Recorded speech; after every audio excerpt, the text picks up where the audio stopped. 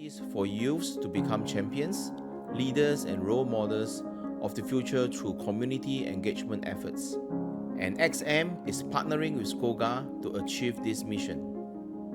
XM is an award-winning design studio dedicated to producing these high-quality, exclusive collectibles, and has always been supportive of adjacent communities, be it cosplayers, tabletop RPG players, or artists and illustrators.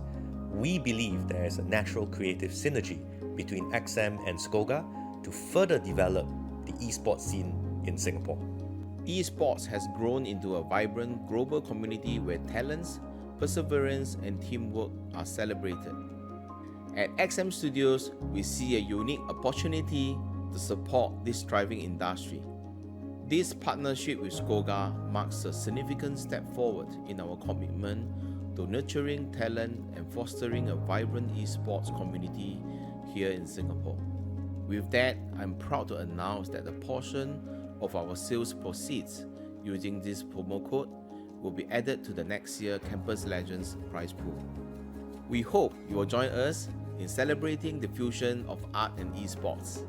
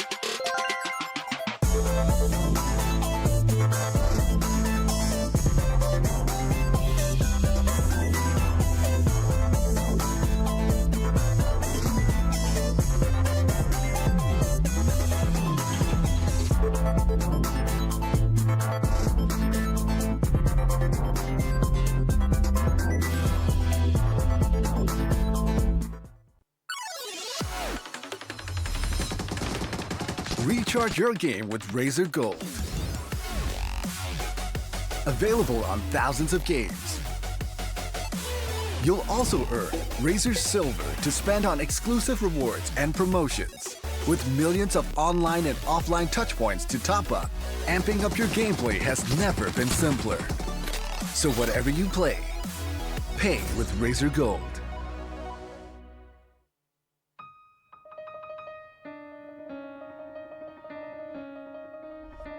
For the first time ever, your game gets 100 plus audio presets. Now you decide what you want to hear most.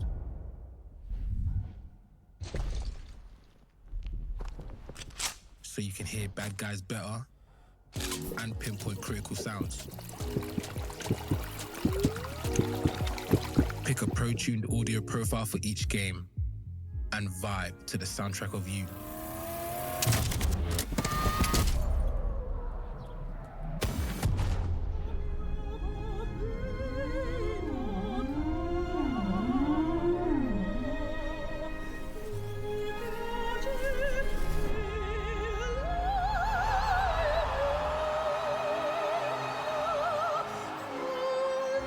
That's the thing about glory.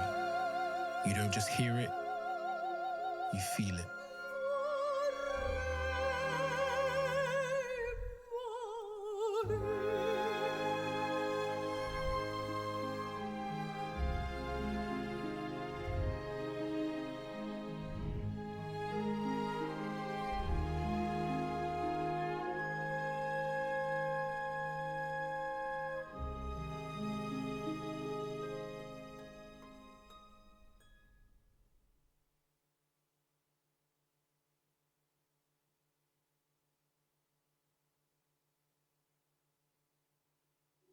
This portable monitor is free. Yes, it's free. Purchase any of these AOC OLED or mini LED monitors between July 5th and 31st and receive a free AOC 16T3E portable monitor worth $329. It has an IPS panel and a resolution of 1920 by 1080, and it even comes with a wall mount. Whether you are working on the go or working from home, the AOC 16T3E portable monitor is going to be your perfect companion. So what are you waiting for? Get yours at sgstore.aoc.com now.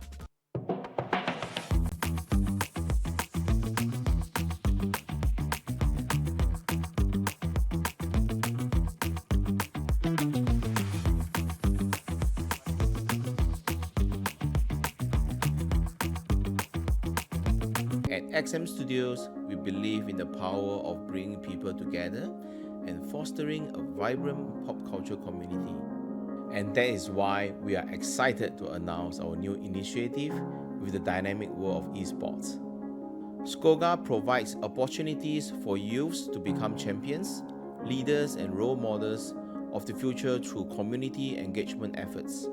And XM is partnering with Skoga to achieve this mission.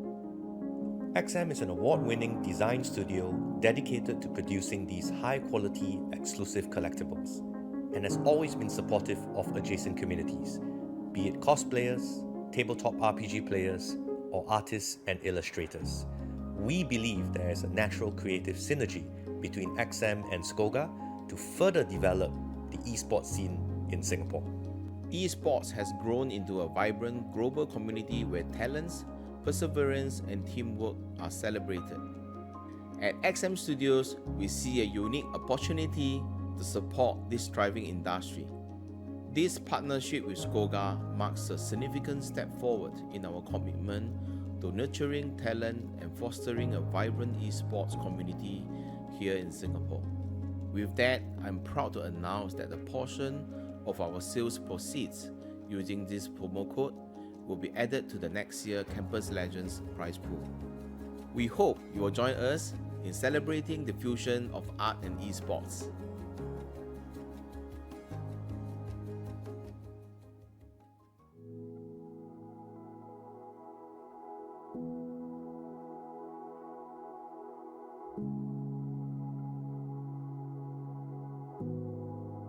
Hey guys, I'm Thomas K, a content creator and ex-pro gamer, and today we're joined here with Isaac, and he's going to share with us the journey and experiences he had battling drug addiction with the support of family, friends, and gaming. So here we have Isaac.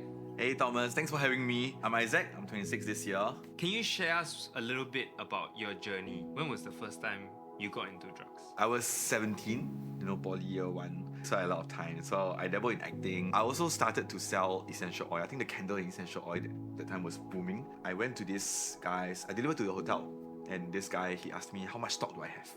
So I told him I have a whole carton. He said that, okay, he'll take the whole carton, but I need to try this puff first. So, I mean, as a 17-year-old, quick cash, can clear stock, right. Extra like $400 or $500 profit, instant, And then I just take all, and he said, don't think so much about it lah. So I just took that first puff. Never did I know it's drugs. He became a regular customer and he's also a drug supplier. I bought it in May 2020, and as you all know, circuit breaker was April or March. And I was just sitting in camp, and suddenly I just lost all purpose. I just don't know what to do anymore. And that's when I remember the feeling of how that made me feel. It's only when you are faced with something in your life that you suddenly rely on it. At home, it's just very, very tough also, because my parents were always quarreling. My dad usually don't come home during the circuit breaker. He has no choice, so he will always be quarreling, and it will always be about me. Then I thought, like, if I was the problem, why not I take myself out of the equation? I just don't come home lah. Yeah. Then I go and find my supplier. So at which point did you say like, oh crap, it's come to a realization that I need to break out of this? I think I always believe that, if you can't control your habits or you cannot discipline yourself, someone else had to step in and control you. And the person that stepped in is actually the law. I went into DRC for 6 months, and the government has changed its approach towards drugs, is that they no longer treat drug abusers as criminals. So going into rehab was, everyone was very forgiving. Everyone just said, hey, you made a mistake, just don't do it again, and etc. So all very supportive. There's not much withdrawal symptoms, but which makes it even easier to get back into. So that's the very tough part. And that's exactly what happened when I came out after 6 minutes. Entered the door, then the table over there was all the utensils. And you know, they went and then take a puff in front of me. Oh, I'm like, the brain remembers, like, it's an intense trigger. That's where I slipped and relapsed the first time. And when I went home, I bought dinner for my mom, and then we were playing ML together. We had a really good game. It felt like everything was in flow. I even have the Instagram story that I posted of the game, and then halfway through, CMB was at my door. They told me I needed to go back to take my urine, and they told me to tell my mom. I told her CMB need to bring me back. Said, oh, okay, I'll wait for you to come back. Wow, but the officer told me, are you sure your urine is clean? You want to tell her the truth, otherwise don't make her wait for nothing. Yeah, and then I just like, wow, I just had to kneel down in front of her and then just said, sorry. Like, 1,001 emotions charged into that one word. Why? I think that was the most painful part of it. Seeing your own child get handcuffed and brought into a van. That was the first time relapsing and then going in the second time. And then I think the most memorable one was when I saw a message from my dad. I'm like, shit, I don't even dare to open it. So I waited for one day, then I opened the message and it was, I think, just 2 or 3 lines. He said, how are you? Are you eating well? Are you sleeping well? See you. That's all. Our relationship only improved from there. And also because I started to think about what I want and reflect, and I let go of a lot of regrets and past hurts. That there's this moment where I just lying down myself and I was just thinking about life. And then looking back at all the pivotal moments of the choices that you made, what if I had done something different? And that was the start of my change journey, I guess. Okay, so after you came out from rehab the second time, would you say this is like the new beginning? What was the support like from friends and family then after? I think there were active steps on both sides. What I felt my parents doing was the desire to come into my life. Like, my dad asking me how am I feeling, and my mom actually playing more ML with me, more Mobile Legends with me. That's, I think, her way of trying to connect, even though she also has fun.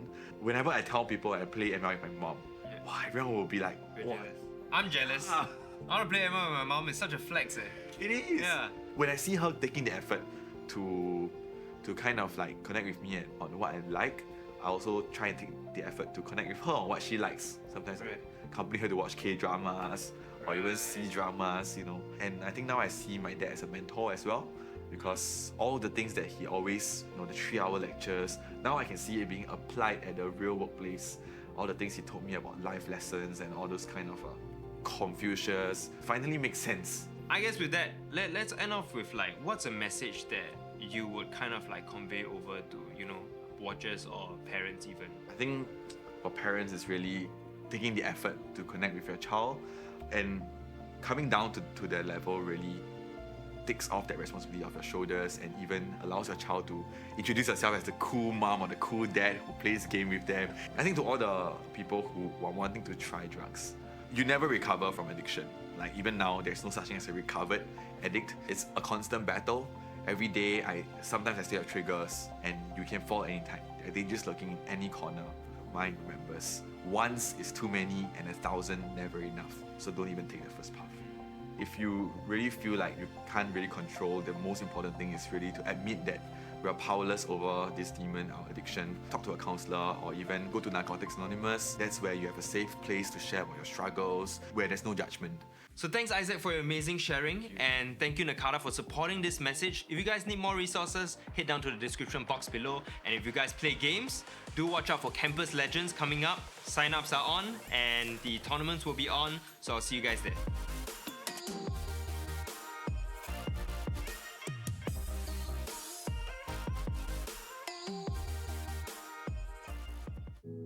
Hi, I'm Alan.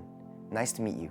Currently studying at university, and when I'm not studying, my hobbies are gaming and eating. So when did you first start gaming? Well, that's a good question. Started gaming in secondary school. Landshots was popping up, just relax. It's a great way to escape. What's your happiest gaming moment?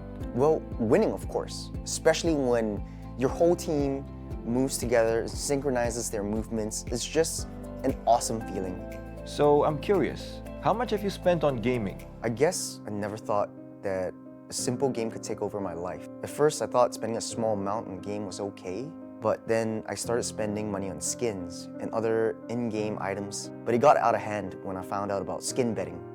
I began spending more than what I intended till it began affecting my life. Did you mention skin betting?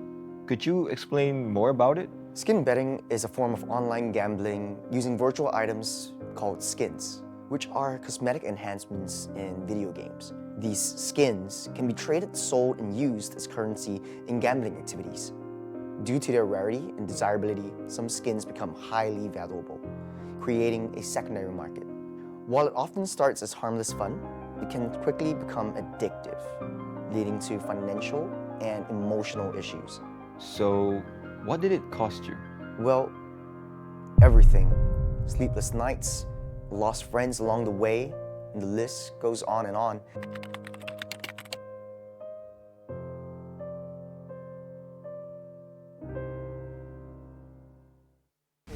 Go. Here. Wait, yeah, I'm going. Excuse you. No, I. What No, kind you don't know, of right? What kind of timing is that, man? Timing? What kind of standard is this?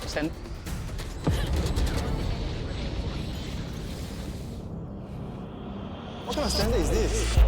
Bro, you use it way too early. Come on, bro. Can you buck up or not? What kind of standard is this?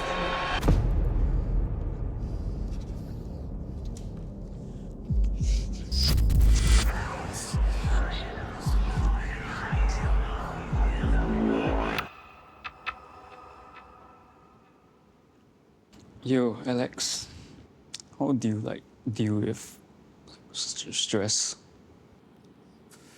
Well,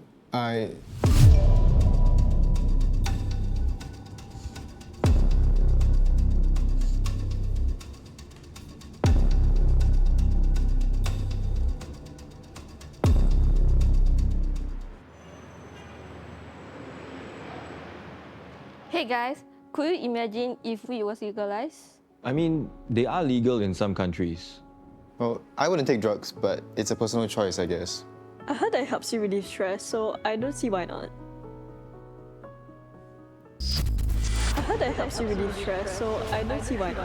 It's a personal choice, I guess. Hey guys, have you all heard the news? Tim is in the hospital. He took some drugs and overdose. Wait, what? How is that possible? How can you guys not know about this? You guys are much closer to him. How do you deal with stress? How would we know? He doesn't say anything to us. Are you guys not friends? That is not fair for you to be saying that. Hey man, look. I'm sorry you had to go through that alone.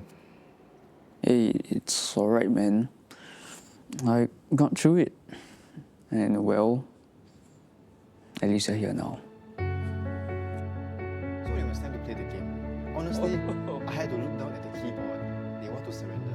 And then you know what we did? We chose not to surrender. That's the funniest thing ever. That's my favorite thing to do. You just go on control and then nothing.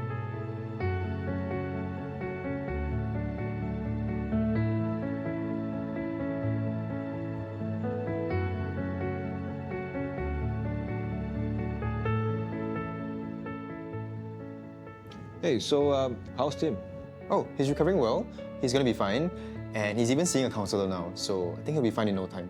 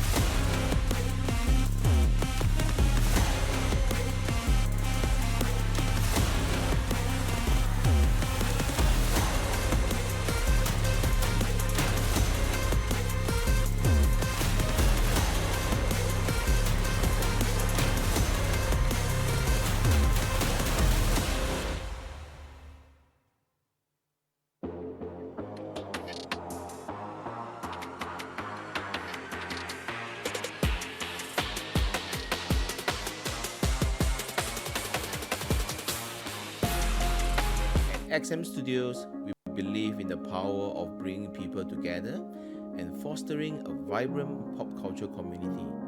And that is why we are excited to announce our new initiative with the dynamic world of esports. Skoga provides opportunities for youths to become champions, leaders, and role models of the future through community engagement efforts. And XM is partnering with Skoga to achieve this mission. XM is an award-winning design studio dedicated to producing these high-quality, exclusive collectibles, and has always been supportive of adjacent communities, be it cosplayers, tabletop RPG players, or artists and illustrators. We believe there is a natural creative synergy between XM and Skoga to further develop the esports scene in Singapore. Esports has grown into a vibrant global community where talents, perseverance, and teamwork are celebrated. At XM Studios, we see a unique opportunity to support this thriving industry.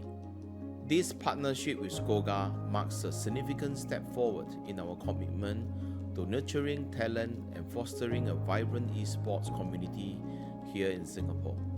With that, I'm proud to announce that a portion of our sales proceeds using this promo code will be added to the next year Campus Legends prize pool. We hope you will join us in celebrating the fusion of art and esports.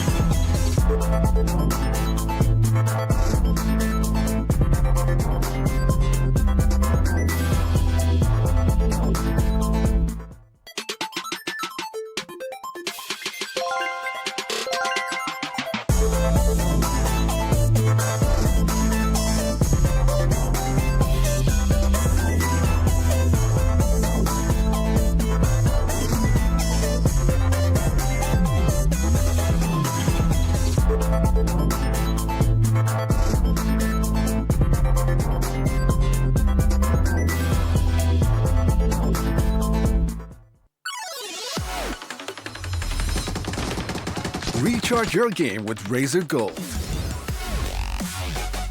Available on thousands of games. You'll also earn Razer Silver to spend on exclusive rewards and promotions. With millions of online and offline touchpoints to top up, amping up your gameplay has never been simpler. So whatever you play, pay with Razer Gold.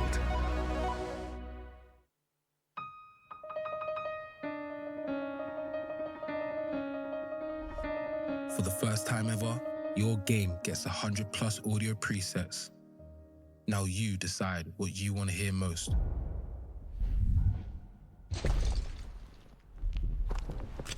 So you can hear bad guys better and pinpoint critical sounds.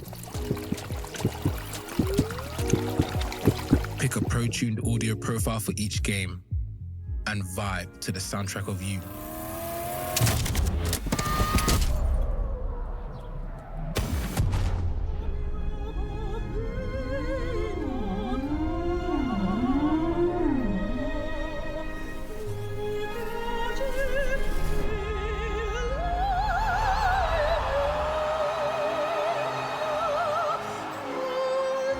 That's the thing about glory. You don't just hear it, you feel it.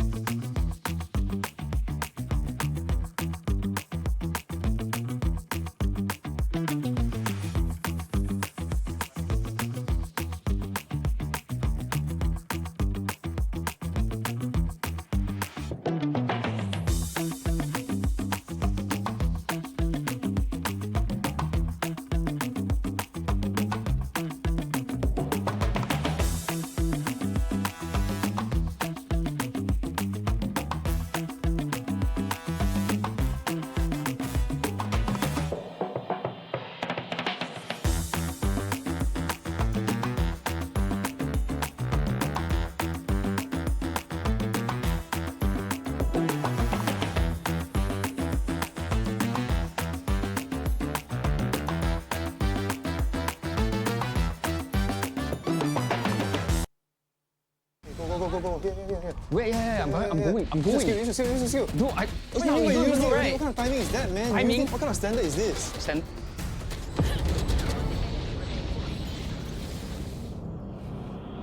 What kind of standard is this? Bro, you use it way too early. Come on, bro. Can you buck up or not? What kind of standard is this?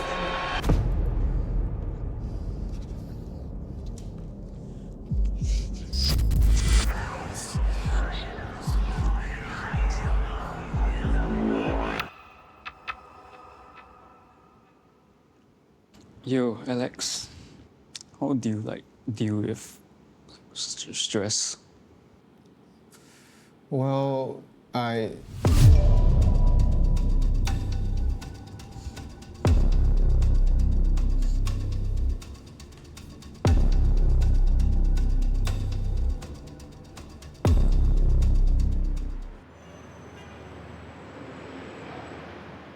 Hey guys, could you imagine if we was legalized? I mean, they are legal in some countries. Well, I wouldn't take drugs, but it's a personal choice, I guess. I heard that helps you relieve stress, so I don't see why not. I heard that helps you relieve stress, so I don't see why not.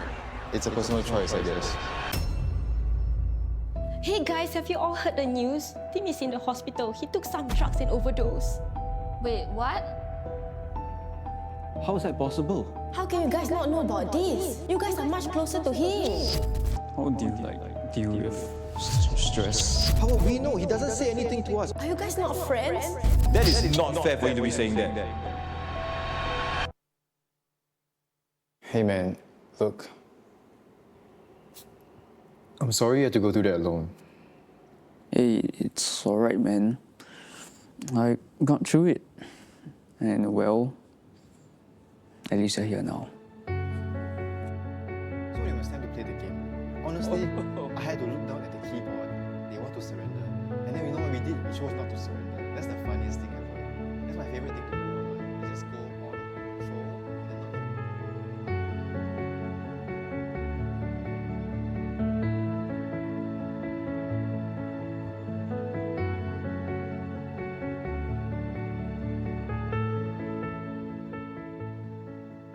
Hey, so how's Tim?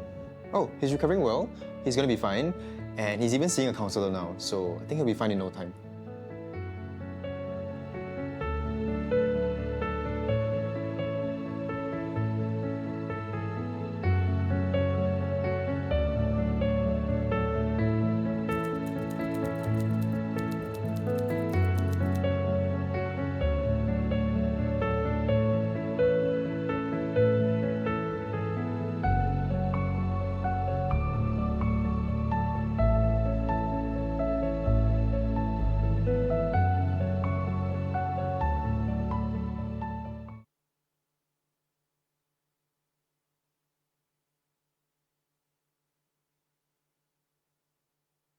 Hi, I'm Ellen. Nice to meet you. Currently studying at university, and when I'm not studying, my hobbies are gaming and eating. So when did you first start gaming? Well, that's a good question. Started gaming in secondary school. Landshots was popping up. Just relax. It's a great way to escape. What's your happiest gaming moment? Well, winning, of course. Especially when your whole team moves together, synchronizes their movements. It's just an awesome feeling. So I'm curious, how much have you spent on gaming? I guess I never thought that a simple game could take over my life. At first, I thought spending a small amount in a game was okay, but then I started spending money on skins and other in-game items. But it got out of hand when I found out about skin betting. I began spending more than what I intended till it began affecting my life. Did you mention skin betting? Could you explain more about it? Skin betting is a form of online gambling using virtual items called skins, which are cosmetic enhancements in video games. These skins can be traded, sold, and used as currency in gambling activities. Due to their rarity and desirability, some skins become highly valuable, creating a secondary market. While it often starts as harmless fun, it can quickly become addictive, leading to financial and emotional issues. So, what did it cost you? Well, everything. Sleepless nights, lost friends along the way, and the list goes on and on.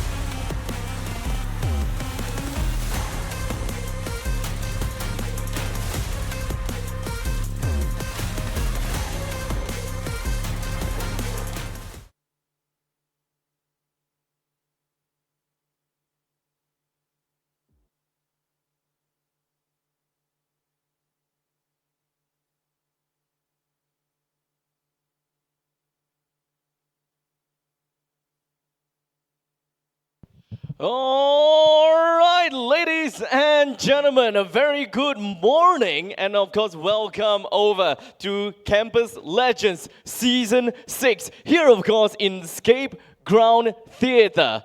We had got a very long day, I gotta have to say, because we've got Valorant that is going to be up in store for us today. So we've got lower bracket finals, we've got upper bracket semi-finals.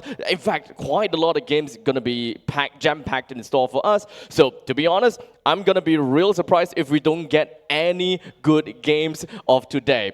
Of course, when it comes down to the upper bracket semi-finals match, we do have got two teams that's more or less about to be ready to come up on stage to really show their mettle. But before that, let's talk a little bit more about scheduling, because like I said, we've got a long day to go. So the very first few games that we're going to be looking out for today is going to be the upper and the lower brackets semi-finals, and only the upper bracket is streamed. For those people that are here in the Escape Ground Theatre, if you just turn around, right in the center of the room, you'll be able to see 10 sets of PCs, and these are the games that are running concurrently with the upper bracket finals, or rather the upper bracket semi-finals. Following after that, we do have the lower bracket finals, then the grand finals. And what's a grand finals without prize presentation, right? Because only after that, then we'll be able to take a look at a grand finals prize presentation where we are going to mark our MVPs. Now, of course, every single one of these games are going to be in a best of 3 fashion as well, as per, normal Valorant stuff. Maybe one time, someday, we'll see a best of 5, which is definitely gonna be a long day. And of course, I gotta have to get the formalities out of the way first. When it comes down to Campus Legends Season 6, all of this will not be possible if not for our organizers, Skoga, Esports Academy, our presenting partner, Nakata, or short for National Council Against Drug Abuse, our program partner, Scape, our official broadband partner, My Republic, our official monitor partner, Aegon by AOC, our official PC partner, Predator, our media partners, DIFY and Emerge, our supporting partner, Capcom, MPLSG, National Council on Problem Gambling, XM Studios, TT Racing, Steel Series, and produced by C2E4. Now, I gotta have to talk about prize pool, because everyone else here in the Escape Ground Theatre and those people that is at home watching the stream, you might be wondering what is really at stake, am I right? So, let's just pull right up and take a look at exactly what all of these teams are looking out for and what exactly they are gunning for. For the second runner-up, which is third place, we're looking at $550 in cash, prizes, and scholarship. And of course, when it comes down to all of that in the entire package itself, we have 5 of the Aegon by AOC 24G4 monitors, with a 7 total of XM bags, and I believe that when it comes down to XM, they have quite a bit of collectibles for us, huh? With a total prize value of $1,745. For the first runner-up on this case, we have $750 in cash, prizes, and scholarship, with 5 of the Aegon by AOC 27G4 monitors, and once again, 7 premium collectibles by XM Studios, with total prize value of $2,545. But of course, when it comes down to the champion team of the Valorant stage, with a total of $1,200 in cash, prizes, and scholarship, with 5 of the Aegon by AOC AG275QXR monitors, as you guys can pretty much see on screen for those people that are at home, and right behind me as well. With, of course, 7 premium collectibles by XM Studios as well, with a total prize value of $40.45. This is it, ladies and gentlemen. Campus Legends Season 6 have got quite a wide piece of prize pool, and every single one of these teams have been battling it out for the past 7 weeks. And through the double elimination process that we have seen, we have got these teams that have made it through thus far. In the lower bracket, we have the National University of Singapore. We have Singapore Polytechnic. And for the upper bracket, we have Temasek Polytechnic and Ngee Ann Polytechnic. And as for Season 6, we are waiting to crown the champion, first runner-up, and the second runner-up. A little bit of a brief history back in Season 5, which happened in 2023. We have got NP, Ngee Ann Polytechnic, that managed to clinch themselves the champion place, with NUS coming in first runner-up, followed by Temasek Polytechnic, yay TP, in second runner-up. And back in Season 4 in 2022, NUS got themselves champions. First runner-up on SP and second runner-up on, first runner-up on NP and second runner-up on SP. So by the end of today, we'll once again be able to mark another 3 institution names into history for Campus Legends Season 6. Who's going to be the one to come up on top as the champions? First runner-up and second runner-up. We're going to have to find out through this first game of today. As we welcome the teams playing the games for now, we are going to be taking a look on the stage. We have the first school representing Temasek Polytechnic. We have Vaneth Tay, Elvis Lim, Bryson Tan, Dylan Liu, Jusen Lee, and Amos Tan. Round of applause, ladies and gentlemen. Temasek Polytechnic have came in with a second runner-up last year in 2023. The question is, will they be able to improve their performance coming into Season 6 and try to gun for the championship title? Temasek Polytechnic is, of course, going up against one hack of a titan, one of the biggest titans that they're gonna have to come up across, and of course, their biggest hurdle yet. As we introduce the next team up on stage, Ngee Ann Polytechnic, represented by Dario Tan, Belton Ong, Ezra Long, Dan Hua Yi, Stephen Kang, Rayston Ng, and Vons Chu. The champions of Season 5 back in 2023. The first runner-up for Season 4 back in 2022. And the only team which have yet to drop a series in Season 6.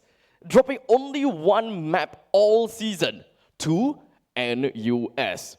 NUS may just very well be the kryptonite of NP. But this time, maybe, perhaps, TP may have something for us. It's definitely going to be something that will be a very interesting game so far. Now, without further ado, we do have quite a game in front of you and quite a game that we're going to have to look out for. So ladies and gentlemen, let us just run right in and take a look at what the casters have got to say when it comes down to this very first game. Let me introduce you to the casters of today. We do have Ray Gobbles Teal and Daniel Colden Chi. Boys, take it away. All right, thank you very much, Eugene. And all right, let's get into the action. We've got a banger to kick off the day already. Gobbles, it's been an honor casting you the past couple of weeks. Yeah, we are here still again here today. And we're going to crown that first. No, not first. This is the 6th season of Campus Legends already, the 6th Campus Legends here today. And we're in for a banger, right? As Eugene had pointed out, as Abstract has pointed out, 4 amazing teams here in this finals day, here in this, playoff stage. Yeah, we are going to crown. We are going to see our first grand finalist here, right, in this upper bracket match. I think this, the stakes aren't going to be, extremely high yet, right? We are slow building towards the end of the day, right? First match, the loser, you get a second chance, right, to redeem yourselves and make the grand final still. But I think for these 2 teams on stage, it's a good experience to kick things off, right? These 2 teams, they have history with one another, but I think more so importantly, right, last year when NP won, they actually lost the opening game of the day, right? They was able to play 3 games on stage and they end up taking revenge on NUS to win the whole thing. So, losing at the start, I think, isn't going to be the worst thing at all. These 2 teams, of course, undefeated so far, both of them, right? NP only dropping a single map. TP I think dropped like 2 or 3 maps, right? But they've always won out, those 3 mappers. But on the flip side of the bracket, the lower half, right? NUS against SP. What are your thoughts on that? Oh, NUS versus SP. Oh yeah, I mean, for those that are live here, in the crowd, you can actually just turn around and just keep an eye on the action to see how that one pans out. But let's take a look at the brackets to see how our teams have made it here today. You can see TP, coming in from the top, beating out Raffles Institution, Singapore Polytechnic. Now they find themselves up against MP. They themselves took down Republic Polytechnic as well as NUS for, what, if I'm not mistaken, like a second or third time already. Yeah, they faced each other quite a number of times, but still NP come out on top. And yeah, they find themselves in that upper brackets, one win away from solidifying at least a top 2 finish already, and a chance to win that coveted grand prize. Yeah, and a little bonus on top of that as well, right? Your Mario Public MVP, right, has to come from the winning team, right? Yep. You put yourself in the grand final, you have a real shot at that. I think that's going to be something that the players individually, of course, you're always going to be playing for the team, right? But it's a nice little cherry on top if you do actually win out the entire event, right? Both teams that are on the upper bracket semi-finals, right? They did win their own groups. Right, and then in the lower brackets you have NUS and SP who both suffered defeats to TP and NP respectively, coming in second place in the groups, and then now we finally see a bit of battle between the groups. Right, Yeah. the top 4 teams from each group, they haven't really been able to meet each other, but these players, they do have a little bit of history with one another. Right, TP and NP especially. I think when we look back last year. In December, right on LAN, right, and I already saw Pat J going up against INF. That's probably a matchup that we look out for today, right? Probably the 2, I think, biggest names, or 2 of the bigger names on the team, right? Last year, it was Pat J to win out, right? And last year, NP, they did win the whole thing, right? The only player that's kind of changed is Vulcan, and Vulcan leaving the team and then referee coming in. But apart from that, the core 4 still remains the same for NP. So I can't look past them as favorites. Yeah, I mean, that is the winning recipe. They are the defending champions, and yeah, they're going up against TP. No opponent to slouch at as well. Very strong in their own rights. And I think the players are very familiar with each other on the stage, right? They've played against each other, with each other on multiple tournaments. And I think here, this is where it matters, right? You're on LAN. We don't have the opportunity to have these kinds of LANs too often here in Singapore. So when we are given the opportunity, when these players have the chance to shine, this is where they're really tested, right? In an uncomfortable situation, up on stage, eyes on them, with a different setup, with a bit of jitters, we call it LAN jitters. Yeah, let's see who can really, handle that kind of pressure, handle that kind of stress, and really shine and really give us an amazing show to watch. It is, right? The environment changes completely, right? These players, all 4 teams are playing on LAN. You can see right behind us, you got NUS playing against SP, right? And then on stage, the 2 teams in the upper brackets. Very different, right? You can hear us, we can hear ourselves in the background, right? For the players, I think audio is going to be completely different, right? And when it comes to LAN, you always see players, the fundamentals really do get tested, right? You can be the sharpest shooters online, right? You can play a style that's completely crazy online, right? But when you make it to LAN, it feels different, right? Your opponents are staring right at you, right? You've got other players who are watching you. You've got, perhaps your friends, family members coming down and watching you. There's that added pressure. And if you don't have good fundamentals, that's when you can crumble under the pressure, right? Both these teams pretty much battle tested. NP probably the most battle tested out of all the teams here. But yeah, right. Looking forward, the first series, right? Upper bracket grand finals. The map veto has been done, right? We are going into Lotus first. Yes. What are your quick takes on that? Lotus, I mean, thanks to the recent patch notes update, Lotus is going to be leaving the pool relatively soon. So it might be the last couple of times you see Lotus played in a competitive setting for a while. But it's been a map that a lot of teams have just grown to make it like their homestay, right? Even in Valorant challenges, right? We see that map being played so often, and so many teams are changing small little aspects of the gameplay, but it still revolves heavily around that A rubble position, right? There's a lot of pressure there. It really comes down to how you can control that piece of map control without giving away too much of your utility early on. And we've actually played it in Premiere as well. How we try to navigate that map, how different teams have adapted with the different changes. You got the Vipers coming in, Vipers leaving out. But talking about these different changes, I think we have a pretty interesting seat that we're sitting on, right? A bit of a change up. We haven't seen this chair this design that we haven't seen it in the past couple of weeks. We have a couple of designs. Yeah, we've been changing it every single week. Yeah. Right? And for Grand Finals, TT Racing, they've brought out this. I think it's my favorite design so far. Right? It's a very simple, like, robo design. Right? Y4 Pro. And of course, they do have an exclusive promotion going on now as well. If you are interested in getting yourself, a gaming seat or two, right? You live in Malaysia, Singapore, Thailand, or Philippines, there's codes for each of your own country. Right? If you're living in Singapore right now, TTR Campus Legends -SG, right? $15 off. Minimum spend $100. I mean, we will check. You're definitely going above, no matter what, right? Yeah. These seats, incredible. I still can't. We've had different seats every single week. Last week we had like bunny ears on those seats. They're real cute, right? Today is just perfect for this setting. Yeah. Right now. And not just about TT Racing, but we also have a shout out to, I think, Aegon by AOC, our partner for all your monitor gaming needs, peripherals. Yeah, you got a little sponsoring the prices as well. Yeah, Yeah, sponsoring right. the prices. Look at this number one gaming monitor. No, but right like, here, yeah, tools. they have fantastic monitors. Unfortunately, we don't really have one to show. We have had it in the group stage, showing off the monitors. But yeah, head down to their Singapore store, sgstore.aoc.com. Key in the discount code and get yourself a nice little discount thanks to Campus Legends. And, shout out to amazing peripherals promotion. Yeah. Yeah, it is, right? And of course, this wouldn't have been possible. I mean, in the group stages, we saw a lot of it, right? Even last week, in the earlier stages of playoffs, every single week we had a different collectible behind us from XM Studios, right? Amazingly, gracious of them to lend us their studios for production, Yeah. right? And then just switching up the collectibles every single week. It's been amazing, right? 809 French Road in Kitchener Complex. Do head down to take a look as well. I think you guys saw, was it Ben, the owner, talking about XM, in the video prior to this. So yeah, do head over down there as well. But yeah, map 1, Lotus. We are going in, and here we go. All right. Oh. Hi guys, I'm still seeing here. you guys.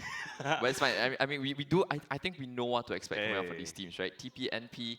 These are the comps that. Oh, actually, I think NP are switching it up just a little bit, right? Last time we saw them out on Lotus, they did have Suisse on the breach. That was when he stood in, right? But today Bullet is playing the breach regardless, right? Previously he played the Cypher on this map. We're gonna see Pat J move over onto the Killjoy, right? When I saw TP, I think we were gonna see a double duelist regardless, right? This is a pick from NP.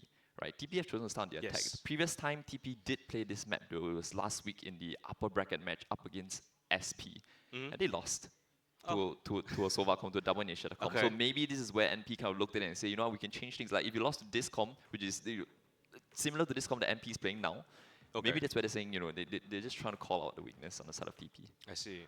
Bit of a heads up for you guys watching at home as well as here. The Omen with a very interesting Chinese name. It's Moose, right? So I think we're going to be calling him Moose for the duration of this game. But yeah, the other side of things, you got Teddy. I mean, he's an incredible duelist as well, going up against Hart. I think those two players are one of the heaviest hitters in the entire tournament. So it's going to be a very interesting matchup. I was highlighting just the duelist, but it seems like we're going to have two of them on the side of TP. Miz as well, picking up that Neon. Yep. So extremely aggressive composition coming up from the TP side. They are starting on the attacking side as well. So I do see the understanding there, the logic behind that. But they've got to put up those attacking rounds. That is their strong side. It is. See how it pans out. The previous time they really did struggle on defense, which is why TP have chosen to start on attack, right? I can't help but think back to like 8 months ago, last December, right? Probably the last time I saw players duke it out on LAN in Valorant, right? I think then Pat J's team won as well. I think he had Bullet on his team as well. Something similar. He was playing Omen then, right? But a lot of players are very similar here. INF made the finals, then lost out against Pat J's team, right? So we are going at it again 8 months later, down the line. Campus Legends Season 6, right? Last year, NP were the champions. TP came in third, and now they're battling for a secure spot in the top 2. Yeah, and you get yourself like an extended period of time to just chillax, relax a little bit, watch the games that are happening in that lower bracket finals, and then you have a little bit of read, a little bit of rest. It's going to be an interesting one. But let's kick it off. The finals day land day is going to be a fast push down towards B. Miz open things up as well as Han on the other side of the map. But it's heavy pressure coming in from the defense towards B. A great blind will catch Moose off guard. Teddy opening the door, trying to answer things back. But Bullet lands a couple into the heads of the TP players. And J coming in for the assistance as well. And that's the first round on the board already. Yeah, and this is something that we're going to see throughout the course of the game, right? A lot of brawls being taken across the map, right? Both teams setting up to take early engagements, right? You can see NP already up close, wanting to fight B up front, right? TP did manage to find the opener, I think, in the form of Miss, but afterwards, all the trades just came in favor of NP. So very fast start for this pistol. And it's going to set the tone for how we're going to see it, right? TP, we know they have tremendous aimers on their team, right? Miss, Teddy, they're all incredibly sharp. Inf, he's always going to be a nuisance, right? Always, most often playing alone, but always good for his ones, right? NP, strength as a team, showing us just that. Yeah, and they've got a bunch of outlaws as well. But J Hart, as we mentioned, those outlaws getting the job done. One shot to the body is all it's going to take. And the Guardian, you know, good enough for the job. Bullet picking up the second to last. And it's all left down to Okoric. Just the Sheriff in hand. Any damage would do him well. A little bit of economic damage there for the taking, but now they know exactly where he is. Knife out is Bullet. A little bit ahead of himself. Don't want to lose too many more players. Okoric puts a little bit of a dent to the economy, but it's still the second round on the board. A nice two-piece to start off the map for MP. This is what we're talking about. Every single player in the server can hold their weight. Of right? course. And, you know, even though it was a 1v5, right, he took down 3 players with him, right? It's going to be a very broken buy coming into this bonus round for NP. So TP a chance to put themselves on the board very early on here. No outs close to being online just yet, but yeah, NP probably have to take a couple more engagements early on, right? You still got the 2 outlaws, but the rest of them just being on sheriffs. So let's see what these outlaws can find. A heavy start towards C, it seems, but TP leaning in towards B. Yeah, it's aggressive from NP side towards the C-mount position, but it's a fast B-take coming in for TP. Want to capitalize on the close-range weapons. Miz with the shotgun finds 2 kills down C-Lake. Hard to punch though. They themselves still finding impact with those outlaws. And now close towards Secret. Oh, the Trailblazer perfectly plays. Will take down PUBG, and that is the pivot straight towards the A side. And we will get themselves on the post plan, right? You still got to judge on Miss, so it's going to be a little bit difficult for Hard to come on through. Yeah, straight to the body, and now Reverie 1 versus 3 does pick up the Vandal from the dead body, finds the first onto Accurate. It's Miss and Teddy, both duelists on the side of TP. Reverie has to take this, has to try and isolate the duo, slowly peeking out, looking for the head, but Miss with the Outlaw does collect the body of Sova in the end, and it's the first round on the board for TP. What an amazing entry coming in from Miz. With the judge in his hands, he pushes them all the way towards C-Link. Finds those 2 beautiful frags, and once they were able to find out the only player towards that ace site, there's a nice pivot coming for them. 4 kills on Miz's side. He has the overdrive ultimate available if required as well. Okoric, one of his. An amazing start coming through. Shout out to our producers. Oh, the replay. In essence, getting it out of the way. A fast Miz coming in. And speaking of fast, Teddy takes it straight onto Heart. Miz is still here with the lightning fingers, activates it, spots out where Reverie's playing in from. The paranoia hits it perfectly on his head. And now the defenders scrambling around.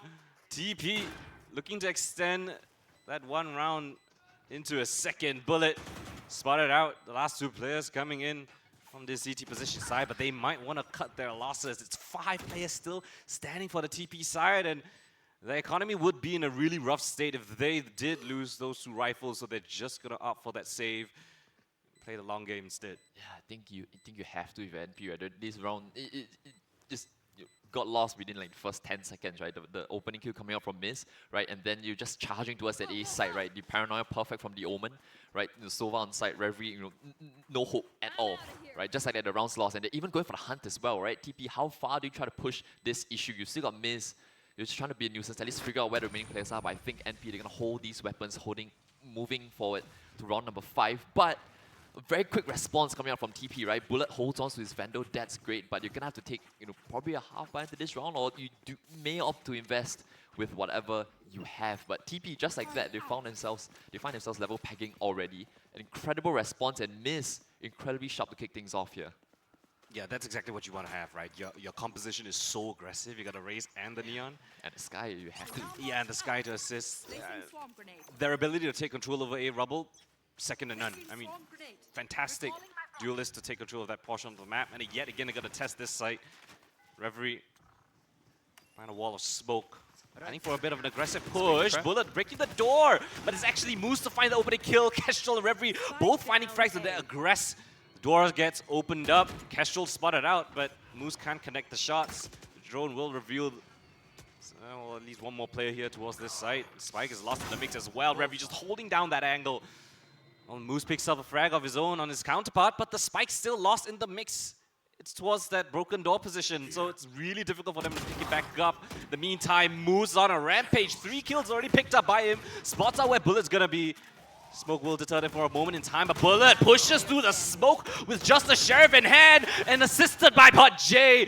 NP with the low buy round coming through. They put it over the line and to deny TP access into that A site. Oh, that was a good call from NP, right? You recognize that you maybe don't have the best weapons and utility to have an early engagement towards A, right? So what they do, they spring a trap towards this rubble area instead, right? Towards the end there, just a 2v1 double facing INF and taking the Killjoy down, having to come in late at the end there, but a very nice counter here and a nice adjustment coming from NP very early on. This next round though, TP looking to flip the switch. Aggressive this time, but it's not on towards this A side. The majority of MP players here towards A, but it's pressure here towards C. Patje might be tested this time. Into his side they go. Stuns and the flash just miss yet again with his coveted weapon, but Hart picks up the places with the Vandal of his own, beeping around the back of the side, takes down Teddy. And a Korik, crucial trade right there. Bullet trying to flood back into the side, but where his teammates has to offer a bit of a safer line. There's the smoke fade. A Korik still wreaking havoc, but Reverie trying to close things down. A Korik down to a 1 versus 1. But where is Kestrel? Question marks. Calls a pause in the action. Spike not yet planted. And he's gonna go for the long play all the way around. A Korik, 4 kills already. Or at least 4 is required, and they're gonna meet each other here towards Link. And a Korik finds the better timing, takes down Kestrel. And we're tied up yet again, 3-3. Oh, it's so back and forth, right? You thought the NP would have had it stabilized, right? Reverie with 2 there, and then Korik with just the 1v2 right at the very end. Kestrel, I think that single bullet gave his position away. Otherwise, Korik wouldn't necessarily have known. Korik chooses to go out, go for the duel, right? Go out, look for the omen. Don't give a chance to reposition, right? Take the fight to him. And that's exactly the philosophy that TP have, coming into this game.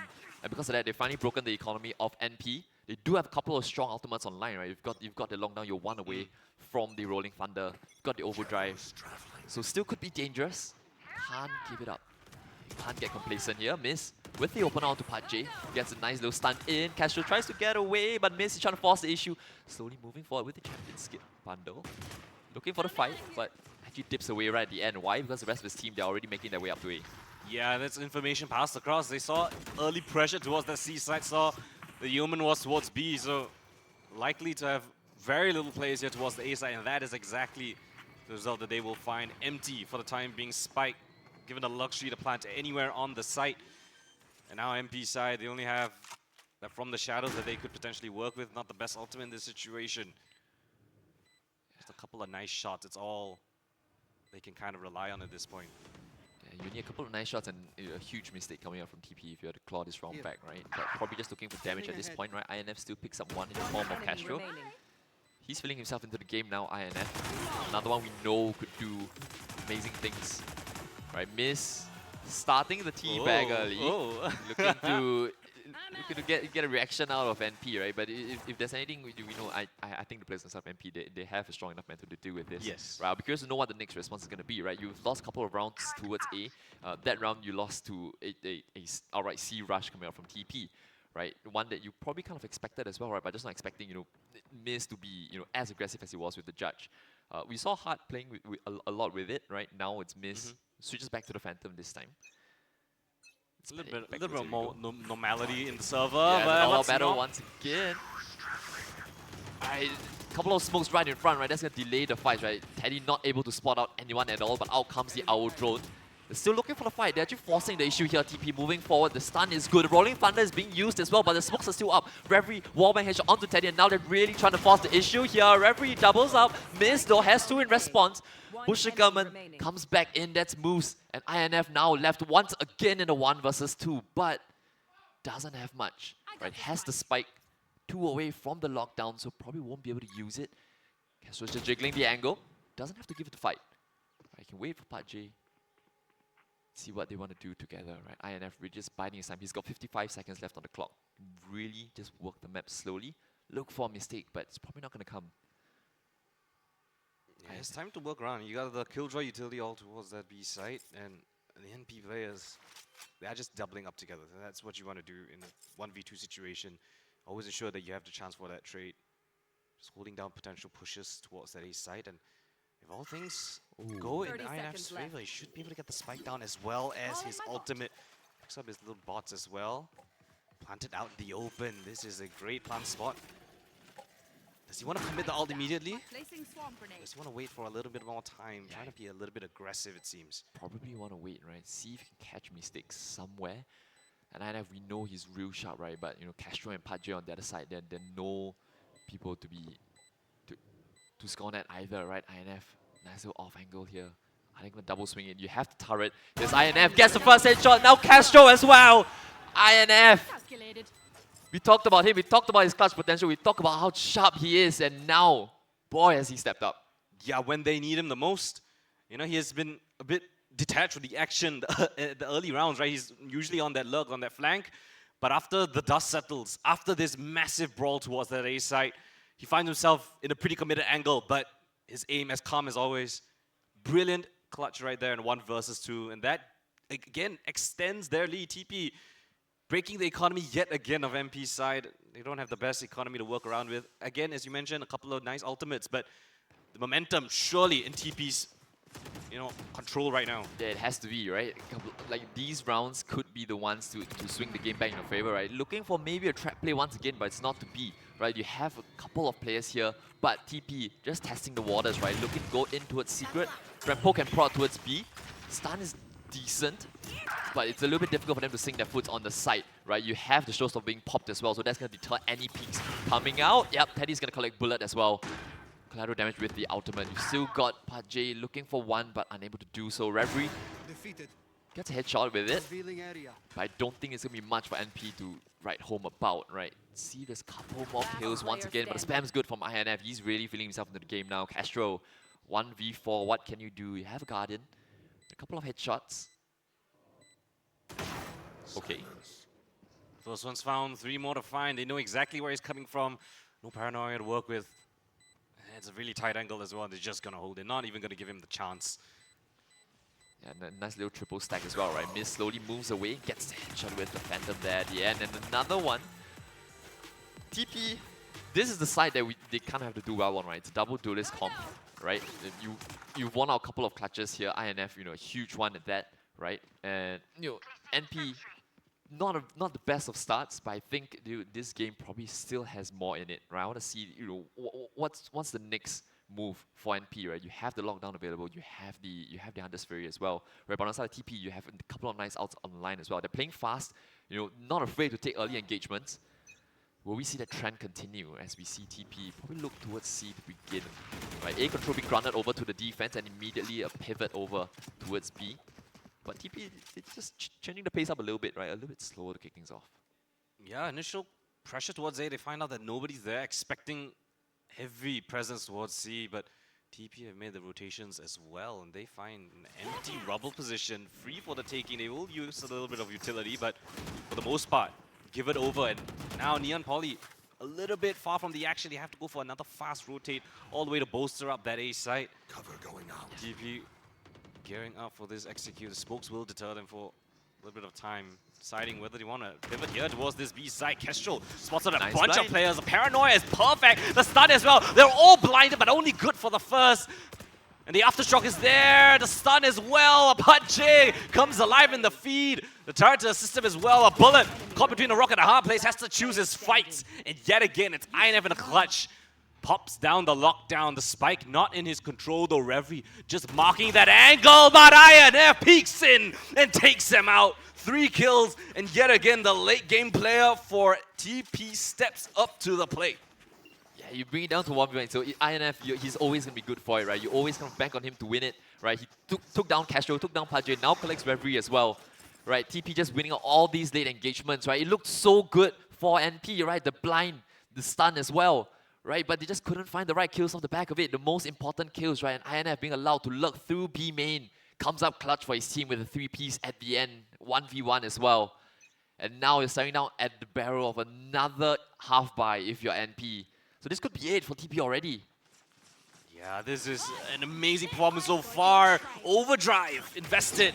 The double slides into the back of the side. They fully clear it out. And they want to push it even further into Waterfall. The flash will deter them for the time being.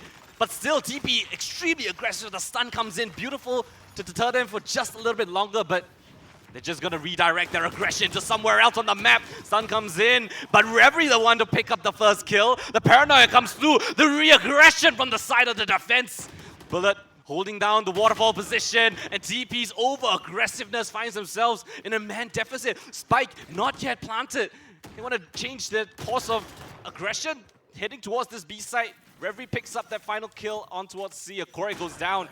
The Spike likewise goes down on this B site. Couple of nano swarms to assist. Hunter's Fury and Lockdown available for this defense, and they are going to use it. To flush out all these positions. What's the response of a TP, right? You don't have the right outs to counter it. You have to leave. No one's going to be able to force the issue here. So INF has to dip. Moose has to dip as well. He tries to find one, and he does, but Reverie on 4 already. He's on for the ace. Spike still planted out in the open. INF 1 versus 3. Can he do it yet again? No, he can't, and it's going to be Reverie to ace up this time. Now, who else but Reverie to find those 5 kills in such a hectic moment? They're all over the map. They're pushing towards Waterfall. When that didn't work, they tried to push towards CT.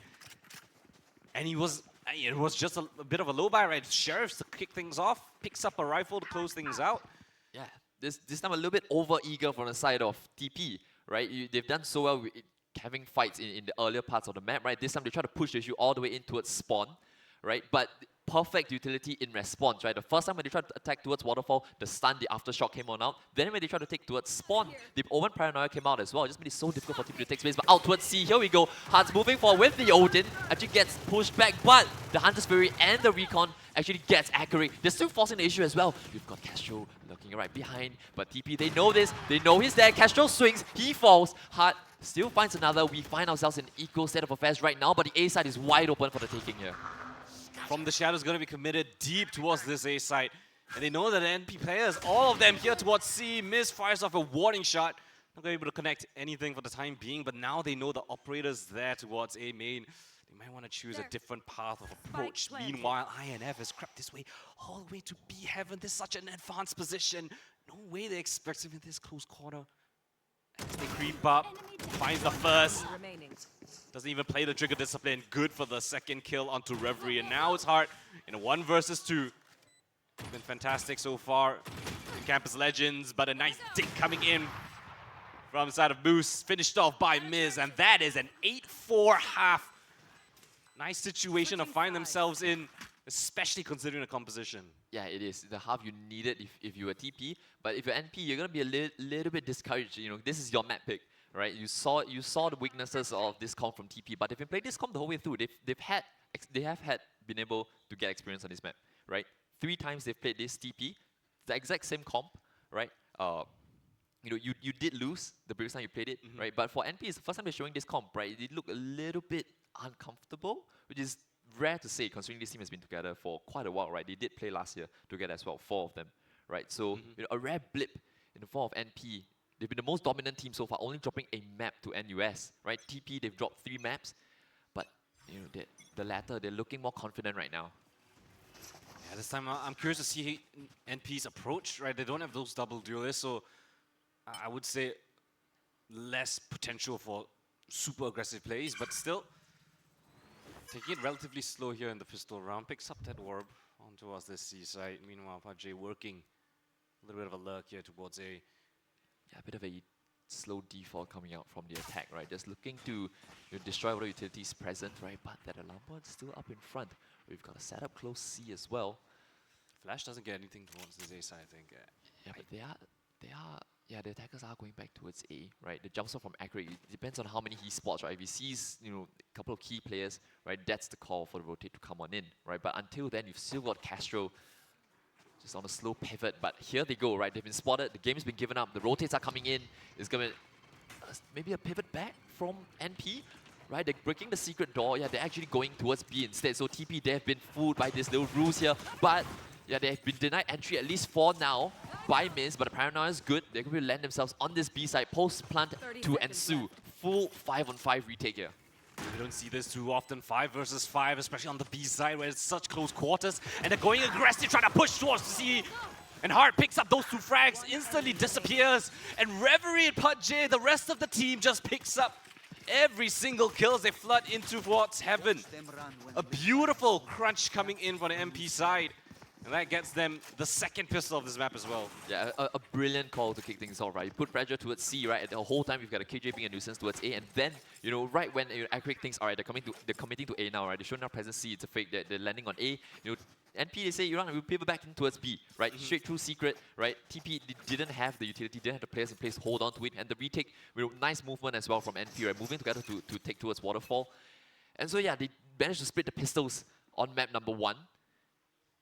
And do TP have anything much to say in response for this second, or at least take a couple of weapons once again? No, actually, yeah, NP, they did win the pistol in the first half as well. Yep. Right, so a much needed one for them to get back into the game, right? Otherwise, you're staring at TP potentially putting themselves on double digits, and TP, you're just hoping that NP walk right into your trap this round. Yeah, you don't have the best utilities for information, for map control. They're gonna stack it towards this A side, but NP, they've explored a bit of the map. Push back the initial pressure, but they want to test this A side yet again. Yeah, but they still haven't seen any bodies, right? There's no confirmation of anything anywhere, right? So this could be what TP need to swing it back into their favor, right? All you have to do is be a little bit careless if you're NP, but all the players just being aware, right? They're not aware of the second player, that's Teddy, but still unable to get the first, unable to get one at all, right? Moose finds one with the classic, but Reverie is going to collect the trade, and just like that, it's just going to be INF all on his lonesome, right? He's good for a couple of clutches here and there, 1v2, 1v1. He's not 1v4 with Sheriff good. Is he? Well, give it a shot, might as well. I mean, I guess you don't want to give away too many alt orbs. I say that as, well, Hart already has his overdrive in what, the second round? Yeah. It's going to look real clean for NP, much cleaner than the one in the first half, right? So if you keep 4 players alive here, one more player, building towards the out as well, it would be great, right? INF wouldn't be too far-fetched if we say he gets 1 here. Now putting your predictions in. Or maybe he's just gonna try and die to the spike. Yeah. I think NP they know better than to just face him as well, right? He's having such a hot game. Not exactly at the top of the scoreboard, I think, for now, right? But a couple of key moments, really proving his worth here. But it's NP to half the deficit, down to 2 rounds as we head into our first bonus, and with 4 players still standing. I think a couple of rifles being bought in as well, right? A Bulldog and 2 Guardians. This is gonna be a much stronger attempt at the bonus round than we saw them put up on the first. Yeah, definitely. I'm curious to see how the bonus round is going to work. We saw it get pretty dicey in the first half, down to that bonus round. I think it was just 2 players surviving. This is going to be a bloodbath. Yeah, bloodbath on the cards. Here we go. All 9 players starting out on this A side. The nade goes in, the flashes come on out, the stun goes on through as well. The overdrive comes out, but Hart doesn't get one at all. The aftershock is good. PUBG and Reverie come up clutch for their team. Still, the fight's being taken, but nice flicks here and there. Castro and PUBG. And this could well be the bonus for NP. Well, exact same situation, I guess. And to the previous, Spike goes down, INF in a 1v4. I would say it would be pretty ambitious to give him any look at this round. I mean, NP not even playing within the site. It's planted for them. Just holding out that sight line, and I have no utility whatsoever. Yeah. It's just got to take it dry. Spots out the P coming in. Tap of the spike. Stun comes in. So is the recon dart. They know that he's not on that spike, so Should be again a safe INF if he's able to even get out of there. Yeah, no, he's committed, I guess. They're going to try and take it all away from him, right? INF trying to run away in spawn. PUBG takes the duel and actually comes out on top. So that's going to be NP stealing away this bonus round from TP here. We're doing what the opponents did to him in the first half, right? In the first full round, just all in on A, right? Just winning up the duels, right? You know, yeah, just not having the right, not enough utility to begin with, right? You have just a Sky to try and initiate contact, right? But on the side of NP, this is why this comp works, right? It's why it worked so well for SP the previous time they played, right? You have the Sova, you have the Breach, you have the Neon to come out as well. Teddy, what was it? Hard? He went down first, right? But then because of the utility, the space that it gave them, just so much to work with, and everyone just swinging to trade here from the side of NP. Yeah, I mean, they've put their players towards the boxes next to Secret, the broken door, a couple of times. I think the TP side are more than aware of it. Yeah. Right? They're more than aware that they're going to be playing from those positions. And without the utility, the second stage of that fight was a little bit, dry. There wasn't much flashes, smokes that could really assist them.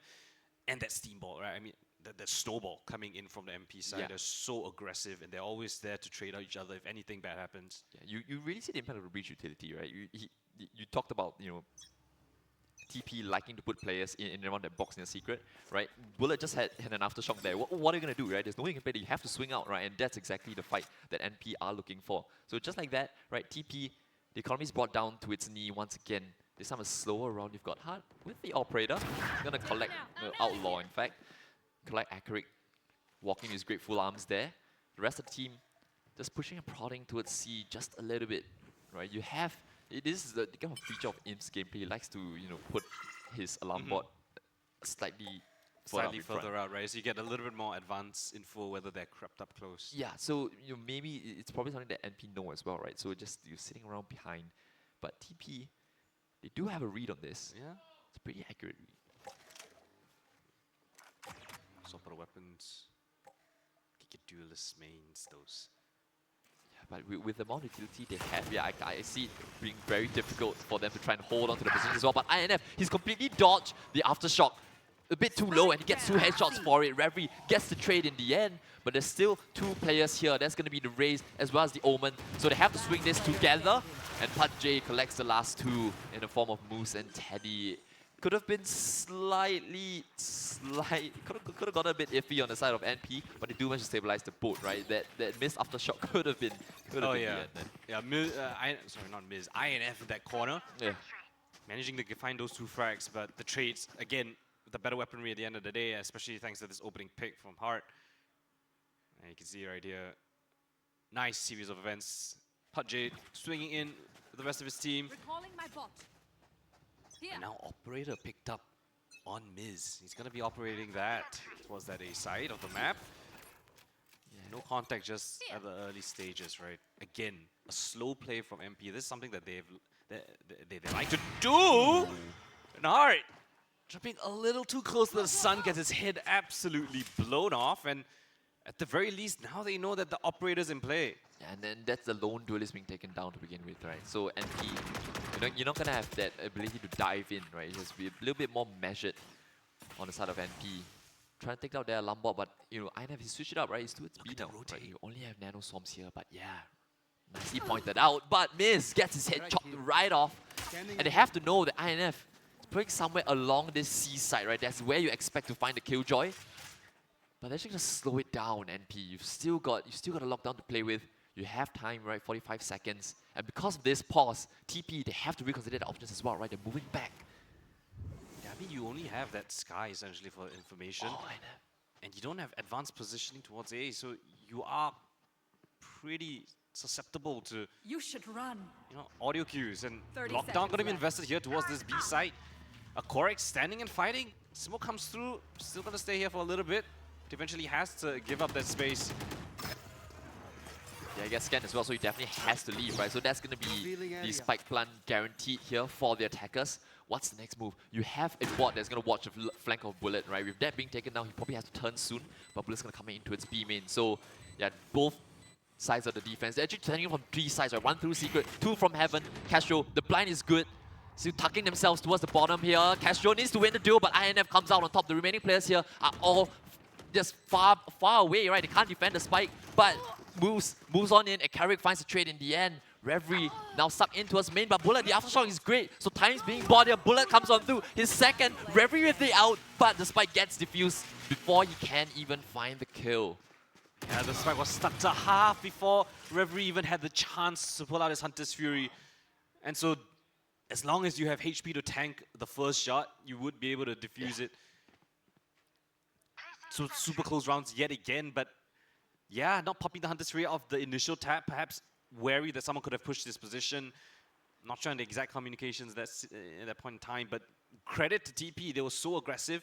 They pushed out and flushed out the players towards Secret, and they were able to convert that round. Again, 4 rounds in a row, finally answered back by TP's side. It's 1 round's of difference. Pressure here towards Rubble yet again. Presence from TP as well.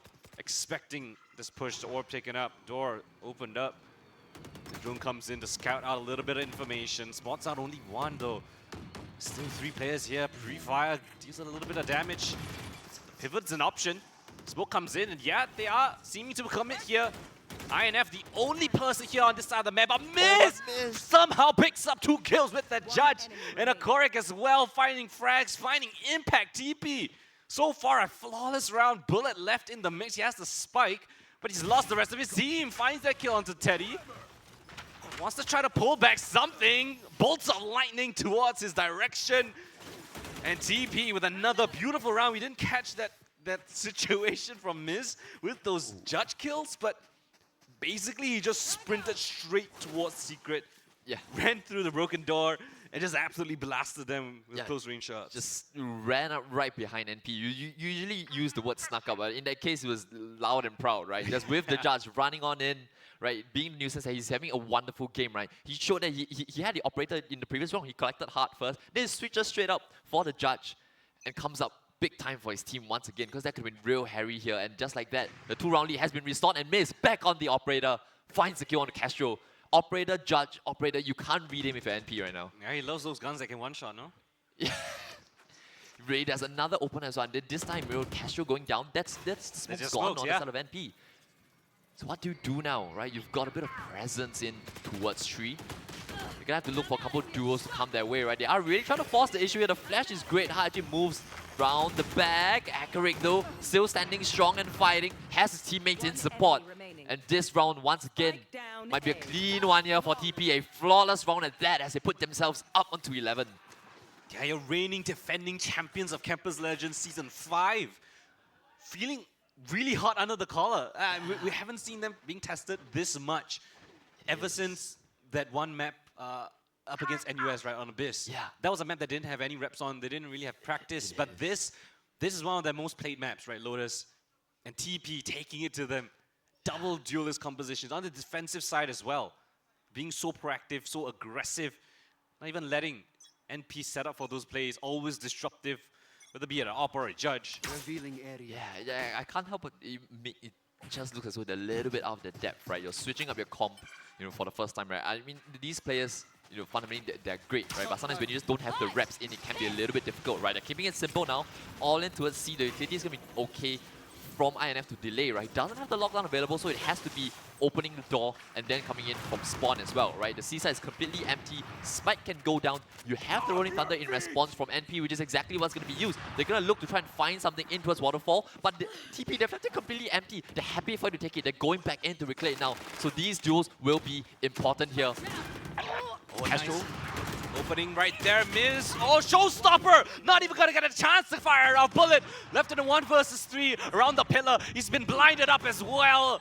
What a beautiful retake coming in from TP. They expect the Rolling Thunder to be used deep towards their spawn, and they play so far back. NP, they use up all their utility way too early on, and that is the cue for TP to just crunch them in towards their C site. Match point found on map number 1. TP almost closing it out. 4 rounds now in a row unanswered. And this is with the double duelist coming. One of the duelists just not, exactly performing up to his best as well, right? Teddy's not having a great game, but the rest of the team, they're just all stepping up, right? Miz has had his moments, a lot of moments from him, right? NF has been clutching up, right? Accurate 6 shots all around, right? Moose as well has been so steady and reliable on that Omen. And NP, who's going to step up next, right? We've got Ravi at the top of the scoreboard, we've got Pat J close enough behind him. But other than that, two players just not really feeling the game just yet. Keeping it simple once again.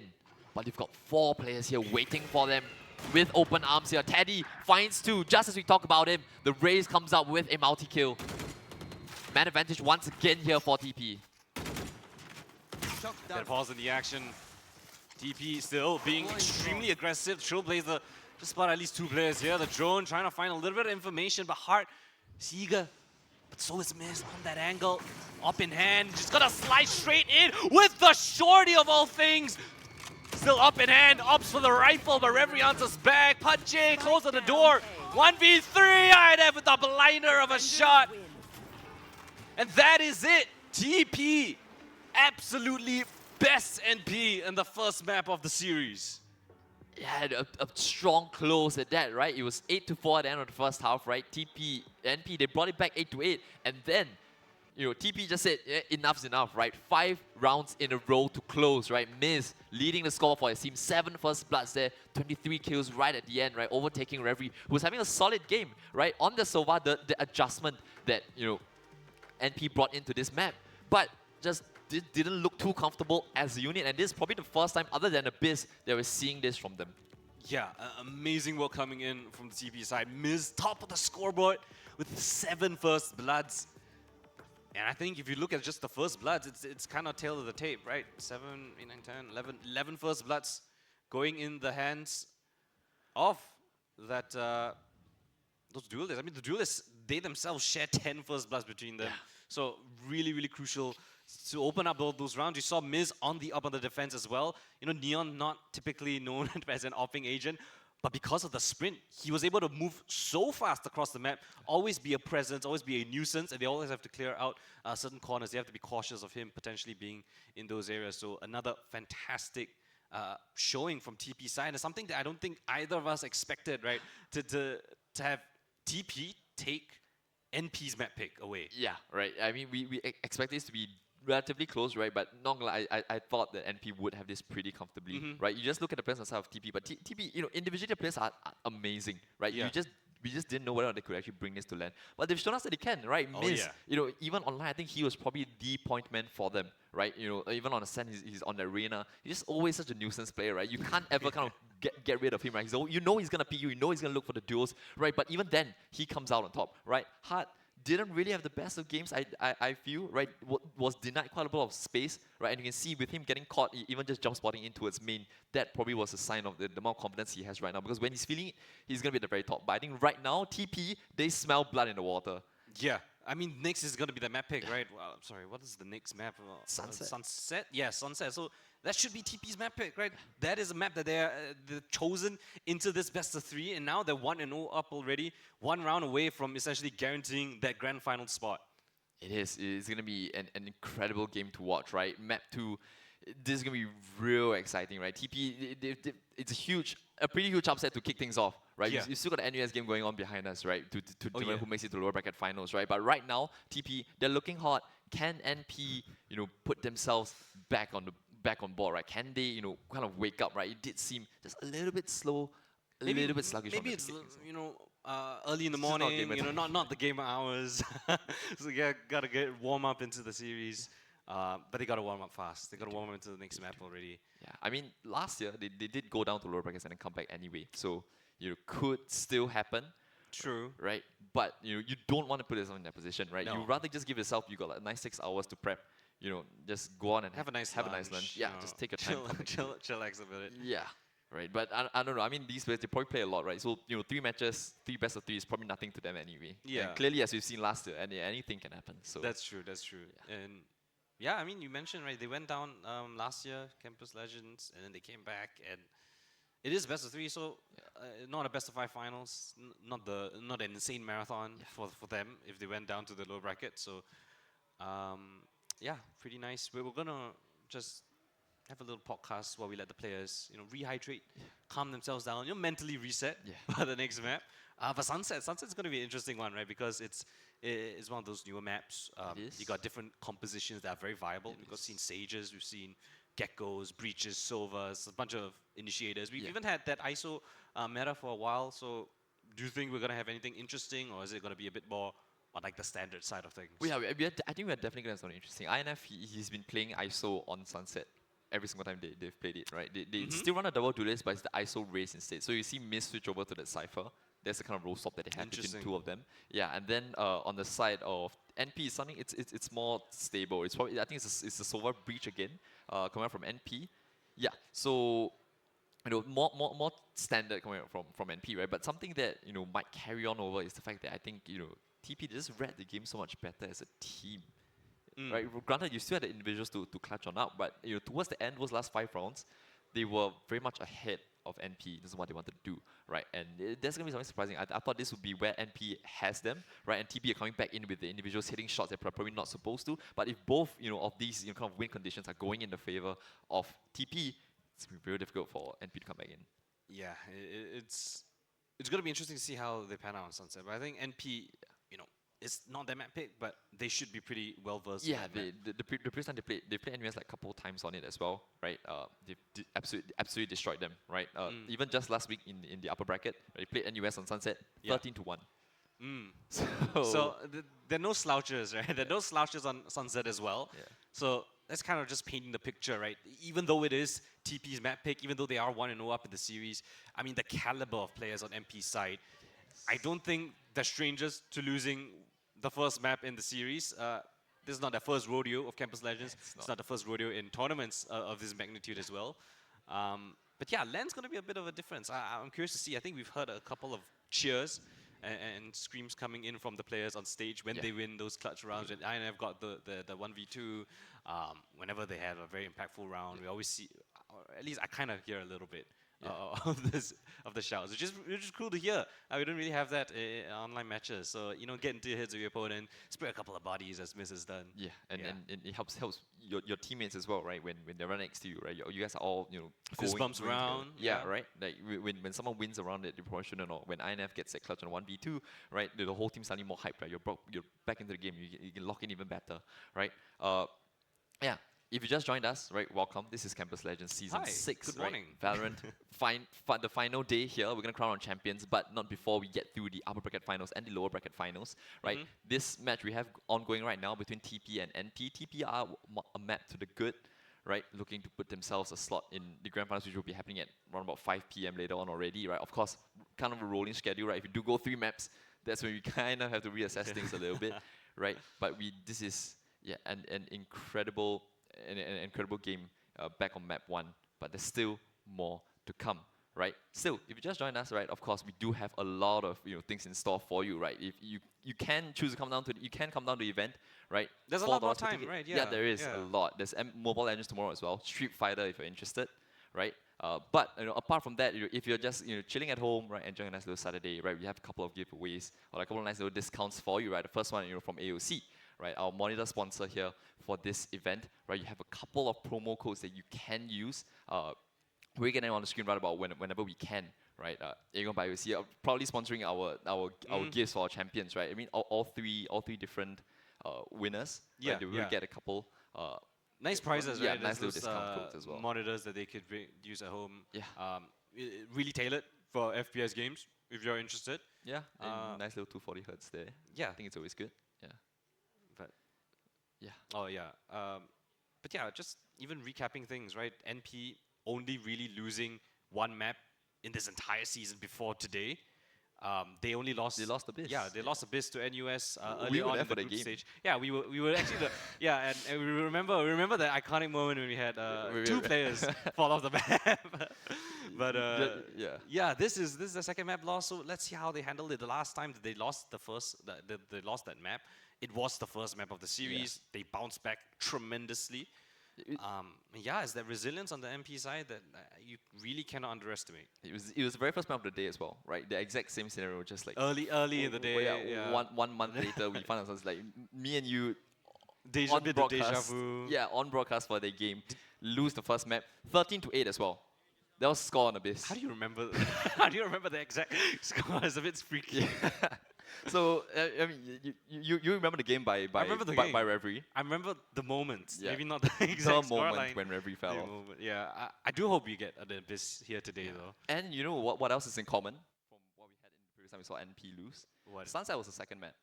Ah, okay. Yeah, they proceeded to just demolish NUS on that as well. So, you know, we could be flipping this, we could be rewriting the stream the exact same way, just 1 month later. Yeah, the Campus Legends script writers, they're, you know, It is. they're really cooking something up here. We're just reusing the same for 1 month. Copy paste, yeah. But yeah, again, I think going back to what you mentioned earlier on, AOC, Acorn by AOC, huge shout out to them for being the monitor sponsor. You can check out the discounts right here. Super cool to purchase a gaming monitor or even just a system monitor. You see the one on the screen right here. I think we had it in the group stage, right? It's really cool. It's like an extra monitor if you need it for you have Twitch chat on the side sometimes. Yeah, you just want to play something, you just plug it in. And Yeah, it's or like cool. if you're playing a game and you want to have like a video playing on the side, you want to message your friends while you're playing at the same time. You don't have to alt tab or whatever. Yeah, check out AOC. You've got a bunch of products here as well as discount codes for you to use, and yeah, equip yourself with the best gaming peripherals that you would need for any game. #1 gaming monitor. But I like yeah, the plushie. you know what else is #1? Up there in the ranks, coveted first place spot is of course the chairs that we're sitting on. Look at this, the R2D2 chair, amazing quality as well. I mean, it's really cool, right? You have these super cool designs that we've had throughout the entirety of Campus Legends. Almost every week we have a different set, different theme coming in for you guys. So do check out TT Racing. They have some really cool chairs for you to check out, and it's pretty comfortable as well. So what's not to hate for your gaming needs, Yeah, for your long gaming hours. Yeah, I mean, it doesn't matter whether in Singapore, Malaysia, Thailand, Philippines, right? There's a discount code for you, on the screen, right? Just key it in, and there you go. Yeah. Right. But I think we are going to head into map 2 already. Let's go. Right. Sunset, right? The ISO comp from the side of TP, whereas the more standard Silver Breach comp, I believe, coming out from the side of NP, right? Probably gonna see, do they have something special in store? I think it's gonna be the same, right? It's normally Echoing on the Gecko, INF on the ISO, right? Teddy on the Race, Miss, after having a hot game on the Neon, moving on to the Cypher, slight, very different role, right? But NP, there have been no slouches on Sunset. So TP may have picked this, but I think both teams go into this map, on pretty much level footing as well. Yeah, I like the point that you mentioned, right? Miz going onto that Cypher, and now Teddy is gonna be again put up in the duelist spot. A little bit of pressure now on him. Of course, he is assisted by INF, right, with the ISO. But Teddy, a little bit of struggles in the first map, I would say. Not exactly finding the best impact, albeit, right, his team was extremely well oiled. They did find a lot of success, but I think again, we've got to put our focus onto INF and Teddy capitalizing on that double duelist potential. Yeah. It really is. I think we just saw on the camera there as well, right? The players on South NP. But just not looking too flustered. He's still smiling. He's still calm, right? He's had a decent game, right? Not like superstar levels that we've seen from him before, right? Last year he was playing more of those duelist roles on the side of NP, right? So now he's kind of moved over into a more supportive position, right? Now just playing the Cypher, right? I do expect NP to put up a much stronger duo. And interestingly enough, INF moving away from the ISO onto the Phoenix. First time we're seeing this here. Okay. You think it's an on-the-fly decision? I don't think you've had so much time to prep for this, right? And you're coming in, this is your map pick. Surely it's to be something that maybe in practice or just INF, realize that he loves playing this a lot more, but it has to be a team decision for him to move onto this agent, especially when you have someone like Miz moving onto the Cypher to enable you to do so. Yeah, I don't think the Phoenix is a bad choice, whatsoever, right? That is the value that the Phoenix brings, is the ultimates. You can farm up the Phoenix ultimate pretty consistently, especially on the attacking side. The orbs, especially towards B, is usually in your favor, right? You're gonna have a little bit of a tech pause while we sort things out, but yeah, I mean, going back to the Phoenix, I think that's a very interesting change because it is rather different compared to an ISO in terms of how they want to take fights. It's very different. But those ultimates, right? Farming those ultimate orbs, both sides on attack and defense. I think it's a very viable option. And we've seen a couple of teams try this straight out. We saw a couple of, I think at least one more Phoenix on Sunset, I think. But I can't exactly remember which team. But I do. It is a very, very viable agent, so what I'm trying to get at. I think there's a world in which it can work out, but I'm struggling a little bit to see how it would counter very well against the Neon comp, right? This standard Neon comp, right? Are you going to use it to use the curveball to try to contest for main control? That could be an avenue, right? B, it allows you to get out, but apart from that, it's very difficult for you to kind of go further and try and take space, right? The flashes are only limited based on the manner in which you throw them, right? You have a molly, yes, but maybe I've just seen so much of INF on that ISO and he looks so good on it that it feels a little bit weird seeing him on something different. But if there's anyone who can make it work, or at least, you know, still perform at the top of the scoreboard while using an agent that's so off meta, it's probably INF. He just does what he wants. Yeah, I think TP is just very comfortable having those double duelists, right? They're playing to their strengths, which is what you want to see. Yeah. It is. It really is, right? They're starting on the attack once again, so NP, you know, the favored side, I would say. I mean, you got the double duelist, obviously you kind of favor them on the attacking side. Here we go, second map of the series. TP 1-0 up already. Neon need to secure this map. They want to bring things to map number 3, give them a chance to get into the grand finals. If not, TP might run away with things. Early pressure towards middle, right? Doors not being closed. Smoke in towards B main to begin with. Another one being deployed in front of market now. It's a little bit of a setup outside of A, right? But TP, they're not interested in that. They're saying, let's go around middle, just push and prod just a little bit, right? See what's going on. Force NP to start reconsidering their options. Move away. Then we're going back in, looking at what's available on A for us. Yeah, but you look at this coming in from NP side, they're pretty much gambling that it's going to be an A commit, or at least presence towards A, so they could take a fight. Yeah. It's a full retake setup here on B, and I think the Cypher on the attacking side is going to find all that information. Smoke out though, so that will deter the attacking side from finding that information. Meanwhile, they are just creeping up here towards A. The flash comes in. Castro has got the paranoia in tow. The stun comes in. The paranoia as well. Reverie, nice frag there to take down the opponent.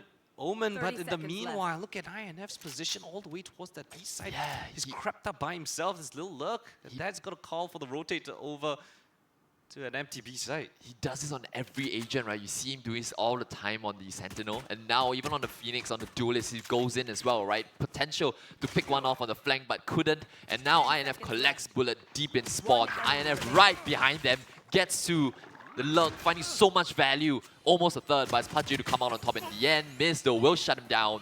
And that's a pistol going in the favor of TP. Once again, TP, INF just... in the pistols, right? I think NP won both pistols actually on oh, sorry, map 1. NP, NP was... NP won both of the pistols. But it's a brilliant call this time, right? Very nice mid-round coming in, right? Wouldn't be possible if you didn't send those two fillers out at the start of the round, right? Miss pushing a point towards B main, and INF just working his way up in the market, realizing that it's completely clear, no one's watching it, and NP getting sold on a bit of a ruse there. Yeah, I love that we have seen different faces of TP, right? They're so aggressive, but then again, they can also play back, play a little bit more of that info game, play a little bit more lurky, find out gaps in that armor. And if you're Part J right now, right, playing the Sentinel, it's not the start you hope for, right? Round 1 already getting lurked on, even though you are literally the anti-lurk, right? But out towards middle, here they go. The stun is pretty good here, but Teddy, nice response to the flash from the Gecko. Bullet though manages to claim one in the end. Still trying to stand and fight, trying to see how many bodies they can bring on down, but it's all just Bullet, all alone. Not much hope at all, and INF helps himself to a couple more frags as he puts himself up onto 4 out points already. And it's going to be a very strong bonus to come out here from TP. I'm pretty sure that Teddy was stunned up as well. A fault line came in, and he was able to pick up those 2 kills. Knife out in one of the engagements as well. Perhaps not expecting Teddy to be so up close already. And according nice flash as well, right? He gets stunned, he knows they're probably coming for him, releases Dizzy, catches a couple, right? I think that probably saved his teammate there. Yeah, definitely. So at least reduces the chance of casualties. And again, TP. A bit of a different approach compared to Lotus. They've been pretty slow so far on those attacking side rounds. Bit of a trap play setup here off the camera. Contact, stun, as well as the paranoia. You want to catch Miz, but snuck away. The setup not the best to capitalize off of that. Just one cage and a bit of a backstep, and that is them instantly rotating off of the B side, knowing that their presence has been noted for. And the TP side now testing here towards a Dizzy at the ready. In the meantime, INF, as that Phoenix going on a lurk, is not the typical agent you see going for those kinds of lurks, but Kestrel got a spot at INF, and he's just gonna disrespect him, walk straight in. Meanwhile, Miz has found the anchor towards that B site, and that's just gonna draw the rotations back towards B, but as you can see on that mini-map, TP are committing here towards the C site. Satchel's over the trip, nothing for Pudgy to do, but he catches the second player into the site. Moose goes down, the spike, committed. Miz coming in from the flank play as well. They've rotated over, across! Nice first kill found, traded back. 3 versus 3. Spike out in the open. Rotating across from the short side. Taking control entirely of this position. And as the tap comes in, no utility comes through though for the attacking side. With no information, they have to go for an aggressive peek. The flash comes through. Akorik and INF both finding kills, but Akorik down towards Ali. They don't check for his position, and he picks up those 2 kills together with INF for that final one. Third round, that's the bonus as well, going in TP's favor. Yeah, they're just moving so well together, right? And you know, INF Miz, again, similar to the pistol, right? One lurking in towards B main, the other one lurking up towards middle, just looking for their fights. And you put these two on the lurk, in a 1v1, you never want to face them in a 1v1, right? It's so highly likely to win them. Miz, the first kill, creates so much chaos on the defensive side, right? Pudgy does all he can, finds one on the A side as well, but the retake just not fast enough, right? Akorik allowed to walk all the way around the back from spawn, comes in on the flank, gets the kills, and TP with the bonus that goes in their favor. NP, what do you do now, right? Just you're getting caught off, you know, the trap just not being in the perfect spot, right? You saw they had the trap for B main early, but nice reaction from Miz there. Then they think it's going to be completely clear, but no, Miz is going to walk back in, he's just going to look for another kill. Yeah, I didn't really like exactly how that bit of a trap setup was being played, right? It was off the contact of the neon. Usually it's off the contact of like a Cypher 5 Cypher Cam, something like that. But yeah, contact being played by the neon was a little bit off place, not the best to capitalize, but still, eco run coming in from the NP side. Deep smoke top mid gets TP access to that portion of the map. They're just playing the same default every round, right? You're happy to let NP take A main, right? With the Sova breach comp, that's kind of what they're playing for. And TP just say, you want to do that? Sure, right? We're just going to push and prod the other parts of the map, right? INF, always walking up middle, looking for the fight. The stun is great, then the play close market as well. Just not expecting Pudgy to be so close. Reverie straight through the smoke gets accurate as well. That's a man advantage. A rare one at that for NP. TP though, they find 2 kills. And all of a sudden, the round's back in their favor. Yeah, 2 instantaneous picks off towards that Boba position. Spike will go down without any more issues. And even a neural theft just to reveal the last 2 positions of this NP side. Miz of the off angle. Blindsides Reverie. Kestrel spotted out towards market as well. Crossfire is being set up. Kestrel with a boatload of utility, but Miz on this angle. Damage done. Doesn't even need to commit for the kill. A straight bullet will do the job, and that's exactly what happens. Miz picks up 3, despite him being on that Sentinel, still incredibly proficient with his mechanics.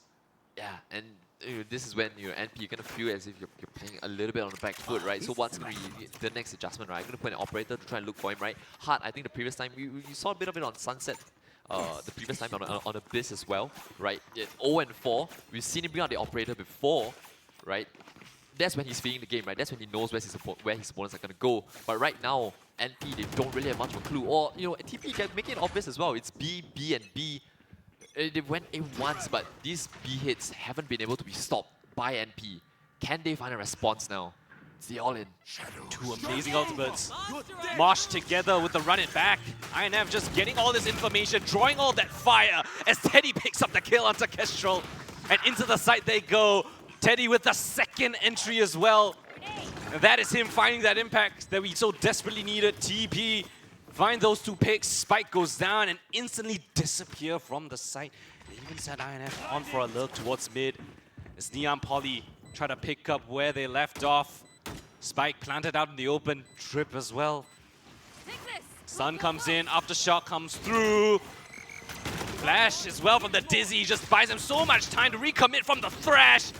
Moose with the second to last. Reverie is only good for one in that retake. As TP with a beautiful set play off the bat gets them a 5-0 start. What an incredible series of rounds we've seen from TP so far. And NP just have no answers whatsoever. Yeah, switching agents, switching roles, no problem, right? Miz is still on the top of the scoreboard, 7-1, right? This Cypher has been on a tear, right? Doesn't matter what you throw at him, he always has the solutions. And, you know, there's just NP, they just can't find a response, right? 4 rounds now, you've lost on that B side. That round, you had the setup, you had a second player, Pudgy had everything he needed, but then they come at you with such pace. It's so difficult to play if you're NP, TP, they're really suffocating them right now. Yeah, I mean, it feels like the setups have been a little bit disjointed compared to the times that we have seen them on Sunset. It's a bit uncharacteristic. I don't know whether maybe it's the pressure getting to them a little bit, or maybe that bit of land jitters that we mentioned, but that just doesn't seem like the NP that we know. Yeah, they are playing very reactionary, right? That's the one thing we can see from the side of NP, right? You're not seeing them kind of take the initiative, right? You can even in the pistol, they did a slow take towards main. Other than that, they haven't really been, going all out for main control, because TP at the same time they haven't contested for it at all, right? It's just been B and a couple of mid lurks here and there. NP, they've not shown any interest in shutting that down, right? You're letting Miz get away with these walks. They're giving them a lot of map control, yeah, for free. You need a little bit of aggression to really capitalize on the Neon, right? Neons do best moving forward. Yeah, or you need some of early information that then you can let the Neon rotate in time, right? It's not happening, right? But at the same time, right, you got the pace that TP are throwing at you, right? That round, they threw the Thrash in. You had the Phoenix out. Yeah, right? it's perfectly placed. It's a perfect call, even towards the side with the Cypher. You get the Phoenix or the Thrash to reveal where the trips are, and then Teddy's the one to actually get those opening kills. And the initiative from INF, right? Him playing that Sentinel role, he knows how to go for those flanks, even though he's playing that Phoenix. Once he enters into the side, he uses up his ultimate. He's like, I can just go wrap around as well, just as a safety precaution, insurance plan of sorts. Yeah, he's just so confident, right? Taking space alone, right? And again, we talked about this many times before, right? And even back in December when we watched him, right?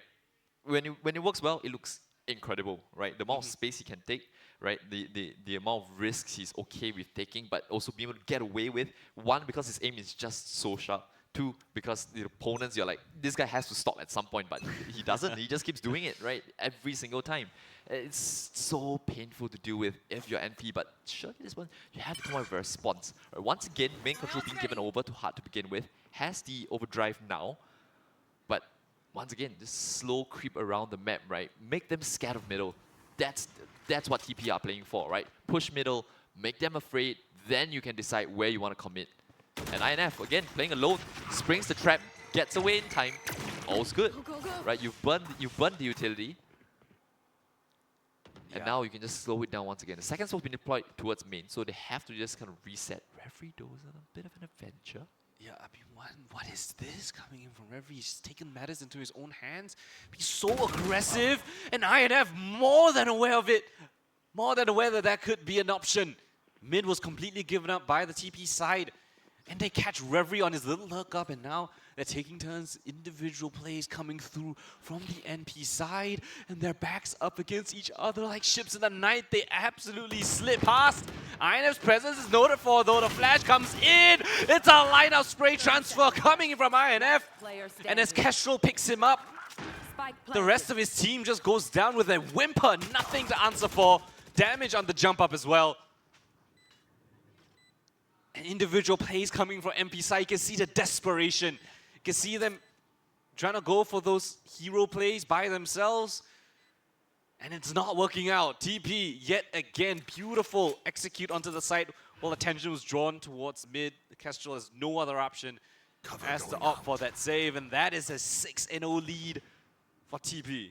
Yeah, remember, this is, NP probably are the most balanced team that remain, with the 4 teams left, right? NUS, SP, they probably play this a bit more of a lot more nuanced style, right? Probably on one end of the extremity when it comes down to you trying to play together, trying to play tactical, right? TP, they lie on the extreme other end, right? It's just aggression, throwing bodies at the problem, double duelists all the way, right? But now you're seeing NP being thrown completely off balance, right? The amount of the amount of weird things that INF is throwing in, Miz as well, right? TP, they're just completely rocking the world of NP. And 6 rounds to the good now, still sitting on that goose egg with 4 ultimates online, 1 of the Rolling Thunder as well. This has to be the round where NP get themselves back in. It's so uncharacteristic to see the setups, right? We all know how potent a breach together with the Neon can be, even towards that A side of the map, but this time looks like it's an aggressive push down towards mid for the MP side. They want to take a little bit of initiative into this round, into this map. TP are ready for it. And yeah, look at how far they're playing back. They know that their ultimate's available for the MP side, and so they're essentially playing in their spawn. Yeah, right? Everyone's just huddling up, right? This could be, again, another extreme measure being deployed here by DP. Slowly going back out to re-clear, and you walk straight into Castro with the spike. You know what the initial plan is. Oh, Showstopper comes out now, tries to get away. Castro does get so in the end, but Miz swings for the trade. And now Hart stuck between a rock and a hard place. Able to get out, but Miz collects the head of the Neon. Meanwhile, the rest of the map, not much movement still. Right? Afraid that someone's going to try to lurk somewhere. That's the amount of fear you instill in your opponents when you've been lurking up left, right, center, right? Im's going to go on his lone adventure once again towards A. The rest of them slowly re-clearing towards B now. Cage triggered. The reads have been perfect. And now after the initial contact, TP they're just going to explore the rest of the map. Mid instantly given over. A main's lost as well. B main's got pressure. 30 seconds left. And they have so many options. They just need to make sure that they don't overextend, don't get you have the From Shadows as well, right? Now they know the A is clear. The luck's still going to come in from Miz, but Part J able to find the kill, gets the neural theft as well, tries to stop it with the Hunter's Fury. I think Moose will get away, but 10 seconds left. He's going to have to try and get the spike down, and they're going to rush him down. But Jay trying to get there just in time. He gets him off the plant, but he still can't stick it. The aftershock comes on in.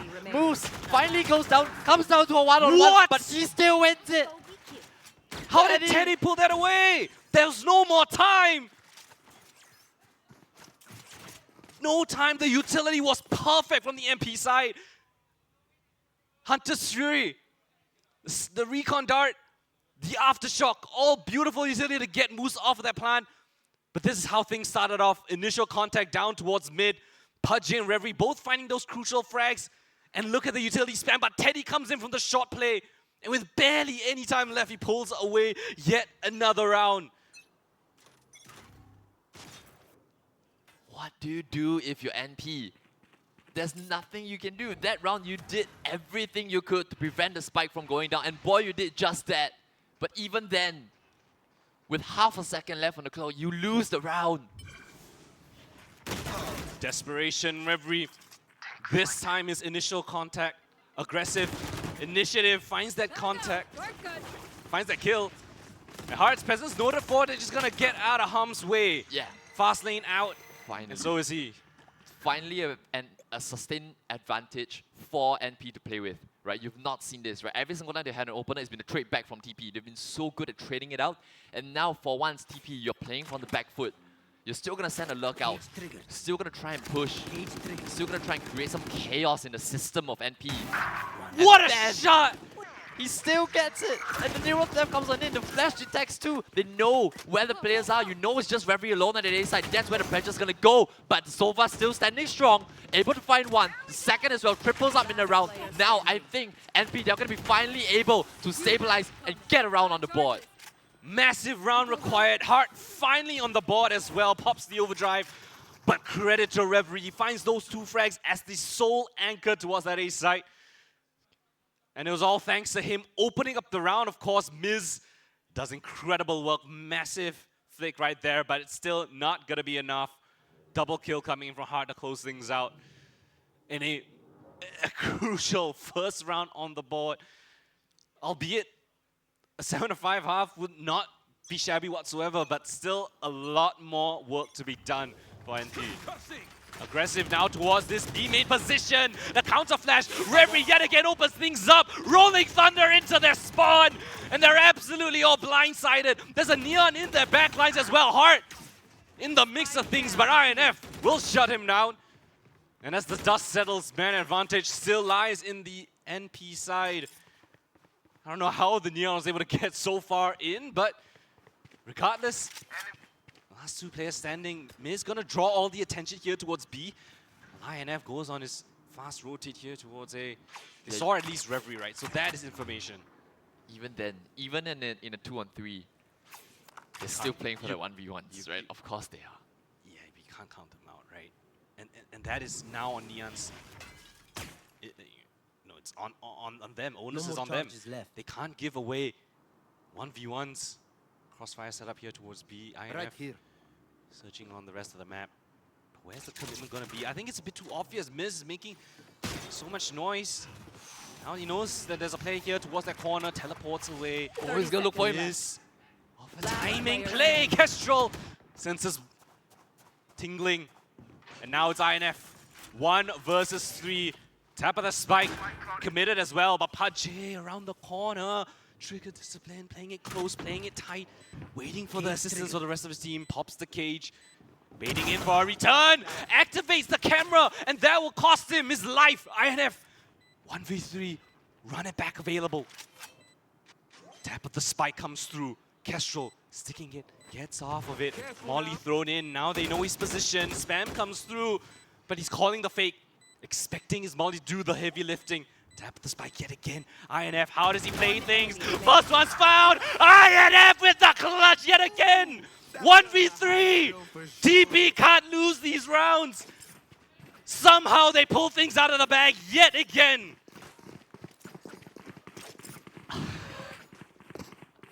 You can't keep getting away with it. You can't keep getting away with it. There's so many advantages for NP, right? Time and time again, they find these openers, they put themselves in favorable scenarios, and time again, TP, they just say, it's not enough. You can't keep us down. We're still going to win these rounds, and INF, again, another huge clutch to come in. 8-1. Surely the straw's been broken onto Campbell's back here for NP. There's no way you get back into the game now. And now they're just saying, we're just gonna fight now, right? We're so far ahead. We're gonna throw the out in, it's fine. We're still gonna throw the thrash in. We're gonna make it all in on A. NP, do you have anything in response? Into the site. Reverie playing around the smokes. Long play comes through, but Hard is there as well. They both pass each other. Reverie the kill, but it's Kestrel on the site. And now it's all down to INF yet again. Another 1v3. This time, he doesn't have his ultimate. He doesn't have the spike as well. It's lost in the midst. NP are gonna sit on that spike like an egg, guard it with their life. Not again, right? No way he does it again. I mean, surely not. There's literally everything is up against him. The only thing he does have is a little bit of time, a little bit of HP to work around with. Careful now. Noted of his position now. Molly feeling it out. Referee does not respect him whatsoever. Solo swing comes through, and that is the second on the board for NP. Took us a while. Well, I still can't believe they got away with that last round. It's insane, ludicrous. Right? 8 rounds. Illegal. There's no, and you could just see it once again, like NP, they're just not their usual selves quite yet, right? You still have ample time to get in, right? You can go into lower bracket, you can find your form, find your groove, but right now they're just, out of the game.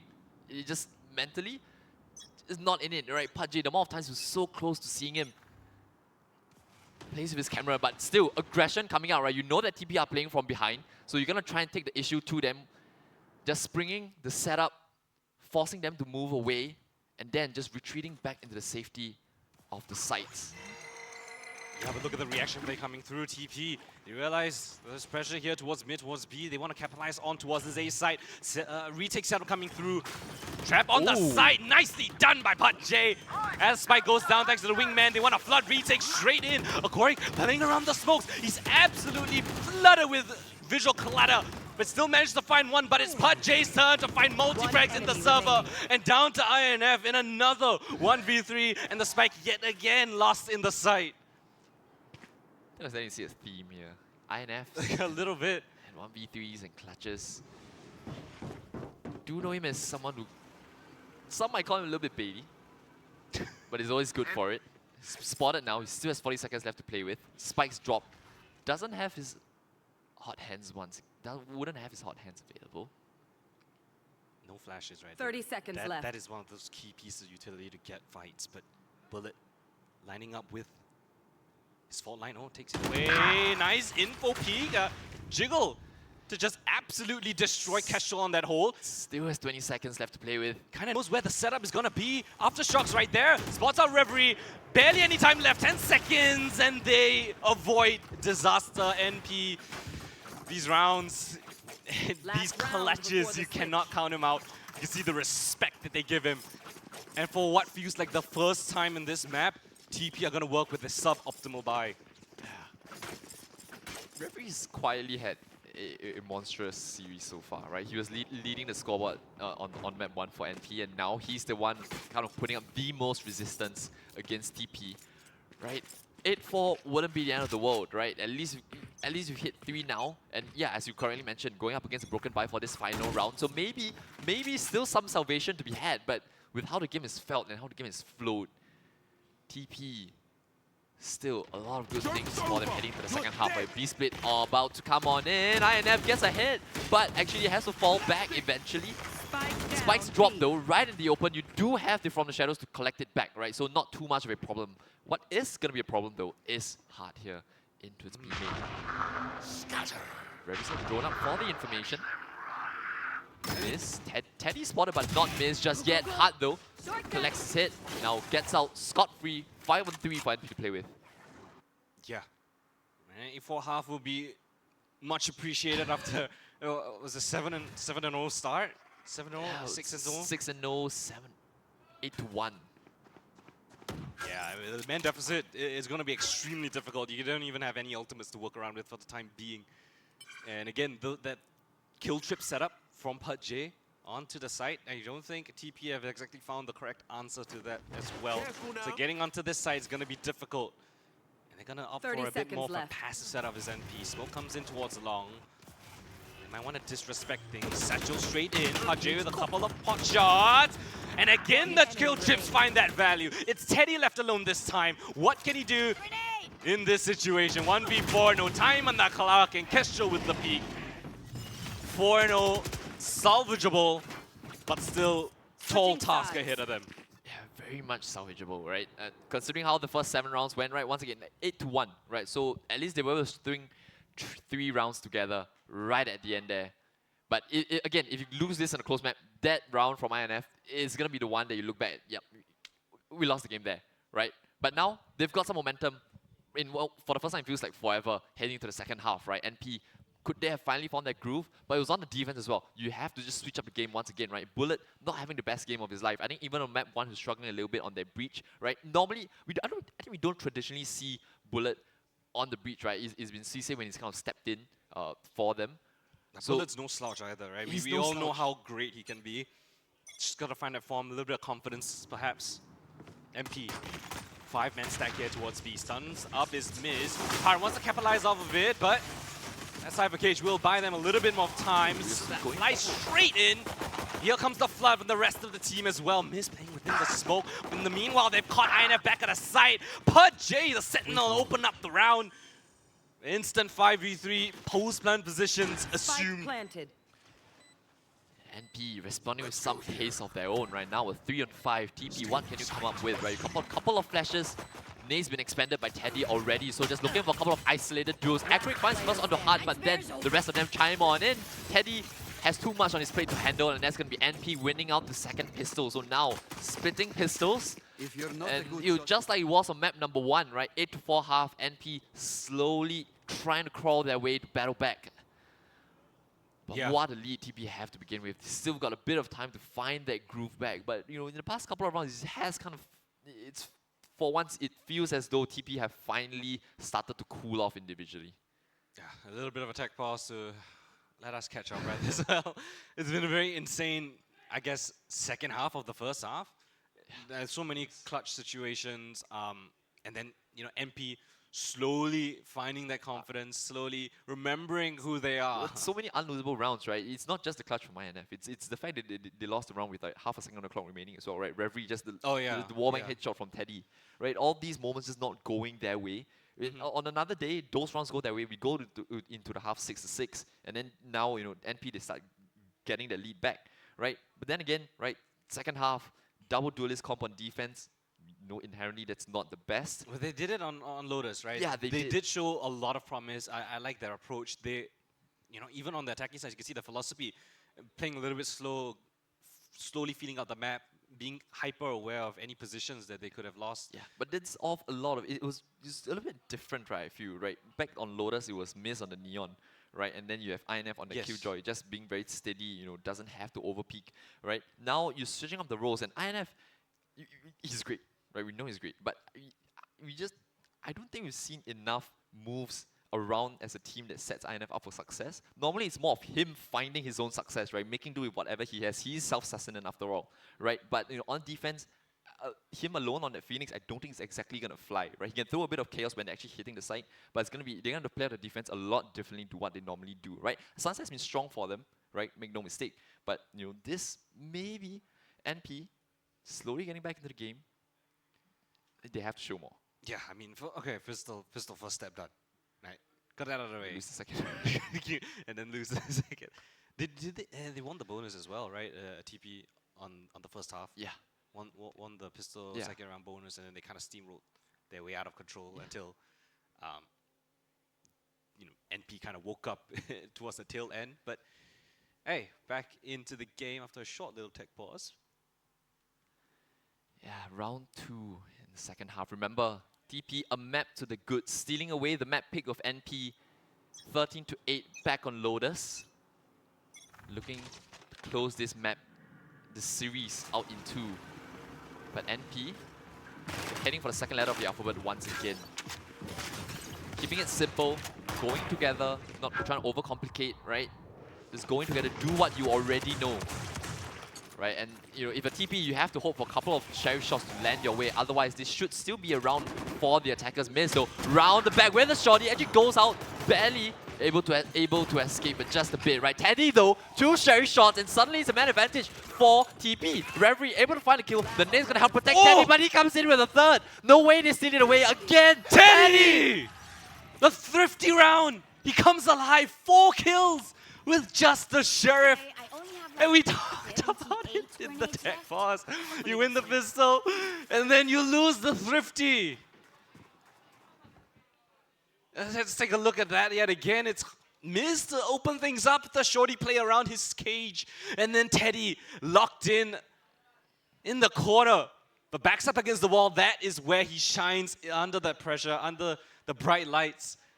And he pulls away a crazy 4 kills. Back again, a bit of a tech pause, I guess. Maybe someone out of frustration. Just unplug it, just get a free pause. It's so crazy. Like, these are the amount of rounds. You know, you play. Yeah, you have to classify these rounds as like, it's just crazy rounds, right? Crazy DS rounds that hero just should never happen, right? You never ever expect to lose these rounds. You get a little bit overzealous, you get a bit over eager, you peek an angle that you think you have an advantage in, and you give away 1 kill at a time, bit by bit, and Teddy just racks up. He wasn't exactly there, right? Teddy, he was just alone, right? I think they were just peeking him, right? Yeah, but they like, wanted to capitalize off it, but a bit too over eager, I would say, in a sense. they were throwing bodies at the problem. Yeah, they were a little bit over eager in the end, right? But for him to hit just 4 That's sheriff just one crazy, shots, yeah. that should never ever happen, right? So again, NP playing on back foot. How do you find your way into this game now? You have to give up 10, right? It's full eco. We're just hoping that TP walks into your trap, right? But with how this comp has been planned, right? You play it out very differently. You're probably not going to see as much lurking, you know, from the attack side. Right? Just going together, keeping it simple. And you've got Teddy, the one to initiate contact, right? Off the back of this, that's when the Paranoia is going to come in accurate. He can opt to use his dizzy as well. It's a good stun, right? And a bit labored there. Maybe just stick to the Sheriff. Was stunned up as well. But Reverie collects the classic headshot onto accurate, and now it's going to be Moose alone on this A side here. 3v4, nice headshot onto Hard. Just domes him out of the round. INF has arrived in support. And Reverie, his turn to try and see if he can come up with the 1v3. First one, not going to be the case. INF instead picks up 3 of his own. A little bit of disjointed play right there. The flash a little bit late, just before the Neon was able to slide back into the site. So good stabilization. That opening kill right there was great for the MP side, but TP on the site hold itself great crossfires coming through. NP didn't exactly have the best utility to get them onto the side as well, regardless. So again, lose the first, win out the second two, and now we're back onto a gun round. Both sides with all the utility and weapons that they would like. Yeah, three players on half armor coming into this first buy round here for NP. Yeah, this is crazy, man. Like, these were the rounds that happened on and off as well. Back online, right? TP, you know, during the group stages, you know, in the playoffs against SP, couple of rounds that shouldn't necessarily go their way, but then you know they come back in. It's individual highlight reels, right? 1v3 from INF, right? 4Ps from Teddy, right? Round with half a second left to get a headshot kill, and you do, right? All these rounds, TP just, you know, a bit of luck in their favor right now, right? A lot of skill on the players, it's undoubted, right? But you know, you need this, you need a little bit of this if you're gonna be a championship team. A little bit of luck. Yeah, Lady luck on your side. Yeah, you always need, but a sixth player. It's just all on TP side right now. Yeah, I have to say, I mean, INF. It's kind of funny, you know, INF and Reverie, top of the scoreboard, very different agents, very different roles. Yeah.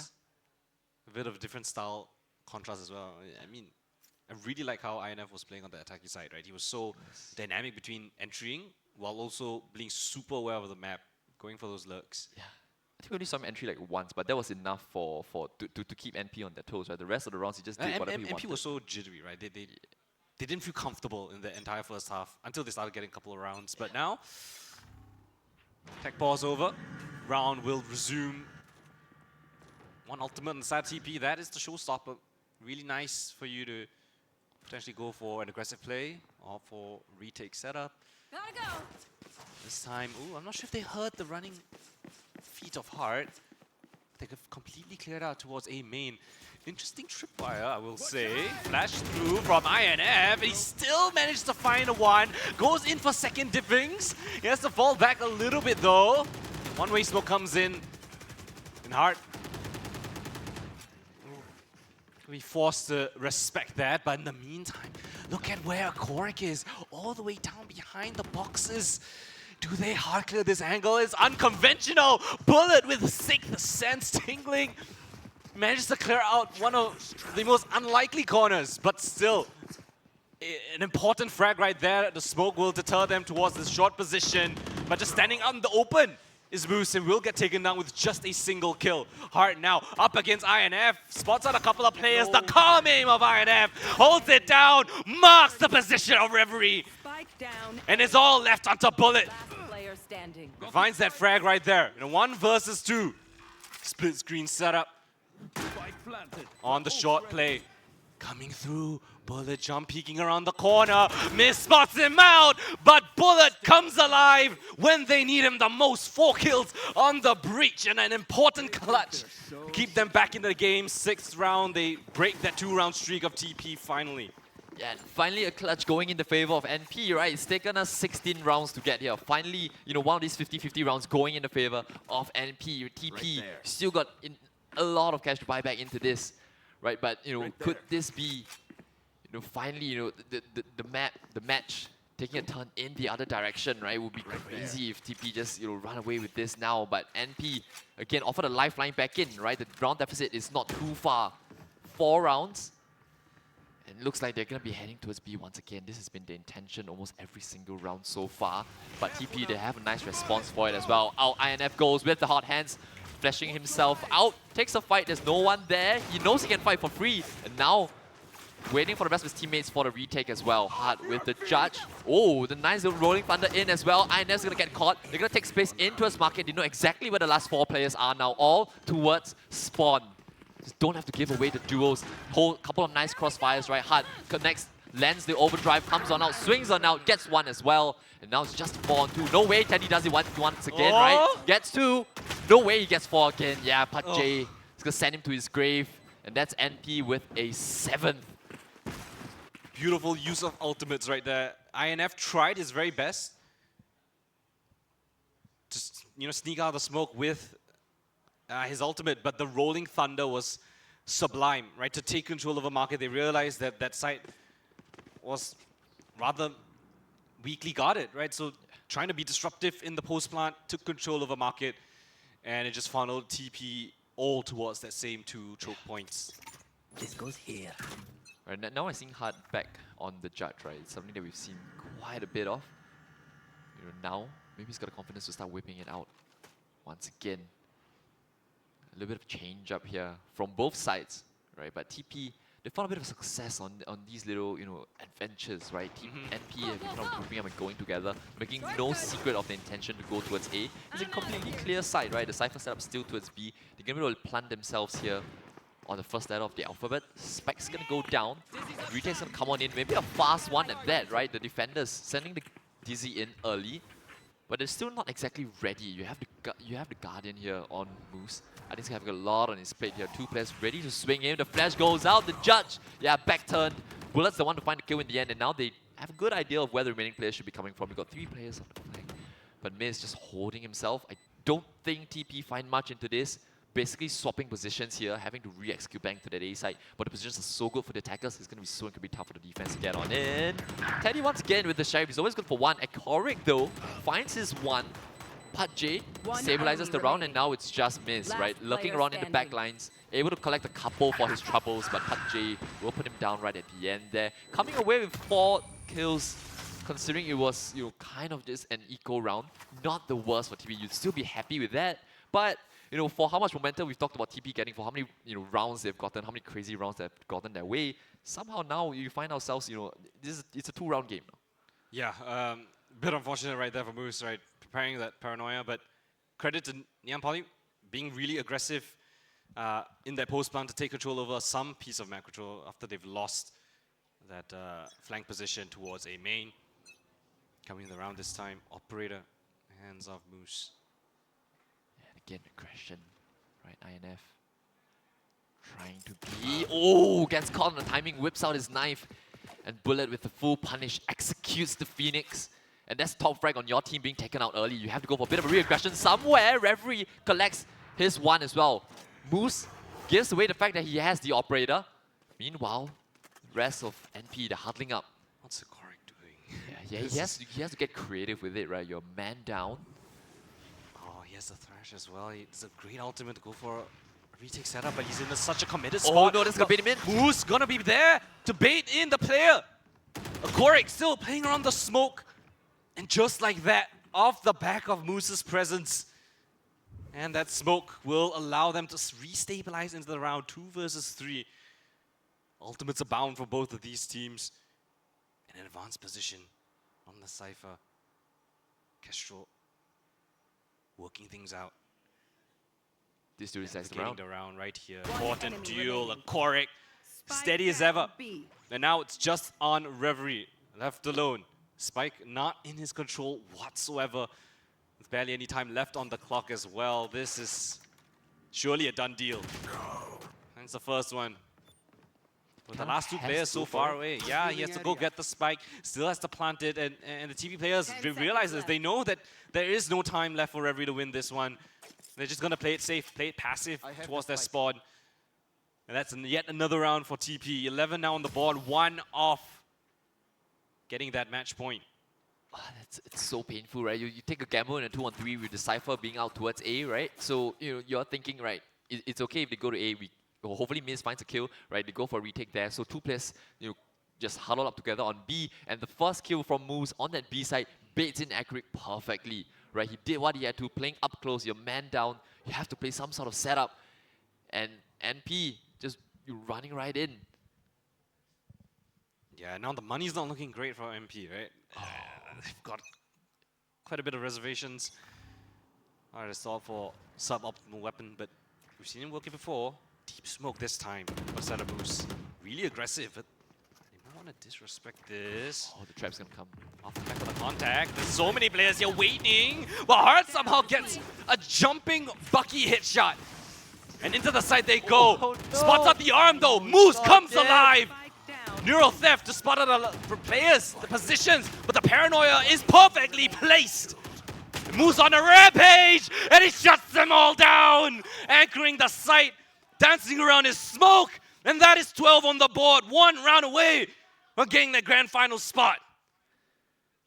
And the money's absolutely destroyed on the side of NP, right? This was your all-in, right? You bought a Bucky and the rest of them all on Vandals, but it was just one. That's all you could show. That's all Reverie could show. The elbow gets caught, moves, then comes in with a 4-piece of his own. Every single member on the side of TP have stepped up. Oh, the economic woes continue on. You got 4 Guardians. It's not great whatsoever. And again, they're gonna retest this B side. Aggressive yet again. Oh, but Heart! This time, success! Finds that frag onto Teddy, and in they go. Oh, a big gap in the smoke! INF punishes! Hunter's Fury from Reverie trying to clear out those positions, but at the very least they get the spike down. And now INF, they've run it back, but thankfully so for the tripwire. But Bullet's the one to pick up the frags this time. 3 versus 2, Korik with the flash. It's all out to Reverie, and nothing more than that. TP, they take this first series in a commanding 2-0 fashion, and they are your first team in their grand finals. Defenders win. What a performance from TP, right? 13-8 both maps. Bearing in mind that NP, they were the most dominant team coming into today's matches, right? Only dropping a single map, and that was Abyss to NUS. On the regular maps, they've not been contested at all. No. And TP taken that playbook, tore it into shreds. Absolute destruction. Immense work coming in from TP. What a display on those 2 maps. Commanding on that attack, stoic on their defense. It was a pleasure to watch them. And what an upset to kick off the day. It's the first series of the day, and we already have such an interesting turn of events. I think a lot of players, a lot of viewers would give NP that nod as that favorite team. Beating out NUS, which was touted to be one of the teams that could potentially face them multiple times already. Taken them out three times. Yeah. And now TP comes in around, sweeps them off their feet, knocks them down to the lower brackets. Yeah, and suddenly it just pulls into question a lot of the other results, right? You just saw TP just dominate, demolish. Right, it's a masterclass. Yeah, right. But and you look at the groups, the other matches that are happening, right? Where does this put SP now? SP have taken TP closer than NP were. All right. Right, NYP, a team that's been knocked out last week. We're doing Valorant math now, right? If A is better than B, B beats C, then yeah, it just doesn't check on out, right? I think this was, just update as well, right? SP are mapped to the good against NUS, right? So there's something there. So maybe the Group A teams, are stronger coming into LAN, right? But then again, right, NP, I just can't help but feel that there just wasn't them, right? You seem to play a lot better. Yeah. Right, but I'm just surprised that when we've come to LAN, this is what we're seeing. I expected TP to have a drop in performance. It's been the complete opposite. It's the opposite, right? MPF that reps on LAN, TP, I mean, they themselves have experience. But up against the championship winning team. Like with the sort of play style that they're going for. It's double duelists. Yeah. And the defense still looks really solid. Yeah. Maybe we could have just prepped a little bit overly hard, right? You saw them come in with the breach and so on both maps, right? I mean, Sunset, that's the usual common for NP, right? But Lotus, they did switch it up. Didn't work out in the end, right? So maybe if they just meet each other again in the grand finals, which at the moment, I do think it's honestly, I don't know. I don't know who's going to be the other team in the grand finals. I think we have the brackets available as well. Keep you guys updated on the action. Yeah, I mean, TP, the first team to put themselves slot in the grand finals, right? Of course, all 5 players now officially in the running for the My Republic MVP, right? NP, however, will have to play in the lower bracket finals. It's going to come out, right after, soon, right? It's scheduled for 2 p.m. Singapore time, right? We're going to wait for the completion of the game between NUS and SP, and then you give the players a little bit of a break, right? Come back in, you play the lower finals, and then the winner will then have to run a gauntlet against TP. So what we could end up seeing is a repeat of what happened last year. NP losing the upper bracket final, going down to the lowest, winning, playing all the matches available to them, and then taking the championship. But TP, if anything, right now, they are the team to beat. Yeah, the momentum on the side as well. The confidence has to be off the charts. I mean, amazing series of events, amazing 2 maps that we've seen so far. We saw MP find a little bit of understanding of how they wanted to play the game, but I think it was a little bit too little, too late. And then TP with some very nice clutch rounds as well to really showcase their mechanics, showcase the individual prowess. Yeah, and TP really have showed up to play, right? All players just feeling it, and when they're playing like that, and with a lot of these clutch rounds going your way, right? Bullet had 1, right? But TP just didn't allow NP to have any momentum off the back of that as well. So yeah, I mean, TP, they've done well, right? First team in the grand finals. Job's They not can over chill yet. now. Yeah, they can chill now. Yeah, not over, but you bought yourself a lot of breathing room, right? Speaking of them taking a little bit of a break, a bit of a chill, I think we got a couple of chairs around this entire arena as well. Two of them we are sitting on right now. Shout out to TT Racing. Beautiful chairs that they have sponsored here for Campus Legends. There's a couple actually if you guys are around live here at the skate. A couple of chairs outside that you guys can try out, sit on them, get a feel of how comfortable they are, and then maybe bring one home. I think you can walk away with one. If I'm not wrong, like there's a Okay, a can couple I of take ways this back? to get in. Can I just- I would love to. Right. I mean, there are the promotions that are good. There are the promotions that are ongoing currently on the screen, right? But if you do come down and join us live, right, there are a couple of ways to join in on free entry, right? One of the ways to do so, by cosplaying, right? We know that if you do dress up, you can come on in here, right? And I think as a bonus to that, the best cosplayer, you can walk away potentially with a TT Racing chair. That's what we got a couple of weeks back, right? So, these chairs, you've seen them throughout the weeks. There's a lot of different variants. Yeah, And I mean, a you lot got of different the designs. Spider-Man one right here on screen. You got the R2D2 ones that we are sitting on. we had there's the Stormtrooper Bundy one as well. Yeah. A lot of thematic chairs that, whatever interest you It's have, just you can probably find it. Yeah, just give it a look. Check out the store. And if you're interested, might as well just grab one. Yeah, they've really done well in matching the theme with the collectibles from XM, right? That week is true. we Yeah, we are just very rotating back and forth. Yeah, collectibles. You got a nice stitching right here. It's really cool to see the attention to detail. Honestly, you got embroidered detailing, decals. You got R2D2's face right here. He's always watching you.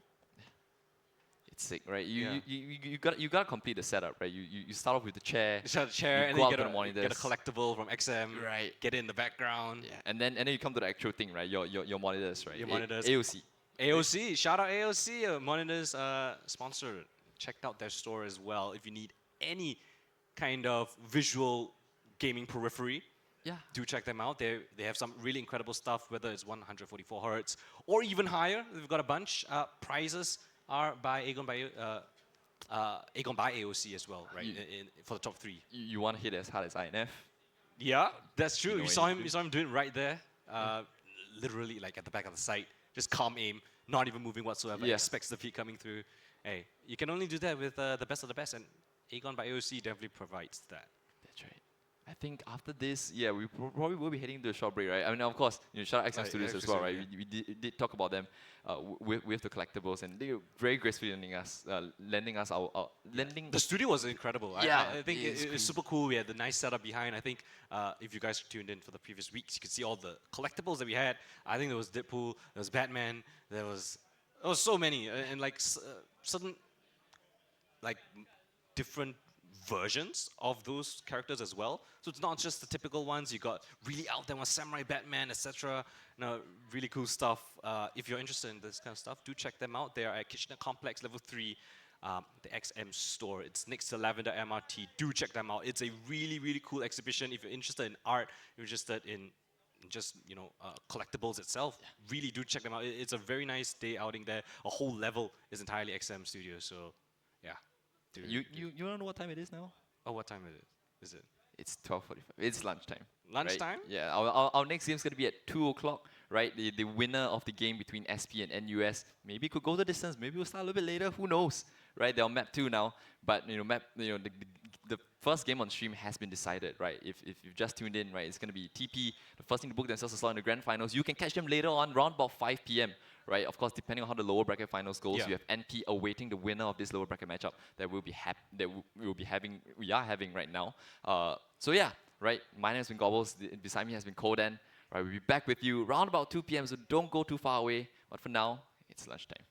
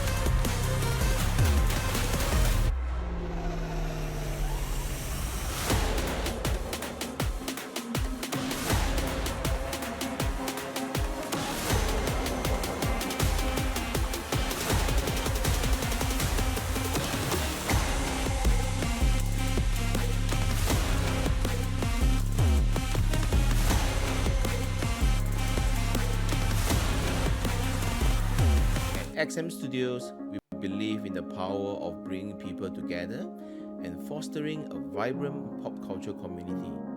And that is why we are excited to announce our new initiative with the dynamic world of esports.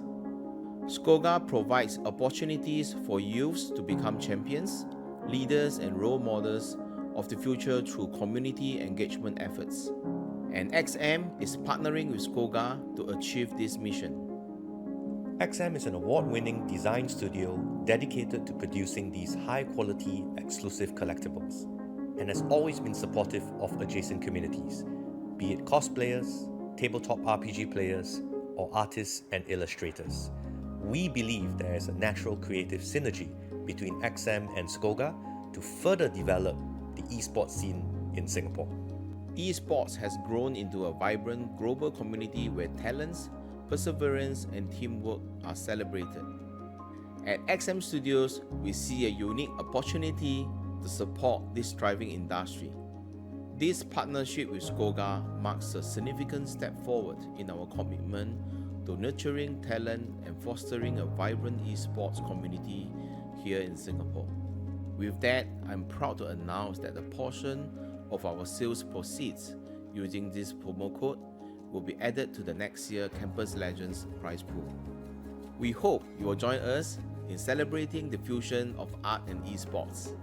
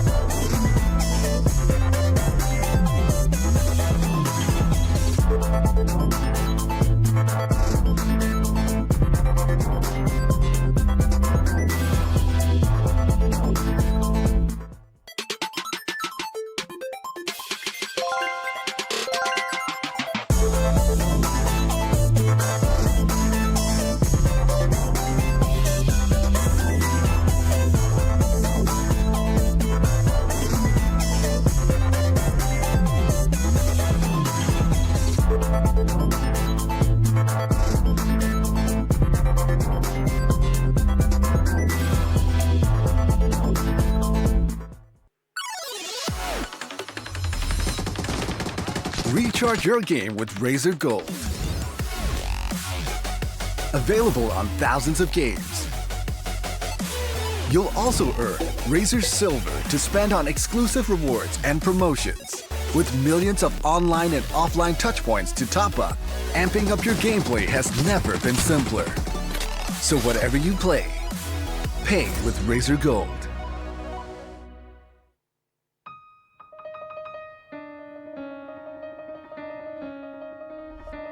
For the first time ever, your game gets 100 plus audio presets.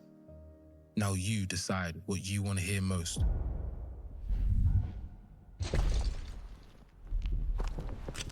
So you can hear bad guys better and pinpoint critical sounds. Pick a pro-tuned audio profile for each game and vibe to the soundtrack of you.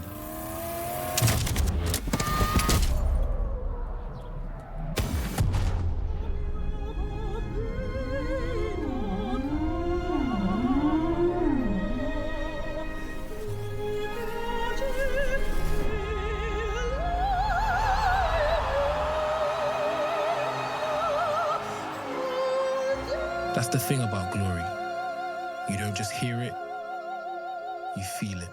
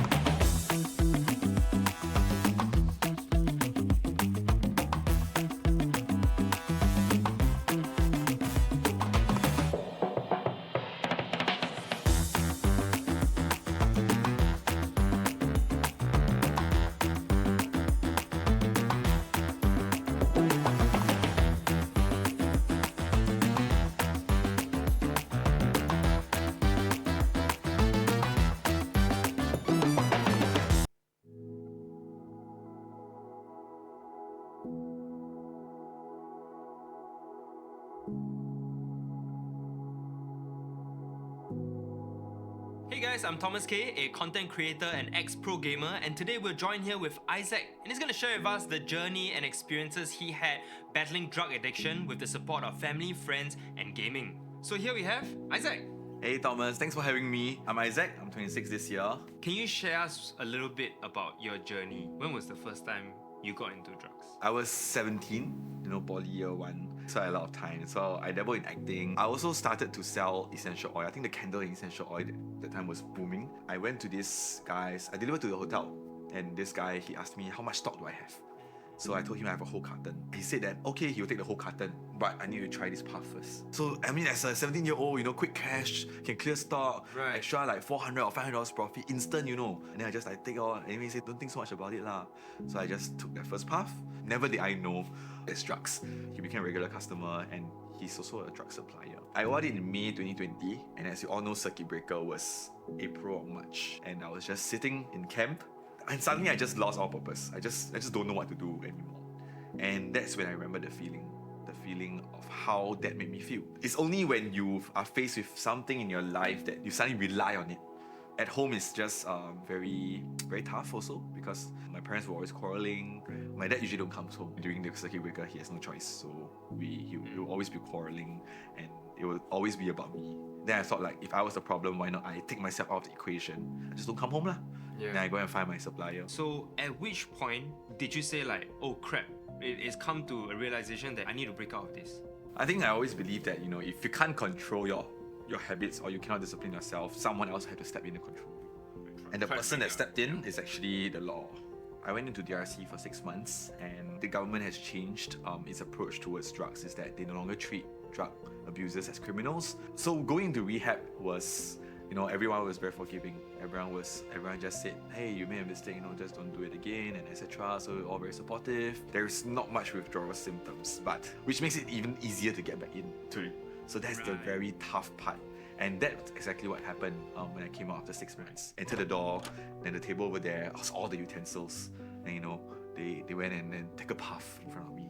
I'm like, the brain remembers, like, it's an intense trigger. That's where I slipped and relapsed the first time. And when I went home, I bought dinner for my mom, and then we were playing ML together. We had a really good game. It felt like everything was in flow. I even have the Instagram story that I posted of the game, and then halfway through, CMB was at my door.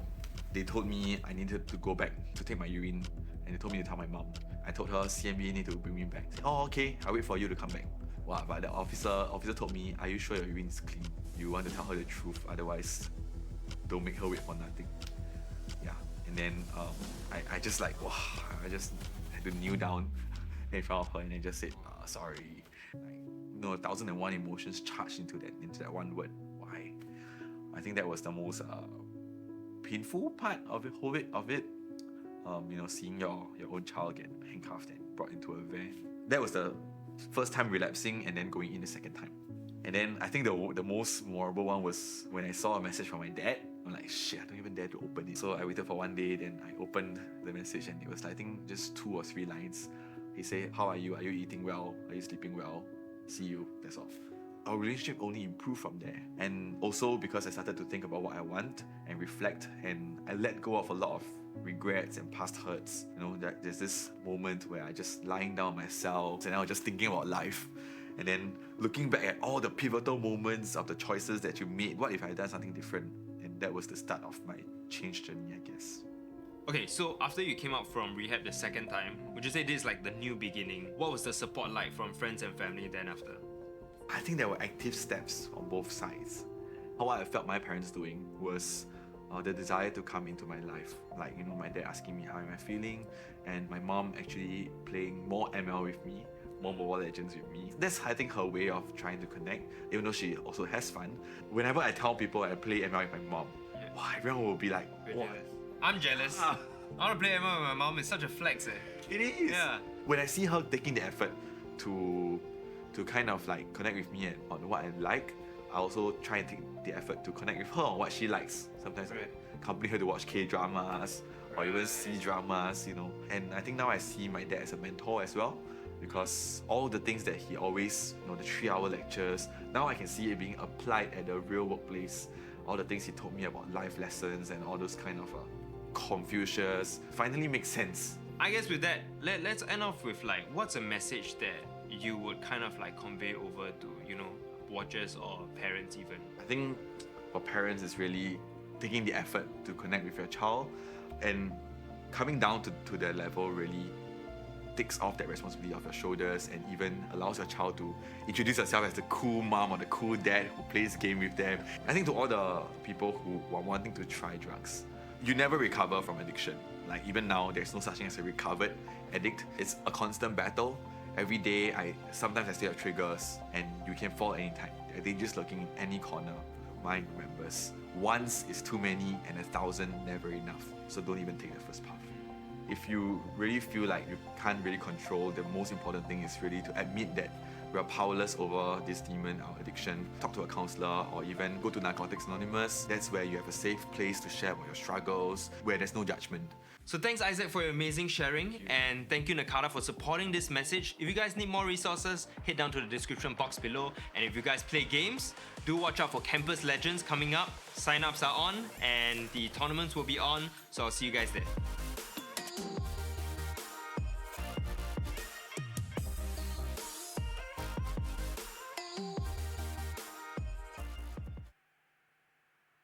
Hi, I'm Ellen. Nice to meet you. Currently studying at university, and when I'm not studying, my hobbies are gaming and eating. So when did you first start gaming?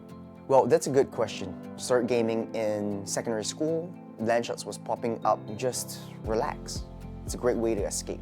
What's your happiest gaming moment? Well, winning, of course. Especially when your whole team moves together, synchronizes their movements. It's just an awesome feeling. So I'm curious, how much have you spent on gaming? I guess I never thought that a simple game could take over my life. At first, I thought spending a small amount in a game was okay, but then I started spending money on skins and other in-game items. But it got out of hand when I found out about skin betting. I began spending more than what I intended till it began affecting my life. Did you mention skin betting? Could you explain more about it? Skin betting is a form of online gambling using virtual items called skins, which are cosmetic enhancements in video games. These skins can be traded, sold, and used as currency in gambling activities. Due to their rarity and desirability, some skins become highly valuable, creating a secondary market.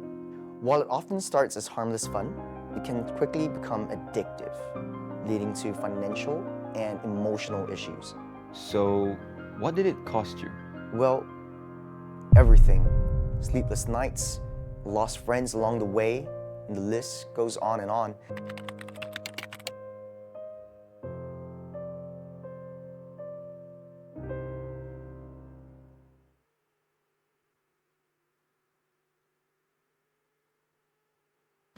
Go. Here. Wait, yeah, I'm going. Use the skill. No, What do you mean use it? What kind of timing is that, man? Timing? What kind of standard is this?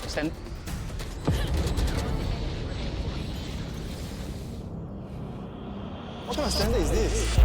Bro, you use it way too early. Come on, bro. Can you buck up, man? What kind of standard is this?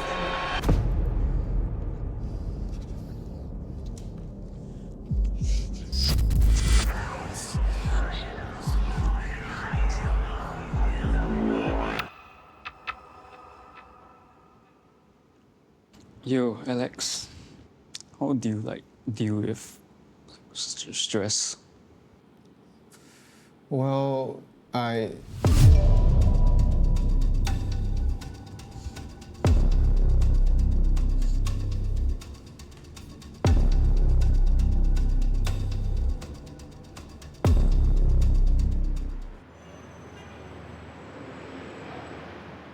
Hey guys, could you imagine if weed was legalized? I mean, they are legal in some countries.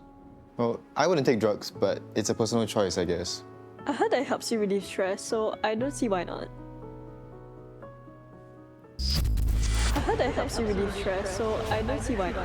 It's a personal choice, I guess. Hey guys, have you all heard the news? Tim is in the hospital. He took some drugs and overdosed. Wait, what? How is that possible? How can you guys not know about this? You guys are much closer to him. How do you deal with Stress. How will we know? He doesn't say anything to us. Are you guys not friends? That is not fair for you to be saying that. Hey man, look. I'm sorry you had to go through that alone. Hey, it's alright, man. I got through it. And well, at least you're here now. So when it was time to play the game, honestly, I had to look down at the keyboard. They want to surrender. And then you know what we did? We chose not to surrender. That's the funniest thing ever. That's my favorite thing to do online. You just go on, control, then not look.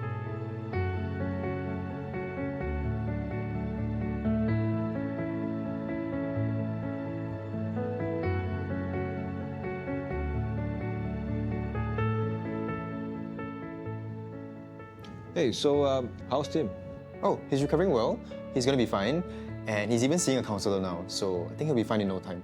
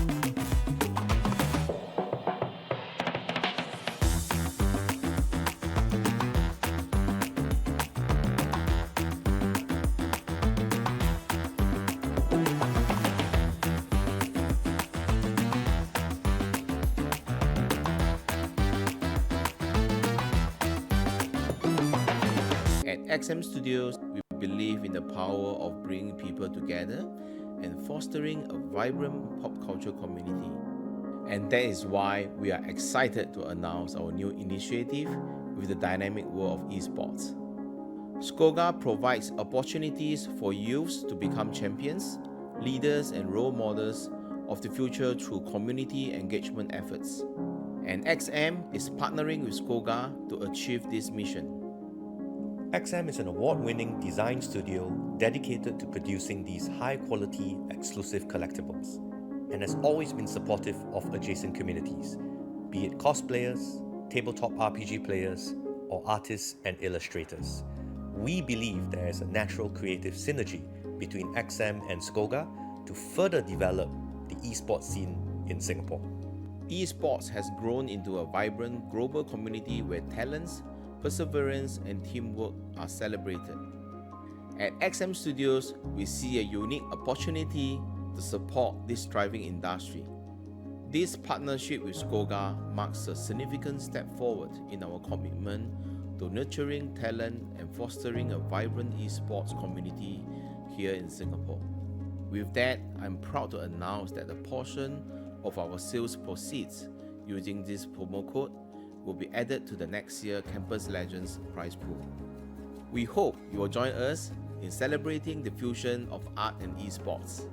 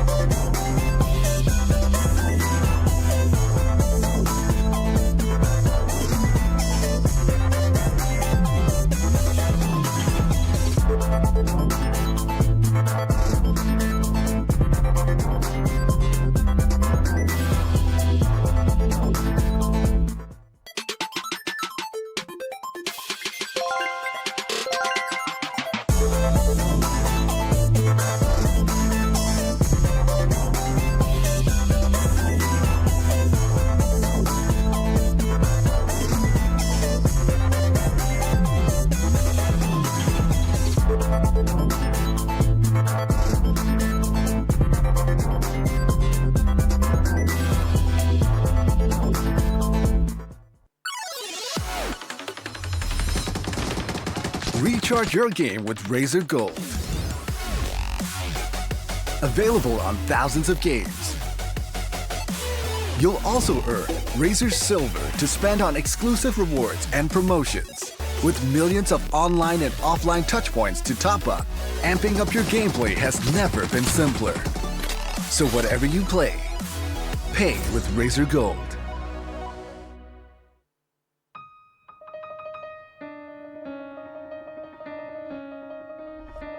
For the first time ever, your game gets 100+ audio presets. Now you decide what you want to hear most.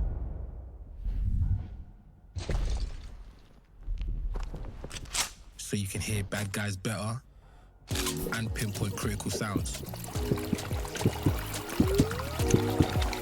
Pick a pro-tuned audio profile for each game and vibe to the soundtrack of you.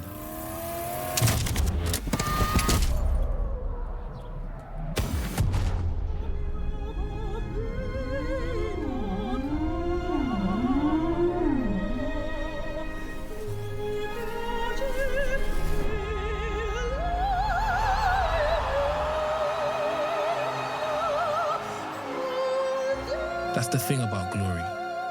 You don't just hear it, you feel it.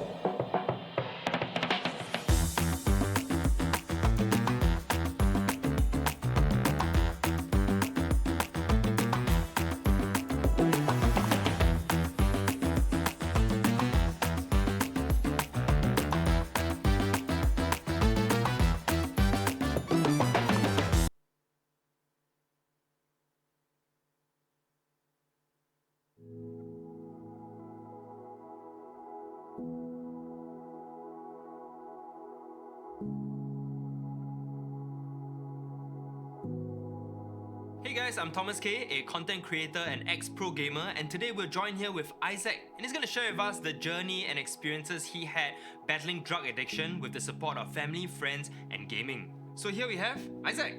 Hey Thomas, thanks for having me. I'm Isaac, I'm 26 this year. Can you share us a little bit about your journey? When was the first time you got into drugs? I was 17, poly year 1. So I had a lot of time. So I dabbled in acting. I also started to sell essential oil. I think the candle in essential oil that time was booming. I went to this guy's, I delivered to the hotel. And this guy, he asked me, how much stock do I have? So I told him I have a whole carton. He said that, okay, he'll take the whole carton, but I need to try this puff first. So, I mean, as a 17-year-old, quick cash, can clear stock, extra like $400 or $500 profit, instant, And then I just take all, and he said, don't think so much about it lah. So I just took that first puff. Never did I know it's drugs. He became a regular customer and he's also a drug supplier. I bought it in May 2020, and as you all know, circuit breaker was April or March. And I was just sitting in camp, and suddenly I just lost all purpose. I just don't know what to do anymore. And that's when I remember the feeling of how that made me feel. It's only when you are faced with something in your life that you suddenly rely on it. At home, it's just very, very tough also, because my parents were always quarreling. My dad usually don't come home during the circuit breaker. He has no choice, so he will always be quarreling, and it will always be about me. Then I thought, like, if I was the problem, why not I take myself out of the equation? I just don't come home lah. Then I go and find my supplier. So at which point did you say like, oh crap, it's come to a realization that I need to break out of this? I think I always believe that, if you can't control your habits or you cannot discipline yourself, someone else had to step in and control you. And the person that stepped in is actually the law. I went into DRC for 6 months, and the government has changed its approach towards drugs, is that they no longer treat drug abusers as criminals. So going into rehab was, everyone was very forgiving. Everyone just said, hey, you made a mistake, just don't do it again, and etc. So we're all very supportive. There's not much withdrawal symptoms, but which makes it even easier to get back into. So that's the very tough part. And that's exactly what happened when I came out after 6 months. Entered the door, then the table over there was all the utensils. And they went and then take a puff in front of me. Oh, I'm like, the brain remembers, like, it's an intense trigger. That's where I slipped and relapsed the first time. And when I went home, I bought dinner for my mom, and then we were playing ML together. We had a really good game. It felt like everything was in flow. I even have the Instagram story that I posted of the game, and then halfway through, CMB was at my door. They told me I needed to go back to take my urine, and they told me to tell my mom. I told her CMB need to bring me back. Said, oh, okay, I'll wait for you to come back. Wow, but the officer told me, are you sure your urine is clean? You want to tell her the truth, otherwise don't make her wait for nothing. Yeah, and then I just like, wow, I just had to kneel down in front of her and then just said, sorry. 1,001 emotions charged into that one word. Why? I think that was the most painful part of it. Seeing your own child get handcuffed and brought into a van. That was the first time relapsing, and then going in the second time. And then I think the most memorable one was when I saw a message from my dad. I'm like, shit, I don't even dare to open it. So I waited for one day, then I opened the message, and it was, I think, just 2 or 3 lines. He said, how are you? Are you eating well? Are you sleeping well? See you. That's all. Our relationship only improved from there. And also because I started to think about what I want and reflect, and I let go of a lot of regrets and past hurts. That there's this moment where I just lying down myself and I was just thinking about life. And then looking back at all the pivotal moments of the choices that you made, what if I had done something different? And that was the start of my change journey, I guess. Okay, so after you came out from rehab the second time, would you say this is like the new beginning? What was the support like from friends and family then after? I think there were active steps on both sides. What I felt my parents doing was the desire to come into my life. Like, my dad asking me how am I feeling, and my mom actually playing more ML with me, more Mobile Legends with me. That's, I think, her way of trying to connect, even though she also has fun. Whenever I tell people I play ML with my mom, wow, everyone will be like, what? I'm jealous. I want to play ML with my mom. It's such a flex. It is. Yeah. When I see her taking the effort to kind of like connect with me on what I like, I also try and take the effort to connect with her on what she likes. Sometimes I accompany her to watch K-dramas or even C-dramas, And I think now I see my dad as a mentor as well, because all the things that he always, the 3-hour lectures, now I can see it being applied at the real workplace. All the things he told me about life lessons and all those kind of Confucius, finally makes sense. I guess with that, let's end off with like, what's a message that you would kind of like convey over to, you know, watchers or parents even? I think for parents, it's really taking the effort to connect with your child, and coming down to their level really takes off that responsibility off your shoulders and even allows your child to introduce yourself as the cool mom or the cool dad who plays game with them. I think to all the people who are wanting to try drugs, you never recover from addiction. Like even now, there's no such thing as a recovered addict. It's a constant battle. Every day, sometimes I still have triggers, and you can fall anytime. They're just looking in any corner. Mind remembers, once is too many and 1,000 never enough. So don't even take the first path. If you really feel like you can't really control, the most important thing is really to admit that we are powerless over this demon, our addiction. Talk to a counselor or even go to Narcotics Anonymous. That's where you have a safe place to share about your struggles, where there's no judgment. So thanks Isaac for your amazing sharing, and thank you Nakata for supporting this message. If you guys need more resources, head down to the description box below. And if you guys play games, do watch out for Campus Legends coming up. Sign-ups are on and the tournaments will be on, so I'll see you guys there.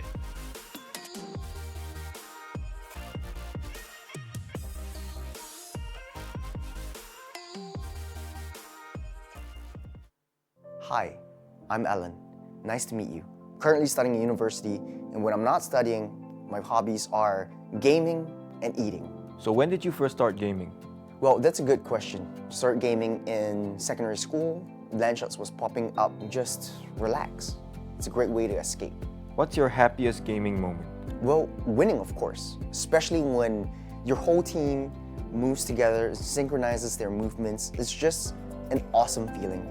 So I'm curious, how much have you spent on gaming? I guess I never thought that a simple game could take over my life. At first, I thought spending a small amount in a game was okay, but then I started spending money on skins and other in-game items. But it got out of hand when I found out about skin betting. I began spending more than what I intended till it began affecting my life. Did you mention skin betting? Could you explain more about it? Skin betting is a form of online gambling using virtual items called skins, which are cosmetic enhancements in video games. These skins can be traded, sold, and used as currency in gambling activities. Due to their rarity and desirability, some skins become highly valuable, creating a secondary market. While it often starts as harmless fun, it can quickly become addictive, leading to financial and emotional issues. So, what did it cost you? Well, everything. Sleepless nights, lost friends along the way, and the list goes on and on.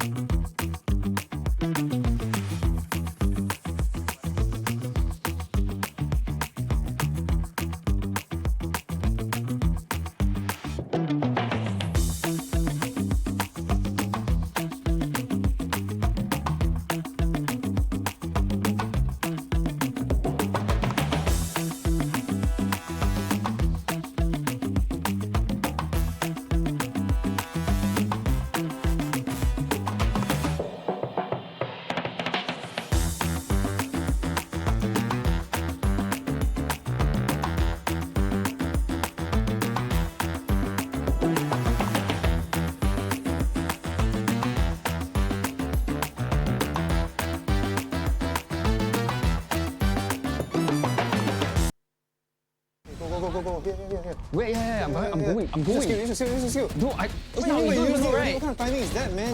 What kind of standard is this?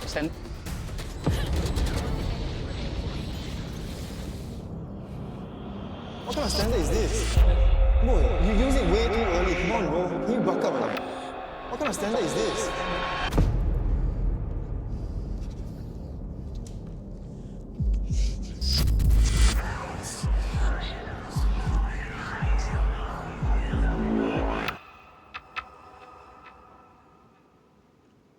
Yo, Alex, how do you deal with stress? Well, I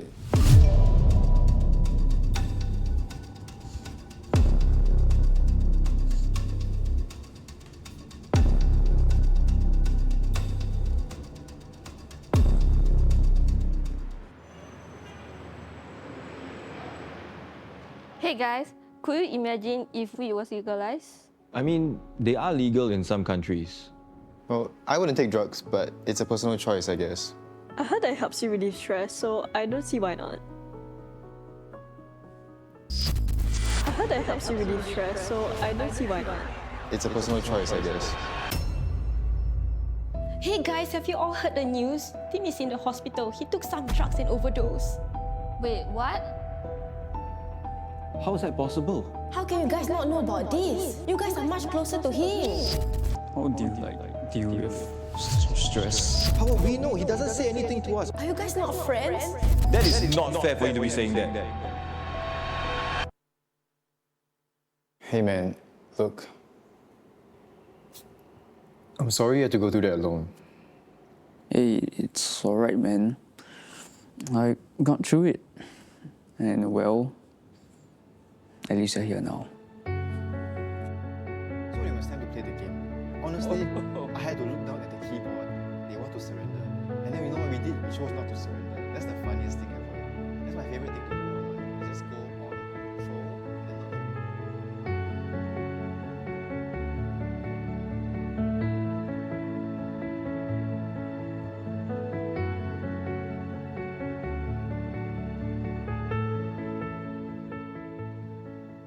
Hey, so how's Tim? Oh, he's recovering well. He's gonna be fine. And he's even seeing a counselor now, so I think he'll be fine in no time.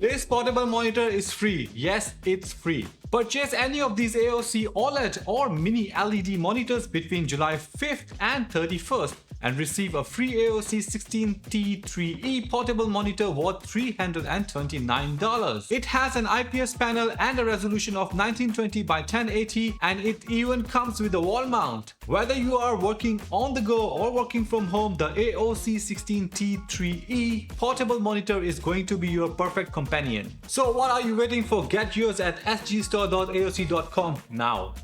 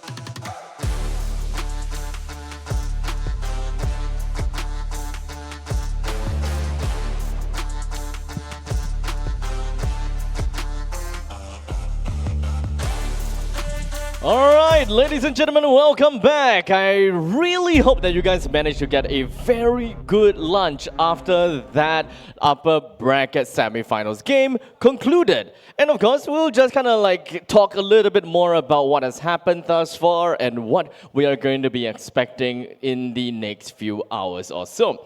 For those people that have just came in, and of course to those people that just came into the live stream, welcome to Campus Legends Season 6. Let's take a look at the schedule and kind of run down real quickly as to what has happened thus far. When it comes down to the previous hours, we do have the upper bracket and the lower bracket semifinals that was running concurrently, in which we do have Temasek Polytechnic that managed to take a win away from Ngee Polytechnic, which we gotta have to say it is definitely quite a bit of a surprise, especially since Ngee Polytechnic is quite a titan. But that doesn't mean that they are out just yet, because this is a double elimination bracket whereby we can still potentially be able to see Ngee Polytechnic come back out, because they gotta have to fight against the winners of NUS versus SP, which is the next game that is coming up to every single one of you guys. NP versus SP in the lower bracket finals. The last chance for any of these teams to come up on top to see who is going to go back up on top to face off against TP. I gotta have to say, this is probably one of the big things that is happening for TP right now, and they do have quite a lot of, well, I would say a lot of pressure on their shoulders. Would they be able to get themselves a nice little win in the grand finals? That is a question that we gotta have to ask. But let's put all of that formality aside, as we gotta have to give a huge shout out and thank you over to our organizers, Skoga and Esports Academy, our presenting partner, Nakada, along with our program partner, Scape. We do have our official broadband partner. Gonna have to thank over to My Republic when it comes down to the official PC partner, Predator, as well as our official monitor partner. We've got Aegon by AOC, which of course did manage to put themselves a lot of very nice goodies in the prize pool, which we will talk about in a bit later.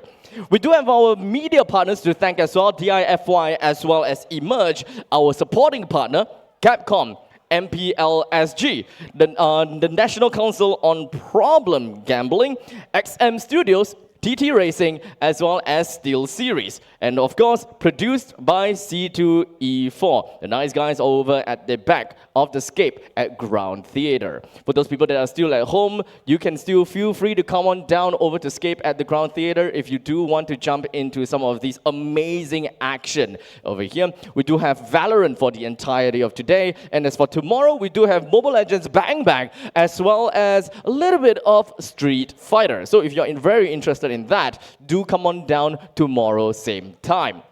Now, we talked about the prize pool real briefly. When it comes down to the second runner-up, we do have $550 in terms of cash prizes and scholarship, along with 5 of the Aegon by AOC 24G4 monitors, and as well as 7 of the XM bag, courtesy of XM Studios, all of which is tallied up in a total of $1,745. $1,745, that's a lot of money if you ask me. The first runner-up, of course, will come back home, or go back home with a total of $750 in cash prizes and scholarship, with 5 of the Aegon by AOC monitors, which is the 27G4 monitors, as well as 7 premium collectibles. Of course, once again, courtesy of XM Studios, with a total prize value of $2,545. The champion, though, that is what we want. We want to know what exactly the champion is going back home with. As such, they are going back home with $1,200 in cash prizes and scholarship, with 5 of the Aegon by AOC monitors, which is the AG275QXR monitor. Once again, 7 premium collectibles by XM Studios with a total prize value of $4,145. A lot of money, if you ask me. That's definitely a lot. But let's just put that all aside and be back here on stage in the present, because we are going to be inviting the teams coming up next, because we do have quite a game for you guys here in the lower bracket finals once again, and this is their final chance. One of these teams gonna have to go home. Which team is it? Well, we gotta find out. But before that, let us invite the very first team up on stage for the lower bracket finals. Ladies and gentlemen, please put your hands together for Ngee Polytechnic. We've got Dario Tan, Belden Ong, Ezra Long, Dan Hua Yi, Stephen Kang, Rayson Ng, and Vaughn Chu.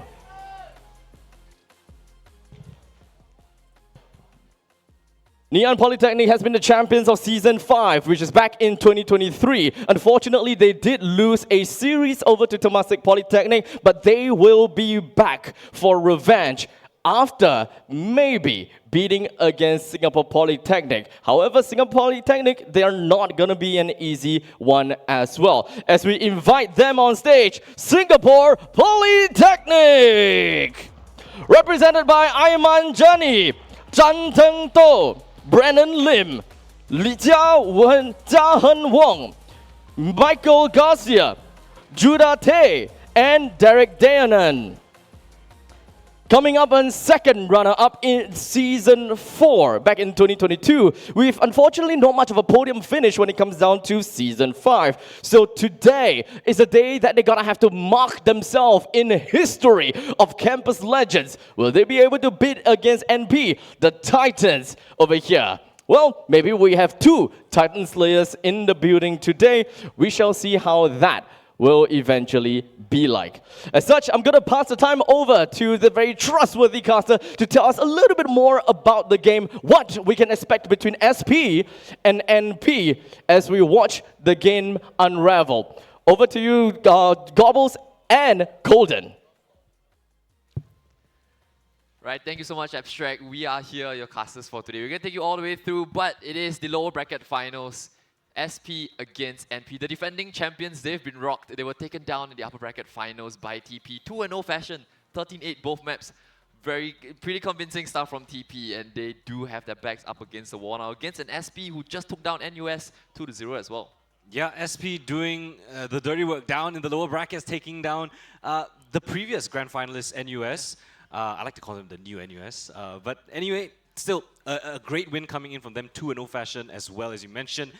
And yeah, this is do it or die. These two teams, top of their game, top of the entire league. And now they're going up against each other for a chance yet again against TP. And I think you mentioned it to me earlier before the broadcast came on, right? These two teams have been bested by TP already. Who's going to get that chance to fight yet again for their grand finals prize? Yeah, and in both these teams, they have only ever lost to TP, right? NP, you saw them just play, right? Taken down 2-0, right? On the side of SP, they've been taken down 3 times by TP. Ooh. 2 times in Group A, 1 time in the playoffs last week. But you know, one of this series, which was the Group A grand final, right? They did take them to 3 maps. Last week as well, they took them to 3. So if anything, you know, although NP are the defending champs, they came from the upper bracket. They've only lost 1 game so far. You kind of fancy them as favorites, but SP, they've shown us that they've taken TP further than NP ever did just now.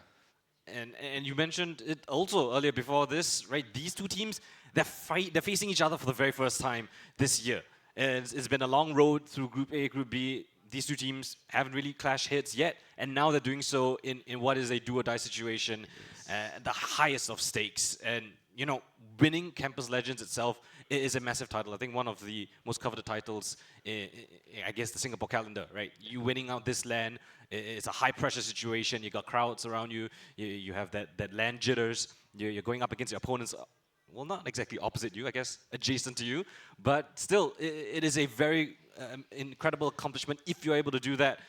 But who's going to take it to the task? Last year, we had NP knocked down to the lower brackets, just as we have here today. They made their run all the way back, and they won Campus Legends Season 5. Can they replicate this, or will SP actually pull off that bit of an upset? Yeah, they're going to have to run it all the way back for a second year running, right? Pride is on the line, as you currently mentioned, right? All three polytechnics vying to be the best in Singapore.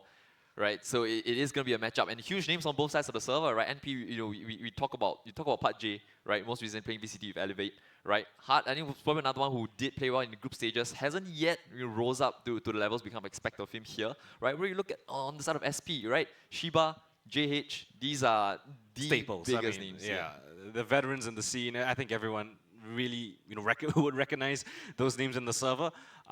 But yeah, despite that, you have such big names on side SP, NP. They themselves have got players that have, run the gauntlet in VCT. Really been at the top of the game. Basically, tier 1 players in my eyes in the local scene at the very least. So very exciting to see how these two teams will go up against each other. Yeah, they do, and it's all the momentum coming into this game for SP, right? You just took down yes. NUS and pretty clean 2-0. I think it was 13-8 on Haven, like 13-6 on Lotus, Yeah. right? And Lotus is going to be the first map that we're going to kick things off here with, right? NP's map pick, despite losing it out against TP with this new Sova Breach comp, looking to bring the fight over to SP. We're running a Fate Breach, I believe. Yeah, so pretty exciting things. What else is pretty exciting is our beautiful chairs that we are sitting in right here today. Shout out to TT Racing that have so graciously, lent us the chairs. And I think there are a couple of chairs around the arena as well. So if you guys are interested in grabbing a gaming chair, maybe pump up your gaming setup, do check them out. They have some really, really cool designs. The ones we're sitting in right now are the R2-D2 design. You got a Spider-Man one on screen. You got a couple more around on the back. So do give him a check out. We have promotions as well, not just for Singapore, but Malaysia, Thailand, Philippines. Go check out ttracing.co for all of that information. Check them out. Give them a try. Give them a sit. And yeah, if you like it, might as well bring it home.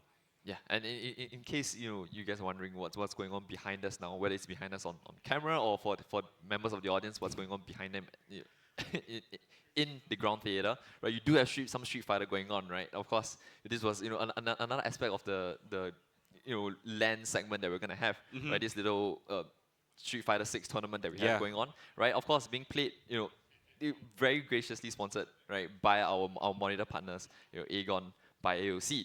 Right, giving our monitors and our PCs for these players, we'll duke it out. I think there's some prizes on the line as well. Of course, right? yeah. So the 10 PCs that were being used, earlier in the lower bracket game, just being reused now for the Street Fighter portion going on. I'll be curious to see who wins it out, right? But apart from that, right, if you're interested, in a couple of portable monitors, or just monitors they can bring on the fly, right? You want to whip out your Switch, you want to whip out your games to play on the go, right? AOC, they do have that as well. I think during the group stages, we did have that portable screen that's right in front of us, right?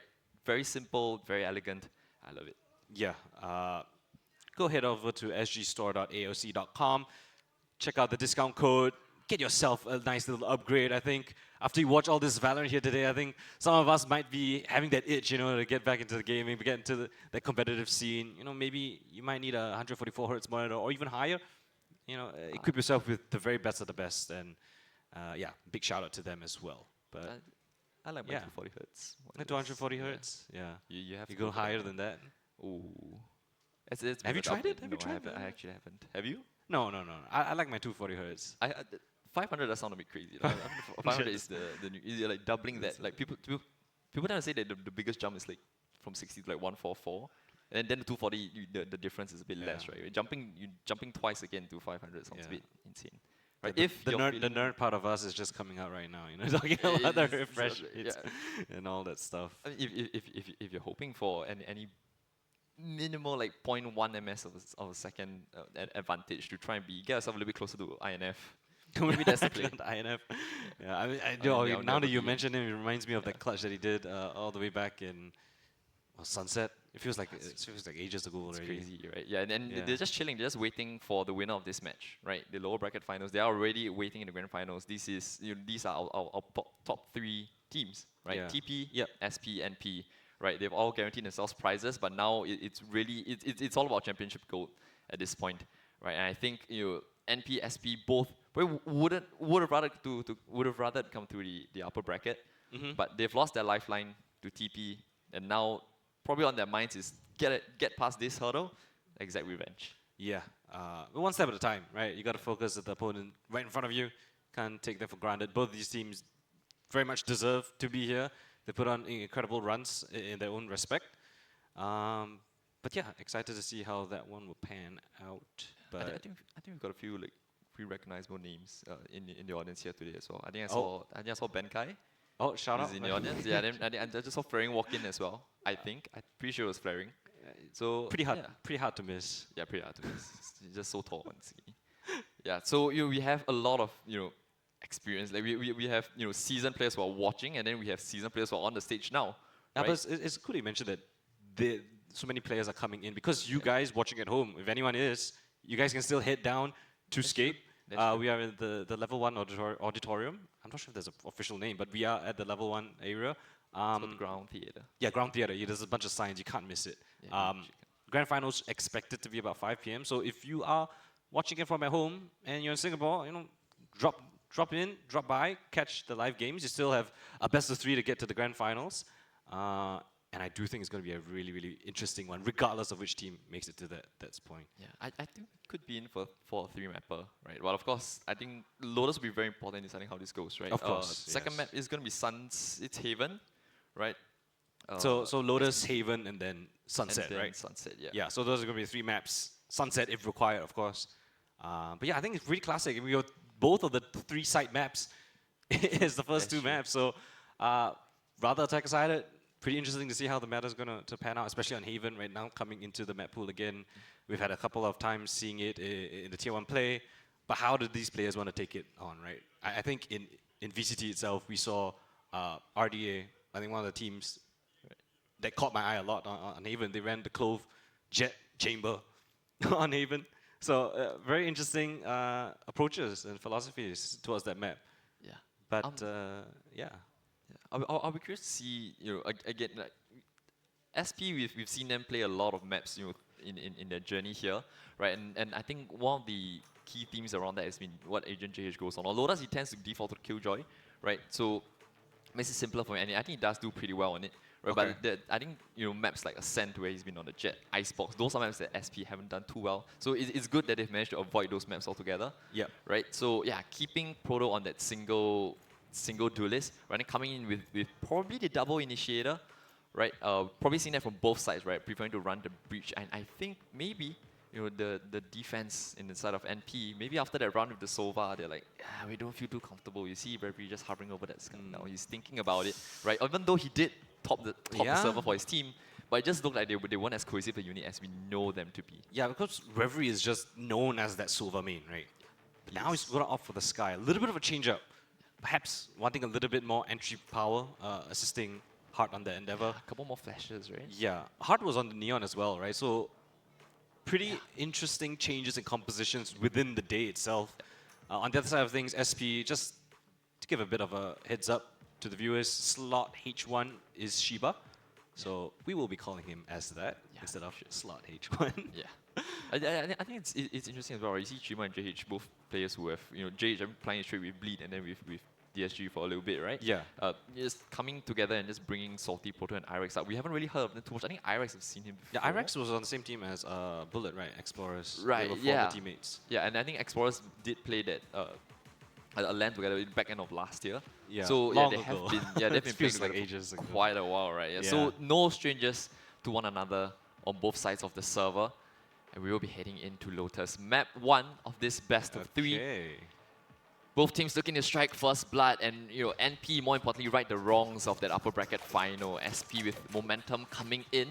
But of course, the champions of Group B, despite the slightly lackluster performance earlier on in the day, I don't think they're meant to be overlooked here. Yeah, hopefully, later in the day, the gaming hours, seeming a little more familiar. Everyone's woken up a little bit. Got a couple of games in already. Basically, just call it the warm-up games. Now is where it matters. They've made it to this point. 1 best of 3 away from the grand finals, and then 1 more for that championship. Yeah, you've got no more second chances here. Nope. You lose, and you're out.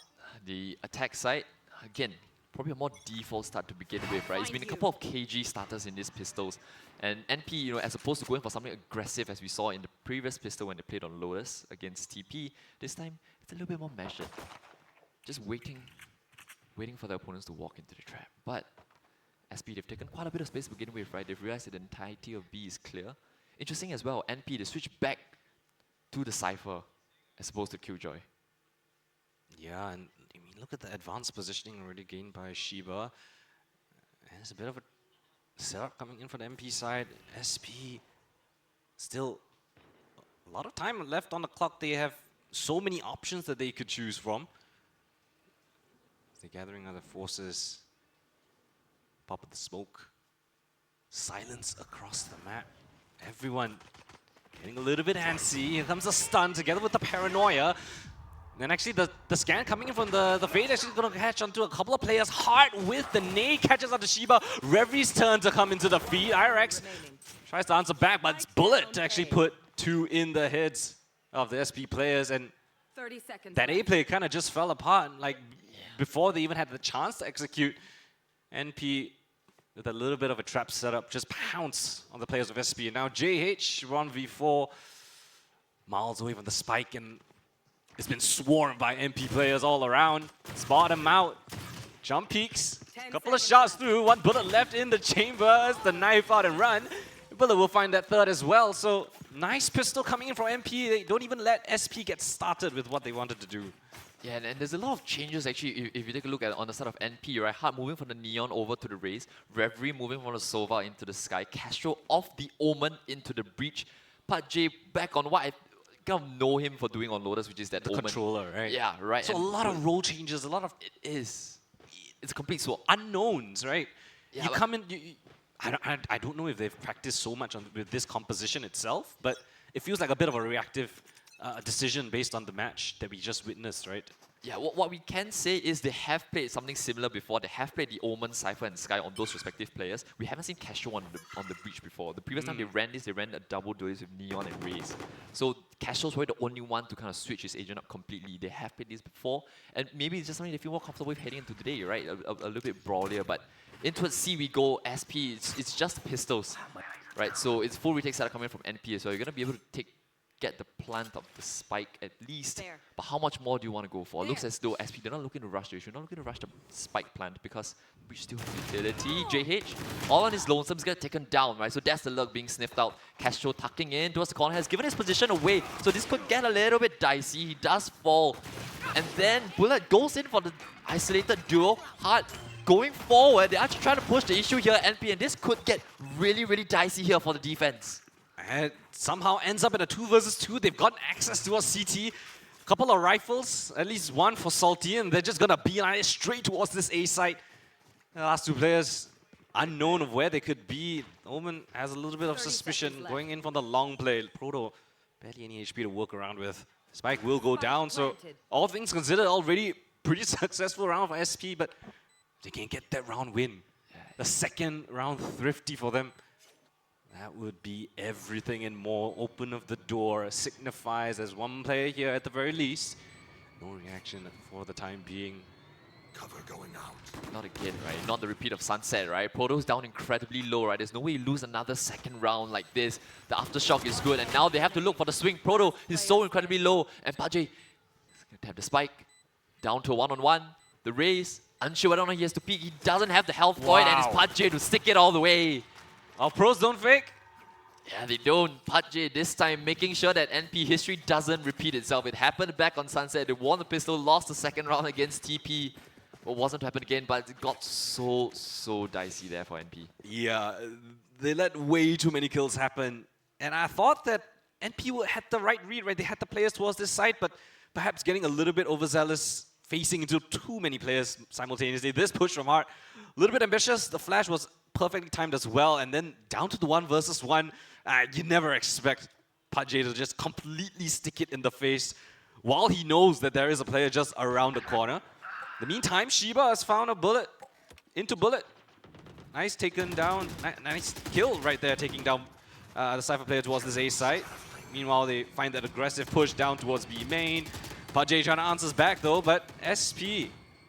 Nice start to open things off. 2 initial opening duels, 1 out in their favor.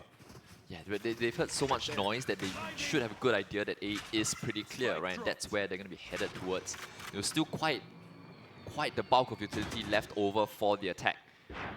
Right, you can see even the fault line hasn't been used, so there's a lot of post-point utility for SP. Looking good to convert this first gun round. Yeah, Hart again just falls to his death.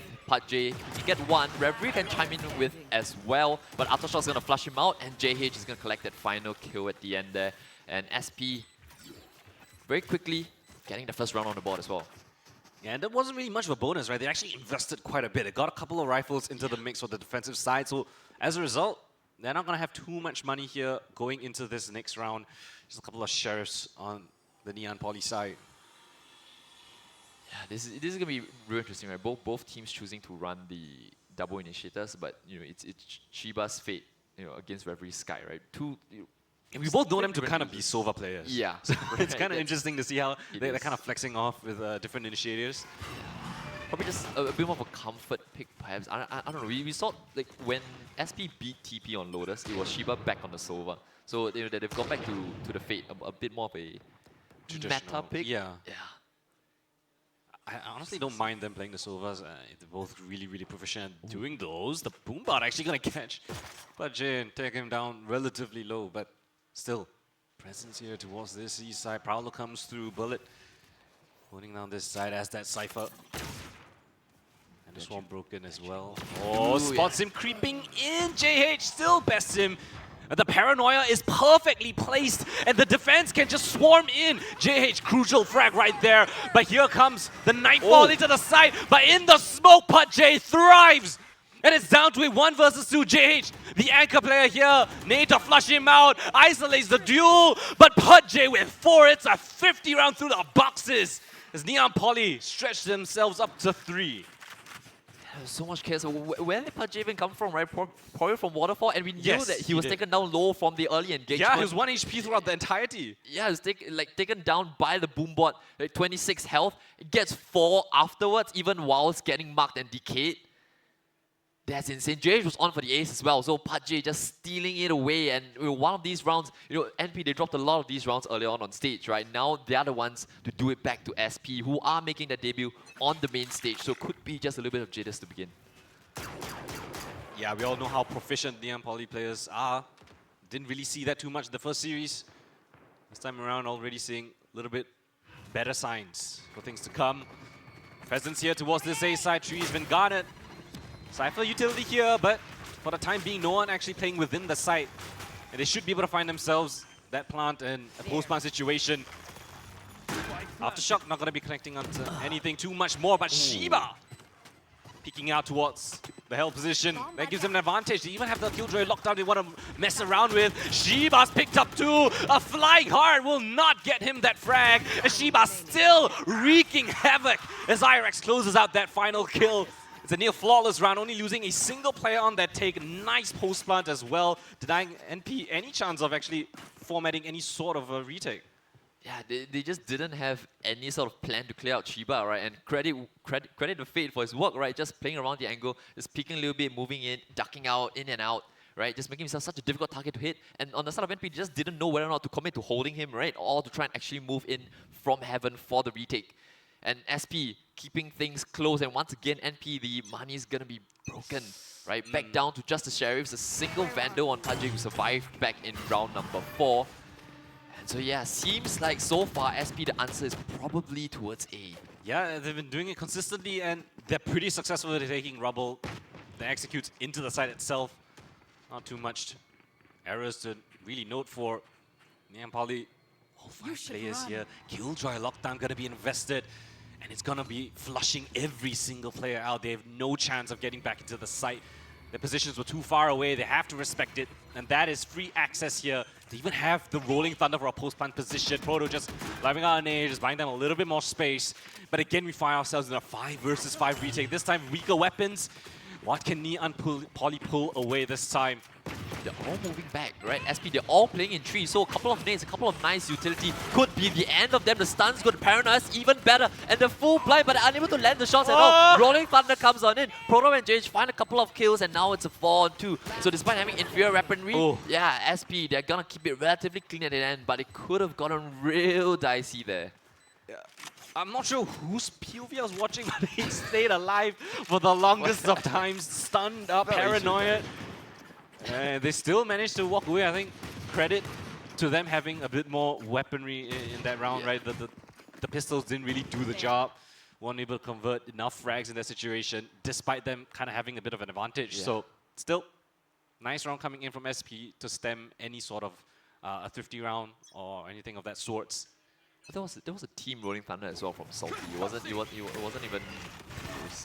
But yeah, back out towards A we go, and it's gonna be an all-in commitment here, right? They're just gonna battle it out for the round here. Irex with 2, Reverie gets ahead of Salty, but it's rubber control granted over towards the attack as they look to make headway in towards Secret right now. They know that there were a couple more players towards A, and they know exactly where Bullet is, so he has to fight. But you know, there's so many players swarming him left, right, and center that he's just gonna fall as well. And seems like SP looking good for a 4th already.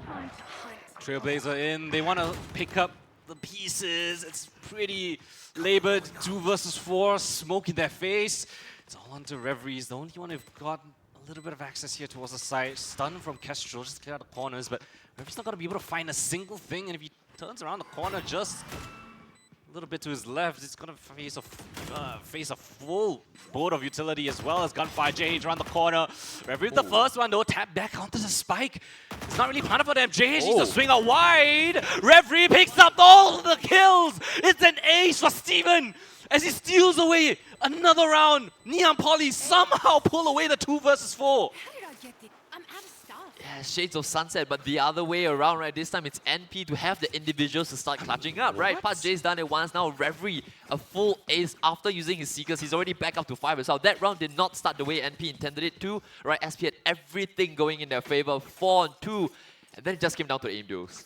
And this is the second ace that he's gotten today as well. Oh, that's right. He got on a Sova as yeah. well. And I think it was this map too, right? Yeah. Yeah, I mean, that was an incredibly difficult round. JH had the cross, they had the entirety of ceiling control, and that's definitely a clutch that, well, Neon Poly definitely need right here. Got to keep their morale high, keep the confidence going. And this game is just on a seesaw right now, right? The Fade Shiba, we talked about him not being known as an opera, he's been whipping it out a couple of times, right? Finds the opener on to Bullet, it's Castro. And now re-aggression out C-Mount. Oh, Shiba's actually going to try and stand his ground. He doesn't expect the player who's moved past. Yeah, exactly. That's hard on the Stinger.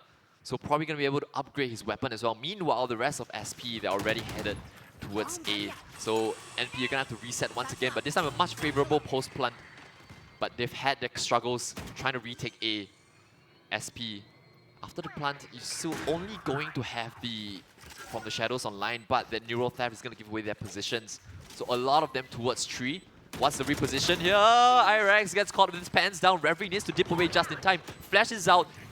J as well, swinging forward. Doesn't expect the player to his left. That's Proto, just narrowly dodges it. JH responding in kind. Now it's a 2-on-2. Last player Hard. standing. Gets the kill on the Proto with just a classic JH right around the back, but nice flick onto the Killjoy. And that's going to be another successful retake for Neon Polytechnic. Yeah, finally they pull off a retake here towards this A site. It was a hectic state of affairs. So many duels back and forth, but thanks to the Neural Theft, they knew exactly where the players were going to be playing from this one. Crucial frag right there, but yeah, that over-aggressive push might have just caused a little bit too much for the rest of the team to handle. Yeah. And that's a couple of early advantages being squandered by SP, right? I mean, we did talk about NP having that a bit more experience of coming in today, right? Of course, didn't start in the best of forms, but seems like right now, right, they're the ones who are converting these 4 and 5s, right? Just when the individuals need to step up, they do a very aggressive teleport in towards Rubble, but Reverie saves the life of Pajedes until Shiba returns with the trade. Rolling Thunder gets used, but it's only so to deny space. The kills still have gone in the favor of the attack for now. Yeah, and look at the rotations that's being drawn over as well. Everyone scampering around the map, unsure of where the commitment is going to be towards. Pausing the action. Nightfall available on the SP side. Showstopper committed. Alright, through the smoke, finds a double kill. Pivots on the last 3 kills for him. And he immediately shuts down the play towards the B site. An instant response. What an ultimate from Hart, right? Look, now this is more like the NP we know, right? Just individuals stepping up, but then on a team level, they're playing well together as well, right? And, you know, players switching back to, you know, agents that they used to play, rather than what they kind of prepared for TP, and it looks so much more comfortable on it. Yeah, it almost looks like a completely different team. These retakes have been nice. Hart finding that form, finding that confidence that we wanted to see in the first series. Now he's come alive. Can he continue on that upwards trend? Yeah, this time Rubber Control's been granted over, but Mount's been taken in response, right? JH, he knows he's got a lot on his plate. He's gonna get stunned up as well, but his team is here in support. They do actually manage to take out Hart, so the race being slightly ahead of his team, but they've taken very deep sea control. Salty though, nice little spam onto Bullet. And now they should know that A once again should be pretty clear, but they have to force the issue, the defense. You have to look for a couple of trades, but the attack, they've managed to squirm away just in time.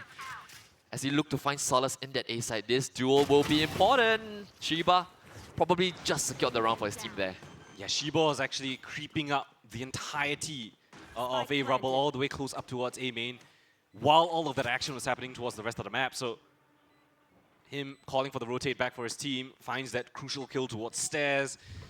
And that is curtains for this round, surely. Pudj, nice frag right there, but a lot more work to do. Spots out the jumping from Proto. That's positions lost already, but he has to team up with the rest. Or at least his one other teammate. Opens up the door, referee expecting the push. Let's not give away too many more kills. Salty with a crucial third right there. Turret to spot out. Last player, Pudj. That is 4 on the board. A nice pivot coming through by the SP side, all thanks to Shiba. Yeah, Shiba and JH, right? The most experienced vets leading the charge now for SP. As we see, yeah, Hart wanted to get aggressive, thinking that it was just a killjoy, but wasn't to be, right? The team had returned all the way back from A. Pudj and Reverie getting a couple of kills in return, but it wasn't to be. The round already in the favor of SP. Salty, Proto, and Irex, you're taking a little while to come back in, right? Bullet still not looking exactly too comfortable. And guess who's operating a pretty dangerous weapon this time? Again, unconventional, but it has worked before. They're trying to trap play yet again. Yeah, they're trying what they did in the pistol, right? But all the meanwhile, this team's making headway towards the C side. Couple of shots right there, trying to find out where the Cypher utility is. Hoping for a reaction, but the NP side, they're staying stoic. And look at that, Nano Swarm's gonna break the trip of the Cypher. Oh, he picks one up at least, so redeploy off that. Trailblazer just to clear out this A Rubble position. He snuck past it. How does he want to play things? Shiba, 6th Sense alive! Almost getting that shot onto Reverie. And that has surely got to draw rotations. Pull the attention away from the actual commitment of this execute into the A side, into the C side we go. Paranoia just to clear out Waterfall. Bullet stuck in a corner, has to escape, somehow still manages to get away with his life. Paint Shell together with the peak, knife out, an awkward fight. Up and down setup, Rolling Thunder invested. They're pushing all the defenders back towards CT.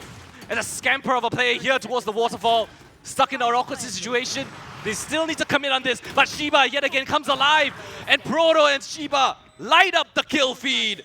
And it's all in the favor of SP, another successful deterrence of that retake. They put themselves back up to 5-1 round the difference.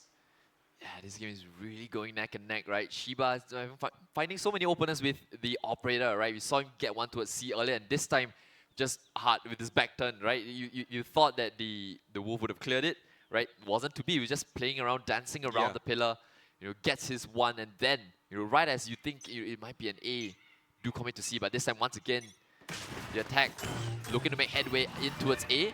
Well, we've seen this a couple of times now from NP. One misstep, and they're going to be right hard on their heels. Here we go. The aftershock goes out. The flashes come on out as well, but this time the attack, they are pretty prepared. Salty and Proto, they do land the advantage here for the attack. Fade, Sloth, Shiba once again coming in with the operator, extending the advantage. Showstopper's been used as well now for Proto. I think he just about saw where the player went. Right, so he knows exactly where Castro is. I think SP are going to give us a tight half. That trap play was not it. They've been waiting for a chance to actually use that trap play. They tried on the pistol round, didn't get any success whatsoever. This time, only finding a single kill or committing so much utility. Shiba goes down, but that's info of where he's coming from. A smoke just to deter him, and this is surely a done deal. Yeah, it is. So okay, 6-6 at the end of the first half. Much better than what NP did, right, at the first series. Yeah. And SP will be pretty happy with that, right? I think, you know, the earlier rounds didn't go too well for them, especially when, you know, Reverie had that ace, Pat J had the 4Q on that eco. But apart from that, I think on a team level, it feels like SP, they're reading the game pretty well, right? NP still, right? Bullet and Castro aren't exactly quite in the server yet. But as we move in the second half, I think Castro's going to have a lot more opportunities to go in and get a couple of frags, right? Bullet, he's going to be important, right? Pivotal in trying to, you know, play decoy, right? Sell some presence towards the other portion on the map. Meanwhile, Shiba, he really on one today. Yeah, I mean, 17 and 9 as a fade.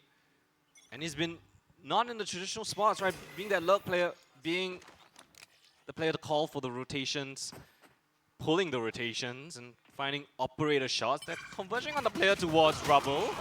Bullet, yeah, face full of lead, a bunch of players to his position. There's the Q to get into the C site, but J-Hay just shuts down the jumping heart. Cuts down their players by 1, gives them a double man advantage in this retake. SP just gathering their forces, ensuring that there's no lurks coming on the rest of the map. We'll let them have the plant, though. Back's turned. Pudgy goes down, but still alive. Aftershock barely damaged. 1 HP left to his name. 8 for Reverie. And 4 on the cards, hunting his position down. Just a classic in hand. And a rough one to deal with. Satchelled out of position, out of bullets. And that is SP with the second pistol. Beautifully executed. Strung away with that pistol round. And that's 4 rounds on the trot now, linking back to the end of the first half. Right, that was nice from SP, right? Just, you know, getting rid of Bullet early on, right? Just sniffing out this, you know, lurk, or at least attempt at selling a fake towards other portion on the map. JH, though, that shot, you know, probably just secured them the round, right? After that, he can dip out, right? Wait for the rest, wait for the reinforcements to come on in. And then, you know, just, you know, Reverie left all alone. This was too big a task for him to handle. We know he's good, but that probably an impossible scenario for him to try and clutch up. Yeah, and a lot of chip damage. I think credit to the Killjoy utility, right? The Nano Swarm's actually tagging down a bunch of players, and we all know how strong that can be on the pistol round with no armor. This time, yet again, heavy presence here towards A. Bullet's gonna take note of that yet again. But what is the decision? Do we test JH's side yet again? Bring them down. Yeah, I mean, at the moment, they don't really have much of a choice, right? Once again, you've got to look up towards speed. JH just playing for the spam off the back of his alarm bot being triggered. But the defense, they do actually hold back after getting main, right? They're just going to leave Shiba here to jump spot. You know you've got basically half the map under your control. The rest of them just need to rotate in time. You know that there's a player outside B as well. This is when the attacks say, you know, let's see if anyone tries to overextend into our arms here. Yeah, I mean, you have lackluster weaponry. You've got to rely on perhaps potential mistakes from the SP side. Shiba's going to note all this attention, all this utility towards his position. Bullet putting a bit of pressure here towards that B side, breaks that turret, and NP still have many options, but not a lot of time left on the clock. 35 seconds, a choice has to be made. Still, 5 players on both teams. 30 seconds left. Something's got to give, and that might be the one. The first domino to fall. Bullet out of the round. Aftershock delays them. So it's a meat grinder here towards C main. Spike dropped into the side as well. And yet again, it's Reverie. Barely any time left on the clock. He has to give himself up. And he's not even going to see his maker. Salty through the smoke will pick up that third. Beautiful delay utility just to weaken them up, force them into a fight that they would rather not take. And that is the second round converted for the side of SP. Yeah, the fight that they'd rather not, but they had to take, right? They just ran so low on time, right? What, 20 seconds left on the clock? Right, after that comes in, perfect timing for them. But this is where we see if we are going to get, you know, a real close game, right? NP were pretty good on their attack as well with the Silver Breach comp. Careful so here. yeah, a huge step of that will be being able to show that you can take main control, right? So this is where this round does matter, right? You're going to Sancho across first, hard. Playing for a couple of spam, but SP, they have the same trap play being lined up. But a couple of spam shooters will take down Shiba, and out comes the response from the defense. A second on the Proto as well. They're just all waiting for the defense here from SP, running straight into their open arms. And without even needing to take the actual side, they just let the defense come onto them. Well, that is an aggressive push towards Rubble. Tried each time by either team on the defensive side. Both times it has not been successful. The attackers were just way too prepared. Yeah. And last player spotted out on the flank already, so we've got a firing squad. Yeah. Prepped up. We've got Kestrel on this push. JH not expecting it. Label spray still kill found. 4 still standing. Nice anti-bolt is coming through by the MP side. Yeah, and this is probably the next roll of dice here from SP, right? That round you had inferior weaponry, so okay to just give up main control and try to go for the trap play, right? But Odin coming out from Shiba, we know he does like to play with a couple of weirder weapons, but probably suggesting he might just go for spam a little bit at the start, right? And NP very early on, you're showing that you can take main control, right? Force a bit more utility to come out from the side of SP. What's going to be the play here towards A? Spam. Yep. As we all know and love. Nobody's home though. Slower take this time, coming out from the attack. It's a bit of a trap, right? It's a bit of a bait, right? Because they have that setup on the other side of the map which are ready to spring, but I don't think Bullet's gonna overextend into it. Meanwhile, they're trying to advance further forward on both sides, right? The defense out here and the attack slowly but surely making their way towards A. Fault line goes in, tree's been taken, counter util in response, but nobody's home there either. Back to a secret we go. Maybe it's gonna be B pivot here, Salty. Nice little off angle tucked in towards the corner. The flash is decent but not great, right? Still manages to get his one before hitting the deck. Castro moving forward, nice headshot onto Proto. Brings him an advantage in favor of the T's. Yeah, it's a bit of an awkward fight as Oh, they well. haven't they're still going to C as well. They know exactly where the smoke is. The trip was broken, so they know there's at least one more player here. Aftershock with the flash. Irex somehow stays alive, finds a kill in all the mix. Flicks around, but still, Bullet with the frag to prevent things from falling out of hand. 2 versus 3. The spike goes down. The retake has to be called for Shiba with the Odin. This side. Paper thin walls, but no trade or no find just yet. They're playing in pretty safe positions, all towards this elbow towards C main position. Slowly taking time to clear out. Cover going out. Shiba into the side itself. This is such a tough crossfire to break, right? It's impossible to break, right? Bullet and Reverie will just chime on in right at the end as well, right? With 3 players tucked in there, right? The only way was trying to throw a spanner in the works, right? That's what I think you saw Shiba try to jump up on the side. But even then, you're going to get spotted out by everyone. So a nice round being called there by NP, right? Looking as though you're going to go towards A, pivot towards B, you get the kill up. Never mind, let's head towards C instead. You knew exactly where the Omen was as well. And so yeah, a nice little mid-round there coming out from NP. SP, the economy's down to its knees. Yeah, after the round loss, money not looking great. You got a couple of sheriffs in your pocket. Now, let's see what they have cooked up right here. Bit of aggression perhaps. Stun comes through, break up the trip. Got control over mid, but Bullet standing and fighting together with the flash coming through. Proto hoping to dear God that he lives, but the door gets opened and he gets taken down, but answered back. Shiba with a nice shot takes down the controller. And that settles things back to a 4 versus 4. Not too shabby, all things considered. They lose that controller of theirs, so no smokes for this attack. I've got your trail. But the Seekers might be an answer to that question. Irex anchoring down towards this seaside gets spotted out. Commitment comes through as the Seekers reveal the positions of where the other 2 teammates are going to be playing from. As the spike goes down, they have the Rolling Thunder available for this retake as well. Stun first, together with the Aftershock. Coming in from Waterfall together, and they're gonna commit on this. They want to take this round away from the side of NP. Nice shot by Shiba. Second is found. Shiba on a rampage, and they just close things out. What a miracle coming in from the top frag of the SP side. Yeah, Shiba is doing so much to keep the team in it, right? Preserving the lead, right? It was tied up. And now with just bare pistols, they managed to make it work. NP, they stole a pistol round away very early on, right? Part J with 4, and this time Shiba says, I can do the same. Perhaps even better, given how he had to do all of them with single shots to the head. Just domes everyone, and the Fade really establishing his presence in the server. 4 ultimates online for NP though, so this round should and probably could well go in their favor. But SP is still keeping themselves very much so in the game. Shiba leading by example. Niam Poly wanting to strike things back. So many players now spotted for. Showstopper invested into the site. The stun is perfect, but JH just slipped away into the night.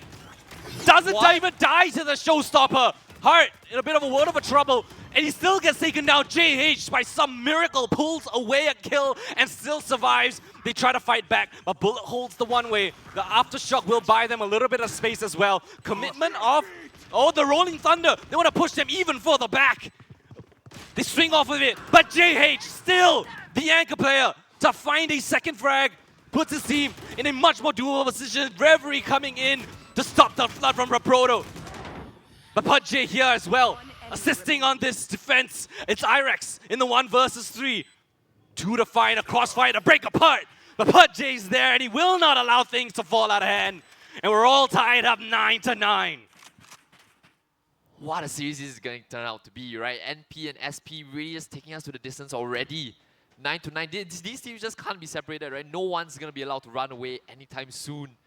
As the lockdown's now back online for JH. You thought he'd done enough, right? He finds the opener, and then I think Bullet gets a trade in return, but JH then opens the round back up. They use the Nightfall as well. They know exactly where everyone is.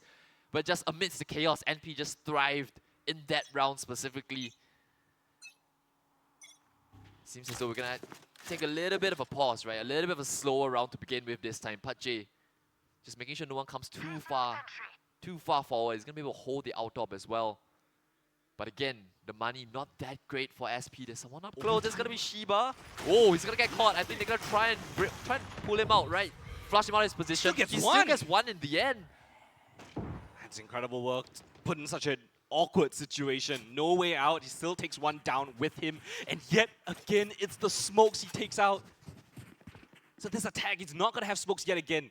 And we saw what happened when Shiba was able to find that opening pick. But the Neural Theft comes in, it reveals the setup of this defense, and they're gonna pounce on towards this A side. Weakly defended by IRX, only towards the stairs spot. And so they will just bypass him. But IRX, somehow through the spam in the smoke, catches onto Reverie. Shotgun in hand, Labor spray, JH from downtown. Kestrel back at the site, trying to answer back. Has to call on a little bit of assistance. Bullet there to provide the cover fire, but they're gonna commit the lockdown from the Killjoy to flush out these close range positions, force them out of that spot. Kestrel just staying and fighting. He doesn't even connect a single shot. An absolute blunder of a round yet again. SP. When Shiba finds those opening kills, when he gets that opening frag, takes down the smokes. Niam Poly side scrambling, looking confused, looking out of place. And it's because they didn't have the smokes from PUBG. That was why Irex was allowed to find one from stairs. Right? So that early queue had such massive repercussions on that round. So tough for NP. Every single time you think that they're gonna have the opportunity to edge ahead, right, with their opponents on a broken bye, SP say, no, we're not out of it just yet. We're gonna hold on to the lead of the game just, by the skin of our teeth. And Hart now has to go down to the judge. Another change up, another different call, changing things up this time. In towards B we go. They know where the breach is, and Hart saturated himself into secret, calls it clear. Seems we're going to set ourselves up for full 5-on-5 retake. You only have the From the Shadow, so I think a lot of it will come down to nice placement of utility, but more importantly, being able to hit your shots here. Shells comes through just to clear out positions, but Hart might be in the best position for this weapon. Paranoid up, thankfully so. Irex the trade, the counter flash, just to delay a little bit of time. The jump up is not successful, and it's just down to Shiba yet again. They need him to save them. But how much can one man do? 1v3. Blocked by a big cloud of smoke. Crossfire has been set up. They know exactly where it's going to be coming from. No other piece of utility. How does the veteran navigate this? Oh, and they're playing so safe. They're playing so far back. Tap of the spike. Sticking it. Going all the way to half. And yeah, they swing together. Niam Poly, thankfully so, with the economy on the line, they bring things back from the brink. Tied up, back again. 10-10. Trading rounds, back and forth. The last 5. Going to each team one after another. Yeah, it's getting real intense, right? And again, the money's not perfect for the defense, right? You have the showstopper available on Polo, so he can kind of just limp into the round, right? But they've been so good on these half-buy rounds that, you know, they were more potent than actual gun rounds, right? Those have been going in the favor of NP. But just amidst the chaos, SP just seem to manage to find a way to stabilize as we keep ourselves level. Destroying the Cypher util early, tapping the bullet. Oh, it's gonna get a face full of lead. Okay, jump spot. Ensures that he stays alive. Counter util comes on out, gives him a bit of space to work with, right, to re-clear back in towards main. So this initial aggression has been called out by NP. SP, they want to go in for second dibs. Doesn't work. Well, if it doesn't work the first, there's a trip though. Yeah, I have to break the trip. So now, at least they know they've regained that spot again, but they still give him an isolated 1v1. There. Shiba, yet again on the low buy to open up the round. And it's not the Omen, it's gonna be the Breach this time that falls victim. So you have that one less player with their belt of utility out of the round for an execute. At the very least, you have the smokes, so you can cut off certain sidelines, but still risky. And you'd be very happy to play retake here, perhaps, right? You have got the showstopper online, right? I think if Jade can get his one, I just want to dip out just in time. The flash is going to be good. The utility has his name marked on it, but he still stands and collects the head of heart once again. Sashing onto side, gets taken down. Neural Theft is going to be used. They know exactly where the retake is going to come from, but it's still a man disadvantage that they have to find a way to channel into a round victory if they want to take the lead for the first time in what feels like forever. You've got a fast flank from Pudjay. Proto's going to jump on in with the showstopper. Turns, Pudjay gets taken down by Reverie, and Pudjay's flank is going to come on in. And Salty now all alone in the 1 versus 2 as Reverie will triple up in the round and give NP the lead. Spoiled for choice, not knowing where to shoot. And you get absolutely nothing for it. So a big ultimate. The showstopper invested in the low buy round does not go their way. Now they have down back to null ults. No ultimates available for the defensive side. Shiba's one off of his. And a couple of players, 3 or more orbs away from getting anything close to their ult. Yeah, I felt like all Proto needed was one, right? He just couldn't make his mind up. And look at the money, right? You lose this, that gives Neon Poly up to 12 and your money would be broken.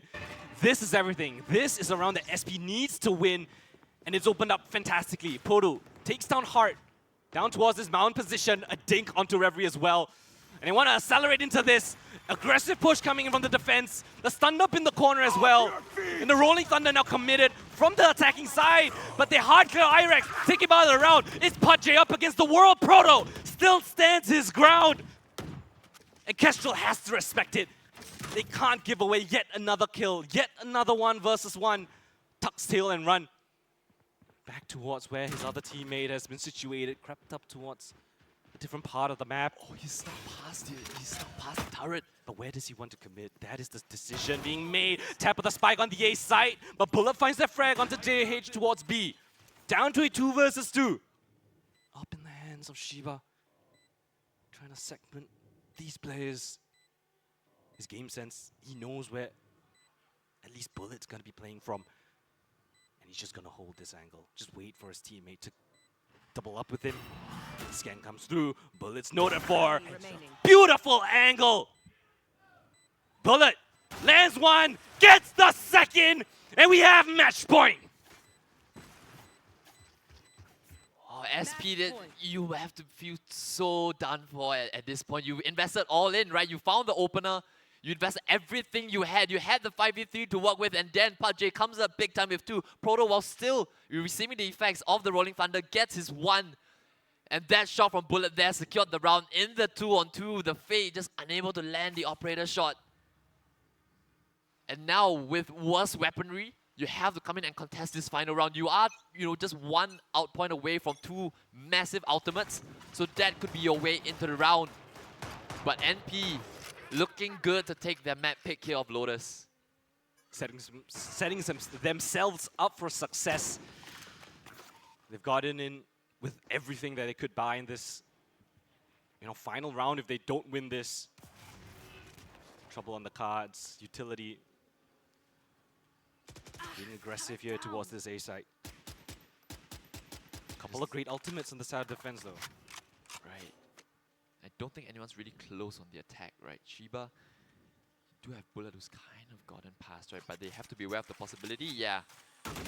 With the Boombot going, they've confirmed his position, and you've got a two-man setup here. Nice little double setup being held. The stun's good, but Shiba's gonna get taken down. He does unleash his Nightfall, so that's gonna call out how many players there are, but at the same time, you know, an even trade, it favors the attack, right? They're running away now, and JH is gonna be ready to have a lot on his plate. Uses his second Nano Swarm on the side, and into it, see we go. Could this be the map here for the attack? JH actually dodges it. The Rolling Thunder is great, but a little bit too early. And Pudge is going to use his teleport. Try and go back in the back lines. I think Proto's ready for him. Castro does find Irex, but Proto able to take down the opposing smokes. We find ourselves in a 3-on-3. Salty's right behind them. Referee hits the deck. Time! And now it's a 3-on-2. Yeah, time is of the essence. It's just Bullet left alone. And SP live to fight another round. Backs up against the wall. Less than ideal weapons. Bulldogs and Guardians. And yet they still claw it back. And we're going to need all 24 rounds and potentially even more to decide the fate of the very first map. Everyone having their moments, right? Once again, right? That round, just so much chaos. And I think NP, they sense that this is probably their best attempt at being able to get us through, right? The weapon's not so great, because the money hasn't been something they've been able to control necessarily. But you can see the past couple of rounds, they actually did manage to string 3 together to hit map point, right? But apart from that, oh, SP, they're just barely keeping themselves in it, right? Chaos upon chaos, and it's them to come out on top this time, right? A 3-man setup, a crossfire to hold down the B side, even though NP, they tried to pivot there late round. SP were ready for it. What's the call? What's the game-winning call here? You can see down the middle, looking to make the call, right? This is going to be, you know, a call straight out of spawn. Played all the rounds, you've taken all the engagements. What's the final roll of the dice here? Pressure on all these players. This round means everything. You can't do this, SP. That last round was for naught. Money not looking great for both of these teams. Commitments now being made. Flash down towards the initial pressure. Meanwhile, the defense takes control over A Rubble yet again. There's a tail the tape. They're doing it multiple times. Trip wire broken, so Bullet knows they're really up close and personal. I think step 1 was probably getting hard. That showstopper, yeah, it's been done, and they sense that C might be pretty open for the taking. They're going to proceed on forward, right? But Hart knows as well as anyone that he needs to hold on to it, right? Meanwhile, this engagement is going to be important. Bullets finds the opener, but Proto, a very important trade at that. He's actually going to go on forward. He's looking for JH. Where's JH gone? Ducking around the smoke. Finds the kill. Man advantage. Could this be NP taking the map? 4 versus 3 in the post plant. You've got the utility on Salty backup. Everything that you would like. Pudge in a committed angle. Flash caught out. Proto into the site. And he has the showstopper now invested. A double coming in from Proto. Is down on just one player back at the site. And there's nothing they can do. Proto with the ace. And we're going to overtime. This game just does not give up. SP, time after time, they've been playing from behind. And Proto, he starts the round with the trade onto Bullet. After Shiba went down, the top frag on the side of SP, right? Your star fragger getting taken down, and Proto steps up big time for his team there. Catches Pudge out with his utility, gets the showstopper with 2, and then the final trade onto Castro to take us into round 25. And we go again. This is basically 0-0. The slate is clean. But all the momentum and all the vibes are definitely on the side of SP right now. Being able to start on attack again. When you go back into overtime, right? Your strat's all out the window. It is. It's all pure grit.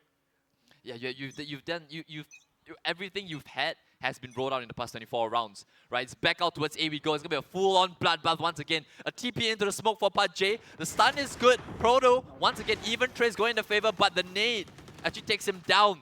So we still find ourselves level pegging, but the attack, they've at least secured control of Rubble to begin with. And that surely favors the attackers, right? There's so much map control that the defenders need to worry about. They surely can't hold it down all together at once, and There's gaps, there's opportunities. Spotted out, Bullet up against JH. What a jiggle coming in from him. Absolutely obliterates Bullet. And there's the seaside free for the taking. Kestrel wants to say something about it. Opens up the door, fights up, hit on. Tags the second player as well, but JH, crucial trade frag right there. But he's tagged down low. Thankfully, so he picks up this ultimate. That gives them a chance back into this round reverie. 1 versus 2. As the ult expires, they have access towards this seaside. On the corner, they spot him out. Noted on where the 2 players are going to be coming from. No utility whatsoever, Reverie. It's just got to be him and his aim. Aftershock delaying it. The plant will come through. And now the 2 players on the attack. It's just going to play together. They're just going to double up. Don't give Reverie isolated 1v1s, because that's how he's going to win. But Salty, thankfully so, will catch him on his aggress. And that's SP. Now in the driver's seat. Match point given over to them. Point. Oh, and this is the first time they've had a chance to close out the map, right? NP, you had 2 opportunities and you failed to convert. And now your opponents are in the driving seat, the driver's seat. 1 chance to do it. If not, we go again. And they've been equal halves, right? 6-6, both sides. Yeah, you could not make it closer. Yeah, it's anybody's game now. They are going to start with heavy A control, the defense, right? And it's just going to be Bullet here to receive once again. But they've tried a couple of times where they've gone into a C, but for some reason, just not been able to hold on to these post plants. So what's the call this time from NP? You failed at that a couple of times. A slower round to begin, very cagey from both sides. No one wanting to give up the opening death. They want to test JH, right? What is supposed to be the weaker side. But JH has constantly always been able to at least get 1 and survive, or even get 2. And that is more than you could ask for. This time, a different decision. It's pretty clear to it. Hey, we had 3 players here, but they're just about starting to move away. Sloth just holding the utility. It's going to be so impactful if the utilities lined up together. Right, out towards A we go. This is the A battle we were waiting for. And the opening duels all go in the favor of SP. This could be the round. This could be it. It's just 2 up against 4. The firing squad lined up as they walk into their death. Shiba will close out that last kill. 4 in the round and 14 on the board. And that is the first map going in their favor after a grueling series of events all the way into overtime. But it's the A-Rubble fight that gets them that win. Oh, crazy game. Shiba ends the map with 28 kills, 7 first bloods, more so than his own duelist, more so than the duelist on the other team, right? He's doing it all. 28 and 21. And then Proto as well, stepping up big time. I don't think he had the best of starts on that race, right? But that ace right at the very end there. That was crucial for them to secure them a chance to even get into overtime. Yeah. So incredible resilience coming from SP. They were backs up against the wall. They were up against 12. They were, but they still persevered. And that is map number 1 in their pocket. That is so important, especially in a best of 3. Right? You don't have too much margin for error. You need to win out your own map picks. You need to get that success early on. If not, things can snowball pretty easily. Yeah, and if you look at players needing to step up, right? You look across the server, JH Shiba, they stepped up on their side, right? The VCD players on the side of NP, Reverie, Pat J, they've been on top of the score for their team, right? You're looking at who else, who's the 3rd player to step up, right? Who else who doesn't perhaps have as much experience, coming into LAN, having to be battle tested. You would expect NP, right? They won last year. But, players, Castro, Hart, Bullet, when the rounds required them most, they weren't able to come up with the finish, right? No. That final round, 12-11, you give the ace over. You're up 4-3. Yeah. Couldn't close. And if you're going up against SP, they're going to punish you for it. All right. Yeah, I mean, that was an incredible first map, and if that's signs for anything to come, that would be pretty exciting. We have Haven next up on the cards. Sorry, who's this map pick again? And this NC's map pick yet again, right? Lotus. SP's map pick. Yeah, SP's map pick for Haven, and NP was Lotus. Yeah, so NP picked Lotus, and SP won out that map. So again, NP picking Lotus and losing it. Yeah, but this time it was incredibly close. Like the first series, all right, we give it to them. TP was the better team, but now You had it in your hands. You man. had it in your hands. You were up 12-10. Yeah, 12-10. and against a broken buy as well. The weapons weren't that great, right? Considering the round in which they took themselves onto 12 was meant to be tougher than the one that actually they had to close the game with. But just couldn't do it. You're just lacking that final punch here today. Right? You see it so often from NP. They're just so good at delivering those blows. Just today, no one's really quite at the level to step it up. Yeah, that small little margin is all it's going to take. Speaking of which, we're going to take a small little break. But when we come back, it will be the second map of Haven on the cards. You guys definitely do not want to miss it, especially considering how map 1 played out. You don't want to miss every single round. We'll be back in just a little bit.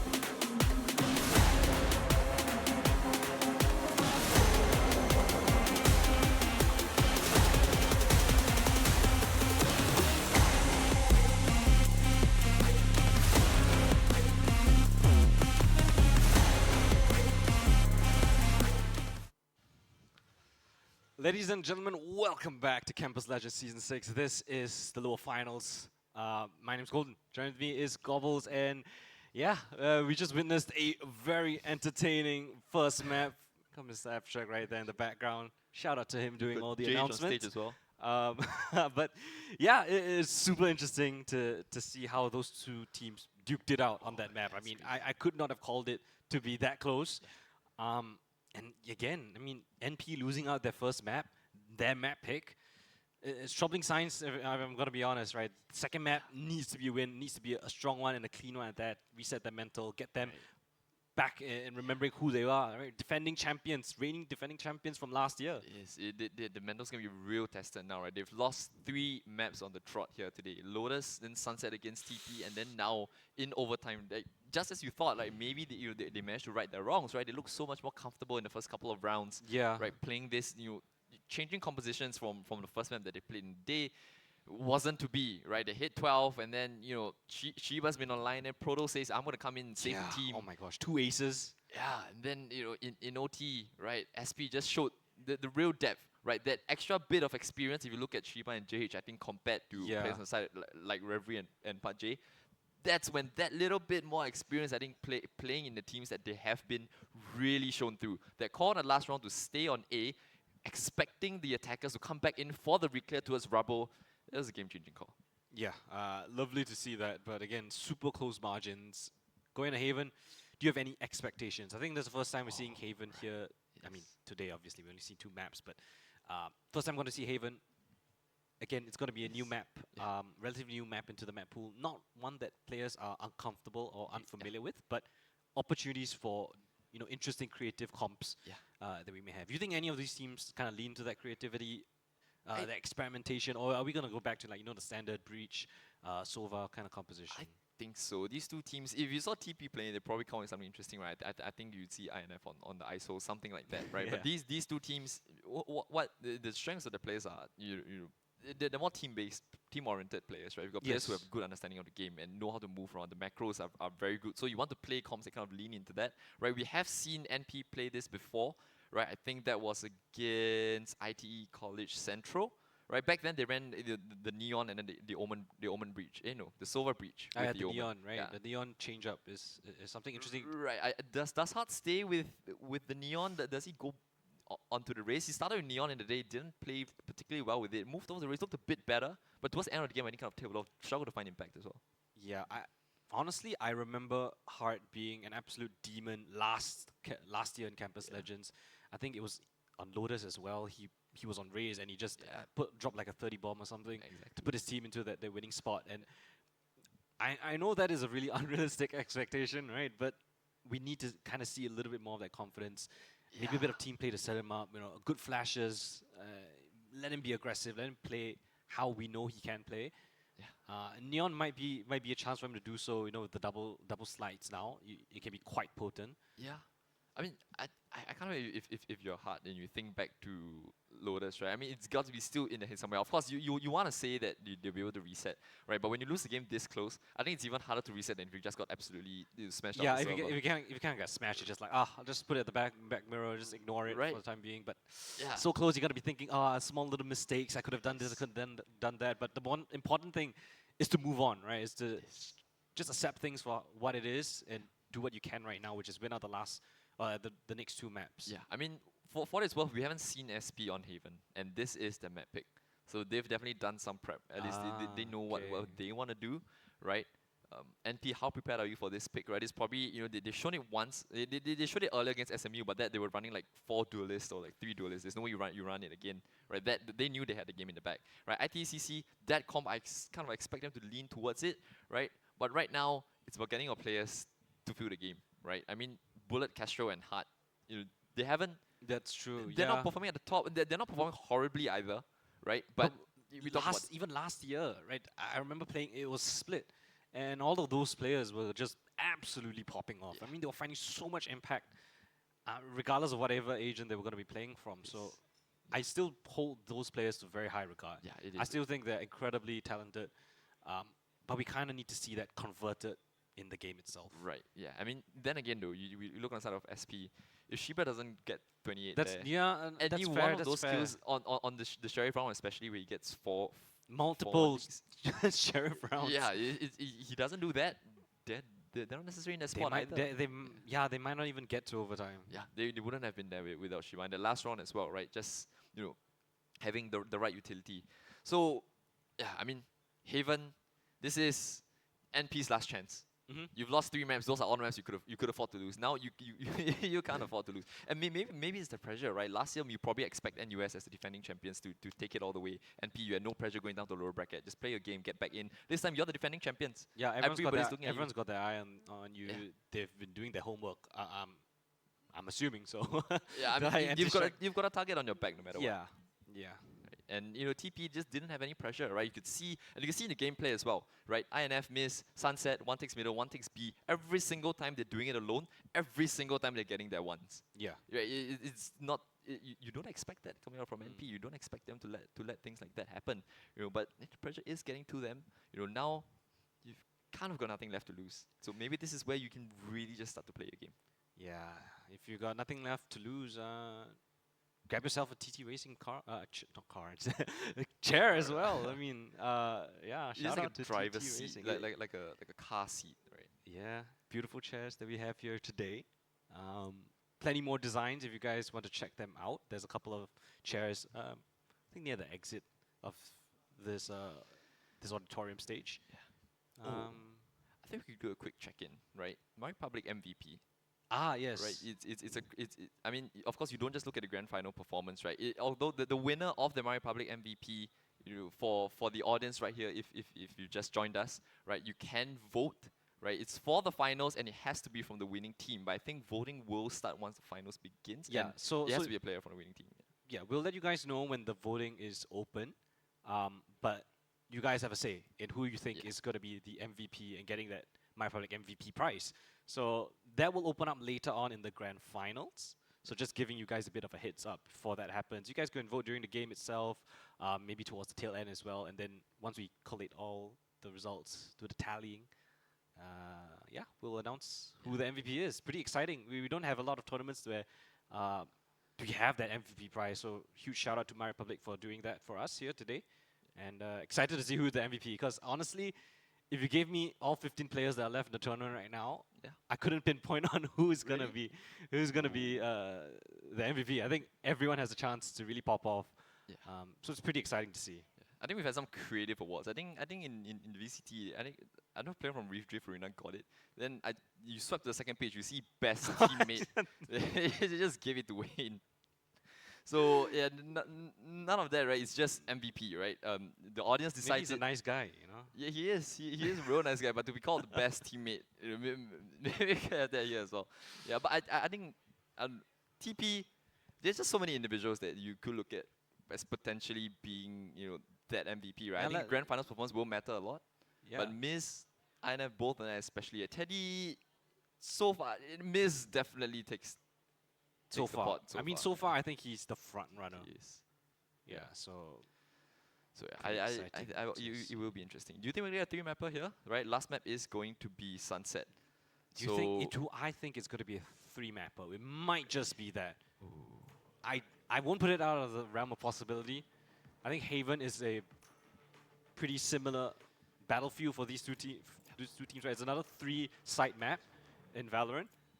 A lot of common philosophies you can take from Lotus to Haven, right? In terms of pulling rotations.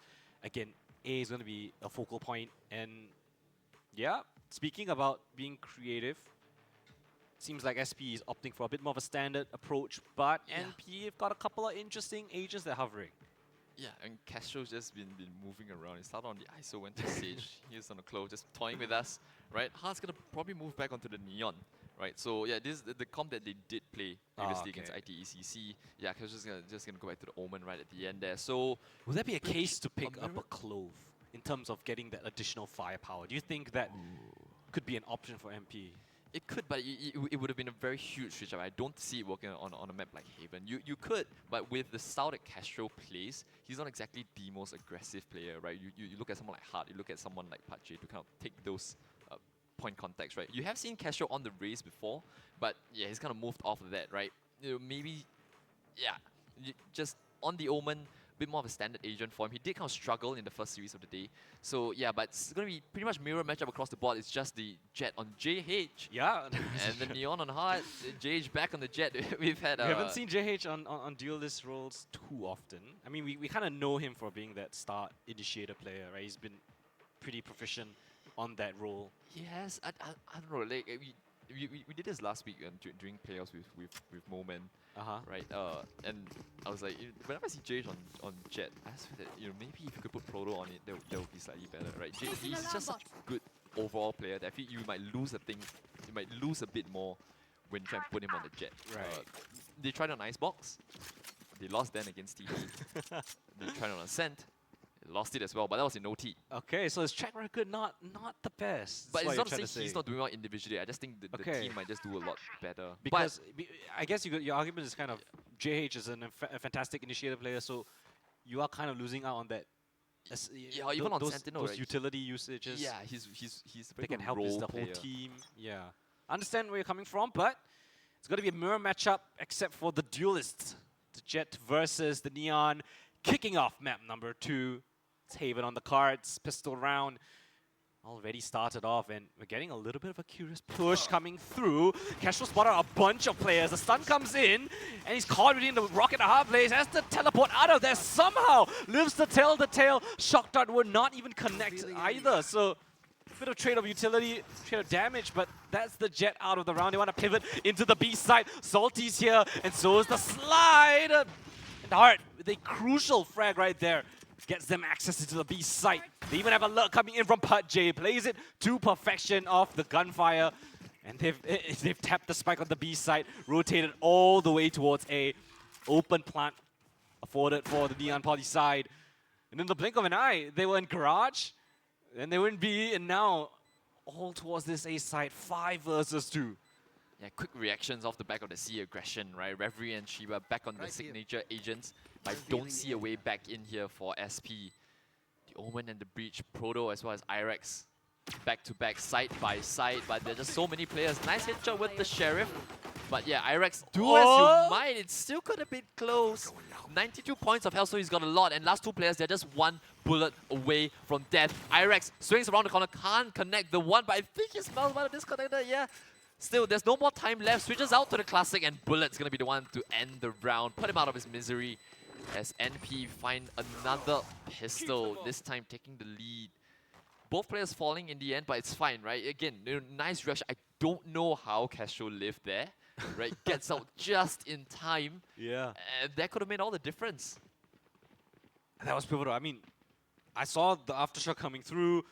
The Sova was swinging upon him. He somehow manages to put the smoke down and then teleport across as well. He didn't have a teleport. He just jumped. Did he jump across? He barely oh made yeah, it it was a across. pistol round. Surely you don't have a teleport on as an Omen on the pistol. So very, very lucky to get out of that situation unharmed, or at least alive. And nice pivots all around. Salty's just gonna trying a little bit of cheap information out in middle. But it's a very cagey start here from the attack, right? Don't want to give up your game plan too early. We've given up A main control. Got a bit of a setup here for the defense, but the attack, they can look back, go in and break it. JH gets peppered down with the Guardians. And the weapons all on the side of NP. They're gonna go in towards A. The rotations have come on in time, but Bullet still able to take out Proto. An off angle being held from Shiba. Able to collect just the 1 head for his troubles. As the round does come, does stabilize. They know that Heaven's open. Last player standing. Swing it in the end. Castro gets his one. They know exactly where Salty has to be coming from. And Reverie with a bit of a white swing as well on the Spectre will collect the last. So yeah, 2-0. Pretty clean round, all things considered, right? Just the 1 casualty in the form of Heart. Yeah, clean round coming through. By the side of the MP side. I like that that lurk smoke, a little bit of the side smoke on the defense. It gives those defenders a little bit more room to move around inside the smoke, towards short. You can play towards deep graffiti. A lot of options available. I think that's a nice change up in the meta that we've seen, I guess, relatively new especially when Haven came back to the map pool. Yeah, I mean, even last year it was pretty popular. I feel like on Bleed, you could see every single time the opponents hit A, that is the standard that's smoke. standard smoke. It helps alleviate so much pressure. And on the bonus round, what's gonna be the call from the attack, right? A deep smoke towards C, and it looks like it might be a C sprint, but through B instead. Oh. Arts finds the kill onto Salty. Are they gonna pivot back to B instead? No, they're actually gonna continue their journey towards C, and they have landed themselves footing on the side. Castro gets out just in time. Man advantage for NP to play with. SP starting on the back foot here. Both initiators still alive, but NP, they tucked the tail between their legs and they've all gotten themselves off the side. Yeah, and this is a devastating post-plant position. They got the weapons that you want, the man advantage as well. They need to take these fights to the Neon Poly side. SP pushing down long. Nice flash. And they've gotten all the kills. Poro holds down the firing line. And all those kills just fall in the favor of SP. They realized the setup. They were all playing towards long. No insurance policy. The stun was perfect to isolate that first fight onto the right side player. Let's take a look at the replay right here. Again, this was a nice idea though. Right? Yeah. You put pressure towards B, you pivot towards the C side, and that flash perfectly done. Proto down long range, finds Kestrel and Bullet. And the last frag was more than easy. So a solid retake coming in from SP side. Good signs of life. Get that anti-bonus. Yeah, I mean, it was just an anti-bonus, right? But still, right, considering they were down a man, still managed to come back. First full gun round that we're going to see here. Ooh, actually hard. Playing with fire just a little bit. They know exactly where JG is going to get away, but baiting out so much utility thus far though. Opening duo goes in the favor of the Neon. That's gonna be a duo that we're gonna keep tabs on for the rest of the map here. And he does look a lot more comfortable. Yeah. I will say, Hart with some amazing opening kills so far in this map, and we've only just begun. Shiba has gone on a lone mission here, spots out a player of Pudge, but can't really commit too much further. We'll force him a little bit back. Bunch of utility just to stifle any aggression towards B. Meanwhile, the Omen duel down towards C long. Irex up against Kestrel, and Irex will just cut his losses. He's in a compromised position. Assistance from the rest of the Neon Poly side just to push him back even further. They've done a good job so far. They've pushed back the aggression towards B, pushed back the aggression towards C. So where do they want to commit to now? Yeah, you've seen the Sova, you've seen the Omen, you know that a Jet started towards A. So where the Jet starts, you normally don't tend to see a Killjoy, right? So you should be expecting perhaps some sort of resistance from the Killjoy. But that Sova drone, I think, was hurt by the defense, and because of that, they rotated over. So it's been a brilliant fake being sold here by NP. They're gonna find themselves an empty C site. And again, it's going to be a man disadvantage retake that the defense has to find a way to come up with. But this time with the overdrive, and with how far behind they are, it's going to be a real difficult task. The question is, do they want to play all towards C long yet again? They saw the errors that were made the last time they did it. This time they're taking control over a different portion of the map. Meanwhile, SP side going on a lone venture towards the flank as well. Referee the one to find that first kill onto Shiba. Nice flash, but no conversion on the kill just yet. Proto trying to feign a little bit more presence than there actually is. Meanwhile, presence from the C-long position gets flushed out. And the pincer is beautifully done, but the spike is in such an exposed position. Smoke on the spike itself. Hart slides in back at the side. Irex, huge kill right there. And a 1 versus 1. Bullet just spams him down through the smoke. And Neon Poly avert disaster despite SP going for the long flank, despite them getting a very successful push down C-long. That spike pan was in such an exposed position that they still had control over Garage. They still were able to win out that round. Yeah, so despite winning the anti-bonus, right, they do lose the follow-up round.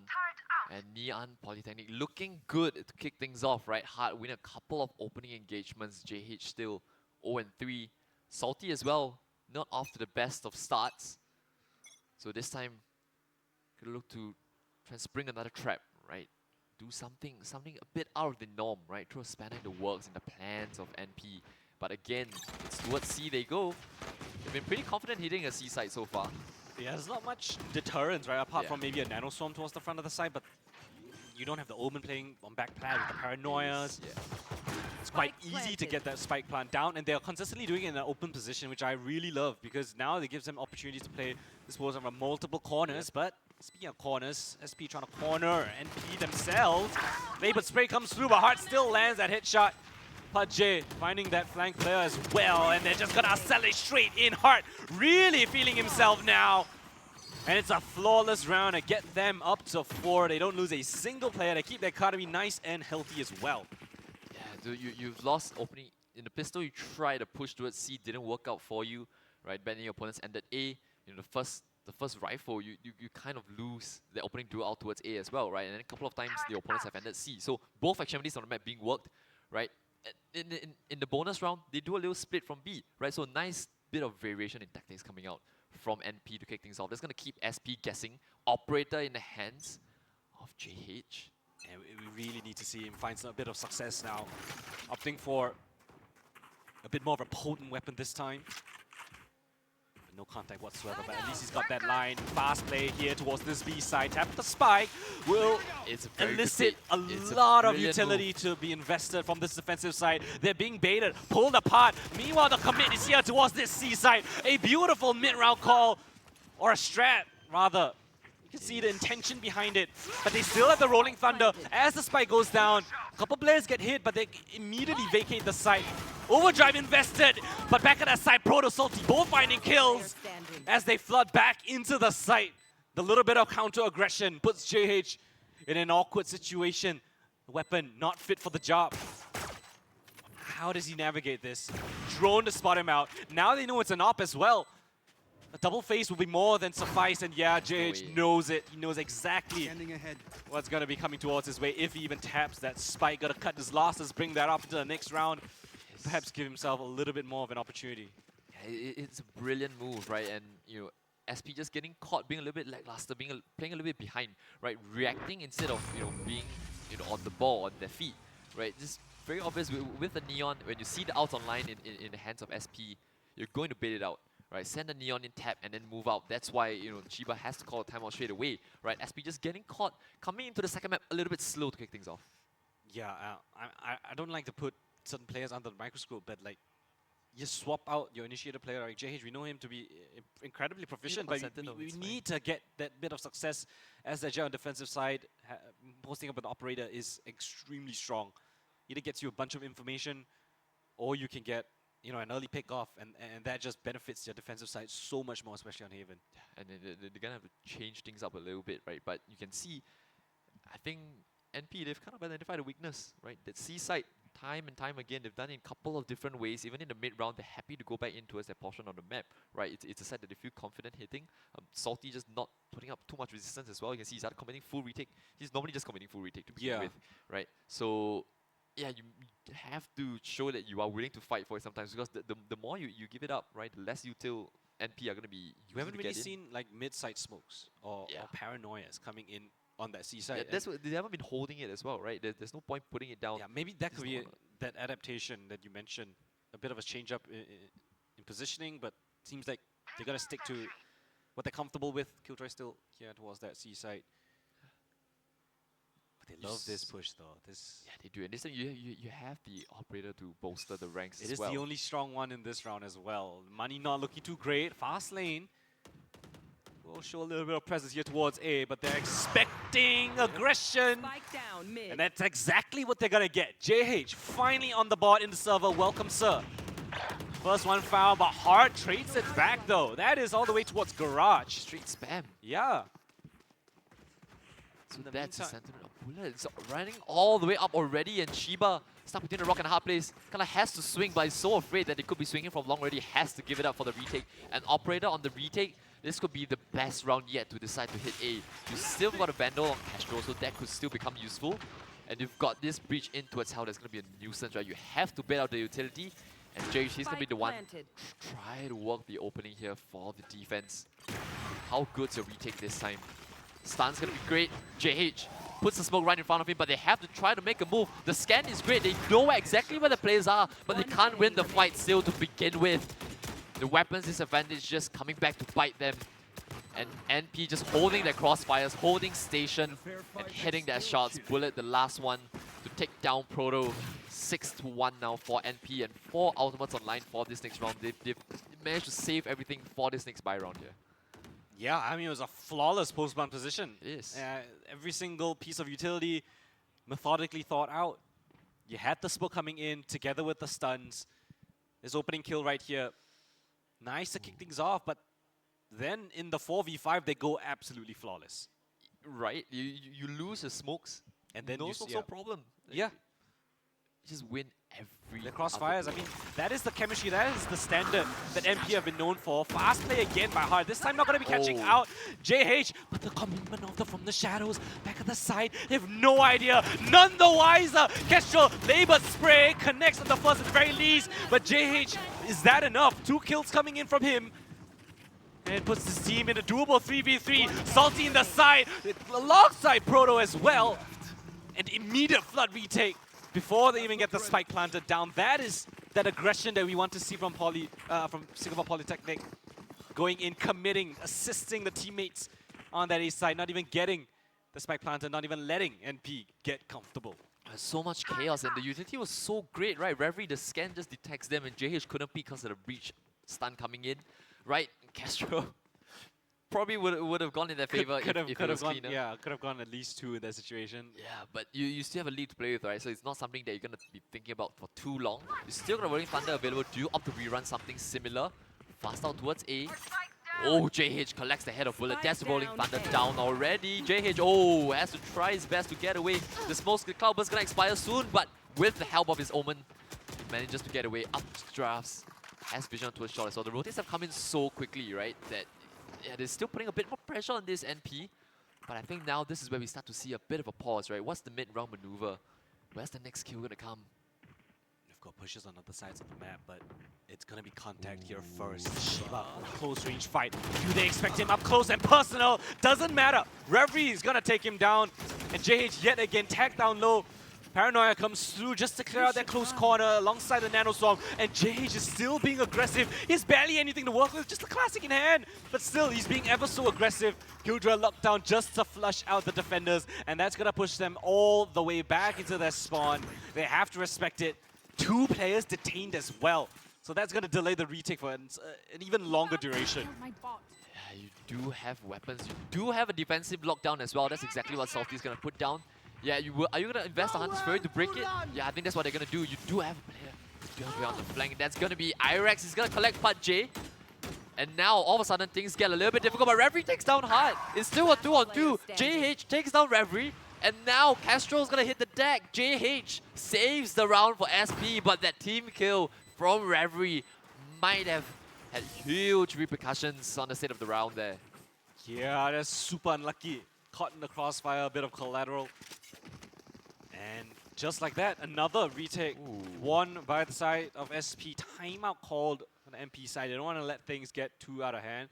It's 2 rounds in a row already, but you know they've gotten off to a 6-1 start, so anything more is much to be desired. Yeah, I think those past couple of rounds, I think both sides you can see the pressure kind of getting to them a little bit here and there, right? Castro missing a couple of bullets, and then now Reverie taking down his teammate. Yeah. With the Hunter's Fury, those rounds could have very easily gone in the favor of NP if they if those unfortunate events didn't happen. That's given SP a way back into the game. They were down 6-1, right? JH is finding a couple of openers now, right? The rest of the team starting to step up, right? Irex, a huge flank there on the Part J in the previous round. You saw him pushing C the moment the first death occurred. Just continued taking his time. Not sure whether he got past the KG utility. I think Part J was ready for the duel. Maybe just lost the heads-up duel. Right, but SP just about keeping themselves in it. You don't want to let the attackers run away, but they've already secured at least a draw half. Yeah, that is true. I mean, you want to have as many rounds as you can, right? On the attacking side, you are a little bit more favored. But Hart's been having a game, man. I mean, he has been finding so much success. JH, credit to him. He's been finding so much success with that operator. This time, perhaps not opting to choose that option. Yeah. Changing it up, right? I mean, I think they were able to bring out a couple of rifles, so all things considered, not too shabby. Finding his form a little bit more. Yeah, a bit more of a KG start after the timeout, right? NP just trying to recollect the troops a little bit, right? Expecting perhaps a push to come out aggressively. Just as Bullet moved away, they went down to break the turret, right? They love that mid push, don't they? Do. It's all about just making sure that the KJ isn't getting free information, right? Just take down the turret first. Yeah. You know, response comes out from PUBG trying to break whatever utility there is, but there's none. In towards Garage they go. The flash is good. A Lambo gets triggered. Counter flash being used as well, but Salty still ducked on in. Garage hasn't been able to be taken by the attack. So attempt 1 at taking a part of the map, it's failed. What's the next port of call here?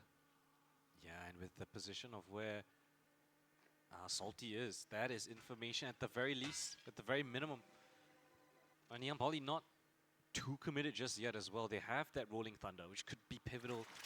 Yeah, I mean, any one of those executes. Yeah, the intention is clear, right? It's a site that's worked so well for them so many times, and they're going back in. They're not gonna clear Salty, but he fluffs his lights. No! Hart gets the kill. This time there's someone on the seaside, but there's a Rolling Thunder to clear him out, and they're going to look for Irex. He still finds the kill onto Hart, so it's still level pegging.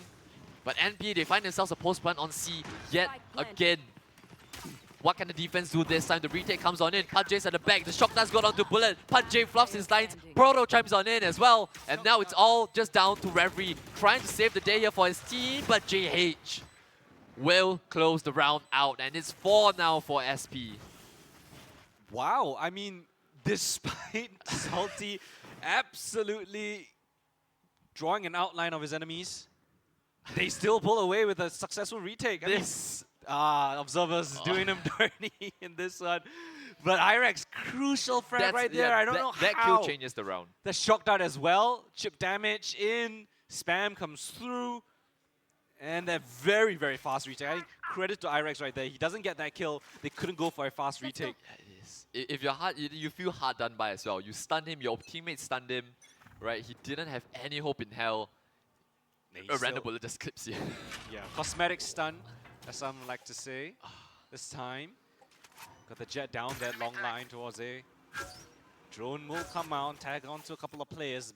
Money not in the best spot, so less than ideal weapons for this round. But again, we know how potent this Neon can be. Let's see if he can find a little bit more success. Ping pong shock darts down towards mid. Not gonna be connecting on too much damage though. Try to tease the walk up onto B, right? But Proto's playing ahead, right? He carries. That's attacker smoke as well, right? Yeah. We're just trying to suggest maybe a lurkout somewhere. Proto testing waters, but no sound cue in response, right? So information denied on all parts of the map so far. Oh, it's perhaps a C-split yet again. The TP across. Castro gets domed. PUBG though finds a kill onto Salty. There's still Hard here dancing around the smokes. A deep smoke does give cover for the defenders, but it gives the attackers an inroad onto the C side as well. So we're going to find ourselves in another post, but the overdrive is probably going to expire. And now you've got a Hunter's Fury being used on in as well. The defense can really approach on towards the attack pretty quickly here. Do you still opt to plant the spike, or do you look for the next kill? Hard. Ooh, I think he gets spotted. Yeah, they know exactly where he is. All 4 players coming from there. They're actually going to go for the retake before the spike's even gone down. PUBG, yeah, he's going to be just the only player to be able to find his one, as the rest of them give the attackers no space to breathe on the side. No whatsoever. I mean, SP has been finding those opening kills. Every single time NP wants to take a certain part of the map, they pay it with their life. 1 or 2 players going to go down before they get access to the site. And when they do get access to the site, it's going to be a man deficit post-plant. And even if they did get that spike down, I think it would have been another successful retake for the SP side. They had the man advantage. They were really, really fast on those retakes, and it's 4 rounds in a row. At one point, this was a 6-1 scoreline. Now, potentially tying it up at the half yet again. 5-6 is the scoreline. JH standing and fighting. He wants to fight this duel. Rolling Thunder just to bail out his team. And it gives themselves a bit of a chance. JH will capitalize. Strikes fear in their hearts. Pops the knives. And it's just PUBG left alone in the close corner. Will humble JH for the time being, but his position has been noted for. Stuck in the corner and with nothing else to do. We are tied up yet again, just like on Lotus, 6-6. Yeah, you just can't separate these teams, right? You thought that, NP finally had a good response, right? 6 rounds, very early on, 6 out of 7, but then a string of 5 to close here for SP. The timeout from Shiba working wonders, right? The counter timeout coming out from Castro didn't exactly pay off, right? The adjustments just haven't gone in their favor. And JH warming up into the game as well. He started 0-3, 0-4. Yeah, now he's up at the top of the server, 12-8. We criticized him. He was 0-4, went 12-4 essentially after that. Right. It's insane. Once he's feeling it, right, the rest of the team chiming in as well. Everyone's stepping up, but now you move on to the second half. Your role kind of changes quite a lot, right? Looking at JH being this guy who's like sent in for his team, it's gonna be a little bit different from trying to just pick off the mistakes of your opponents. He does have a little bit of experience from China. He does. You gotta have good aim to be playing in that region as well. So, understandably, this time, the pressure. This time it's a trap play coming in, but it gets absolutely torn apart. What was that coming in? Immediately shut down. No aggressive success whatsoever. But Jay tries his best for a couple of hard shots, but no success whatsoever. 4 versus 3 in the post plan. The flash comes in, and they try to flood back into the side, but the flash is just not on point. Not enough players. Losing their sight lines, and Reverie now 1v3. Just the recon bolt available. Stun comes in just to note, here's the footsteps, and they're just gonna line up. Watch exactly where he's gonna be coming from. And if it's not Salty, well, it would have been Shiba. So 7th round on the board. Again, they split the pistols. Yeah. We're coming to the second half. They do split the pistols, but all the momentum I think is going to be in the favor of SP now. Right? for And sure. you're stuck in a rut, right? And we saw this back on Sunset in the first series of the day, right? To kick things off. They had a slow start, right? TP just racked up the rounds against them, and then all those rounds that you weren't supposed to lose, right? Half-second rounds, right? 3v1s. Close, super close rounds, but those rounds, yeah, exactly, you just stack up. It might be one, but you lose 2 or 3, they can compound into a devastating state of affairs. And speaking of that, noted for Irex, too aware of that push potential. Will take them down, and they will just capitalize on these extended positions of the defenders. And it's just left on to Kestrel alone together. Oh, what is this? Attempt from Shiva. Showing a little bit of his butt. But Reverie again, 1v3. This time, picks himself up a Spectre. A little bit more potent. Spike planted. But that spike plant might have been just too much to handle. It's in a very exposed position. There's no information of where these players are coming from. Proto has another belt load of utility. He could just lob in towards the spike. Yeah. Practice 2 here for Reverie, but the spike is so out in the open, right? It's going to be so difficult. Maybe if we can get 1 or 2, that'd be great, right? With the full eco coming in as well. Yeah, I mean, he doesn't even get a chance, right? Salty just, without even seeing his opponent, just tapping away. Reverie Calling him in for the fight. Come on, take that 1v1 with me. Peek me, and he did. To his demise. Oh yeah. Second round, not too shabby. 2 kills. I think you need those rounds at the end of the day. It's nice damage, but you can see that the morale, right? That energy coming in from Shiba to just absolutely disrespect him and just jump in back's turn. It's just a sign of that confidence, right? There's this streak of rounds. 7 unanswered, essentially, if you don't count that half. It's a great shot at the bonus, right? 5 rifles across the board. JH leading the charge. Again, this opening duel matters. You see it so often. Referee's given his position up. He's gonna move away. Just waiting and waiting, just expecting the other player to be there. Hart against JH. The Jet gets the first spot. Hart probably thinks he has to run away now. Suggests as such, actually forces the utility out, so good on him, right? Baiting out a bit more utility, but A control is certainly given over into the hands of the attackers for now. You've got Killjoy lurking up and spawning up for information towards C as well. So yeah, things come to a bit of a standstill, but SP will be happy with the mech control they've been granted to begin with. Yeah, you got them off that long line, which is typically where a lot of defenders like to be playing from. You get a lot of information towards lobby. And well, Shiba using the drone as well as the bolt.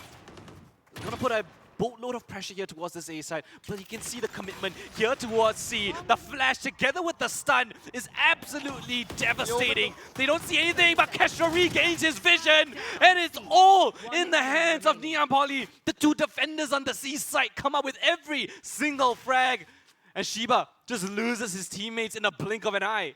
Instantly destroyed, eliminated, and he's all left alone. Other side of the mag, no time left. Trying to claw back a kill if he could get some. But yeah, this round is inevitably going to be in Neon Poly's side. It's a flawless one at that. Yeah, I think Revere's going to look for the duel against his opposite number, and Revere's going to come out on top. So yeah, firepower-wise still being able to go blow for blow. And yeah, I mean, the utility was so great from SP, right? Both players on the side of NP, Castro and Pudgy, they were stunned up. They were absolutely blind. taken out of the fight, but they weren't. No one went in to capitalize. Yeah, no one just couldn't swing the angle fast enough, right? By the time they swung it, I think Castro regained his vision, and that's when Pudgy's position becomes even more effective, swinging off his teammate's contact for the trade. Because everyone's going to be looking around the tight right corner, and then Pudgy just a little bit of assistance, a little bit of help. But it might have been the nanoswarms, it might have been, I'm not sure what was delaying them. Regardless, that is everything that you would want in that round. This time, yet again, testing out this long position. It's been a core play of theirs. The stun has come through. It's a 1 versus 1. He gets out of there. Scot-free. Taken one out of the round. I say that as JH will answer back. Make him pay for his over-aggression. Yeah, important trade at that, right? Keeps things level. So now, NP still gonna fight for every single round, right? The previous, yep, well done. But there's still another buy round you need to contend with, right? Trying to evade the vision of the Silver Drone, which they do. You've got Bullet. A bit of an adventure, right? Is Salty gonna turn the corner, or is Bullet gonna catch them with their pens down? I think Salty, oh yeah, he catches Bullet.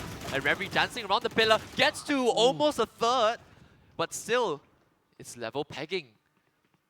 But the Paranoia is invested as well. That's a big piece of retail utility. Now out 2 versus 2. In from the heavens, Kestrel needs to get that isolated fight. Pudgy goes down before Kestrel is together with him. Smoke on top, teleports in. What an interesting position he's found himself in. Out of the smoke and into the hands of Salty. He got step 1 done. He didn't know what step 2 was going to be. Yeah, it was so difficult to go about it, right? The moment you dropped, I think they would have been watching you. It was almost like a one-way against himself if he dropped out from there. He had no information where any of the players could have been playing from. So you don't want to break the tower, that's all. You don't want him to start spamming you. Yeah. It's tough, but SP slowly inching towards the finishing line here, right? The first team possibly to hit double digits, right? 9 to 7. This round, right? Whoever loses this, you're probably going to take an eco for the next. So quite a lot hinging in the hands of this round. Switching it up just a little bit. Right, hard aggressive out towards C. They don't expect the, they don't expect Sony to be tucked in. The Sova recall just a little bit too late. A bit over aggressive. Not sure of the corners that Dart could be getting. But in the meantime, Garage has been compromised, but Bullet just holds down the fort. Double kill comes in from him. Knows that the player's here towards Long. Swings off the contact of the drone. And a beautiful anchor play coming in from him, pivoting from Garage to Long. And now he knows no one's here towards Long. A fadeaway shot through the boxes. And he's on for the ace as well. Most likely the last player here. Paranoia comes through. Not going to get the final kill for that ace, but still an incredible hold coming in from the breach. Important duels, right? The first two, I think Jay's just not expecting that, right? Just walking back into the angle. He cleared the line towards C, right? Bullet just taking this duel. You know you're down a man. You have to take a bit of a risk somewhere. And all of a sudden, it looks as though they might be the ones to equalize the game instead. Right? Important round. Going down 4 on 5 and then recovering the round courtesy of a huge step up. For all the players that we talked about that needed to step up, right? Now, Pudgy and Reverie did not towards the top of the scoreboard, right? Heart and Bullet growing into the game together. A couple of conditions that NP need to get back into the series coming in. Just pistols now to work with if you're SP. You do have a lockdown, so if you do get a spike down on B, that's when it could become a little bit dangerous. And seems as though that's the intention for now. Yeah, there's actually a rifle in the hands of Proto, which is on the breach, which is an unconventional agent to have it, but I say that and he... Oh, absolutely shuts me up. Paranoia comes in, back towards that A link, but Pudgy swings upon it. Rolling Thunder into the site. JH manages to take one down with him, but still there's a play in the site. It's the man with the rifle, but the swing from Kestrel will shut him down. It's down to a 2 versus 3. Salty invests the lockdown, and he picks up a double kill as well for his troubles. Has to go for the reload, but is that enough? Kestrel has to stick the spike in the face of danger. It's Shiba on the other side of things, peeks him out. Hunter's Fury invested. He's sticking it all the way, tries to jump around, waiting for the final tap. And arguably that is more than enough through the smoke. And that's all she's got. 10 rounds, double digits on the board. And a low buy round coming through. Proto the one to open things up. And they invest the Hunter's Fury. Oh, sorry, not the Hunter's Fury. You got the lockdown, you got the Rolling Thunder. So many ults. But still, it's the weaker weapons that come out on top. Yeah, massive two-piece there from Salty, right? Just defending his lockdown, and just before Castro was able to pick him off using the From the Shadows. So Auto's being used on both sides, and a lot of investment considering you're going up against pistols, but you still couldn't convert. And now SP Days, once again, they sense another weakness, right? This B side, with just pistols, you managed to make it work. NP, again, tested, required to come up with another response. Again, the protocol was successful in the round previous, at the very least drawn attention away. Drone to clear out the turret. Aftershock to clear out that position in towards the window. There's a player on the site. There's 2 players here to receive, and they're absolutely blinded. The scan is golden, but no frags just yet. JH up and above will bait in Proto. Proto with the double entry. Beautiful work coming in as the execute finds its success, but Reverie keeping them a bit honest. Bullet with a close range fight down there with the Stinger of all things. It's down to 2 versus 3. Not the easiest situation. Weapons picked up as well for this defense. The spike yet again down on the C side. C long protocol. Hunter's Fury invested all the way downtown. Reverie still gets the kill. But is that too little, too late? Spike in such an exposed position. Revealing area. He's knowing for where the second player could be. Irex spotted out, but where has the Killjoy gotten off to? They're not even giving him a chance. It's Salty. The long flank all the way around the world. That's 11 on the board. SP winning out 2 rounds in a row now, and that will shatter the economy of NP. Yeah, that was the all-in, right? NP trying to contest, trying to stop your opponents from getting up to 11. Now you probably have to give up 12, right? Castro's thinking of buying in. Jay's thinking of buying in.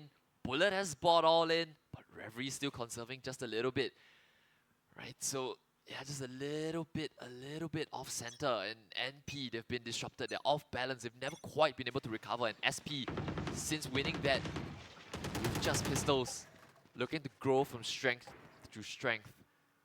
Slowly once again, right? Happy to let NP take early map control. Yeah.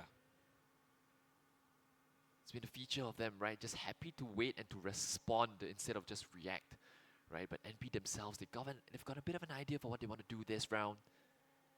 JH all alone with the Outlaw. Speaking around the corner.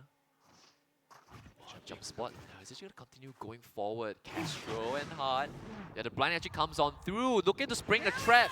Overdrive gets used, and now here we go. Hart's being sent on in, but the defensive smoke will give her a lot of space. The TP is good from Irex. Bullet though, a kill onto Shiba. And now most of the players on the side of the attack have been spotted out, but so too have the defense. You know there's a Sova here, you know there's a breach here. You know that Pache is all probably alone. The swing out is pretty good, and collects the head of Salty.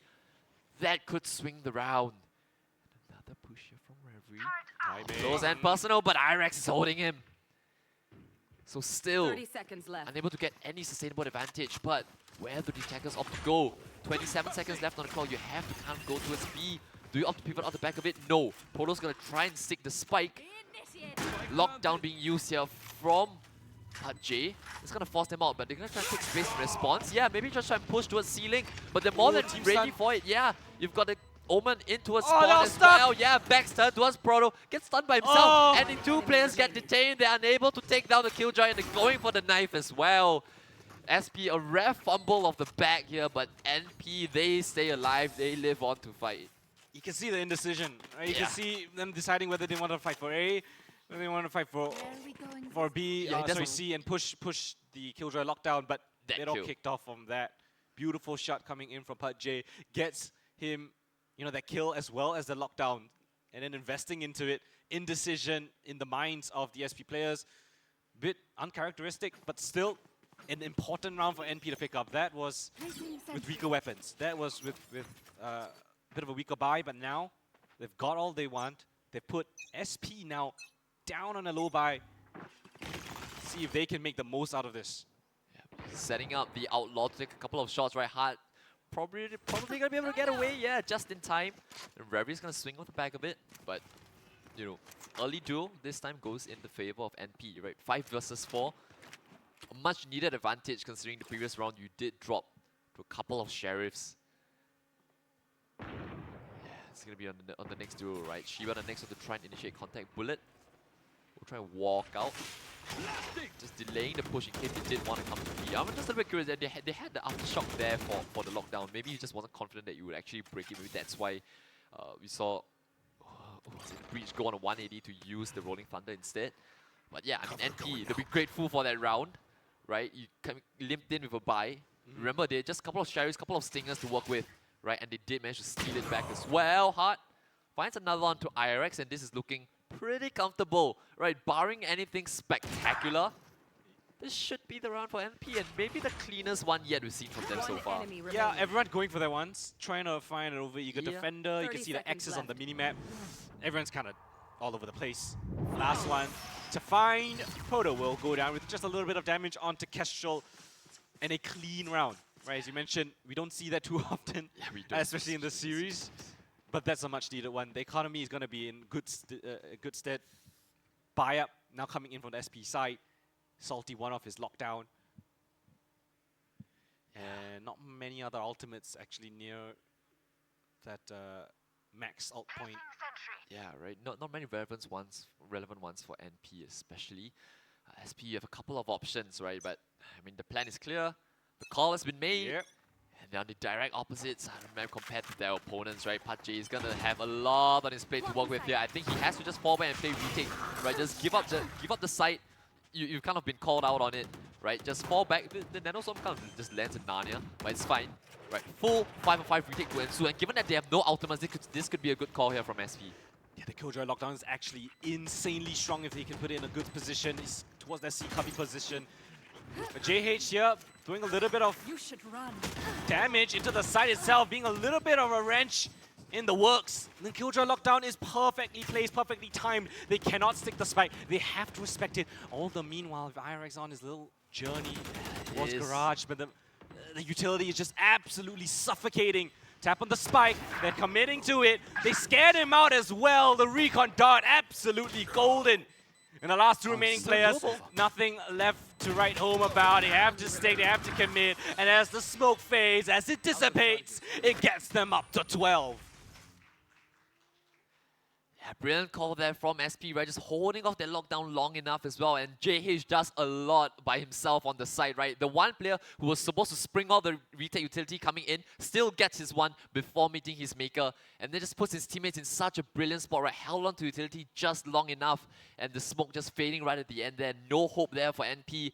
And this time it's the defense who have to play catch up, right? We saw it back on Lotus. It was SP to take us to overtime with a 2-round deficit. This time, NP, they have to flip the script. I will say the money's still not the best for the SP side, despite them getting that success. Hunter's Fury immediately committed off the bat. Referee somehow evades it. Sidestep. And he will still commit on this position. A dash straight in. None the wiser. Jay spots him out though. With the Spectre, he picks up 2. And they still want to commit off the back of this. They still want to go into the site. A bullet holds down the fort. Shiba, crucial frag right there to even up the playing field. Gets them a man advantage situation, make that double. Hard, the only one left in the round, but he has the up in hand. Jumps around in the heavens, stunned up. So is the wall. It will deter them for the time being, but with an op in hand, that is so difficult to work around. And Shiba, who else other than the captain to close out the map, close out the series. SP, your second grand finalist. What a performance here from SP, this time not letting their opponents do what they did to them back on Lotus. NP, they just haven't shown up today, unfortunately, right? The favorites coming in, perhaps the defending champions, but they have to settle for third place today. It's SP who will get their fourth match against TP. Another chance to flip the script. They've done it 3 times. They've always come out below. Can they finally do it, Koden? Oh, they have to take a little bit of breather first. I mean, this series, these 2 maps, map 1 could have honestly gone either way. It could. And who knows what might happen if he went over to map number 3. But an incredible showing. We doubted JH, right? We put question marks. He got off to a pretty rough start, 0-4. Now he tops the scoreboard, 20-17 with 7 first bloods. I mean, he's bested hard in that hit-to-hit, I would say. Yeah, but I think this is one of those games where everyone stepped up. We could see top to bottom, just 5 kills the difference. That's incredibly small, right? Every player, shown when they needed to, but just, as a team. And I think that run of 5-6 rounds that SP had towards the end of the first half, they were down 6-1. Yeah, they were. That's a great callback, right? That is a scoreline that is difficult to even come back from. It is. They stabilize, they find their footing, they get that up in the hands of JH, finds that confidence flowing, and then on the defensive side, it was a really nice. When they swapped over to the attacking side, that was really nicely played out from them. It was, and I think the defense, they did manage to keep it close, right? I think it was like 11-10 or 10-10 at one point, right? NP, they managed to claw all the way back, and then the last couple of rounds, the second last round, they straight C rush, right? Going in, your opponents didn't have the right utility, for the retake, right? Just holding off on their lockdown, right? That round right there probably just took it for them, right? The final round, the A rush, just to close things out. But it's so incredibly tough. I think NP just weren't able to read the game well together today as a team, which is it's a bit rare uncharacteristic to to see MP look, I guess, this lost in a sense. Yeah, right. Especially for the first series today as well. I don't know. Could be a myriad of factors, but what we do know in this reality that we live in is SP guaranteed second place at the very minimum. They have a chance to flip the script, right? Because from the statistics that you've been laying out, from their past run-ins with TP, 3-0 in TP's favor, it does look like a scary task. Yeah, they are going up against a mountain, right? And I thought the group B was a tougher group, right? In the opening stages, but turns out it wasn't, right? Both your finalists are coming out from group A, right? TP as well as SP, right? The rematch that we've seen countless times already, over the course of this Campus Legends, right? We saw it 2 times in group A, right? And then we saw it once last week. We're gonna have it to close, right? It's been going the distance, right? Do SP finally have what it takes? Do they finally have that final punch, that curtain call to raise, to deal with the unstoppable individuals on the side of TP? But meanwhile, for NP, it's commiserations. You probably had a lot of expectations going into today. You started off in the upper bracket final, top 3 secured, but that was all she wrote for them. Yeah, commiserations to the MP side. They did put up a fantastic performance. Really, really interesting, really cool games, intense from start to finish. But unfortunately, not their day today. Perhaps not the tournament to win. We've got a couple of really, really cool teams in their grand finals. A whole change up, right? Different from last year's grand finalists. Right. And speaking about grand finalists and star players, the My Republic MVP, right? Who is your MVP from your perspective, crowd/audience, Twitch chat as well? Do cast your vote in. I'm not sure if it's open already. Is it open? Probably can vote. It'll be open after the finals, right? So it has to be a member from the winning team. When the final starts, it's gonna. But we know who the grand finalists are now, right? Yes. It's SP coming all the way from the lower brackets, and then TP, right? Who've been unstoppable. Now they're the ones with an unbeaten record going to the final against a team that have beaten 3 times before already. It's fourth time's the charm, maybe. Well, maybe, but yeah, do put in your votes because your vote matters. I sound like I'm pro. Vote for your favorite player. Yeah, your vote matters. But yeah, do chuck your vote in. Whoever you think is the MVP, they will stand to win a prize as well. Of course, thanks to My Republic. Shout out to them. Yeah. But yeah, just a heads up for anyone watching as well. If you're at home, you can still cast your vote. I definitely will be casting my vote. But we'll have to wait and see. I think we have to wait until the grand finals to really determine who is the better team, who is the better player. Yeah, I think it's going to be, again, right, a nice clash of styles, right? You could see, individuals kind of stepping out on the side of SP, taking them across the line on loaders there, but on Haven, it was kind of a team effort. Let them right? be like. As we head into the grand finals here, it will be, I think, around about 5 p.m. At least that's the scheduled start time. Yeah. That's the objective here. So do tune back in. We're gonna go for a quick break, and then afterwards we'll be back again. TP versus SP, and P Guan in 3rd place. Yeah, but that's gonna be it from us. After this, we'll be back for the grand finals. Don't go too far away.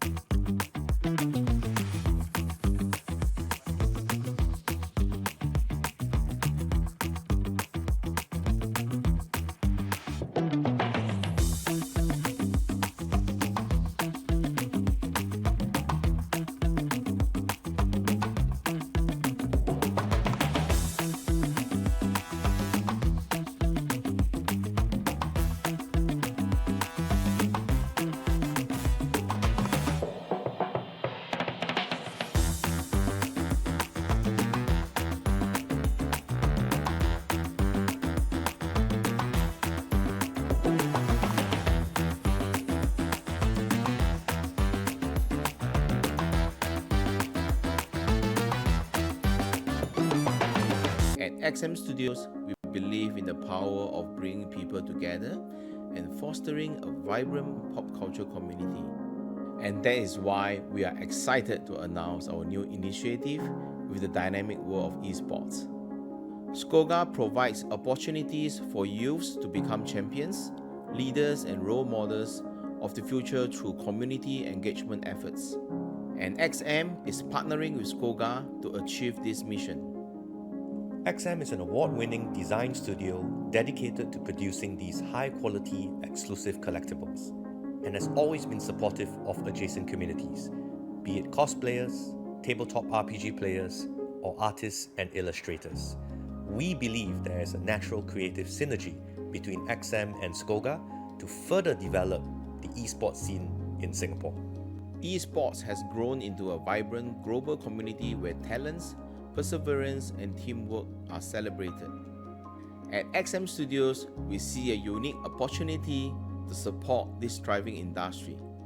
This partnership with Skoga marks a significant step forward in our commitment to nurturing talent and fostering a vibrant esports community here in Singapore. With that, I'm proud to announce that a portion of our sales proceeds using this promo code will be added to the next year Campus Legends prize pool. We hope you will join us in celebrating the fusion of art and esports.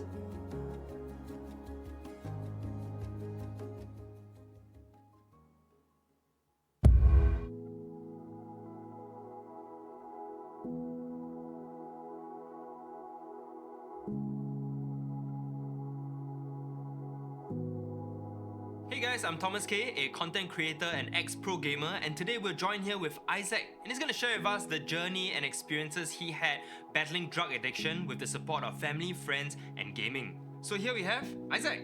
Hey Thomas, thanks for having me. I'm Isaac, I'm 26 this year. Can you share us a little bit about your journey? When was the first time you got into drugs? I was 17, poly year 1, so I had a lot of time. So I dabbled in acting. I also started to sell essential oil. I think the candle in essential oil that time was booming. I went to this guy's, I delivered to the hotel, and this guy, he asked me, how much stock do I have? So I told him I have a whole carton. He said that, okay, he'll take the whole carton, but I need to try this puff first. So, I mean, as a 17-year-old, quick cash, can clear stock, right. Extra like $400 or $500 profit, instant, And then I just take all, and he said, don't think so much about it lah. So I just took that first puff. Never did I know it's drugs. He became a regular customer, and he's also a drug supplier. I ordered in May 2020, and as you all know, circuit breaker was April or March. And I was just sitting in camp, and suddenly I just lost all purpose. I just don't know what to do anymore. And that's when I remember the feeling of how that made me feel. It's only when you are faced with something in your life that you suddenly rely on it. At home, it's just very, very tough also, because my parents were always quarreling. My dad usually don't come home during the circuit breaker. He has no choice, so he will always be quarreling, and it will always be about me. Then I thought, like, if I was the problem, why not I take myself out of the equation? I just don't come home lah. Yeah. Then I go and find my supplier. So at which point did you say like, oh crap, it's come to a realization that I need to break out of this? I think I always believe that, if you can't control your habits, or you cannot discipline yourself, someone else had to step in and control you. And the person that stepped in is actually the law. I went into DRC for 6 months, and the government has changed its approach towards drugs, is that they no longer treat drug abusers as criminals. So going into rehab was, everyone was very forgiving. Everyone just said, hey, you made a mistake, just don't do it again, and etc. So all very supportive. There's not much withdrawal symptoms, but which makes it even easier to get back into.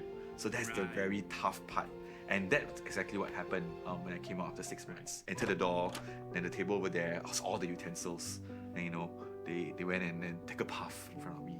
Oh, I'm like, the brain remembers, like, it's an intense trigger. That's where I slipped and relapsed the first time. And when I went home, I bought dinner for my mom, and then we were playing ML together. We had a really good game. It felt like everything was in flow. I even have the Instagram story that I posted of the game, and then halfway through, CMB was at my door. They told me I needed to go back to take my urine, and they told me to tell my mom. I told her CMB need to bring me back. Said, oh, okay, I'll wait for you to come back. Wow, but the officer told me, are you sure your urine is clean? You want to tell her the truth, otherwise don't make her wait for nothing. Yeah, and then I just like, wow, I just had to kneel down in front of her and then just said, sorry. 1,001 emotions charged into that one word. Why?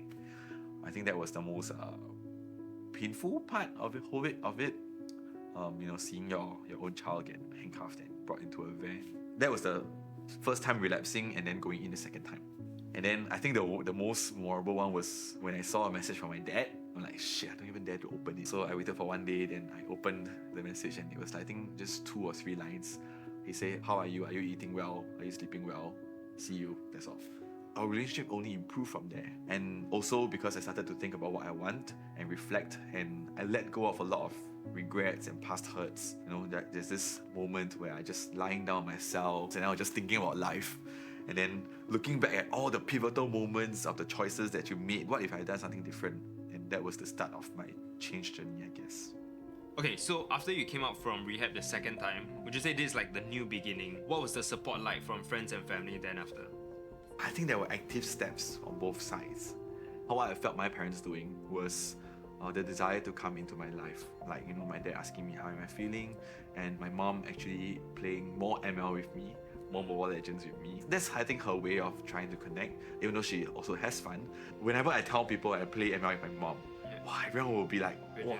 I'm jealous. I want to play ML with my mom. It's such a flex. It is. Yeah. When I see her taking the effort to kind of like connect with me on what I like, I also try and take the effort to connect with her on what she likes. Sometimes I accompany her to watch K-dramas or even C-dramas, And I think now I see my dad as a mentor as well, because all the things that he always, the 3-hour lectures, now I can see it being applied at the real workplace. All the things he told me about life lessons and all those kind of Confucius finally makes sense. I guess with that, let's end off with like, what's a message that you would kind of like convey over to, watchers or parents even? I think for parents, it's really taking the effort to connect with your child, and coming down to their level really takes off that responsibility off your shoulders, and even allows your child to introduce yourself as the cool mom or the cool dad who plays game with them. I think to all the people who are wanting to try drugs, you never recover from addiction. Like, even now, there's no such thing as a recovered addict. It's a constant battle. Every day, sometimes I still have triggers, and you can fall anytime. They're just looking in any corner. Mind remembers, once is too many and 1,000 never enough. So don't even take the first puff. If you really feel like you can't really control, the most important thing is really to admit that we are powerless over this demon, our addiction. Talk to a counselor or even go to Narcotics Anonymous. That's where you have a safe place to share about your struggles, where there's no judgment. So thanks Isaac for your amazing sharing, and thank you Nakata for supporting this message. If you guys need more resources, head down to the description box below. And if you guys play games, do watch out for Campus Legends coming up. Sign-ups are on and the tournaments will be on, so I'll see you guys there.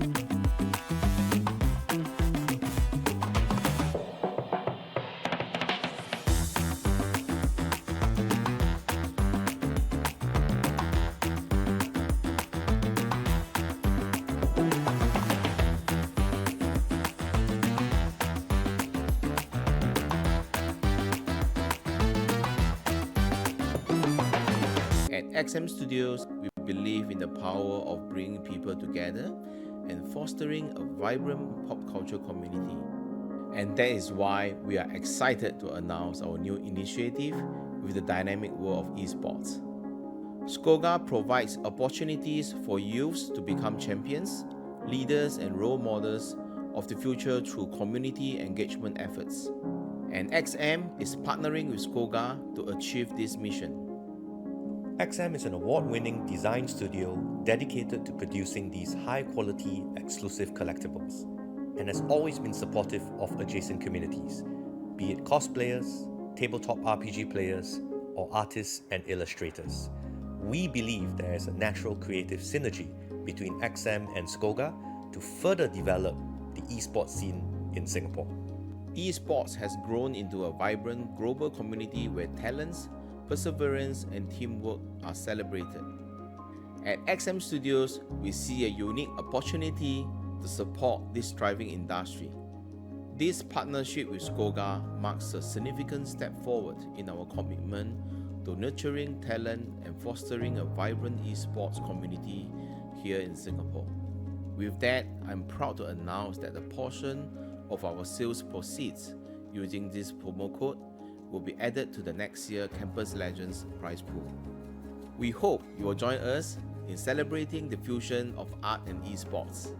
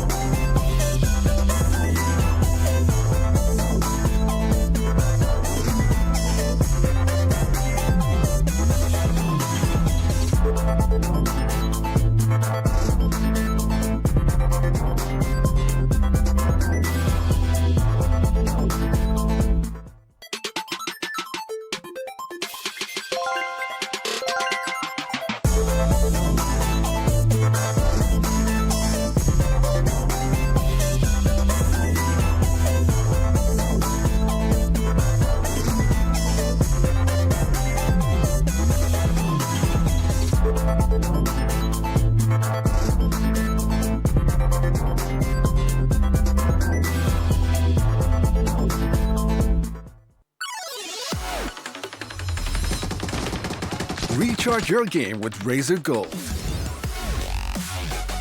Available on thousands of games. You'll also earn Razer Silver to spend on exclusive rewards and promotions. With millions of online and offline touchpoints to top up, amping up your gameplay has never been simpler. So whatever you play, pay with Razer Gold.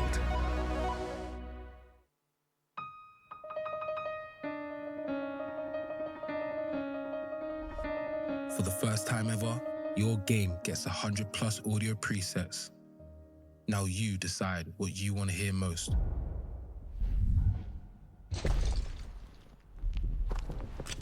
So you can hear bad guys better and pinpoint critical sounds. Pick a pro-tuned audio profile for each game and vibe to the soundtrack of you.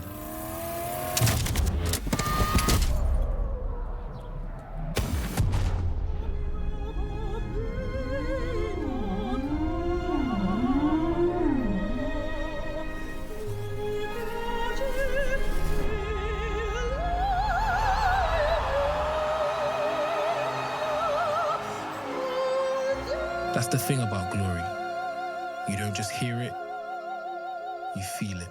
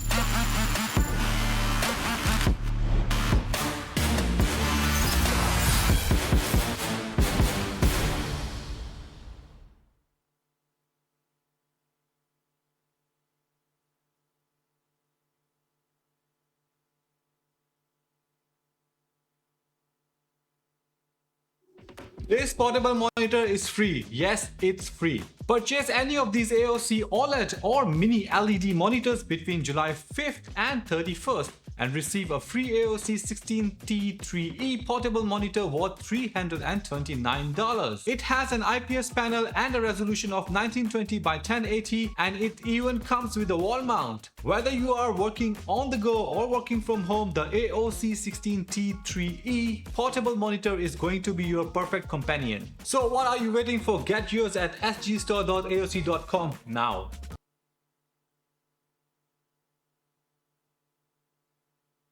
Hi, I'm Ellen. Nice to meet you. Currently studying at university, and when I'm not studying, my hobbies are gaming and eating. So when did you first start gaming? Well, that's a good question. Started gaming in secondary school. Landshots was popping up. Just relax. It's a great way to escape. What's your happiest gaming moment? Well, winning, of course. Especially when your whole team moves together, synchronizes their movements. It's just an awesome feeling. So I'm curious, how much have you spent on gaming? I guess I never thought that a simple game could take over my life. At first, I thought spending a small amount in a game was okay, but then I started spending money on skins and other in-game items. But it got out of hand when I found out about skin betting. I began spending more than what I intended till it began affecting my life. Did you mention skin betting? Could you explain more about it? Skin betting is a form of online gambling using virtual items called skins, which are cosmetic enhancements in video games. These skins can be traded, sold, and used as currency in gambling activities. Due to their rarity and desirability, some skins become highly valuable, creating a secondary market. While it often starts as harmless fun, it can quickly become addictive, leading to financial and emotional issues. So, what did it cost you? Well, everything. Sleepless nights, lost friends along the way, and the list goes on and on.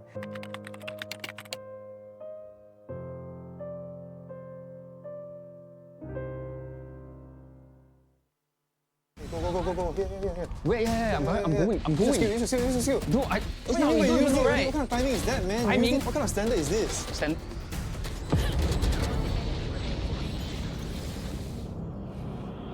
What kind of standard is this?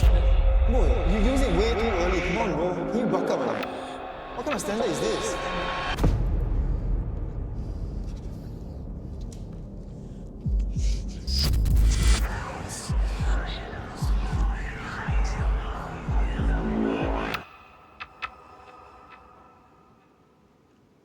Yo, Alex, how do you deal with stress?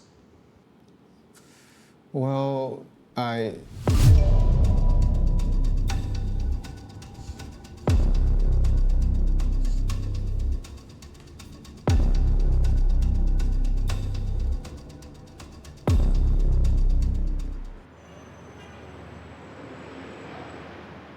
Hey guys, could you imagine if weed was legalized? I mean, they are legal in some countries. Well, I wouldn't take drugs, but it's a personal choice, I guess. I heard that helps you relieve stress, so I don't see why not. I heard that helps you relieve stress, so I don't see why not. It's a personal choice, I guess. Hey guys, have you all heard the news? Tim is in the hospital. He took some drugs and overdose. Wait, what? How is that possible? How can you guys not know about this? You guys are much closer to him. How do you deal with stress? How would we know? He doesn't say anything to us. Are you guys not friends? That is not fair for you to be saying that. Hey man, look. I'm sorry you had to go through that alone. Hey, it's alright, man. I got through it. And well, at least you're here now. So when it was time to play the game, honestly, I had to look down at the keyboard. They want to surrender. And then you know what we did? We chose not to surrender. That's the funniest thing ever. That's my favorite thing to do. You just go on, throw, and then not.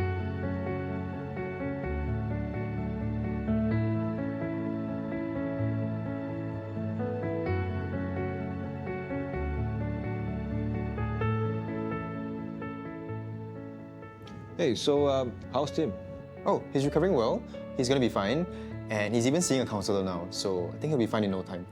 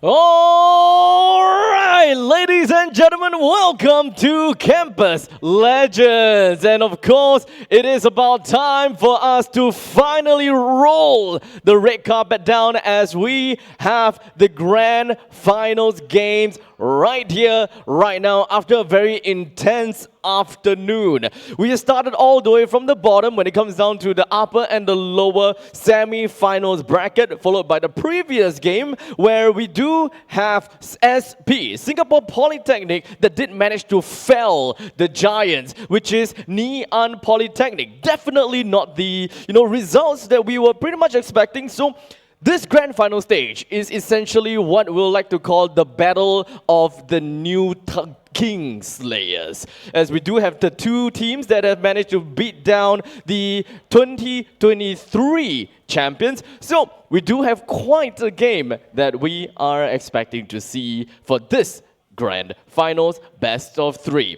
Before we continue and invite the teams on stage, I would like to give a huge shout out over to our partners and sponsors, which is of course the organizers, Skoga and Esports Academy, our presenting partner Encarta, as well as our program partner Scape, our official broadband partner My Republic, official PC partner Predator, as well as our official monitor partner Aegon by AOC, our media partners DIFY and Emerge, our supporting partners Capcom, MPLSG, the National Council on Problem Gambling, XM Studios, TT Racing, and of course we also have Steel Series, all of which are produced by C2E4. So huge shout out over to all the crews that is working behind the entirety of Campus Legends.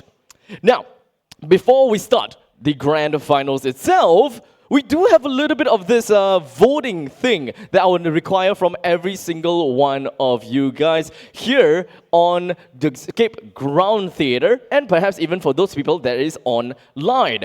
Because only after we crowned the champion, only one member within the grand finals team, or rather the champion team, will walk away with the MVP prize. That is where every single one of you will come in. All right, because here we have My Republic that will be crowning in an MVP, which is, of course, decided by the audience and, of course, our casters themselves. We've got Golden as well as Gobbles that will come in to really weigh in onto who is the MVP. You can cast your votes on who is the standout player, the most flashy players, or the player that managed to pull off those amazing slick moves, and who is the one that make it all possible for the team to win the champion title. You can head over to bit.ly/CLS6 Valo MVP, which is CLS6 VALO MVP. Or you can just scan the QR code over there. All right, to really just cast your votes, okay? So you guys can just cast your votes whenever during the game itself, the grand finals games itself. So make sure you guys remember that, because only one person from the champion team will walk away with the MVP title crowned by My Republic. All right, so without further ado, we gotta have to invite the two grand finalists to come up on stage, because Campus Legends Season 6, this is where the show starts. So without further ado, ladies and gentlemen, put your hands together for Singapore Polytechnic! Represented by Aiman Jani, Chan Teng To, Brandon Lim, Jia Heng Wong, Michael Garcia, Judah Tay, and Derek Dianan. Ladies and gentlemen, Singapore Polytechnic, the one that managed to beat NP out of Campus Legends Season 6. But there is also that one team that managed to relegate Ngee Polytechnic. And that is going to be Temasek Polytechnic. Round of applause, ladies and gentlemen. Represented by Veneth Tay, Elvis Lim, Bryson Todd, Dylan Liu, Jusen Lee, and Amos Tan. Quite a fan, this guy. Wow, a very popular guy. Well, we'll talk about your wings in a short bit, okay? Very interesting wings, but it suits the mood. I love it, by the way. All right, so, Captain of SP. Really quick question, okay? So, just now, when we were looking at you fighting against NP for the lower brackets finals, I noticed that two of your players, I think yourself as well, you guys were doing... One of you was doing jumping jacks, another was doing... I think you were doing star jumps, right? So more or less the same thing. But what was that routine about? It's a bit cold here. I see. But how about, getting the blood rushing pumping? Part of the reason why. And then it helps improve your aim? Still testing. Still testing. So you need more rigorous testing lah. So maybe when you go home and rank, you do some jumping jacks, it might work. Endorsed by the captain. Tiobo? Right. Sweet. Okay. Now, my friend, little angel wings. Well, it's angel wings, right? I actually have no idea. Oh, fairy wing, Now, the question is, what's the difference between fairy wing and angel wing? Don't know, right? I am a fairy. What? I am a fairy. Okay, fair enough. I mean, fairy should know that you have your own fairy wings, lah. Okay, so, going up against SP today for the grand finals match, what did you do, or what did your team do to prepare for this match? Actually, the enemy team has an initiator called Sova, right? And a Sova who is called Shiba, so we anti-strike him. Odin spammer. Get good, please. And I believe you were kind of doing espionage as well, right? One of your, I think you were standard duo kind of thing. You were spying in some sense. Well, I think in general, if I see Sloth 1 on enemy team, I think it's free win. Okay. You want to say again? But you know what? In fact, I do want you to say again. Coming up into fighting against them, what do you have to say to them? I trust my duo Persona 11's intuition. He says Sloth 1 is free, so I think we win. Wait, who's the one? Okay, now, SP, going up against them, what do you have to say after that, fancy talk? I never really hear what you say, but then I think time to wake up from your fairy tale. Not bad! That was kind of good! Alright, thank you so much to the both of the players. Come and give a quick little fist bump and then you can head over to your seats. Oi! Wow, they both have the same thinking, Sia. Okay, this is starting to look spicy. Both teams, fun games ongoing, I don't know what's gonna happen between SP versus TP. But before we jump into the game, what is really at stake here? That is the question. So let's just take a look at the total prize pool. Right now, we are looking at, there we go, jumping jacks again. Jump together, Okay, so when it comes down to the prize pool while they are doing their jumping jacks, let's take a look at the second runner-up, which is, of course, going to be played off-cam. And, of course, I will just let you guys know who is the one that managed to go back home with this second runner-up prize. But for now, for second runner-up is going to going back home with $550 in cash, prizes, and scholarship, with 5 of the Aegon by AOC monitor, which is the 2024 G4 model, as well as 7 of the XM bag, in courtesy by XM Studios themselves, with a total prize value of $1,745.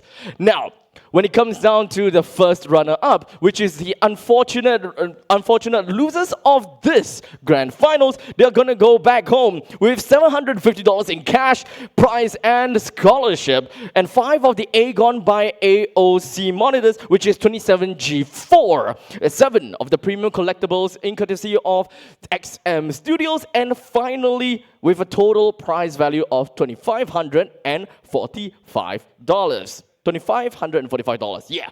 And the grand champions, only one of these two teams will go back home with this fabulous prize with a total of $1,200 in cash, prizes, and scholarship. 5 of the Aegon by AOC AG275QXR monitor, as well as 7 of the premium collectibles by XM Studios with a collective amount of $4,045.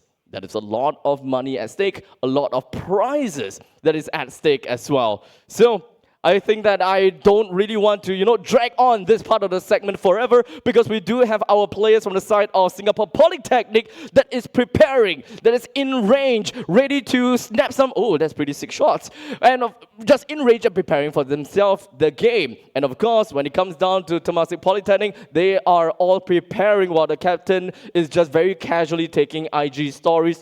He's confident. I'm looking forward to see what the Fairy have got to offer. So without further ado, let me just pass the microphone over back to our commentators. We've got Gobbles, we've got Kodan. Boys, take it away.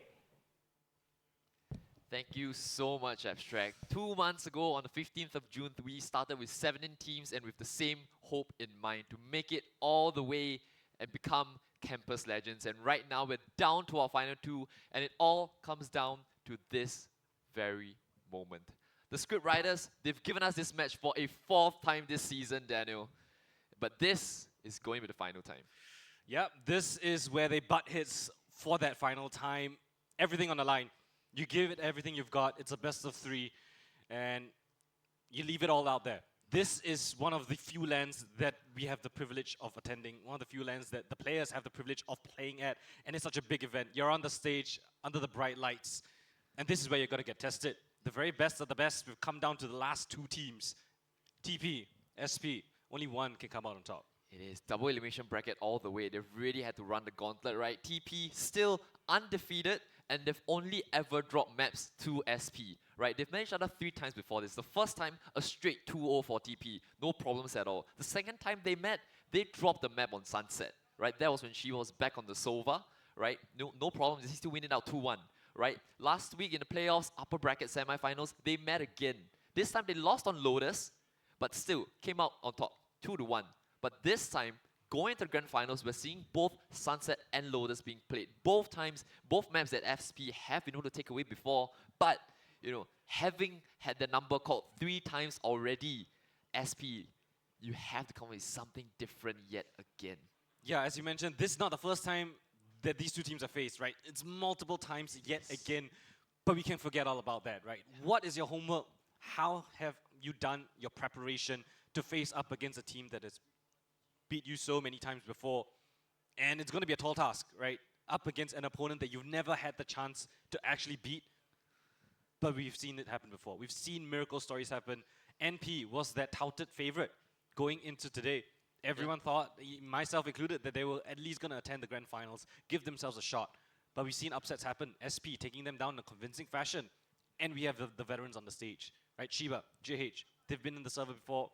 They've been under the bright lights. Can their experience, can their veterancy actually come out and play a big factor here today? Yeah, I mean, just look at the journey of both teams. Right? We talked about TP not dropping any series at all, undefeated in the path to the finals, right? SP, they've only ever lost to TP.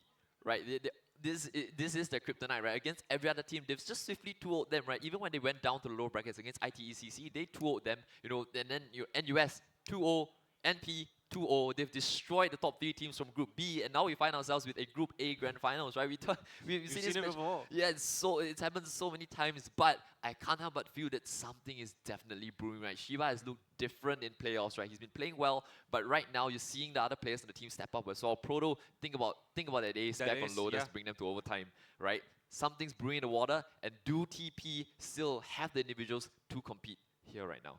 Yeah, I mean, it's a tale of David and Goliath in a sense, right? TP has looked unstoppable today. The wins up against NP, very clean.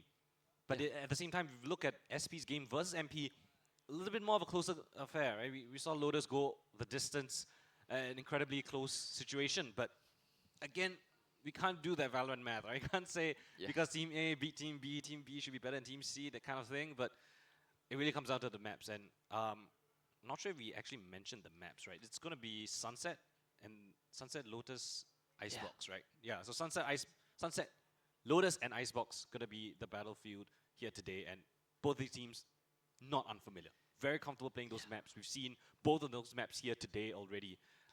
Yeah, we're going back to them. Yeah, we have, right? I mean, TP just played Lotus. They played Lotus and Sunset against NP, right? Took them out pretty convincingly, 13-8 on both maps. And they look very good at double duelist comp, right? Running on both maps, right? So even swapping out the Phoenix on INF instead of the ISO. So yeah, he's someone who's probably in the shout for MVP if they do win, right? Miss, I think today probably the stand-up performer on the side of TP, at least in the first series, right? But if you look at it, on the side of SP, I think any player can take it, right? Shiba, of course, the heroics on map 1, Proto as well, but map 2 is very even across the board. So I think JH topping that, right? Yeah, I mean, going onto the jet. Yeah, it is. A lot of players just all in the conversation for the Mario Republic MVP. With voting which will open, I think it's going to open already, right? But it will come from the winning team right at the very end. So I think Eugene's going to be the one to present that. So that's something for the audience as well as those watching from home to look out for as well, right? Nice to root for a couple of individual players, but right now it's really all about the team performance. Yeah. When it comes down to nitty-gritty, that is where champions are made, right? Under the pressure, under the bright lights. You got that LAN jitters. I mentioned it a couple times here today already, but it's different, right? When you're playing on LAN, when you're playing with a different setup, when you've got your opponents next to you where you can cheer and they can hear every single thing that you're shouting at them, how does that affect your mental? Will that affect your mental? Maybe that affected MP a little bit going into the day as the favorites, getting the confidence a little bit shaken up. Yeah. But yeah, that is how the cookie crumbles. We've got these two teams duking it out for that grand prize. Yeah, the SP are probably a little bit better equipped to deal with the nerves of the grand final, right? I think a couple of players on the side of TP, they've been in this position. They've been in this position before, right? But right now, you look across the server, Shiba, JH, the most experienced vets inside, right? So what are they going to cook up here this time on Sunset, right? It's going to be TP's map pick, I believe, and SP, you're choosing to start on the attacking side. So just hovering over a few different agents. Are they going to switch things up, right? We did see Miss on the Cypher and then, INF on the Phoenix before that, right? Something very different being thrown about, right? SP, maybe going back to something that worked for them before. I think when they ran that Gecko KO, it was the only time in which they were able to take Sunset away from TP. So that's something that they're probably going to lean into here. Yeah, and that is on the opposite side of things, right? The double duelist, that is that tried and true for TP. Yeah. Something that we hardly see at the tier 1 level, right? Double duelists, very uncommon. It's hard to make it work. You need to be aggressive. But they have made it work time and time again. They've gone this flawless run. And now they find themselves in the grand finals, 3 maps away, potentially 2, from claiming the Campus Legends Season 6 championship. And if all goes as we expect, the double duelist will come out yet again, INF.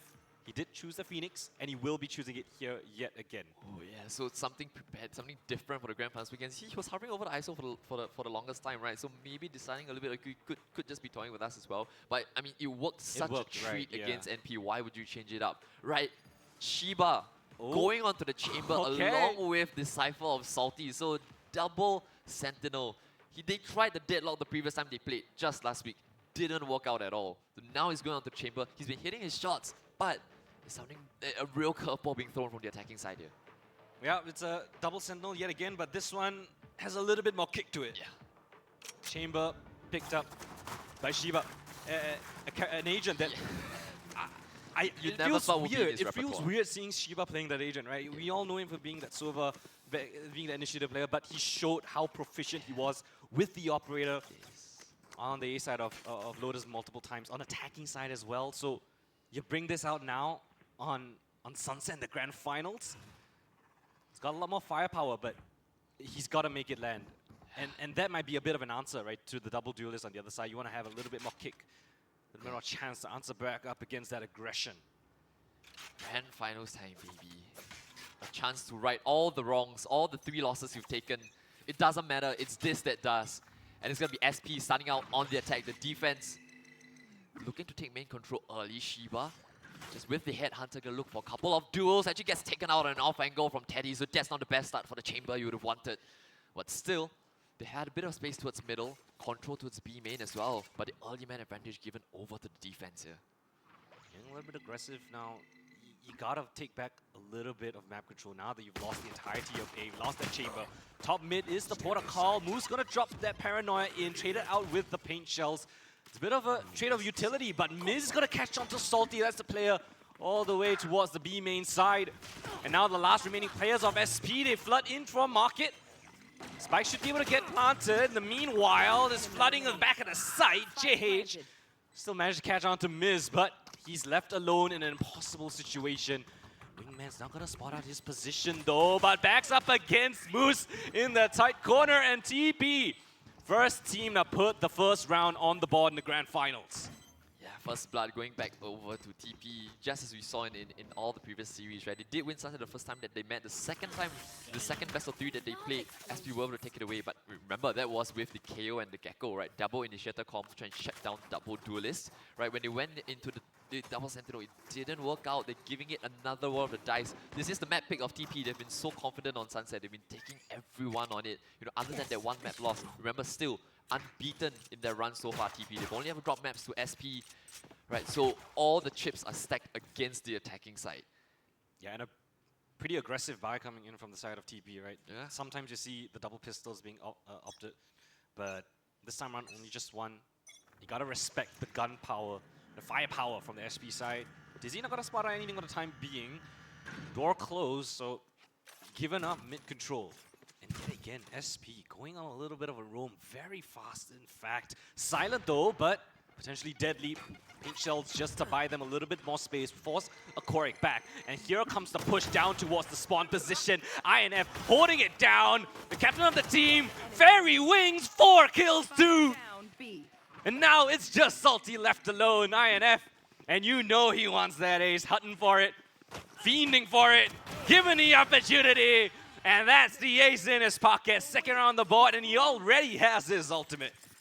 Yeah, the hot hands coming online for the bonus round already, right? INF, we talked about him as one of the potential MVP candidates alongside Miz, right? The 2 stars on the side of TP, and what a round to kick things off, right? I mean, with the Guardian against Pistol, sure, but a lot of pressure on him, right? You know him, he's gonna stand his ground, he's gonna fight, right? And his teammate there just helping him get the ace as well. Back turn, you know, no intention of stealing it away from him. He's got way better teammate than Texture has, for sure. Yeah, I mean, you have the ultimate as well for the bonus round. That is a scary prospect. Presence shown by Shiba. They note him out here, the teleport away. We've seen this trip set up before. It's not conventional, I will say that. We've seen this trip so often. We haven't seen a real kill from it, I guess. But again, this push up, and finally they find success on their top mid push. And Shiba's actually gonna catch up to INF, peeking out from Market as well. Brilliant 2 opening kills, and that gets them access into the site. Post plants assumed, and they hard clear Miz, takes him out of their close corner. And Shiba still being an absolute nuisance, wreaking havoc in the mid spot. Korik finally picks up that kill, but he's worse for wear, barely holding on to dear life. And Proto will shut it out, anti-bonus in their pocket. Yeah, the captain being the one to open things up for his team, right? We saw him hover over that KO for the longest of time, and right at the very end, going off the chamber, and you can see the intention is clear, right? Let him work his space, or let him take his timing. He's the one with probably the most premier experience out of any player here, so he's the one who's going to be most reactive and responsive to the things that are happening around the map. And you can see right there, 2 kills on the mid lurk, right? Buying so much space for his teammates to get onto the side. But now the rifles are going to come on out. Miss one away from the Neuro Theft. JH already has his thrash as well. We could see a big battle out towards B main here. Great utility coming in from this defensive side. Will flush the attackers out. Respect that smoke down towards B main. Yeah, it's slow. They do take the time with it. It's still a smoke that's up front, right? Seeming to suggest that they want to hold on to this portion of B main, seeing if SP are going to take a little bit of risks, venture beyond that smoke. But it's not going to be the case still, though. Setup still remains. Yeah, both teams playing it nice and patient. Flash comes through. Satchel as well. Moose is somehow blindsided. Proto finding the kill. But Korik with a crucial trade right there. But Korik hands out, has to call for assistance. INF trying his very best. Korik swings in, picks up one more. But INF is still here, holds his ground, drops the spike as well. And he's not gonna move Watches that angle like a hawk. Nice ding coming in from Irex though. He has to respect it. Drops on the flame wall. Picks up a little bit of HP, and Irex now in the clutch. He knows exactly where the both of them are, right? The Cypher Camp 30 going up, yeah, he's seconds gonna left. break it. He knows he's dinged INF down low. But INF and Miss, such a potent duo, right? The two sharper shooters on the side of TP. Irex is gonna have a lot to do if he wants to win this round. Time on the clock. So we just see him as anyone dancing around the side to begin with. Small little reposition here. 10 Goes for the seconds left. plant in the end. Yeah, and And this INF right rotation. around the corner. Yeah, Irex just not expecting him to be so quick on his heels. I mean, INF, he's played the Sentinel role so many times for different teams. He knows how to abuse those lurks, those flanks. He gets contact towards B main, instantly rotates around, comes in from the flank as well. Great awareness coming in from him. And that is that third round on the board. And again, it puts SP in a very honest state. Money not looking too great. Shiba's one off his tour de force. Potentially something that he could pick up. See if they want to work for that orb though. And I don't know, they did invest the Thresh into that round as well, right? So it'd be a little bit disappointed not to come away with it. But you, again, right? We saw it against NP. All these late round scenarios kind of going in the favor of TP. If that remains a trend, you can't help but look past them for championship gold. SP, you need to win a couple of these rounds. Again, aggression. Are they going to meet each other down the middle? JH finds the opener and another one from Irex onto Akari, who tries to go in for the trade. Moves though, inside gets scanned, and then JH straight through the smoke tags him yet again. So this time the experience shines on through. INF gets blinded by Dizzy, goes back out, but it's a clean, flawless round here from SP. Just expecting TP's aggression every step of the way. Wow, what a beautiful take straight into the side. I mean, not too much to think about, right? You get those two opening kills. The B side is definitely going to be weakened. Maximum maybe one player coming through. And then you have Shiba watching for that mid position. The rotates coming towards his crosshair as well. So that's going to put TP back on a low buy of theirs, right? Sheriff's on the board. You got that Bulldog in the hands of Moose. So potentially looking at him to perhaps make a bit of a play with the better weapons. Actually, he's going to opt back for that Sheriff. But down towards A Korik just absolutely blindsides Shiba. Thinking about using the Thrash though, but with no audio cues given on the other side, they're just going to pivot back towards this B side. And it's relatively weak. Not too much on the defensive side. Weaker weapons, no util in hand, but miss! What a blind of a shot. It takes down Irex. And he disappears into the tight corner. They know he's here. They want to capitalize. The Satchel comes in. A bit of a labored spray, but Proto still good for that kill. Thrash now invested on this attacking side just for safekeeping, just to ensure that nobody's playing any ready corner. And he will have that as well. Ooh, a Korik. Now he's going to get a little bit curious with the man advantage. They have the Showstopper as well. Spots at least one of the players. Oh, JH. Catches onto JH. Showstopper comes in, but Proto shuts him out of the round. Salty regains his rifle, and it's INF on for the clutch in a 1v2. Spike not planted for that position at all. But here comes the Thrash, and that's surely it. No chance whatsoever, no time left, and it's hands out, hands up, because it's JH to take home the round. Oh, just with the pistols, but TP, they make it so interesting, right? The opener from Akari onto a Shiba, right? Unable to get away with his teleport. And then, right, just almost clawing the round right back. You thought with the Showstopper that could have been it, right? Getting detained there was JH. His teammates there helping him to stay alive. And boy, was he the man to come out clutch right at the end there. So close, TP keeping the rounds close, not letting either side get away. We've seen this from both teams, right? SP were good for a couple of pistol rounds, a couple of eco rounds on their own as well. And even back on Sunset in the previous series, TP against NP, right? They lose the pistol round and then they respond with a second. So there's no space to breathe with either side. Yeah, I mean, these rounds extremely quick. I mean, both teams doing the right call to try to counter each other. There's a bit of mind games coming in, but also a lot of crazy shots. I mean, even in that round, let alone, I mean, you've got those shots coming from Miz. Every single player very capable at finding multi-frags, even though they have the weaker weapons. Yeah, I mean, it was a good call and response, right? Shiba goes up, I think he spots Akari, and I think off the death cam, he probably sees two more coming up, which is why you can see SP just making a beeline for their B side, right? Miz almost could have had a star round there, right? Got the first, right? One more and maybe the round could have swung in the favor of the defense, but it was just Sheriffs after all. So yeah, you'd be more than happy with a result like that. But yeah, I mean 3-3, right? If anyone was to go by, I mean the past few series have shown us that these teams are all very close to one another. Even NP, right? The two maps in which they went down, they weren't blowouts, right? Even when NP lost to TP, it felt a bit dominant from TP, especially when they steamrolled those rounds together, right? But yeah, they won at like 13-4 to begin with. So these teams, they're going to go neck and neck all the way. Yeah, a little bit of a tech pause. We'll try to sort things out for you guys. But yeah, a bit of pause in the action. Let's the players catch their breath as well. It just feels very intense, right? Between these two teams. They're constantly trying to outbrain each other. And Shiba moving over to that chamber, I think it's a massive change up. It's so different to have him on that chamber instead of like an initiator player, because he does kind of lean in towards that looking style a little bit.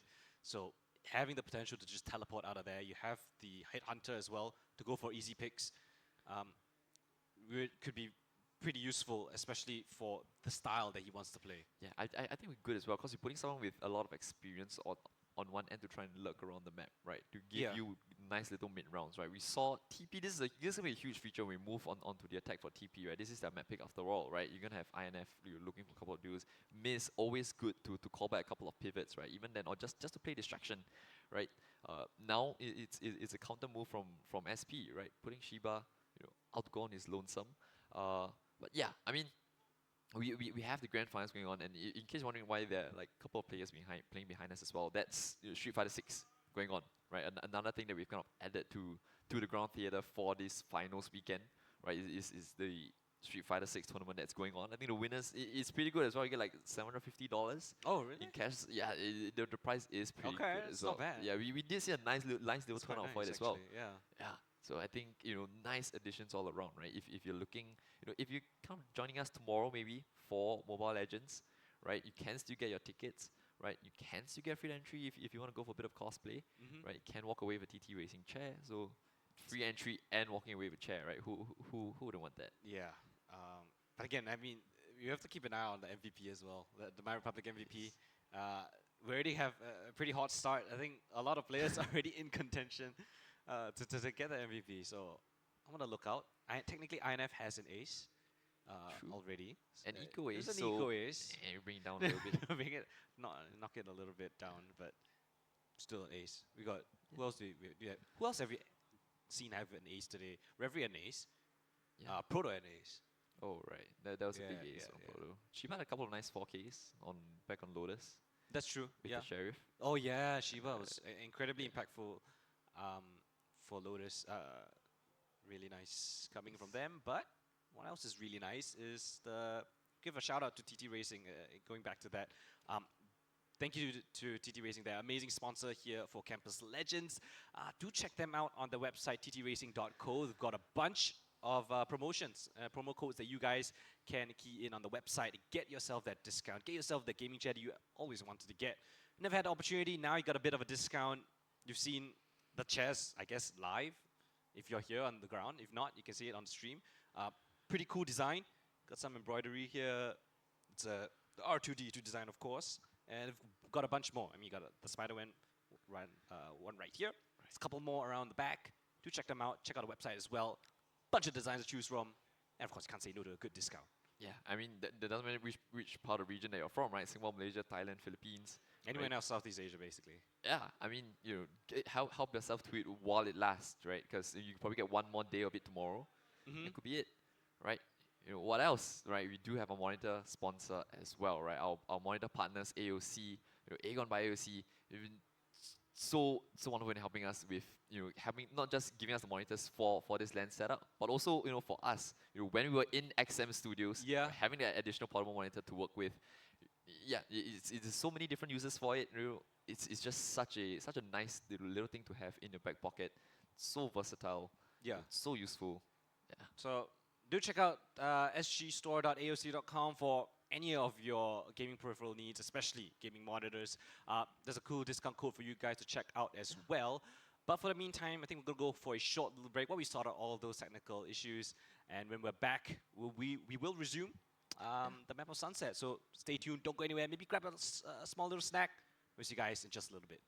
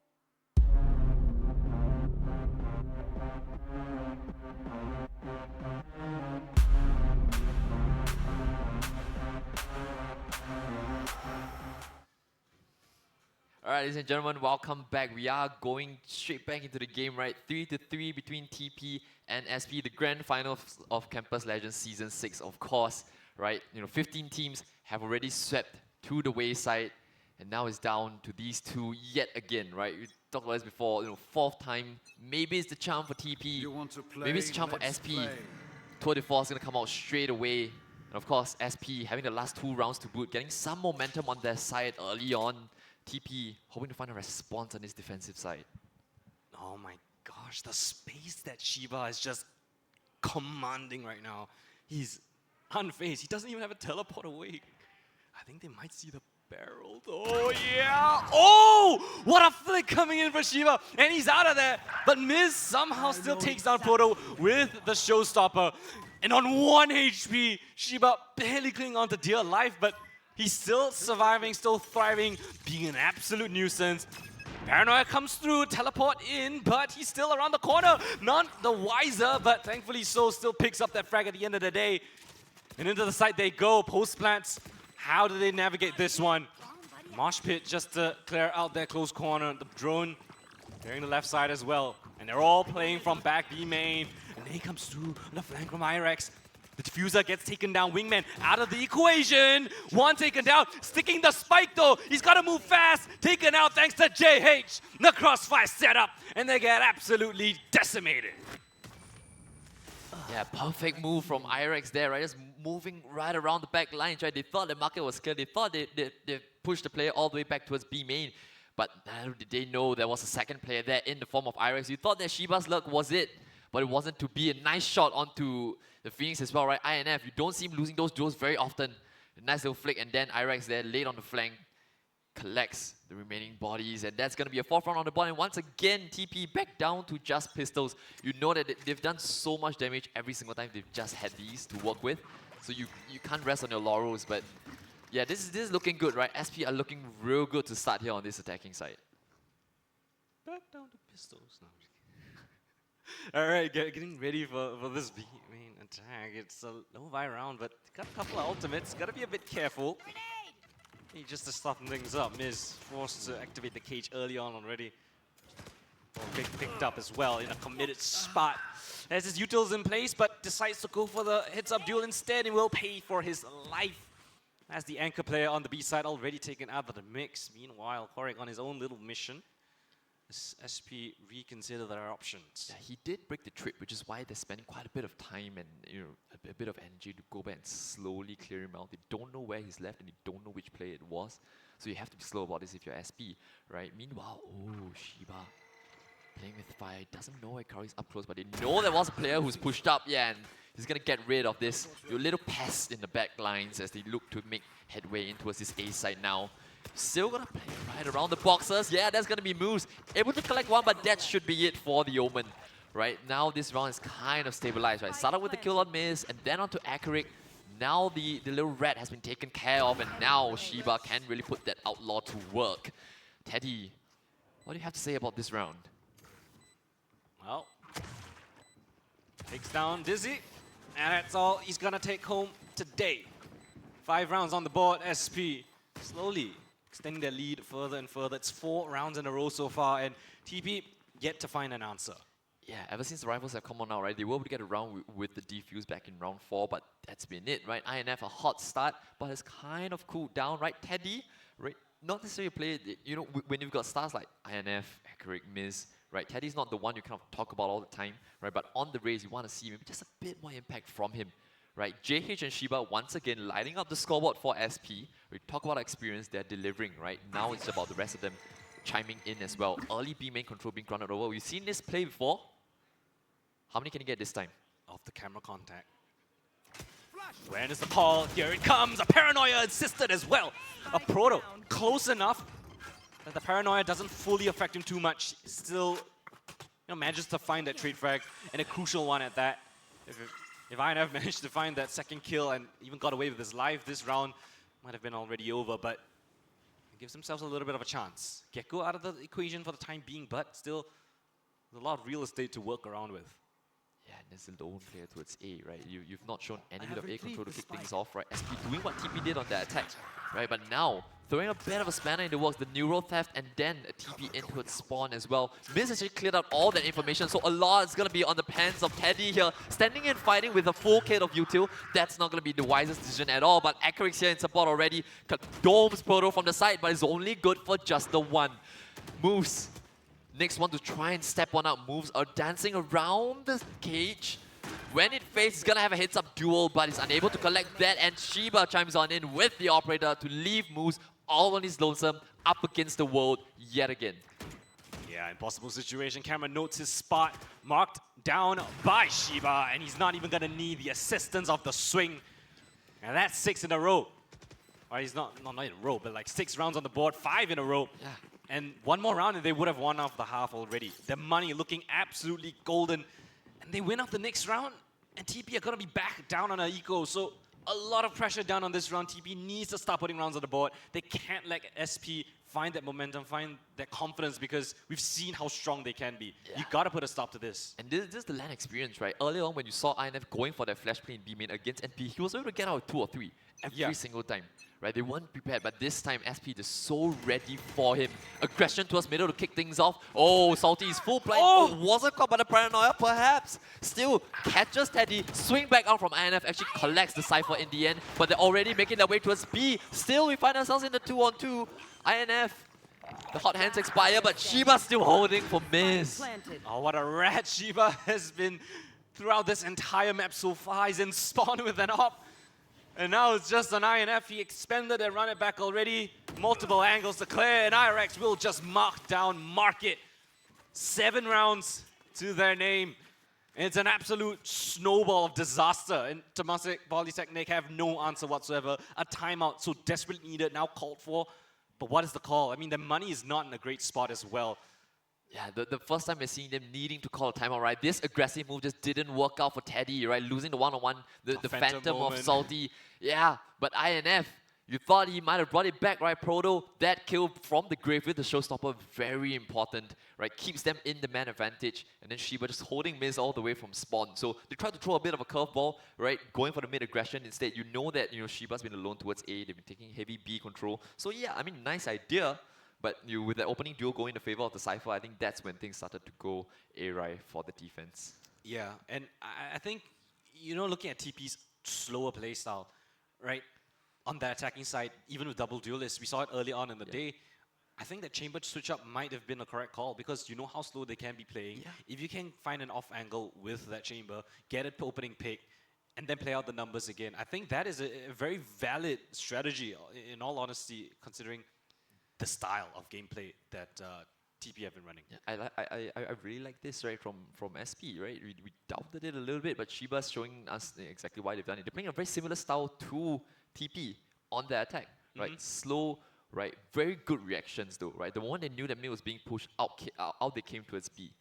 Right, so they're continuing to test the reactions of both sides, as you correctly mentioned. TP, the money's back down again. Shiba going aggressive. I think they hear him out. The blind is gonna catch him, but you've burnt utility from the opposing side, right? Step 1, that's done, right? They don't have that much utility to work with. They do have the sheriffs, so you want to be a bit careful of that. You've drawn out so much utility at the start of the round already. What's the next move here for the defense? You feel pressured almost to make a move because you're on inferior weaponry.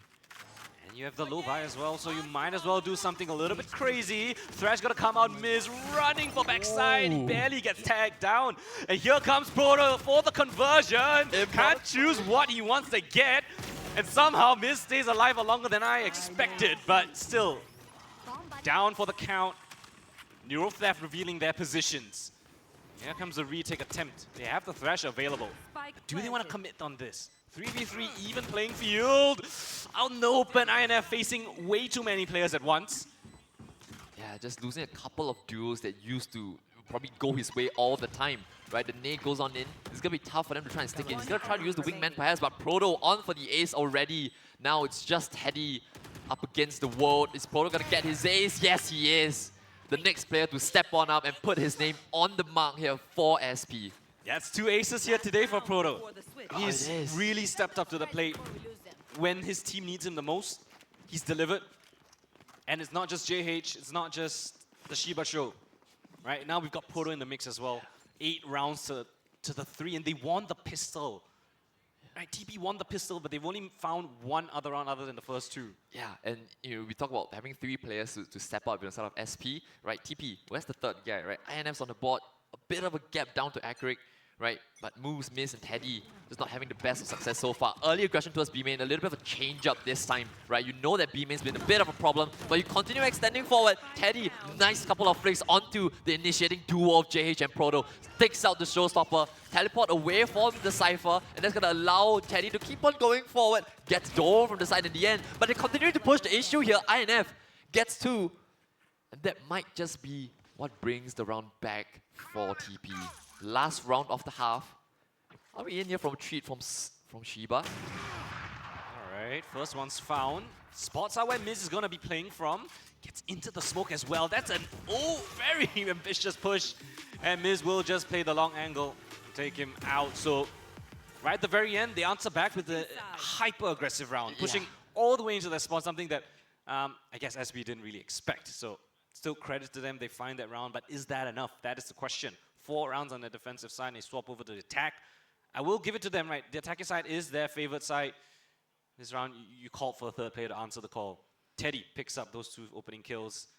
It really sets him up for success. But we need to see that kind of aggression, that kind of synergy on the attacking side. Yeah, I mean, you are kind of heavily leaning in towards your attack side with the double duelist, right?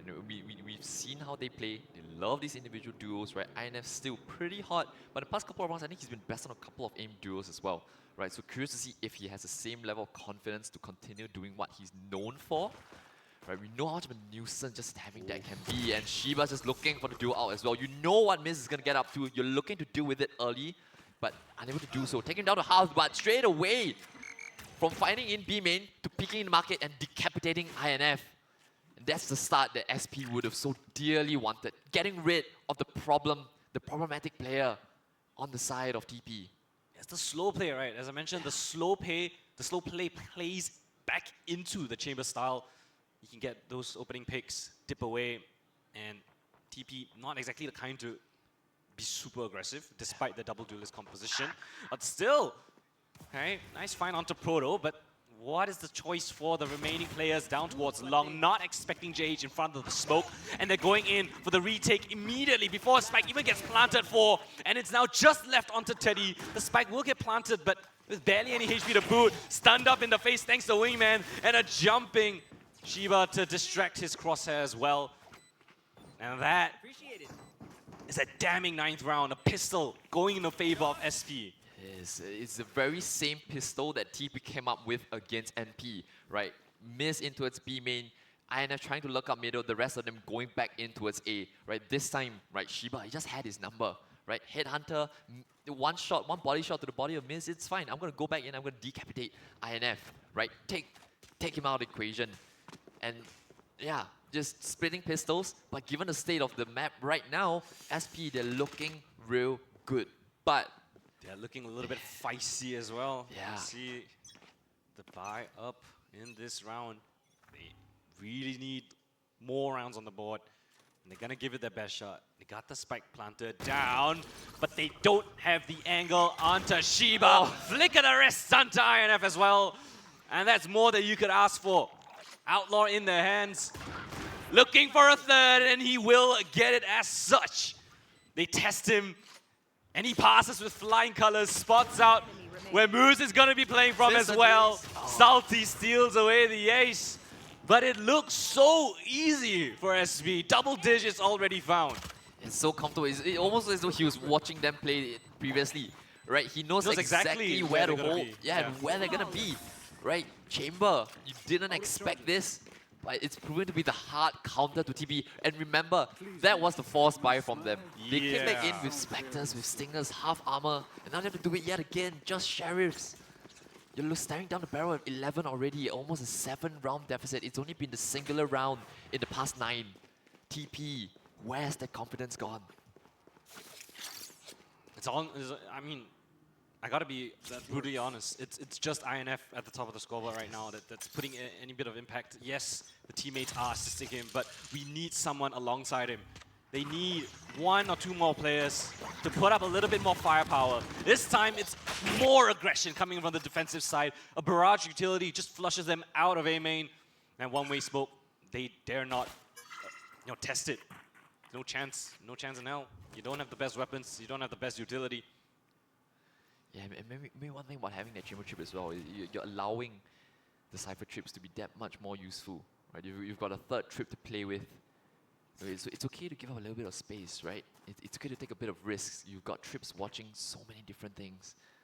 And if you're TP, you're that lurking, the amount of lurks you can have, they're limited, right? Once again, you're going to see them fall back to the old tendencies, right? Just walk in towards middle. Once again, miss on his lonesome. We're going to isolate a fight here, which might happen. Found my wire. True broken, spotted out, nice. Jiggles coming in from INF will take down Salty. But where do they want to commit off of this? They're pretty committed here towards top of mid. In the smoke, pump flash out. Zay side, that's the call. Mosh pit down, JH. Calling for a little bit of reinforcements. As a TP side try to swarm the site, but they're a little bit disjointed. Far from the action, a jumping Cypher falls into the hands of Proto. INF catches on the JH though, but we still need one more player to assist him in that endeavor. It can't just be him. Irex gonna catch onto the Omen down towards mid. And INF still standing tall. The calm aim comes up victorious yet again. Heads up play. Shiba can't find anything. And I say they need more than INF, but perhaps he is more than enough. Irex spotted around the corner, and Irex tried his very best. But a Korek here for the trade. And a 5th finally on the board, finally answered. A low buy round, but again, it's INF to put up 4 kills. Yeah, it's not a sustainable way of winning, right? Yes, he's probably the sharpest player in the server, right? But how many times are you going to rely on him? How many times are you going to pray that he comes up clutch for you big time, right? That round, 4 kills yet again, hot hands online yet again. But it's not going to be enough to take down the team that is Singapore Polytechnic. They're just, on a macro level playing so much better together. You can't just rely on INF, man. Well, you say that, but he has to run it back. So, again, onus is on him to make that space. Trip broken. Salty playing at the back of the site. He's gonna brave this smoke just to find out where he could be playing from. He's a little bit more passive, honest. Doesn't want to give away a kill. Irex spot on the flank. The paranoia comes through. They want to be aggressive, but it completely misses INF, and he just absolutely slaps Shiba out of the server. It's 3 versus 4.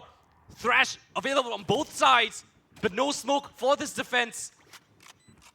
And they're just gonna play this post line. It's in an extremely exposed position. Thrash comes out, spots out that nobody's on the spike. Wingman though is diffusing, but the spam comes through off the spike, and it's just all TP in the server. Beautiful execute this time around. And an immediate shutdown by INF on the flank will get them that 6th. Yeah, the Flash just narrowly missing his mark, right? He has 3 times the kill of anyone else on his team, right? 7 and 666 for the rest of his team. They are really relying on him to get them back into the game. But this has given them a bit more time to breathe, right? The money's not that good now for the defense, right? They have to just go down to pistols, have decent amount of utility, right? 2 ultimates online as well. Salty's not far away from his. Definitely gonna tour de force, so you still can't get ahead of yourselves just yet. A control being granted over once again, but TP, they've been so keen on just taking this B side every single time. They're happy to go on in. They had a hot hands the previous time. Oh, Irex. He's gone right behind Miz. I don't know if Miz has seen it. Yeah, I think he's aware. Is he gonna walk right into his waiting arms? Irex actually wins the duel, but Moose is here watching him. But Sloth, Shiba finds one, finds INF, and that's the problem.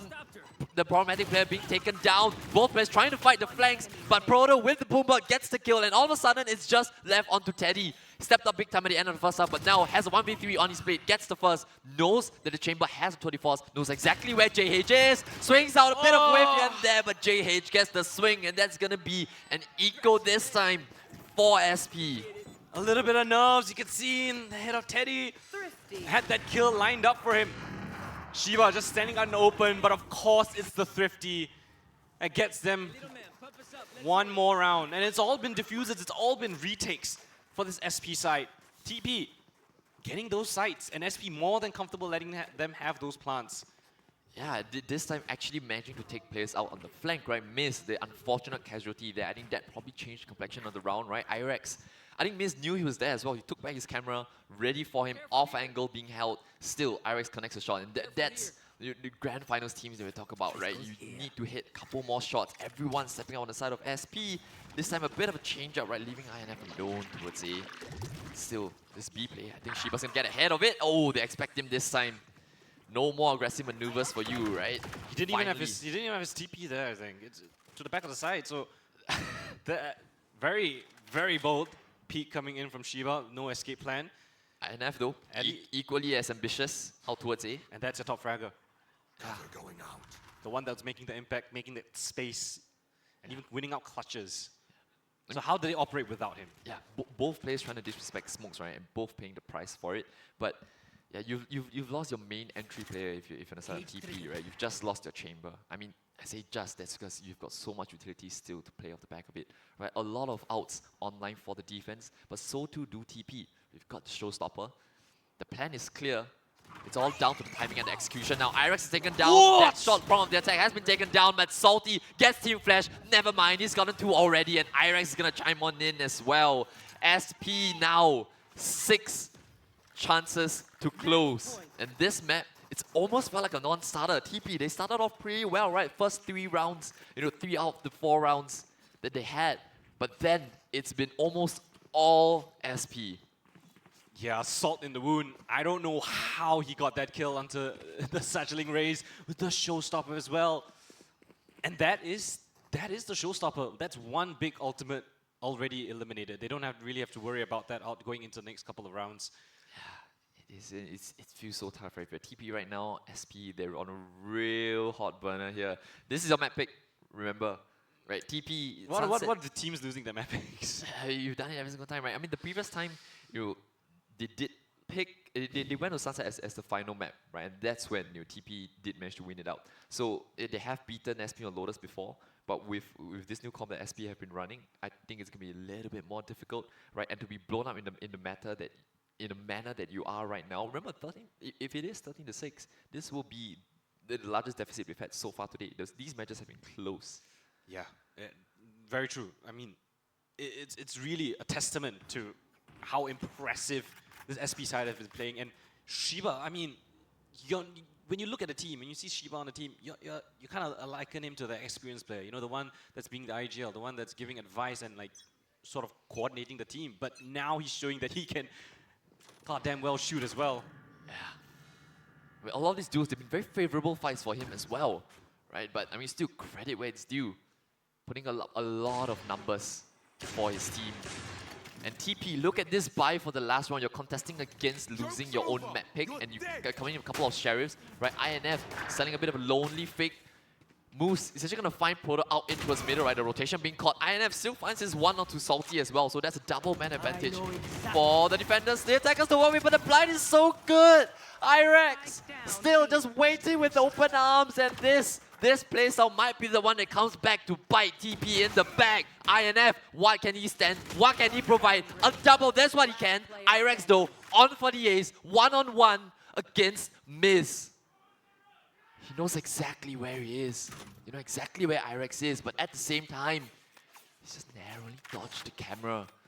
He's gonna be able to take the spike. Does he choose to go towards A or B? From the Shadows is online, and yeah, seems like Miz. He's gonna tuck his tail between his legs, build a bit of space between him and the Omen. Get the slant as well. Very open. Yeah, he's got a lot of time. A lot of time to set on up. Where does Irex choose to teleport into? Down a flank. I don't think Miz has heard it. It's literally up to timing. And the game sense on both of these players, both searching, both trying to build a picture in their minds. Irex, a clutch here with that spray down, a chance, but not gonna be the case. Denied by Miz, marking down the angle just in the nick of time. And it gives TP a little bit of room to breathe by the slightest of margins. Look at this spray down. INF actually the one to get entries into the site. He calls the rotation, but the tight corner that they had to push through was just everything for IRX. Unfortunately, not going to be the case in that 1v1 clutch, but still an incredibly tall task. 5 chances still remain. Yeah, Pro's gonna whip out the judge as well, right? It's gonna get a bit more up close and personal. But again, right, it came down to a 1-on-1, right? You were up 5-on-3. INF looking to get a little bit aggressive here. There's a shotgun up close in his face. Has to dip away in the end. Proto can't extend too far out with the shotgun as well. Mid control once again being granted over into the T's. But this time, no kill to be found off the back of that bit of map control. Still got Shiba with a nice little angle down towards tiles. They've shifted the setup a little bit, right? Meanwhile, the attack. Oh, saw his shoulder, but perhaps not recognizing it. And an amazing opening peek. You take down that very dynamic Shiba out of the round. Stem that aggression. Credit to Moose for that one. They're actually going to make their way to its B now. He's taking it slow. All 5 members being grouped up. Meanwhile, the defense going for a bit more information towards A, but I think they have a good idea of where this is going to end. Right, still got a couple ultimates online. If you're SP, you've got the showstopper to try and delay them. The race is here already. The nade's gonna delay them a little bit. The paranoia's good as well. 30 seconds left on the clock. This could get a little bit dicey. Right, playing against time here. The flash is decent as well. It's gonna delay them just a little bit more. Out comes the showstopper from Proto. Gets 2. INF, JH, Miss, all lighting up the scoreboard. But now we stabilize ourselves in the 2-on-2. Thresh is being used from JH just to play up close as well. He's gonna get caught, and that's it. That's all she wrote. Moose is not gonna have a chance in the round as SP take away map number 1, stealing away TP's map pick. And what a way to do it right in the grand finals. Defenders win. An important map win right here, 13-7, a commanding victory for them. Got shaky a little bit towards the end, but they stabilized, and it was just a bit too little too late, right? So many rounds, so many opportunities for them to close things out. Yeah. Shout out to Proto, Shiva, as well as JH, all 3 of them racking up crazy numbers. And they set themselves up really nicely in this grand finals, 1-0 up, take your opponent's map pick. And this is, I mean, you could not paint a better picture of how this map has gone out. INF miles ahead of everyone else. It is, right? Miles ahead of anyone else in the server, but then again, right, just, you know, unfortunate to say this, but just not enough support, right? The other players didn't seem to quite find their groove in the game, right? And you know, this is a lot of credit has to go towards SP, right? They made life so difficult for TP, right? Just not allowing them to take these individual duels, right? Whenever INF, even though he goes for his little aggressive maneuvers, right? They've always snuffed him out, right? And Proto on the last round there, good rotate into his B, landing here right on time. Showstopper gets 2. Right, turning a man disadvantage situation back in the favor of SP, and that's kind of been the theme, right? TP, you've been able to find advantages a little bit here and there, but you haven't been able to convert, right? And that chamber pick from Shiba could just be the difference maker for the entire series. I mean, of all the agents that he could have picked, Chamber was not going to be anywhere near the top of my list. That was something completely out of left field. You know, but it was a perfect answer. I mean, his aggression, he knows when to take those duels.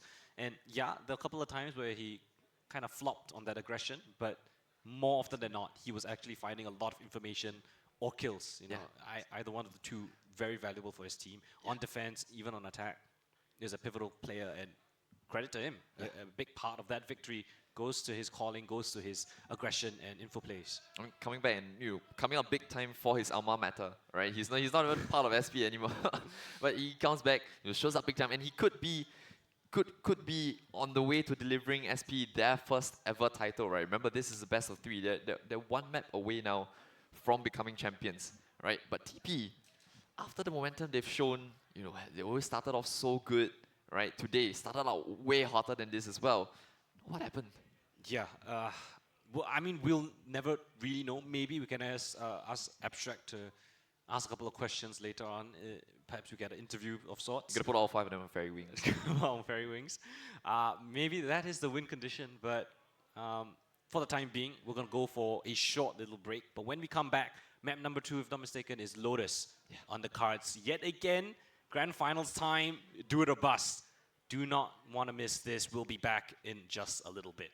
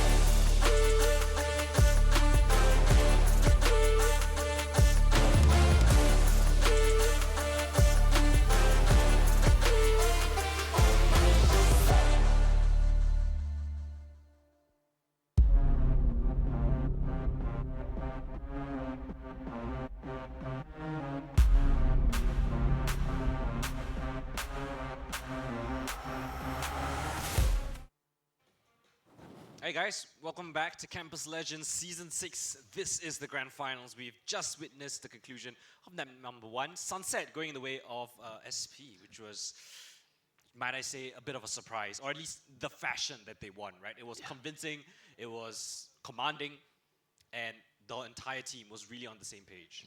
More than a little bit of a surprise, right? TP's map pick, right? Remember, it's been working so well for them, right? They did lose it once against SP, right? But that was when they went to KO Gecko, right? And the previous time they matched up, in the upper bracket of the playoffs, right? Shiba tried the deadlock, didn't really work. Today, switched out to the chamber, worked the tree. What a difference. What a difference in performance. And yeah, speaking about performance, right? Who do you guys think is the best performer so far in the tournament? Who do you think is the My Republic MVP? The poll has been opened, so do either scan the QR code here or type in the link down right here. It's bit.ly/CLS6 Valo MVP. Let us know who you think is the MVP, and they might stand a chance to win the My Republic MVP prize. Yeah, I mean, match not entirely over yet, but I think you guys definitely have a couple of names at the top of your head already. So maybe we can see how map 2 pans out, and that might actually concur with a lot of what we think. Yeah, but I think it's kind of tied in very well with how things happen for the past couple of months, right? The players who are performing now, I think even Shiva and JH, right? They're kind of carrying the team into the playoffs. And then today you're seeing Proto step up, right? The duelists kind of set up for success, right? Because Sharing do this with JH a little bit on certain maps, right? Icebox, if you go to map 3, you can see JH back on the jet. Right, but as far as map 2 is concerned, Lotus, we should be seeing Proto still on that race. And the previous time they met, again, just last week, right, SP came out on top. And not just in close fashion, it was in pretty convincing fashion. So I think it was like 13-6, something of the sort. You put Shiva back on the Sova, right? Sova breach, and then the Omen Killjoy and the race to top it off. So I think it might have been Neon on Proto. Yeah, but I mean, TP. Backs against the wall, right? You've made it so far, you've been so dominant up until this point. Flawless. They're going to let it slip away right at the very end. At the very end. I mean, honestly, that was a similar storyline to last year's Campus Legends, right? NUS were their favorites. They came in top of the bracket, didn't drop a single series, I think.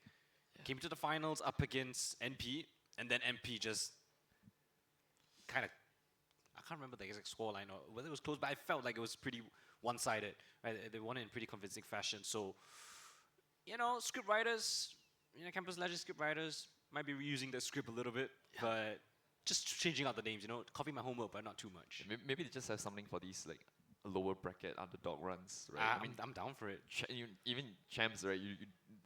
It doesn't seem like you are supposed to get that kind of a buff, or if you're supposed to perform better by playing an extra best of 3 in a day, right? Technically, TP had a time to relax, grab a bit of lunch, and maybe do a little bit of homework on their opponents. But so far, it seems like the momentum has been carrying on from the previous series that SP played. They're looking real sharp so far, and going to Lotus is a map that they are very comfortable on. We've seen Shiba picking up that operator on the attacking side as a fade, finding picks. Can he replicate that? Is he gonna pick the fade? Is he gonna go back on Sova? Is he gonna whip out the chamber? I don't know. I have questions, but I think it will be answered pretty soon. Yeah, and I think what's real concerning now as well for TP, right? Grand finals, that itself, there's really pressure. Right now, you kind of pretty convincingly destroyed on your map pick, right? Added layer of pressure, you've got no more room for error now, right? Going into Lotus, map number 2, TP, they need a response, or SP will be your Campus Legends Season 6 champions, right? What comp do SP go for? Is it the one that did take down TP pretty convincingly, right? We know what TP are going to do, right? They're always going to pull the same routine, right? Double duelist, double dive, right? With the Sky to go on in. They're very aggressive, in your face. They want to look for the duels, right? SP, are they going to change it up yet again? Well, I have to wait and see. Have we seen SP play today on Lotus? No, right? We did. They just took down NP 14-12. Oh, sorry. My mind's blanking. All right. I'm seeing the Viper and I'm like, oh, it's a interesting pick. Yeah. Interesting pick. If he's gonna opt for a Viper, that's a pretty big composition change. Yeah, they haven't done it before, right? The 2 times they've played loaders, right? The first time Shiba was on Fate, the second time on Sova. Everybody else has stayed the same, right? So once again, it's going to be down to the team captain to decide what he thinks is going to be the best never mind. counter. Yeah, TP sticking Looks to like, let's try and test it. Yeah, but oh, this is gonna be real good, right?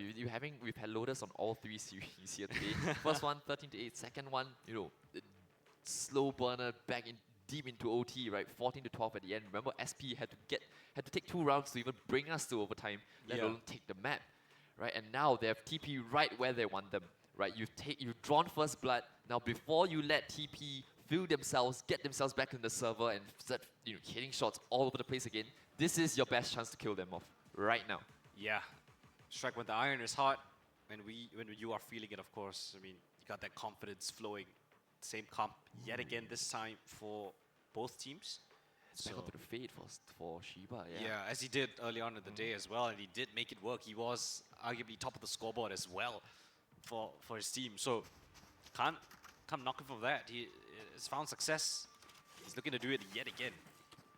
Yeah, as we move on over, TP will be the one starting on attack this time, right? All teams have chosen to start on attack on their opponent's map pick, right? So yeah, wanted to take the initiative, right? And understandably so with your TP. They had a horrendous defense the last time these 2 teams met. And you can see in the first half against NP, they did incredible on their attack, right? Yeah. So yeah, 8 rounds, right? You're looking at minimally 7 rounds. You want 8 or 9 if you're TP. Yeah, I will say their defense was pretty solid as well, even with the double duelists. So I think you give them an advantage into this first half and you're in for a world of hurt. So SP, my opinion, they need to start strong. They need to get a couple of great rounds on the board, get their confidence flowing. I don't know how Miz has somehow taken a little bit of damage at the start already, but we'll get topped off thanks to the Sky. Bring them down. Yeah, just spawning out bits and pieces for information, right? A control has been running over to the defense, but a pivot back towards B we go. Miz goes on in, actually gets ahead of the breach stun, but the B side has been compromised. Do they opt to plant, or are they gonna go for another pivot? No. They're gonna sink themselves onto this B side. I think INF's gonna have a lot on his plate to handle. Still gets 1 in the name of Proto, but Shiba's there for the trade. And yep, they've actually pivoted back over to A, right? So just teasing the plant, and then now going to the first letter of the alphabet. 4-on-4 post plant, but a lot of space has been given up by the defense. They have to re-clear a lot of things here. Miz taking his time, has to go on back. They take up so much space up front. So the defense, where's the route back into the round? It seems 4 through spawn. The Paranoia lined up perfectly as well. Contact made. Paranoia comes through. A stun is absolutely perfect. And they're all blind, stunned up. Teddy picks up 3. And Miz will close out on the last of Salty TP with a brilliant start to kick things off. Yeah, an excellent counter, right? An excellent flash there from Moose. Had a tough sunset, right? Miz as well. Teddy as well. So it's good to see all of them hitting their shots early on. Excellent utility work there. Nice little pivot there from TP as well. So yeah, finally, you know, pistol goes in their favor, just like it did on map number 1, the first pistol going their way. And this second round should be pretty clean one. That they brought 3 big rifles in here as well, right? So if you keep it clean, things are boding well for you heading into that first buy round. You gotta get through this round first. JH, a little bit ambitious, tries to get away with it. Them in TP testing out this A side. A lot of noise being made. Door's gonna get open. Trailblazer will find all of these players just around the corner. The Paranoia is good to flush them back. A boatload of utility just to clear that position. And somehow IronF has found himself locked in with them. The door gets opened yet again, but the spike is planted all the way towards the B site. And they still want to farm even more kills. I don't mind that, I guess, but that's a couple of rifles already handed over. They don't want to lose any more players, and Shiba barely on any HP. Might be able to bring that rifle into the next round, but yeah, TP should be able to convert this round without too many more issues. Spike has already taken down way low, so let's see if he can even just save this weapon in the best case scenario. Or just would die to the spike, right? Just keep the rifle away from the hands of TP. They came in with That's 3. true, yeah. They came in with 3 rifles, right? So if they come out with 2, someone's gonna take a bit more of a sacrifice, right? Playing the long game, right? Lost round, gone case, doesn't matter. Maybe he can get one more, get a bit closer to the Nightfall. They are trying to look for the weapon, but yeah, Shiba's actually going to just carry it over to the next round. So small little victory there, but this is going to be the litmus test as to whether or not SP can handle this aggression from TP, right? We saw they did manage to convert the bonus against NP, right? Just a straight rush towards A. I don't think they'll be able to get away with that against SP. Judge on miss. I mean, we've seen him make it work. Yeah. We've seen him somehow pull out crazy stuff with that judge, so I will not count him out. We'll keep an eye on him on what kind of crazy antics he tries to pull off this round. Flash in, contact made, both sides, aggressive. Firex around the corner, goes for the teleport away, barely gets in. Miz, as I mentioned, with that, well, shotgun of his, somehow still makes that entry work, and low HP in all of the mix. INF has gotten a little bit adventurous, and as the rest of his team draws attention towards C main, the smoke fades off, barrel spotted, kill found, and it's all left alone onto Salty. Dropped down from the heavens, but it's a Corey to pick up that kill. Proto clawing things back. A chance, but not expecting them up close and personal. Shiba get taken out that instance, and now it's left alone onto Proto. INF, he's super clean for those shots, but we'll get bested for the time being. A headshot will keep him honest. Proto, we've seen him do miracles on this side before, but how does he best this crossfire setup? A three-man crossfire, all watching his position. As to somehow bait an over aggressive peek, perhaps? No, not gonna be the case. Clean tap coming in from Moose. And that is the bonus converted for TP. Yeah, a very important one at that. And INF probably, the player to make the move this round, right? Because JH goes down so early and because the kill happens in the way that it does, right? The breach has to rotate off. That gives INF that space to lurk through onto its B, just not expecting him at all. And then Salty, had to come up big time for his team there. Wasn't meant to be. But yeah, very nice heads-up maneuver there from the Killjoy this time. It's back in towards A we go, but SP, you'll be a little bit disappointed to have lost that one, right? You wanted to get aggressive out towards C, but it was just IRX and JH.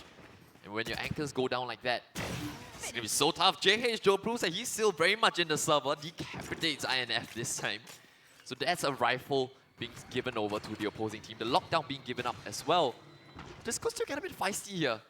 Yeah, free site given over to the attackers. Swag will get planted in the meantime. Korek now watching the broken door. A lot of players around the corner. The stun together with the satchel. Perfectly placed. That's an extra rifle into the hands as well. As they garner out for this attack. The retake all coming in from the flank. The jump peek is beautiful. I don't know how Shiba managed to get that kill. And it's all down to Teddy. A flawless retake on the cards. The paint shell finds one, but other than that, I don't know how SP pulled it over the line. Finds TP members scattered across the map, and they will punish them severely. Yeah, you live by the sword and you die by the sword, right? TP, we talk about the individuals being confident in hitting their shots, right? That round, INF gets best on the first duel, gives the Vandal over, and then the lone player looking to fight out to a secret, that's Akoric this time, gets stunned up for his troubles. Proto gets the kill, and then a triple swing onto Moose, trying to hold on to tree by himself again. All these isolated duels coming back to bite TP in the back, and that's going to be a first round on the board here for SP. You saw Shiba jump. Shiba was the first one to jump through. He still landed the headshot. I thought it was someone from behind, but he's the guy jumping in with 1 HP. I guess he's just the Sheriff Demon. Today, we've seen him find incredible kills with that weapon. It's making a real case to be the MVP. Oh, yeah. Yeah, a bit more of a standstill this round. You've got Proto, all the information that he could possibly want towards A, right? TP, they're not too keen on that either. We want to see if there's any kind of setup that they need to spring here out on C. But it's a bit more passive setup coming up on the defense as well, right? They know, stage 1 clear. We've got main control. Smoke out towards main, at least guarantees the cross, right?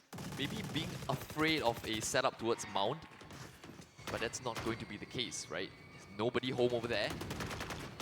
But 45 seconds have kind of gone by and there's not much movement across the map. Yeah, and they don't really have too much map control as well. The Seeker's gonna be invested just to flush out these positions, but the commitment is here towards this A side. Proto is gonna be spotting out a running Miz out in the open. It's just gotta give that map space away thanks to that smoke, that dark cover. Proto stunned up as well, and Miz will capitalize on that engagement. 30 seconds Nightfall left. prepped up as well, but the one-way, that might cause a little bit of concern. As the spike goes down, the members of the defense gearing up. How does TP want to play this? Very aggressive, tags him up, Miz, beautiful angle found, and they all just fall like flies. TP, slaughter this retake attempt.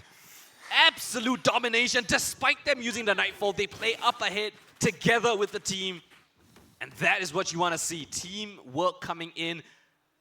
And as SP did to them, teamwork on that eco, they do it back to SP. Yeah, a non-starter, right? Very heads-up call from TP. And look, they invested Nightfall in. Proto actually invested his showstopper as well. Couldn't even turn the corner Oh, I before didn't even taken down from realize Teddy. that. Yeah. Yeah, so out economy back in the favor of the attack. So despite losing a round that they really never should have, they managed to stabilize, right? And now, again, money's on the line here for the defense. Looking to play off for mount control now. Miz is trying to make the cross, but even still crossing the one way, he gets the kill, moves. Going into the game as well, and now they managed to dip away with the advantage, with the smoke down on the defense. Shiba gotta almost run, got buddy. one. Yeah, he has to run. They're gonna be hard on his heels for sure, but with the stun, he's gonna actually go back in for second dips. Not successful though. It's 5-on-3 now, even better situation for the attack. They're looking to force the issue, make their way onto us the side, but no, you've got to lurk out to his B as well. Proto takes him down, so this round still gets a little bit cautious. Yeah, Spike gonna be planted on towards the B side. JH, a little bit of a lurk coming in, but focus here towards B. Trailblazer spots him. 1 HP, deals a boatload of damage though. Salty gonna be able to convert off of that fight. Isolated towards A. And he goes down, JH, nothing to answer for. Salty caught with Util and TP. Extend their lead up to 5. They don't let SP get any of their antics off, and a timeout now called in, a much needed one. Shiba on the mic now. What's the call, sir?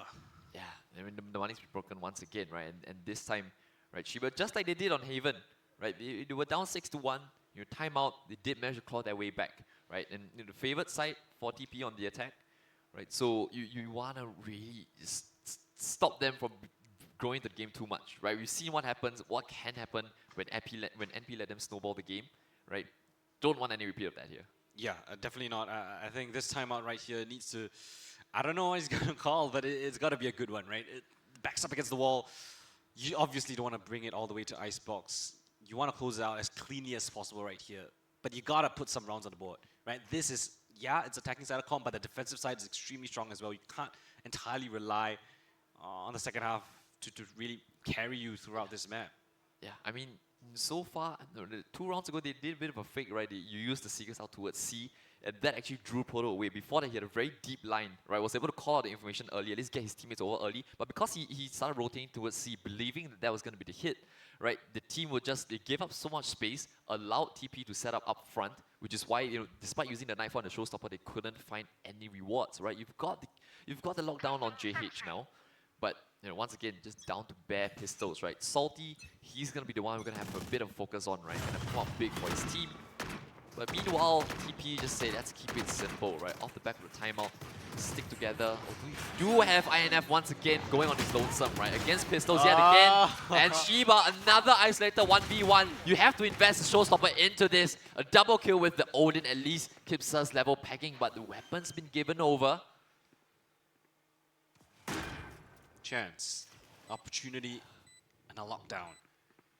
It's 3 versus 3, and TP more than confident, playing a little bit more aggressive. Weapons to be picked up as well. You have to invest it, right? You are in a pretty good chance of winning this. Yeah, exactly. And now, if you're trapped in, you kind of have to dip away. Moves caught in 2 mines, and Akaric has to stand still. They're going round the backlines to try and look for the lockdown instead. Oh, the flash is great. They're actually going to be able to take it down, but Proto, Irax now all on his lonesome. So far away when Irax just looking to get a kill. Takes it down to 1v1 in the end. I think Akaric's done enough. Yeah, even without the kill, he should have secured the round. But again, so precarious. It felt like SP, they knew what TP were going to get up to, but their positioning of their lockdown just a little bit too far back. If it was a little bit further forward, I think it's been a real messy situation. A bit unfortunate as well, JH peeking into the flash. Yeah.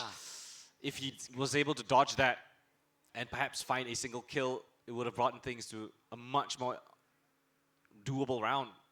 But with the nade in hand, that surely denies Irex the chance to stick the spike even if he was on it. So difficult round there, a big ultimate invested, but SP not getting that round is a major blow to their confidence, major blow to the ult economy. And 6-1 now, the attacking side really pulling ahead. You got the overdrive as well. It's a fantastic ultimate for an entry play, especially onto a site with only a single player here. JH, tall task for him. Pops the nano swarms. Just gonna buy a little bit more time, but here comes a recommitment into the side. JH barely holding on to dear life. And then comes in. Oh, and a spam kill headshot. And here comes the flood retake. The flash is on Salty. Good for the kill. And here comes the lightning fingers of Miz dancing around the corner. But it's INF to pick up that frag instead. As the lockdown comes in, well, SP, they will need to respect it. As the lightning fingers dissipate, brings out an even scarier prospect. INF, that is a kill down towards the flag, down towards the doors.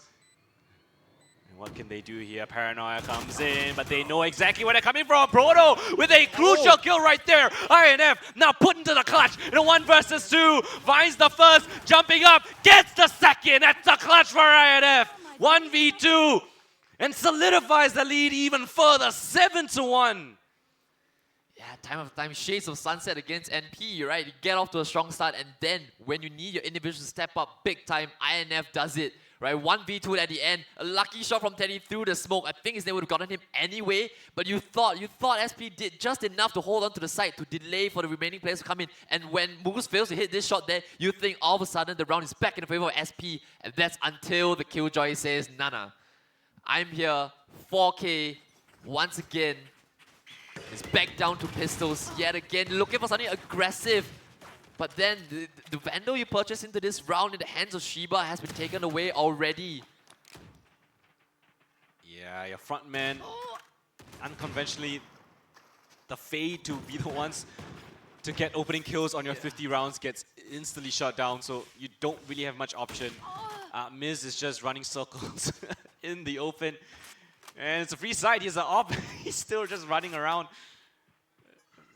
You can see the confidence just overflowing for TP at this point in time.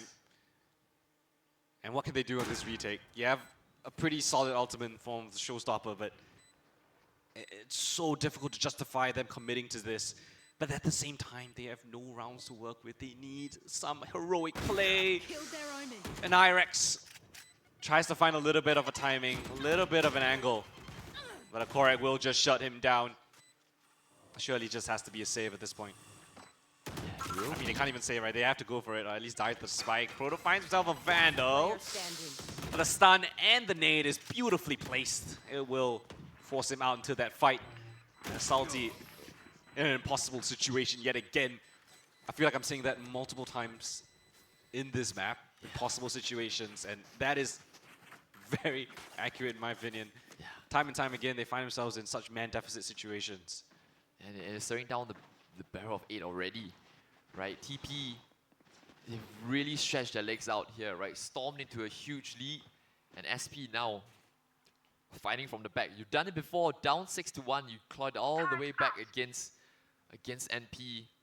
It'll take something more, something spectacular. It's gotta take a lot more. Claw back this map. Miz finds the first kill onto a player who was trying to satchel up in the form of Proto. Another opener goes in the favor of TP. They've looked so comfortable on this map. Double duelist, operator in the hands of Miz. Doesn't matter. They're ready for the aggression now.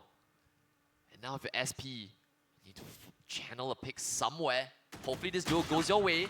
Oh, the spam! Yeah, from the Odin, all the way down towards C main. Oh, the stun's pretty good. Oh, actually swings a little bit too far. Collects one, but the trade comes on out, and Irex. He has all of it. Yeah, this round, rests on him, rests on his shoulders now. Are they gonna claim? The molly's good. Oh, it's gonna force him to swing on out as well. He's gonna collect INF, but rest once again. The trade so good on the side of TP, just hitting that strike, hitting that momentum. Salty now needs to play for this next duo. Moves. Spike planted. Still looking for the heads up. Oh, nice little flick onto Salty as well. And they know exactly. They should have a good idea of where the last player should be coming from. It's all going to be JH. Down with the Odin. Maybe switches out to the Vandal, but doesn't matter. Moose collects his head, adds it to the tally as well. And the rest of the members on the side of TP also starting to chime on in. Right, seeing Moose have moments where he's stepping up. Teddy as well, good trade over there.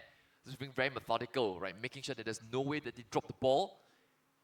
And just like that, they swarm themselves up onto 9 rounds. They are snowballing the game here. Yeah, the Nano Swarm, I think, kind of encapsulates how methodical they are, despite them being, you know, seemingly just like a full send double duelist composition. They do their due diligence, they clear out those corners, ensure that no stone is left unturned. And SP yet again getting contact, gaining presence here towards A, but they've lost JH as the only anchor towards the C side. Instantly taken out of the mix. And they've got Cash to splash at just buying ops and throwing them around in spawn. Now this time Shiba gets tagged down low and has to be a little bit more respectful. The door gets opened up. They want to flush out these positions yet again. Trying to look for him, right? But it's okay, you're right. TP, they know they've got advantage, but you've still got a showstopper now. Running into a C. The Spike's still so far behind, but they're just so confident in taking space right now at the attack. So you've planted yourselves on C. Once again, what do you have in response if you're SP, right? Not the best weaponry, but certainly enough utility to make it interesting if the situation calls for it. Aftershot's gonna go on out, but doesn't matter. Teddy's ahead of the game. Collects 2 more to add to his tally. And given going round the back to take the 1v1 duel against Proto as well. Yeah, he's gonna help himself to 3 in the round. INF with the last kill onto the flanking IRX there. And that's 10 rounds. Another flawless one at that for TP. Double digits before the end of the half. And this is becoming very quickly an insurmountable mountain to climb here for SP. Yeah, I mean, you need to give yourself a little bit more than 2 rounds, and that's not even guaranteed at this point. This is the most dominant scoreline we have seen in at least here today. It's really, really strong coming in from this attacking side. And it's not just the duelists that are putting up those numbers. INF in a clutch. You got Moose putting up crazy numbers as well. He's 11 and 3. He's only died 3 times. And I mean, with a 10-1 scoreline, it is not an unimaginable situation. Yeah, there's so many weapons still in spawn as well, right? Just holding for the action. Gun game, you know? Yeah. Pick what you want to use. And he's still going to win out those rounds. This time, it's an acceleration straight towards this A play. And Shiba, he's going to want to find opening kills in the previous few matches, but this time has to fall back. Nightfall invested. It's going to catch onto a Korek, and that's the spike down. Buys a little bit more time for the rest of the team to come up. And they need to answer the call. They need to fight back. Invested is the lockdown. Pulls out the weapon, but not in the nick of time. And Shiba, as we mentioned, answers that call. 3 kills in the feed. Switching sides. But it's only just 2 rounds on the board. Is that going to be enough? Incredibly tall task. They've got to essentially be near flawless in the second to even stand a chance. Yeah, I mean, you basically have to go flawless, right? I mean, you know, they took it to OT. And a pistol, I mean, the pistol is a given. It's a must win, right? You lose that, I really don't see a way back in. At that point, you're just probably resetting for map 3, right? Maybe with the first series that we go the distance here today. True. But yeah, I mean, what a convincing first half here from TP, right? Everyone just landing their shots, Teddy leading their way, right? Moose, you know, his 4th death at the end of the first half, right? So yeah, all signs are pointing towards a fast rinse here from TP. Looking keen to take us to map number 3. You know, any kind of lingering doubts about map number 1 and how slow they started, they've been taken out, right? Miss just taking out JH. And now this C play is all but too obvious for the remaining attackers to go on in. So INF is just going to fall back, just wait for his teammates. You just group up, go together, right? They're trying to take space into his waterfall, but nobody's home, right? INF is expecting this play. They're not even planting there. Right there. They're going on a little bit of an adventure. Further, actually, yeah, still looking for him. And IRX actually finds 2. And suddenly the map's been opened up, right? There's still a Corey in towards the spawn, looking to take a couple of duels, but there's 3 players facing him. The flash is gonna be great. And they're all blind, looking to get across. TP, they've read the play. You've got Teddy a little bit ahead of it as well. Collects the head. And still, man, it's level pegging going to this retake. Oh, Salty not seeing that play come through. Open up the doors, drawing his attention away, down to a 1 versus 2. Proto, yet again. The young boy required to answer the call, and Miz will just absolutely dome him out of the round. 3 kills on the pistol. And around the world play, they go from C into the defender spawn. Gets the plant onto A, but still they lose too many players in the mix. That's 11 on the board for TP. I mean, we said that the pistol is a must-win. They got the plant down, and if I were them, man, you need to commit on the buy, right? There's no way you don't force this one. It has to be a team decision, right? And so it might be, but even then, your options are pretty limited, right? I think this B play might be pretty obvious, but at the same time, TP, they're more than happy. We're gonna be more than happy to let you take it as well. 2 outlaws to boot, right? You know that they're gonna try and charge at you, so you try and maximize the range that you have, right? So early eye out towards A, nobody's being spotted. Out comes the B play now. Pretty straightforward, but at least you've been granted a site to play a post plant from, right? With these singers playing up close and personal, up against 2 outlaws, it could be an advantageous situation for the attack.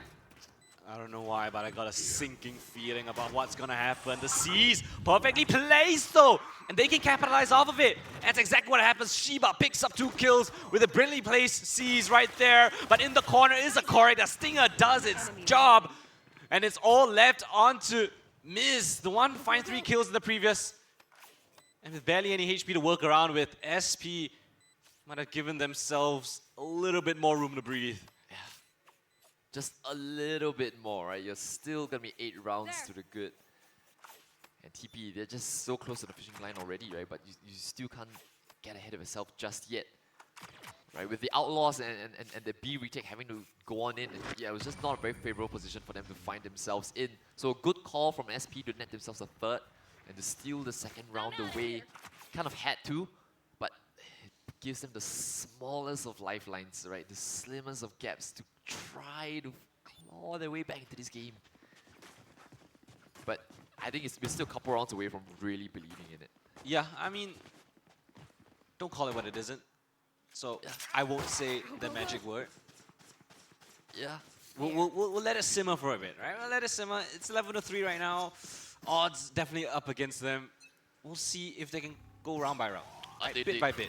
Yeah, TP could just win this round, just win clawing right back, right? They know where the 2 players are. They've been spotted out by the Haunt. Yeah, they know exactly where they are. The Aftershock's great, but Miz is able to find one with the Phantom. Yeah, Akarik unable to land his shots this time. So yeah, probably a 4th for SP. Right, still having to build back into the game, right? You've been so far removed from it the past couple of rounds, and in the first half, you just found no success whatsoever.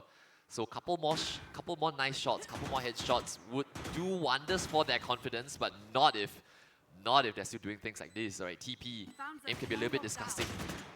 Actually can go move forward off the back of that contact. Still wanting to play with fire, you know where both players are, yeah. So Salty helps himself to a 4K this round, 2 away from the Rolling Thunder, so nice way to build back up towards the ultimate. Yeah, round by round. That is actually a great point, right? Salty getting those eco frags. That is one of the agents that you would love to find farm those ultimate orbs. 2 off of that Rolling Thunder already. Shiba's 1 away as well. Yeah. Positive signs now on the side for SP, but they can't get too ahead of themselves. TP still have been really dangerous, and this round might be a bit of a skirmish, if I'm looking at things right.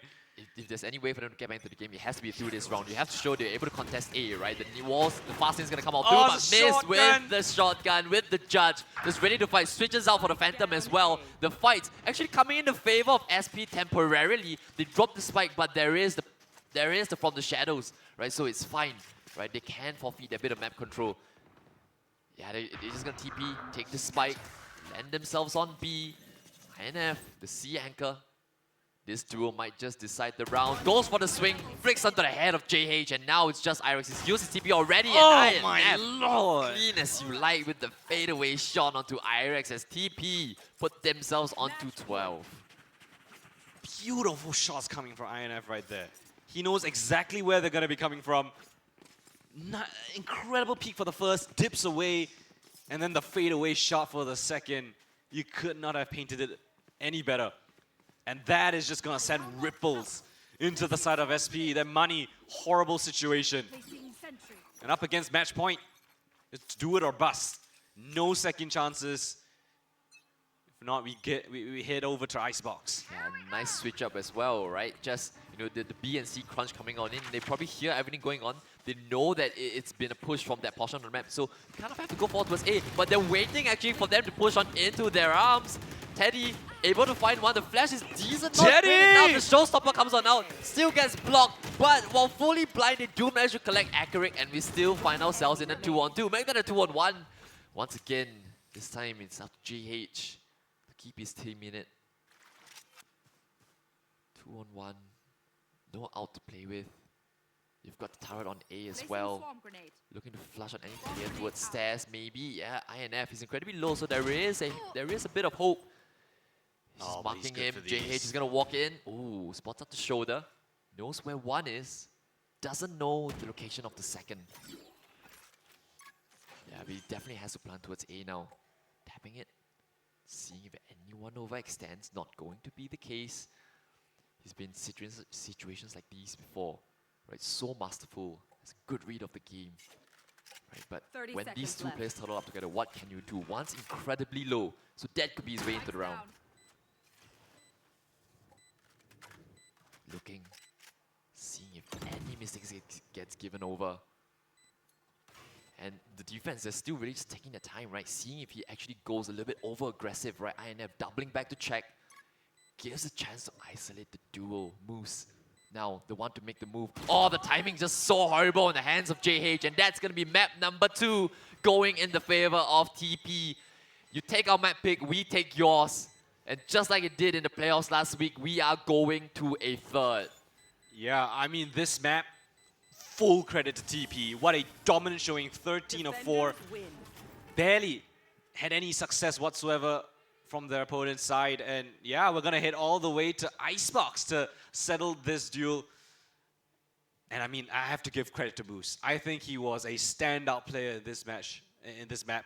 He's found so many crazy kills as that open player, someone that, you know, we might not be too familiar with as opposed to some other names on the server, but he's really making a case for his team, for himself. Let's take a look at the scoreboard right here. Yeah, great job coming from him. He's got like the best KD ratio, right? 16-7.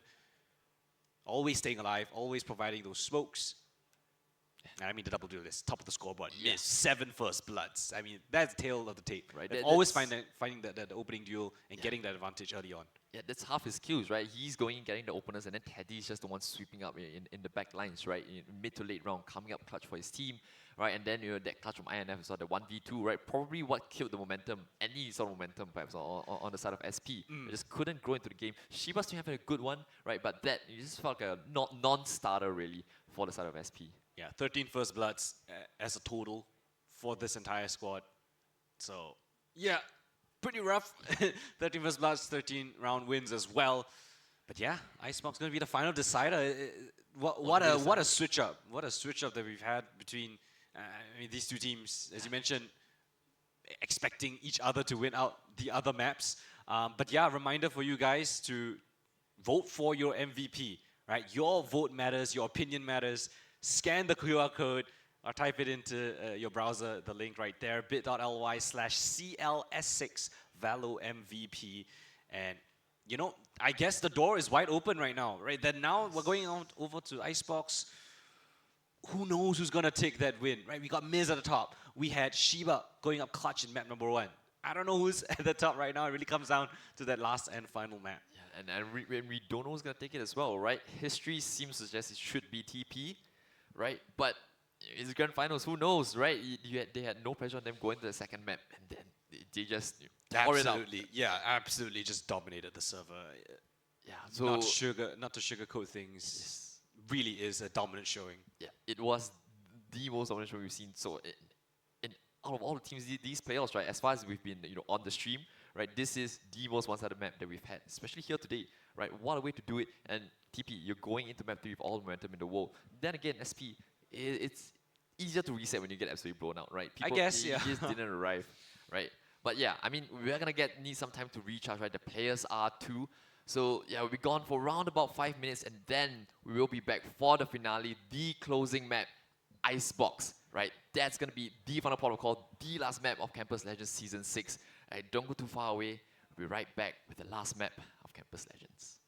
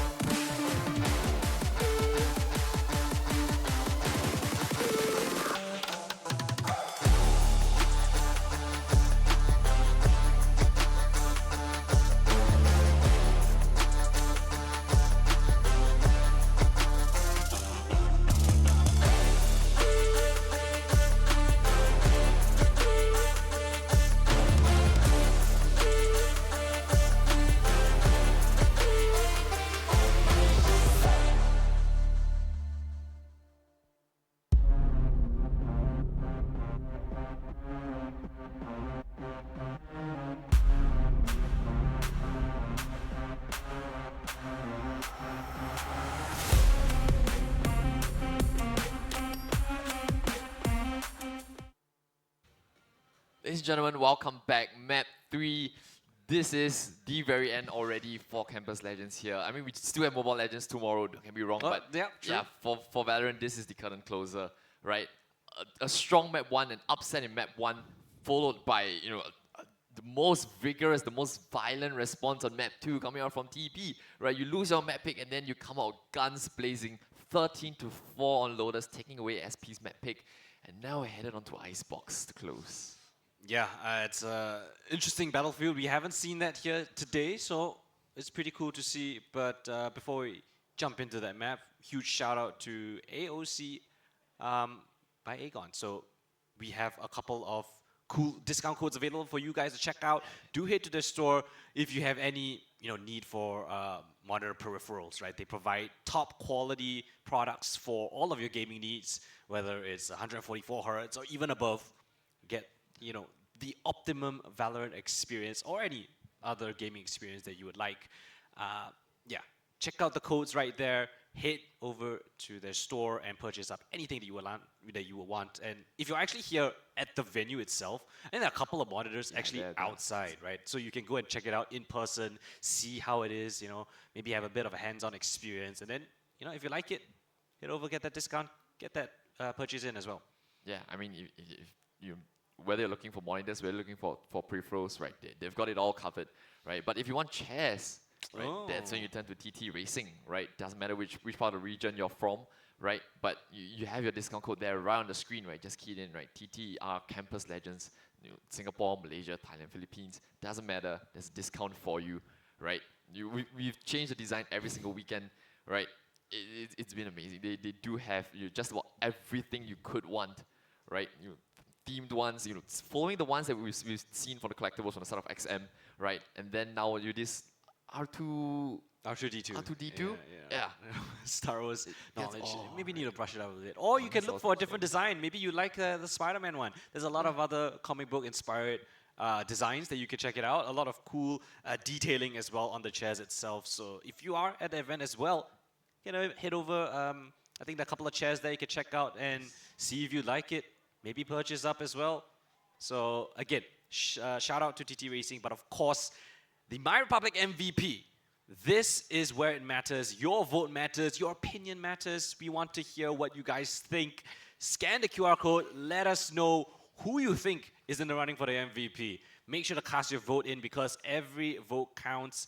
It will definitely influence how that voting matters. But we're going to jump straight into the Agent Select in just a few moments as Icebox is on the cards for us already. Yeah, these two teams have played before. Back in the group stage, in the final map, this was the decider, and then TP were the ones to take it 13-9. And for all the credit we give TP on how they run these double duelist comps, how aggressive they want to be, this has been the only map that we've not seen a double duelist comp from them, right? The previous time that they met, right, they ran a pretty standard, this Viper comp, right?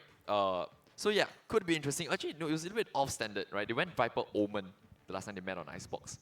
So that could be something interesting to look out for, shying away from the double duelist. But when Teddy and Miz have been so on it, right? Are you going to lean back into it? It seems as though that's going to be the case, right? Whereas instead of SP, the previous time you put Jage on the Jet, that we knew was going to happen. Maybe Proto just doesn't like the Jet, right? You go with the double initiator comp. So this comp, these two comps face each other the last time that they met, and then it was TP to come out on top, right? Could things change, right? SP, this is your chance to upset, right? Fourth time, maybe is the charm here. But this is the final chance that both these teams are gonna get up on stage as we head into our final map. Campus Legends Season 6 champions, they're gonna be made here. Yeah, one map away from crowning our Season 6 champions, 2024 champions. It's been a couple of crazy years, right? We've got crazy storylines from last year. NUS, the favorites, upset by NP. This time, NUS and NP, both teams eliminated here today early on. And now we are left with these two teams remaining. One map, the difference. On the coldest of stages, we'll see who rises to the top. A map that will leave the competitive map pool in, a couple patches. Yeah. So, might be one of the last few times we see this map before it disappears into the void. SP starting out on the attack, right? Getting to dictate the pace once again. They were completely obliterated on the defense side, back on Lotus, right? But now they get to right their wrongs. They get to take the fight over to their opponents instead. And to kick off this pistol, it goes for Teddy, knife in, detects 2 players, but SP, their plan is already set in stone. Take a bit of contact out there, and then looking for the fight against the Omen. Ooh, playing around the one-way spot, he stands and holds his ground. He's still gonna fight out there, takes down Saudi, but Shiba able to find the trade. And INF, the next one to move into position. But nothing too committal just yet. Still holding out for him, and INF picks the perfect timing out to swing out, catches JH there. That's the difference, right? Jet, who's not so used to it, but Shock Dart does collect INF. Teddy, though, doubles up, and that's gonna be a huge advantage now for the defense. What can the Viper do on the side of SP? What can Irex conjure up? Right, we haven't seen him in a lot of clutch scenarios. We haven't seen what he's good for. This would be the time to show it. And it's not an easy round as well, right? The spike's not yet planted in one of the hardest sites to get the spike down. He's got to look for a fight. He's got to be a little bit aggressive. Teddy spotted out, but the swing from top side comes through. Somehow lives long enough to find that kill onto his counterpart. But the correct comes in from the top rope, and that's the pistol going in the way for TP to kick things off. Nice start right there. As they will purchase up into the next. Yeah, Miz moving on to the Omen, right? So interesting to see, right? Because of that, he's channeling a lot more angles, right? Angles that typically you would only see a Jet challenge, right? Up on yellow, right? And a couple of more spots that he can TP up to, just be such a nuisance, right? Double smokes on. It's a very aggressive controller, right? He's going to be operating. We know how proficient he is on a Neon. So then you put him on an Omen, you kind of see the duelist coming out of him, right? Despite him playing a controller. And this little shred of theirs, INF more than ready for it. Alarm bot's gonna spot them all out. Here's all of the running towards his position, and it's easy for him as he picks them all up. Assisted by Miz down long range as well, and it's a flawless round at that. SP, they try a little bit of a creative strat down towards mid, but TP more than ready to receive. Every single kill falls into their lap. Yeah, they're gonna have to find a way to work around this, right? INF and Miz just absolutely shutting it down, right? Replay, of course, brought to you by DQ and SOS, right? Our 2 wonderful observers here, been with us here all the way throughout the day. DQ right from the very start as well, right? Omen on B, I think that's gonna be a real nuisance right now. They're just switching up the setup as well, right? With this, double control and single Sentinel comp, right? You've got so much space they can afford to give up. And it's just gonna be a real guessing game for SP here. Now the rifles are out. Teddy smells blood in the water. Gets the first kill onto Proto. Has time to kind of dip away as well. But they want to stand and fight. They want to overextend. And SP say thank you very much. Round back in our favor. Yeah, nice opening engagement. JH with the double right there. Great proactiveness to clear out those close corners. Found them. And the alarm bot will notify them of INF's presence on that flank. And the drone tagging onto Moose. He was a pretty clutch player coming out in the second map, but here on the Viper, we haven't really seen him too much on this agent. Oh, interesting. Gets the first kill right there. At the very least, he's got a weapon to work with. Upgrades it up to a Vandal, but shouldn't be able to get anything more than that. A plant out in the open. They've got the post-plant lineups as well as the crossfires all in place. And we'll just bring this weapon into the next round. And it's going to set an interesting tone for the rounds to follow, right? A, being taken in this first buy round here for SP, right? But it's just a bonus for TP, so you get another crack at it, right? Do you want to get aggressive towards A again? Right? It didn't exactly fail too hard for them, right? They got that opening kill, but because they chose to go forward, right? SP was so ready to trade it out. Right? They were looking for it, they wanted the duels there, and then played into their hands. But if I'm seeing what I'm seeing, I think Teddy has a response. A big one at that, moving into this next round. Yeah. A gun that's larger than average. Way larger. Miz, all right, picking up that operator of his, see if he can make it happen. Hunter's Fury invested, coming in pretty damn early. It's gonna tag onto Teddy as well.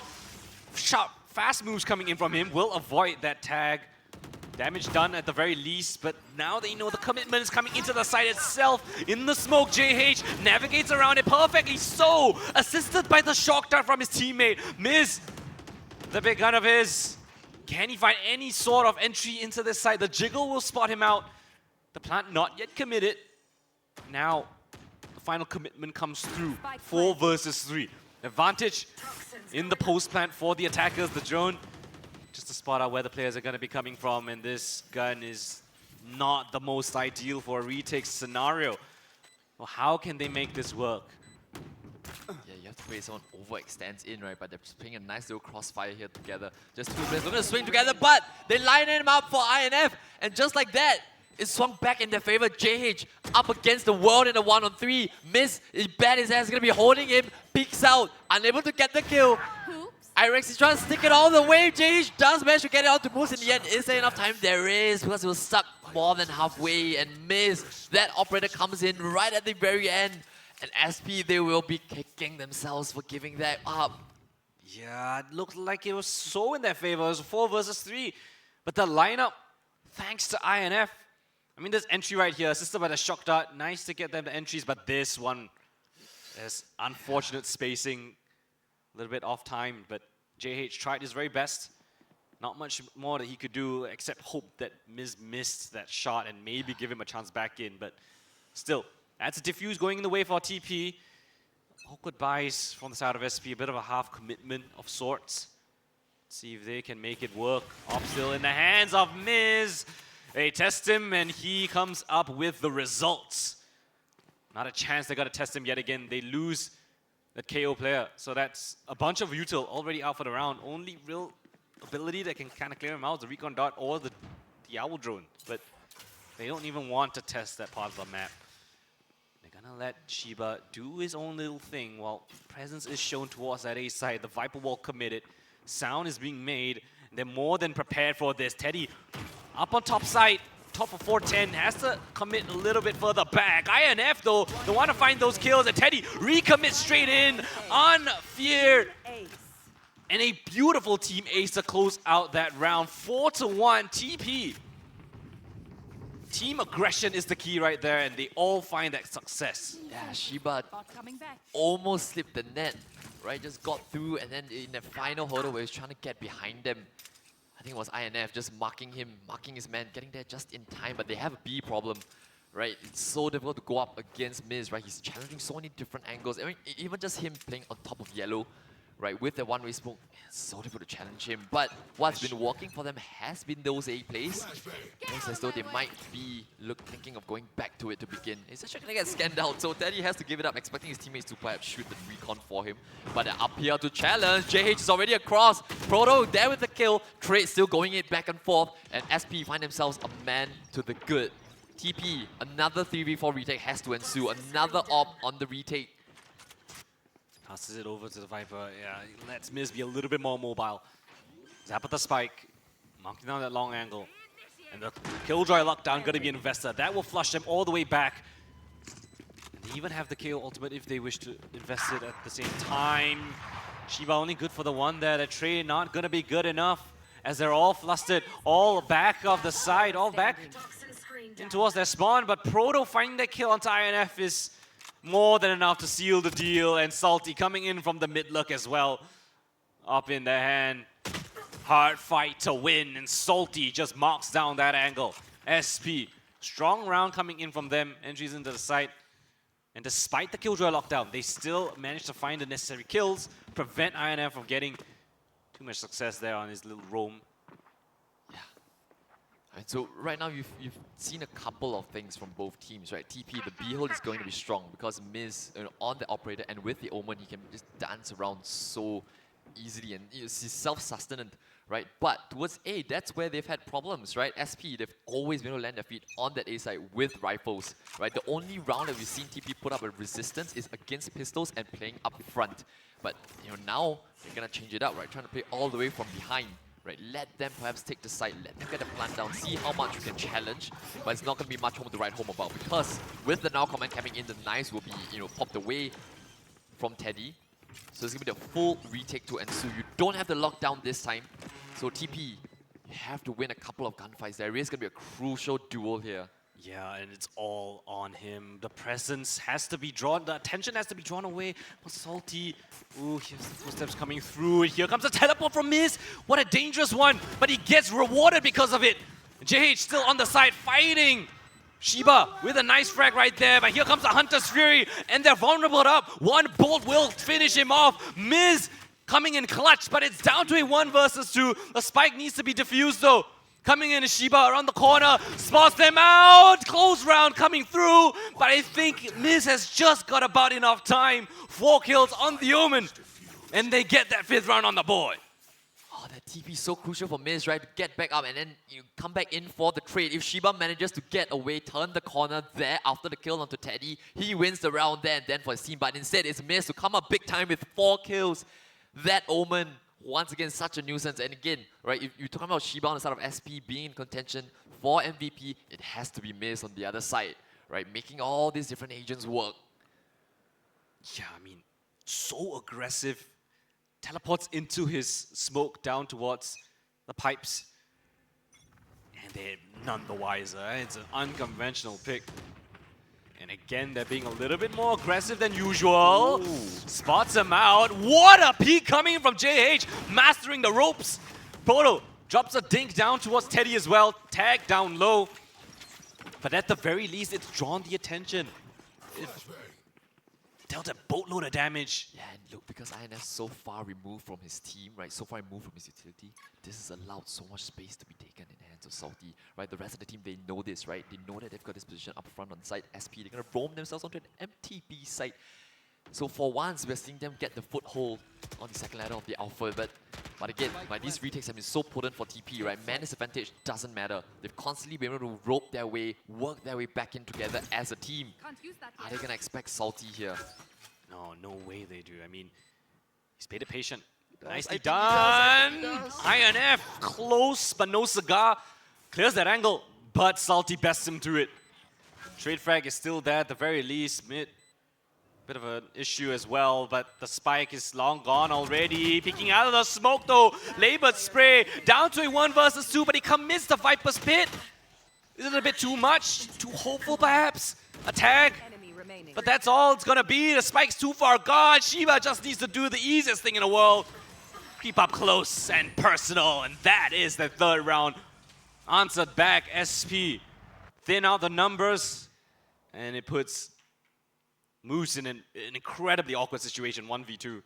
Yeah, I mean, this shot from JH, just ridiculous, right? Just what a way to find an opener.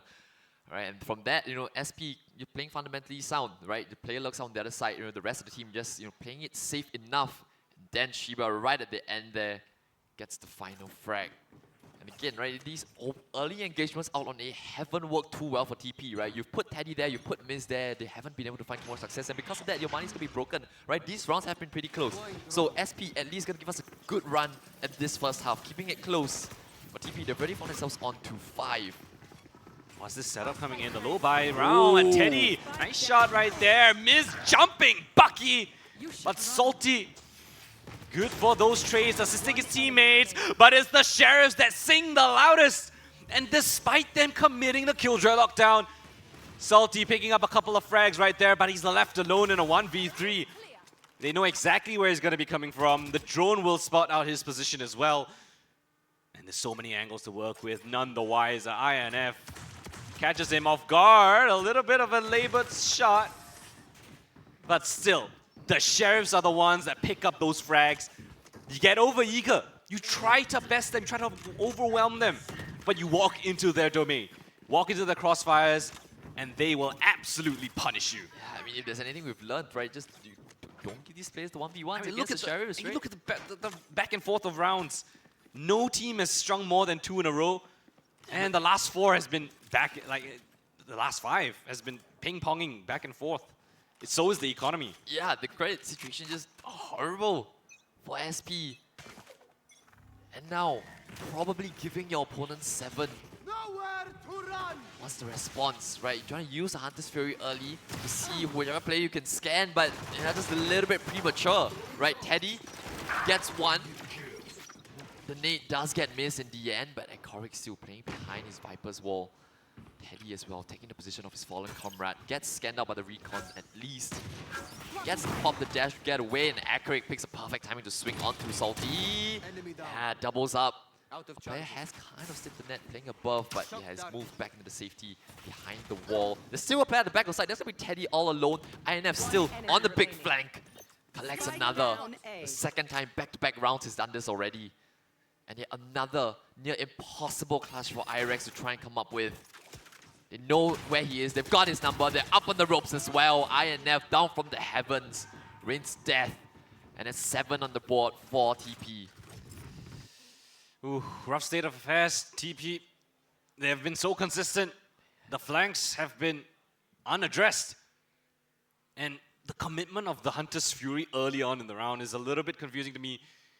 Perhaps attempting a bit of a Hail Mary play, right? Yeah, you're trying to catch someone at the back of the side near Jen. That's not going to be the case. And Miz reading the economy to perfection. Oh, another outlaw. And this time, a little bit of a bait and switch here out towards B. What is this right, position? JH is going to jump spot. They're not going to see anyone. Yeah, there is going to be the outlaw. It spots both of them, though. Yeah, it does. They have to try and get away. Yeah, that's the one way you counter the outlaw.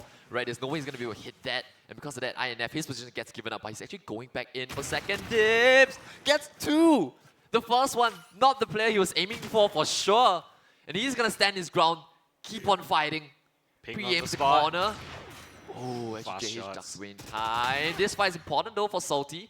Keeps things level, keeps it interesting. He's out of there. Meanwhile, commotion towards B. Initiative towards mid. Killjoy, utility, all out for the count. Aporic bringing a boatload of noise, expecting the peak, but Proto bests him to that angle. And now Miz, noted for, will get taken out. Nice mid play coming in from the KO, realizing those gaps in the armor. Spike planted. Nice adaptive mid-round call. Leaves Teddy in a 1 versus 3. Dash is popped, but no contact made, and it will be expended. Dash is straight towards yellow, but the flash on point, dodged out, finds a second, knives are out, oh, from the top rope. JH just slaps him out of the air like a fly, swatted out, taken out. Last round. In a crucial round, it got so close, but yet denied. 4 on the board, must need it coming in from the SP side. They break apart. That position being held, Miz makes things a little bit interesting, but this kill right here by Proto, love that aggression, love that realization of those gaps in the armor, and so close, barely missing his head. Yes, right, the slimmest of margins, and that's gonna be what keeps SP in it, right? You've got 3 ultimates coming into this last round of the first half. So a bit of a lifeline, right? You could have been staring down the barrel of a 9-3, but instead, looking good maybe for a 7-5. Right, early control towards B, yeah? They've been pretty successful towards the B side, all things considered, right? It's not a side that you typically see teams having success to that much on, but they've been able to thin out the defense, find those opening kills. And this time, Moose exposed, started out, and JH just drops down from the skies. No chance to shoot him whatsoever. And thanks to the KO ultimate. Oh, but the spam comes in from INF though. Beautifully done just to catch out Shiba. But the Viper's Pit, this is an incredibly strong one. But JH still peaking right above the poison clouds. Will find themselves a level playing field. I say that as Proto in the smokes. I mean, the defense are just scampering around, trying to find any sort of individual play. And Akori does find one, but SP has closed things up as much as they could. A successful early round play from Temasek Poly gets them the initial 7 rounds, but SP answers back with 2 strong rounds to close up that half. 7-5 and a chance. And even on the score feed, right? Everyone just kind of keeping up with one another, right? Lone exception possibly being IREX there, but he's not had much opportunities, right? He has to play from behind. He's the one smoke for the team, right? And very early wall towards B from the Viper. That's Moose. Right? I think they can consistently use that wall, right? Because you have the double controllers, you can essentially put that pressure from the Viper's wall towards B every single round. And so moving into attack, what's going to be the move here from TP to kick things off? They get to dictate the pace of the game now. Even on defense, they were trying to take early engagements, right? Which IREX can't really afford to do, right? He's the lone player here. Salty though, Opens onto Inf, but good trade from Miz, right? Always good for the trade on his buddy.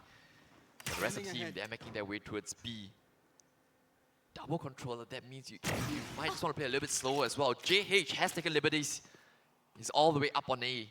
Long range shot, collects Miz. That's the secondary smoke down. The rest of them just creeping up towards B.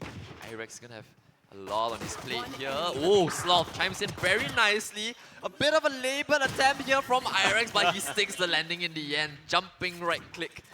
Shiba did a lot of the work for him. There takes down 2 before hitting the grave. And so yeah, probably this is how we wanted it to go. Like 7-5, SP dictates the second pistol. I pray to God that they do actually manage to stick the landing of this. Give us a tight game. This is going to be the closest match we've seen. Yeah, splitting the pistols yet again. I mean, you win out the second, and as you like to say, level pegging, 7-7, looming on the scoreboard. Got that outlaw as well. Deadly weapon, especially in these anti-ego rounds. Yeah, I mean, it's just so dangerous, right? You can't let TP get away with this one-on-ones. Try to take your timing. I think, yeah, Irex does spot out INF. Feel a bit of a nuisance, right? This, this endeavor for picks early on hasn't really gone in either side's favor. But JH, he does have a better weapon, right? The outlaw. So good against just pistols. And are they gonna expect Miz in this corner? They might not. Oh, Shiba!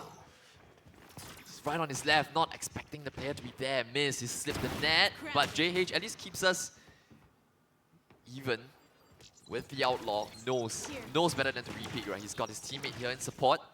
They got superior weaponry as well. That's gonna be the cue for him to peek. Omen smoke. Perhaps someone might try and sneak out, not to be the case for now. Proto actually spots out the shoulder of Derek. JH comes in for a second. Proto ready for Miz, and now the rest of SP, they collapse on their opponents. And now it's just INF with a hope not to be. Salty with the Guardian, chops him down.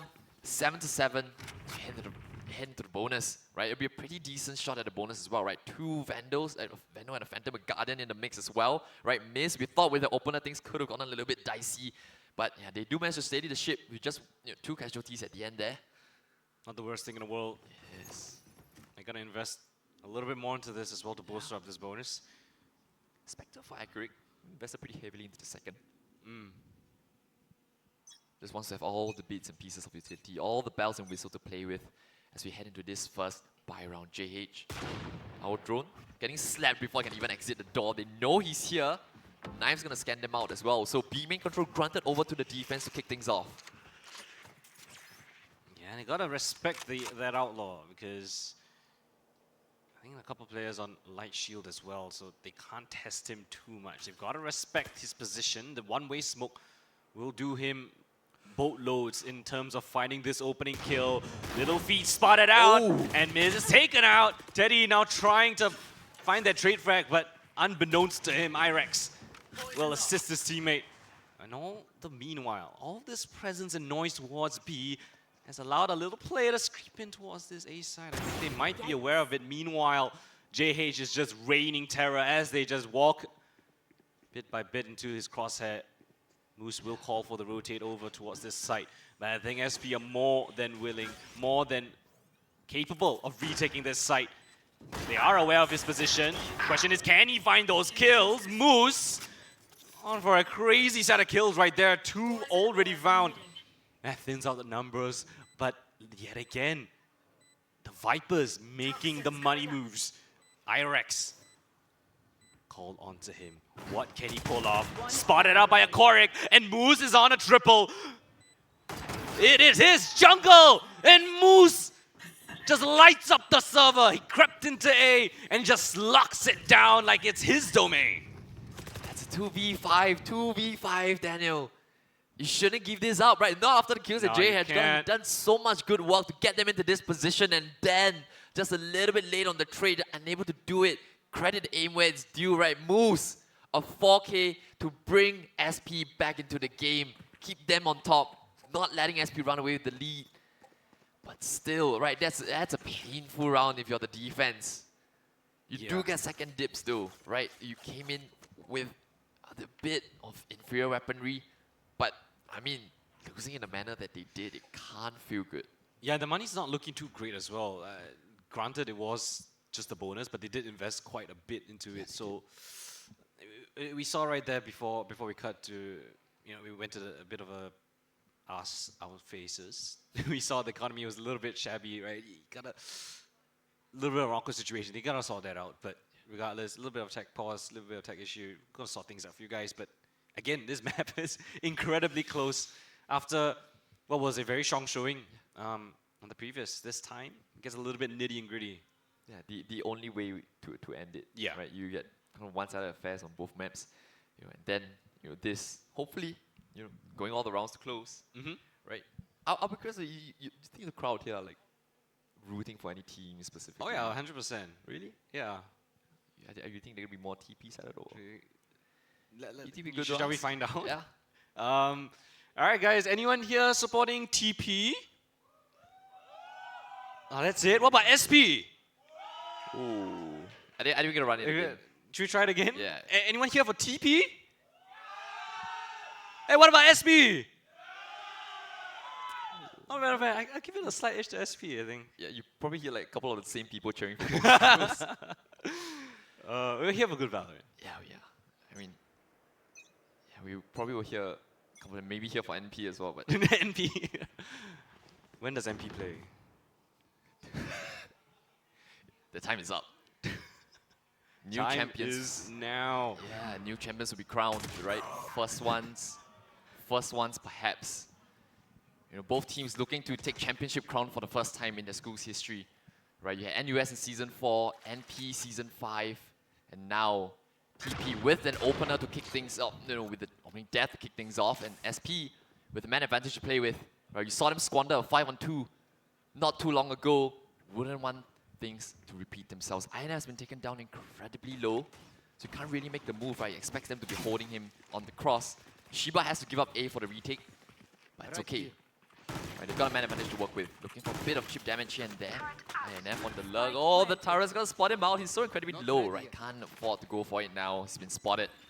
So yeah, gonna have to join up with the best of his team. 3 of them here on that A site. All 5 of them coming in through spawn for SP. Looking to make headway in towards the site right now. Acarix the next one to fall. 3v5, they have to swing these back around. But Proto, next one to Dome Teddy. INF and Moose once again chime on in. But that's going to be all she wrote for the round. SP, keep us level. Wonderful retake this time. Not letting their opponents get some isolated frags. And then, right, just INF taken down so incredibly low from early engagement. Just couldn't have a say in the round. Another clean retake coming in. This time SP, a bit of an even playing field. They still get their utilities in place. And the protocols looking really solid. And those trades, nice and fast. Get that man advantage as well. It's down onto INF on barely any HP. Not much he could do even if he got around that corner. And so answered back. Despite them having a little bit of a lower buy, or a little bit of a reserved buy. And coming to the round, guns are blazing. Now, Outlaw as JH still will deal a boatload of damage, half shield or no shield on a couple of these players. And well, Tomasic Poly trying to test things, but Shiba's there together with Irex. They're holding down the fort. Proto, every single kill finding the chance, every single player finding that impact. And as Owl Drone spots out, I think both of the players as well. They're kind of locked into this committed. Teddy, tip of the spear.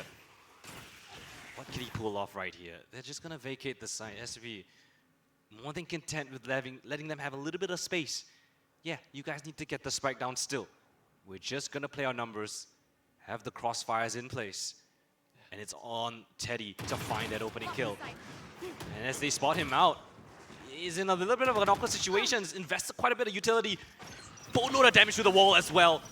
Scan him out, and they're just jiggling him. They just know exactly where he's coming from. As the spike goes down, here comes the commitment. He doesn't even get a chance to shoot anyone before his teammate goes down. And it's another beautiful retake being called for by SP. Their protocols have been stellar. And that will give them the lead into this map. Well, for what is the first time in this map, they get that lead.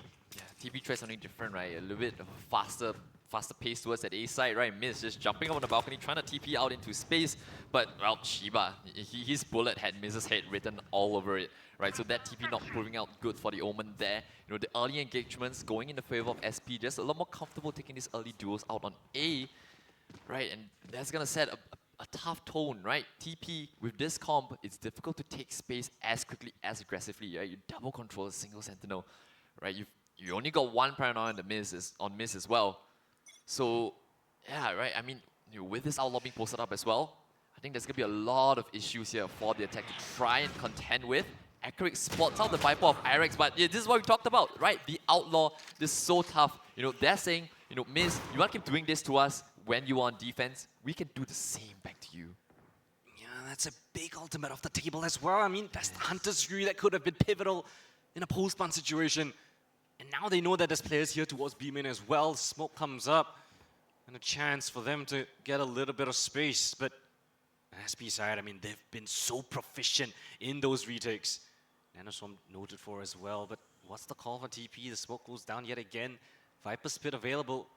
On the other side, they have the Hunter's Fury on the defense to deny a spike plan. It's a bit of a stalemate. Yeah, you have to come up with a plan now, right?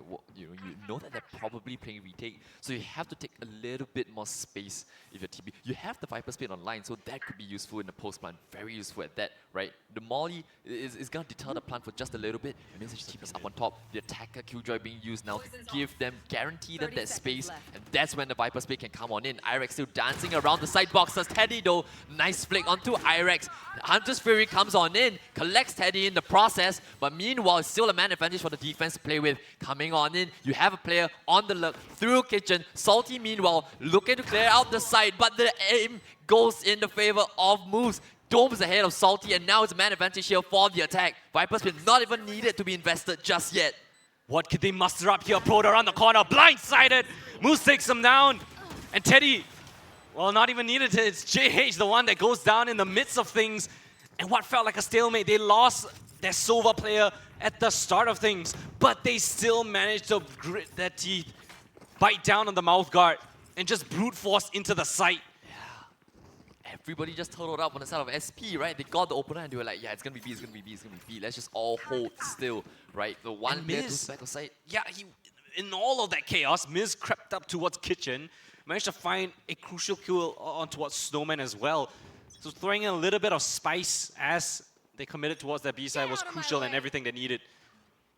Importantly as well, right? Everyone just started playing individually on the side of SP, right? Red, become mistake. We're seeing from them, but Miz just Big drops mistake, and though. yeah, Salty just says thank you very much, right? The wall goes back up, but JH, you can bet he's gonna play ahead of this. He's got the dash to get away as well. You know, free pick. You know, unable to land the shot, but it's fine. Right, they know that the operator's now on B, and once again, right, playing a slow, drawn-out game. TP, this time it's INF on a mission. SP, they bought on the rotate. This time they try to right the wrongs of the previous round. They've got a player posted up in middle. The round once again comes to just that bit of a standstill.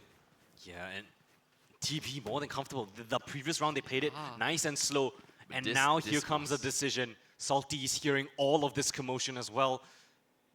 Just plays it safe though. INF the one actually to pick up the kill towards mid, and he's taking matters into his own hands on a mission, on a rampage, peeking out towards mid, but bested by Salty of all players.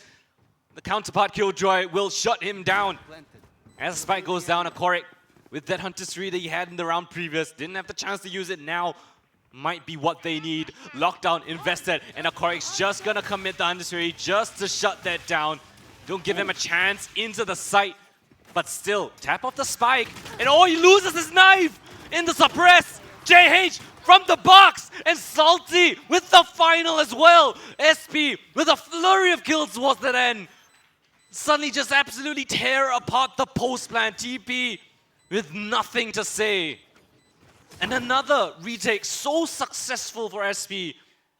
Yeah, it's another hugely important round, right? SP just so happy to just look for an opening duel and just give TP almost the whole map to play with. They right? need to be disruptive. I mean, the previous round it didn't work out for them, but this time, right, when it comes onto A, they're more than happy to play retake on that site, right? Miz that death, right? He could come back to haunt him, right? A very important round. And the 0 point, I mean, the timing could not have been better. Just as Teddy swung out with his knives, it was instantly taken away, and it was just a free kill for them to lick their lips for. This time, JH yet again on his coveted weapon. He's done massive work on it on Haven. He's doing it yet again here on Icebox. Yeah, I mean, they know now that there's multiple players out here towards A. At least it's playing on both extremities of the map. But after scanning out the jet, you should probably be pretty certain that there are a couple players here. Miz TPing to the bottom, they're actually creeping right up on Shiba, right under his nose, and INF is gonna collect that opening frag. Proto has something to say in response. They actually continue standing and fighting on this A side. Doubles up onto Teddy, looking for a third, but no. Moves. He keeps us even. Once again, these teams, they can't separate each other apart. Salty now dancing around the Viper's Pit. Oh, it's not been planted just yet. But Salty's up front. He's moving forward. He's got his players back turned against him, but he's only able to get the one. The Viper's Pit does go down. They do have the From the Shadows though, so the Omen can choose to move away. But that's going to leave his Sova all alone on the side. In the open, JH! Not expecting him to be there so fast, and now Korik running on the other side of the map. Irek is going to hear all of that commotion. Throws it over as well. He's holding him, and JH steps up big time. We talked about him on the jet. And now, once again, in these crucial moments, finding big operator kills for his team. And the money's gone. 11 rounds. He's staying on the barrel of 12, so potentially giving match map point over to SP. Proto goes big here with these 2 kills, right? He goes down, the round's over. And a bit of a mystery coming from Miz. If he planted default, if he planted safe. I understand he wanted to plant it open, so he gave Korik a chance to play in that round, right? Perhaps coming in from mid, but not expecting JH to be there so fast. Might have had a smoke as well, could have put it down. Yeah. Just the pressure. And that's what will get you in these situations. I mean, we're reaching the tail end of this map, reaching the tail end of this tournament in the grand finals. He's gonna get caught. Bit of a pause in the action. Thinking of what they want to commit for. Stinger, not the best weapon. Drop the spike though, so that is a bit of an audio cue at the very least, and that might be the call. Positions key in this round. IRX gonna catch a Korik off guard. Oh, flash comes through. None the wiser. Still stoic in their setup. SP looking to extend their lead once again. Spotted out. Shiba around the corner. As the Sova, he still dances upon top of the site. And that's the opening kill. Down for the count. Teddy, your duelists no longer have that chance to dash into the side. They have to reconsider. They've lost 2 crucial players on this low buy round. Yeah, and this is probably the first time we're seeing TP kind of playing out of that depth. But you have to dig deep. Salty, he's just waiting for INF with open arms. He knows the luck's gonna come on through. How many times are you gonna try it?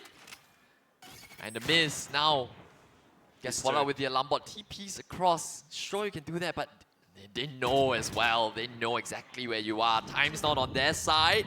Blind is good. They're able to find a kill, but the mid's not a bomb site. You have to find a way to plant the spike. Still, that's not going to be the case. Another shutdown, and SP, they are on series point. Series point, championship point. A grand finals prize 1 round away. A buy of 4-4 by the TP side, but initial aggression taken up by IRX. Advanced spot coming in from Shiba, top of 410. And time on their side as well. They ran out of it. Not a chance to even get that spike down. So working with everything that they could muster here in this. JH yet again on that up. Yeah, it's been so difficult to get him off his position out on B, right? You're just going to shoot it, and then you still have to invest so much utility to claim. But it's a straight up B rush coming on in. The TP across. JH takes down Teddy. And this might be the beginning of the end. Do they want to test him yet again? They know he's here. The knives are out. Oh, that angle as well. Surely he gets one from here, right? Again, another pause. How many times are you going to invest people up onto B and then lose a body? Right, we've seen this round play out so many times. A bit of deja vu, but it's all or nothing. Playing a bit of disruption as well. Reads are coming through. Ultimates available. Viper's Pit in his hands, but that is the communication The comms being passed over. An interesting head-to-head. Moose, sixth sense right there as the spike goes down. Damage done already. And here comes the retake, potentially the last one. Everything on the cards. Bodo with a single flash, but he's just gonna walk straight in on towards 410. And they're so low. The TP players are so damn low. This is everything. They've got to give it their all. Tap of the spike, Salty with the kill, and it's all in the feed for SP. For guts and glory, your legends of the campus. SP, take it the distance, all three maps required. Underestimated, coming down from the lower brackets. And they best TP in their fourth encounter. The last 3 times they faced, TP won them out every single time. But when it mattered the most, in the grand finals, SP are your campus legends champions for season 6. Right when it mattered most. There's a round of applause for our winners, SP. They are your champions. Took them 3 maps, took them the full distance. They never quite were able to just dominate TP in the manner that they were dominated by. But still, they come out on top. They won the one match that mattered most. Yeah, fist bumps all around. I mean, incredible work coming in from them. And JH top of the scoreboard. 25 kills, 5 first bloods. Yeah, I mean, it's incredible, insane, right? Wow, it's really a team effort across the board, right? On that very last match, JH probably was the difference maker for them on that jet, right? And if you're TP, oh, commiserations, man. Yeah, I'll probably give it to Shiba, I think. Yeah. MVP? I don't know. I think every single player had everyone super at the moments, right? crucial moments. I really don't know. Either one, I think it's probably not going to matter in the end. The audience, they're probably going to choose, right? Remember, you can choose your My Republic MVP as well. It's going to be someone from the side of SP. But, oh, huge commiserations here for TP. They were on top right until the very end. And that's when they crumbled, right when it mattered most. Yeah. So close yet so far. Crazy. It is really insane. But I think, I think Abstract's gonna be ready to give out the prizes pretty soon. Get your votes in if you haven't already. I was just doing mine. But I mean, regardless, what a run by SP. Incredible work from them. And well deserved as that champion. Very well deserved. I'm so pleased, right? TP, they played so brilliantly, right? They ran at the very end, and Icebox, a map that they won before, right? But when it mattered most, when you had to dig deep, SP did, and TP just didn't, just couldn't get it out right at the very end. I can't believe TP bested SP 3 times. Every single time they faced each other this year, it has gone in the way of TP. But when it mattered the most, when it came down to their grand finals, it's SP to clinch that title. Yeah, it just feels right? The sweet revenge, right? Sweet revenge. They batted 3 times, and finally, right, we'll be crowning your campus legends champions, and it will be SP. Oh, Jay's just walking around. I think this is gonna be the trophy lift. Right, all 5 members. You got JH, you've got Shiba, you've got Proto, you've got Irex, you've got Salty. 3 of them, I mean... New names on the block. I mean, yeah. I wouldn't say completely new, but we don't see them too often in the scene. They're not as known as, veterans such as Shiba, JH. And they've all shown moments of brilliance here today in this grand final. It's amazing work coming in from the entire squad. Yeah, Proto especially. I'll be curious to see, to know who gets MVP, but yeah, I think this is going to be their moment. Can't wait to see them live it. Yeah. Right, 2, Chiba just coming back after NS, helping out the team as well. And finding that form, picking up the chamber, going on a crazy rampage. He was solid on Lotus as well as the Fade. He's been so consistent so far. Yeah, I think the players are ready. They look like they're good to go. You can see JH as well. I think we're going to give it over to Eugene. Take it away. All right, ladies and gentlemen, let's give them a round of applause once again. SP, the champions of Campus Legends Season 6 for Valorant. Are you guys not entertained? Okay, before we, have the inaugural, trophy lift off, I have some interview questions, okay? So who you guys want to offer as tribute to answer interview question? Who you guys want? Okay, so you are? Okay, now, very simple question for you, okay?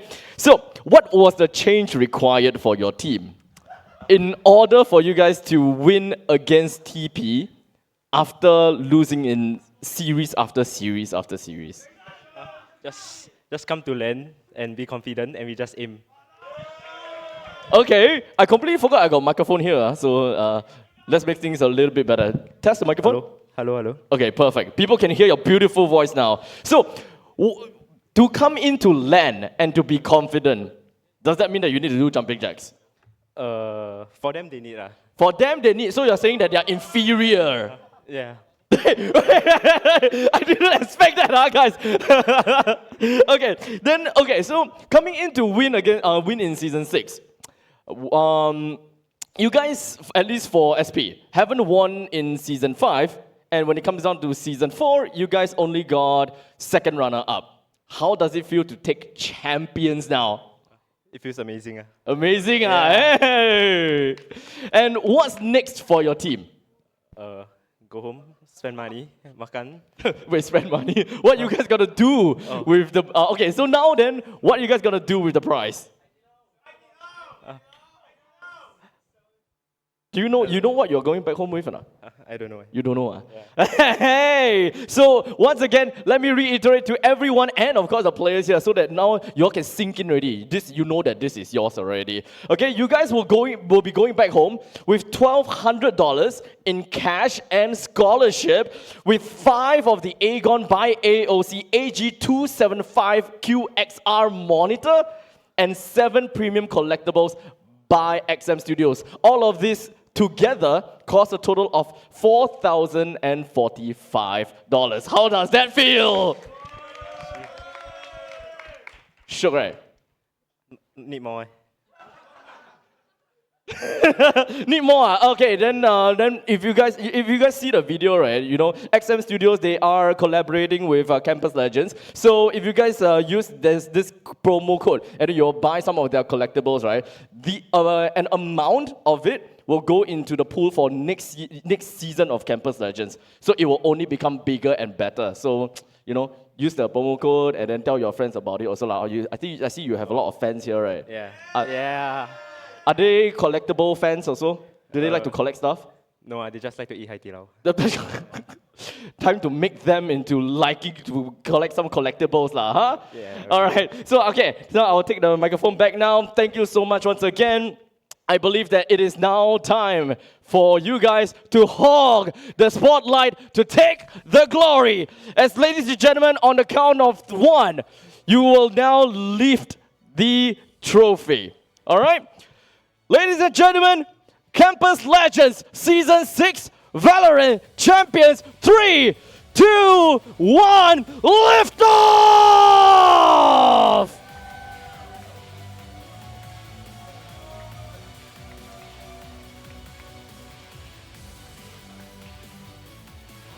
And now I will take this opportunity to, of course, invite the My Republic representation to come up on stage. Mr. Tang Yong He to come up on stage to, of course, to present the MVP prize.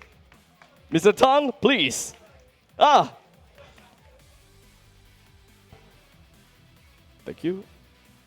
All right, ladies and gentlemen, let's do some crowd work. Who do you guys think is the MVP?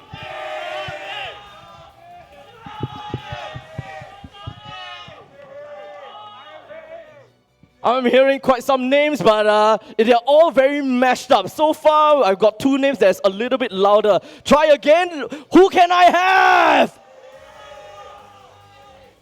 All right, not bad when it comes down to this part of the audience. Ladies and gentlemen, the one that will be going back home with the My Republic MVP trophy, JH!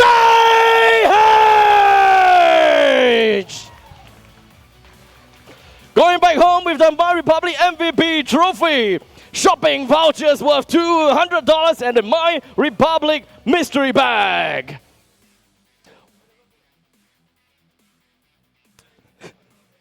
Once again, a round of applause, ladies and gentlemen, JH and Team SP.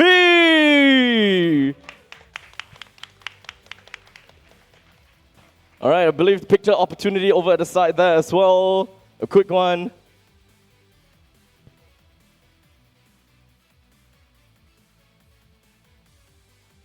All right, thank you so much. Thank you so much. You guys can head over down on the stage. And of course, for the players, I believe that you can head over back to the backstage as well.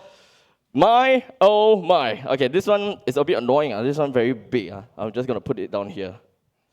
Okay, so I do have a little bit more of an address to everyone that is on the stage over here, or rather in the Escape Ground Theater. We still have a little bit more programs that's going on offline. So make sure you guys stay tuned because we do have giveaways, okay? So those people that is at home, a little bit FOMO, right? You can always head on down to Escape Ground Theater for tomorrow, as we do have some MLBB matches alongside with some Street Fighter 6 games. So a lot of jam-packed things tomorrow, and for those people that are cosplaying, entrance is free for you guys, and I believe that we do have some registrations for a cosplay competition tomorrow as well. So make sure you guys head on down tomorrow if you want to be part of this entire action here for Campus Legends Season 6. So to all the viewers that's online, thank you so much for coming on, and I hope you guys have enjoyed yourself thoroughly. I will then see you guys tomorrow for the MLBB segment and the Street Fighter 6 segment. Take care.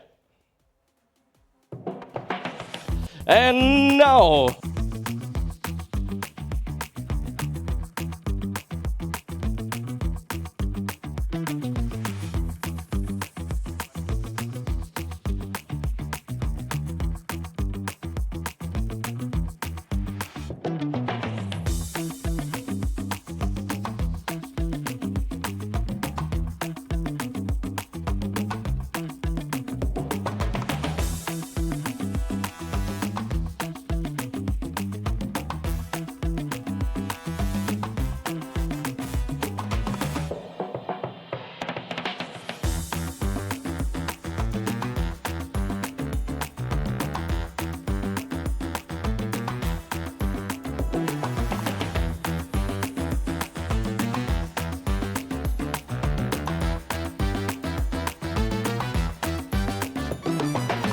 At XM Studios, we believe in the power of bringing people together and fostering a vibrant pop culture community. And that is why we are excited to announce our new initiative with the dynamic world of esports. Skoga provides opportunities for youths to become champions, leaders and role models of the future through community engagement efforts. And XM is partnering with Skoga to achieve this mission. XM is an award-winning design studio dedicated to producing these high-quality, exclusive collectibles, and has always been supportive of adjacent communities, be it cosplayers, tabletop RPG players, or artists and illustrators. We believe there is a natural creative synergy between XM and Skoga to further develop the esports scene in Singapore. Esports has grown into a vibrant global community where talents, perseverance and teamwork are celebrated. At XM Studios, we see a unique opportunity to support this thriving industry. This partnership with Skoga marks a significant step forward in our commitment to nurturing talent and fostering a vibrant esports community here in Singapore. With that, I'm proud to announce that a portion of our sales proceeds using this promo code will be added to the next year Campus Legends prize pool. We hope you will join us in celebrating the fusion of art and esports.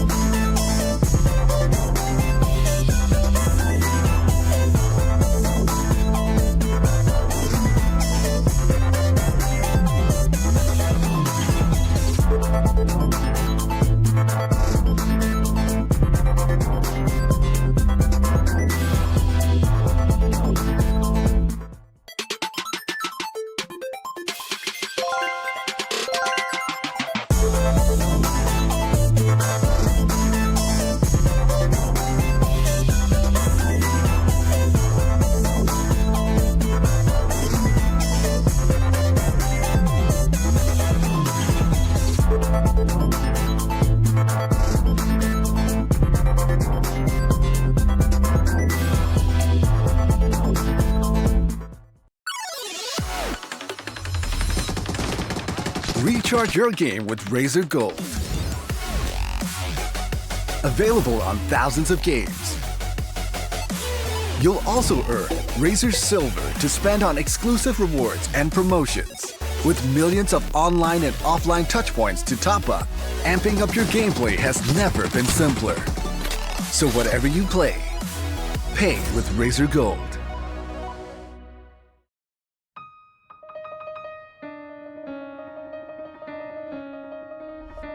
For the first time ever, your game gets 100 plus audio presets.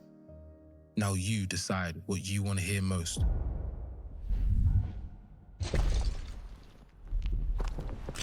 So you can hear bad guys better and pinpoint critical sounds. Pick a pro-tuned audio profile for each game and vibe to the soundtrack of you.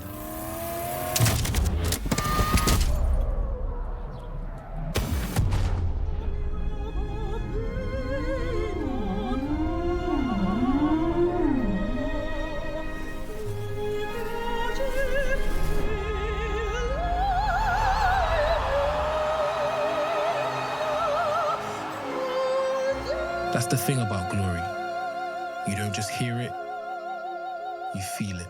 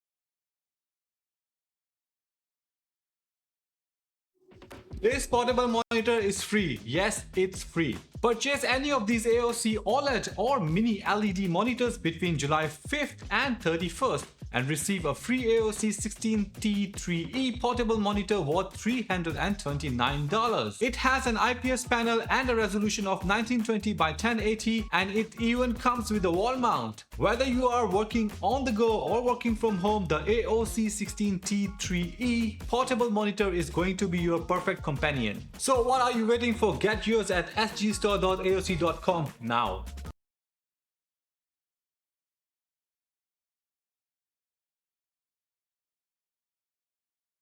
Hi, I'm Ellen. Nice to meet you.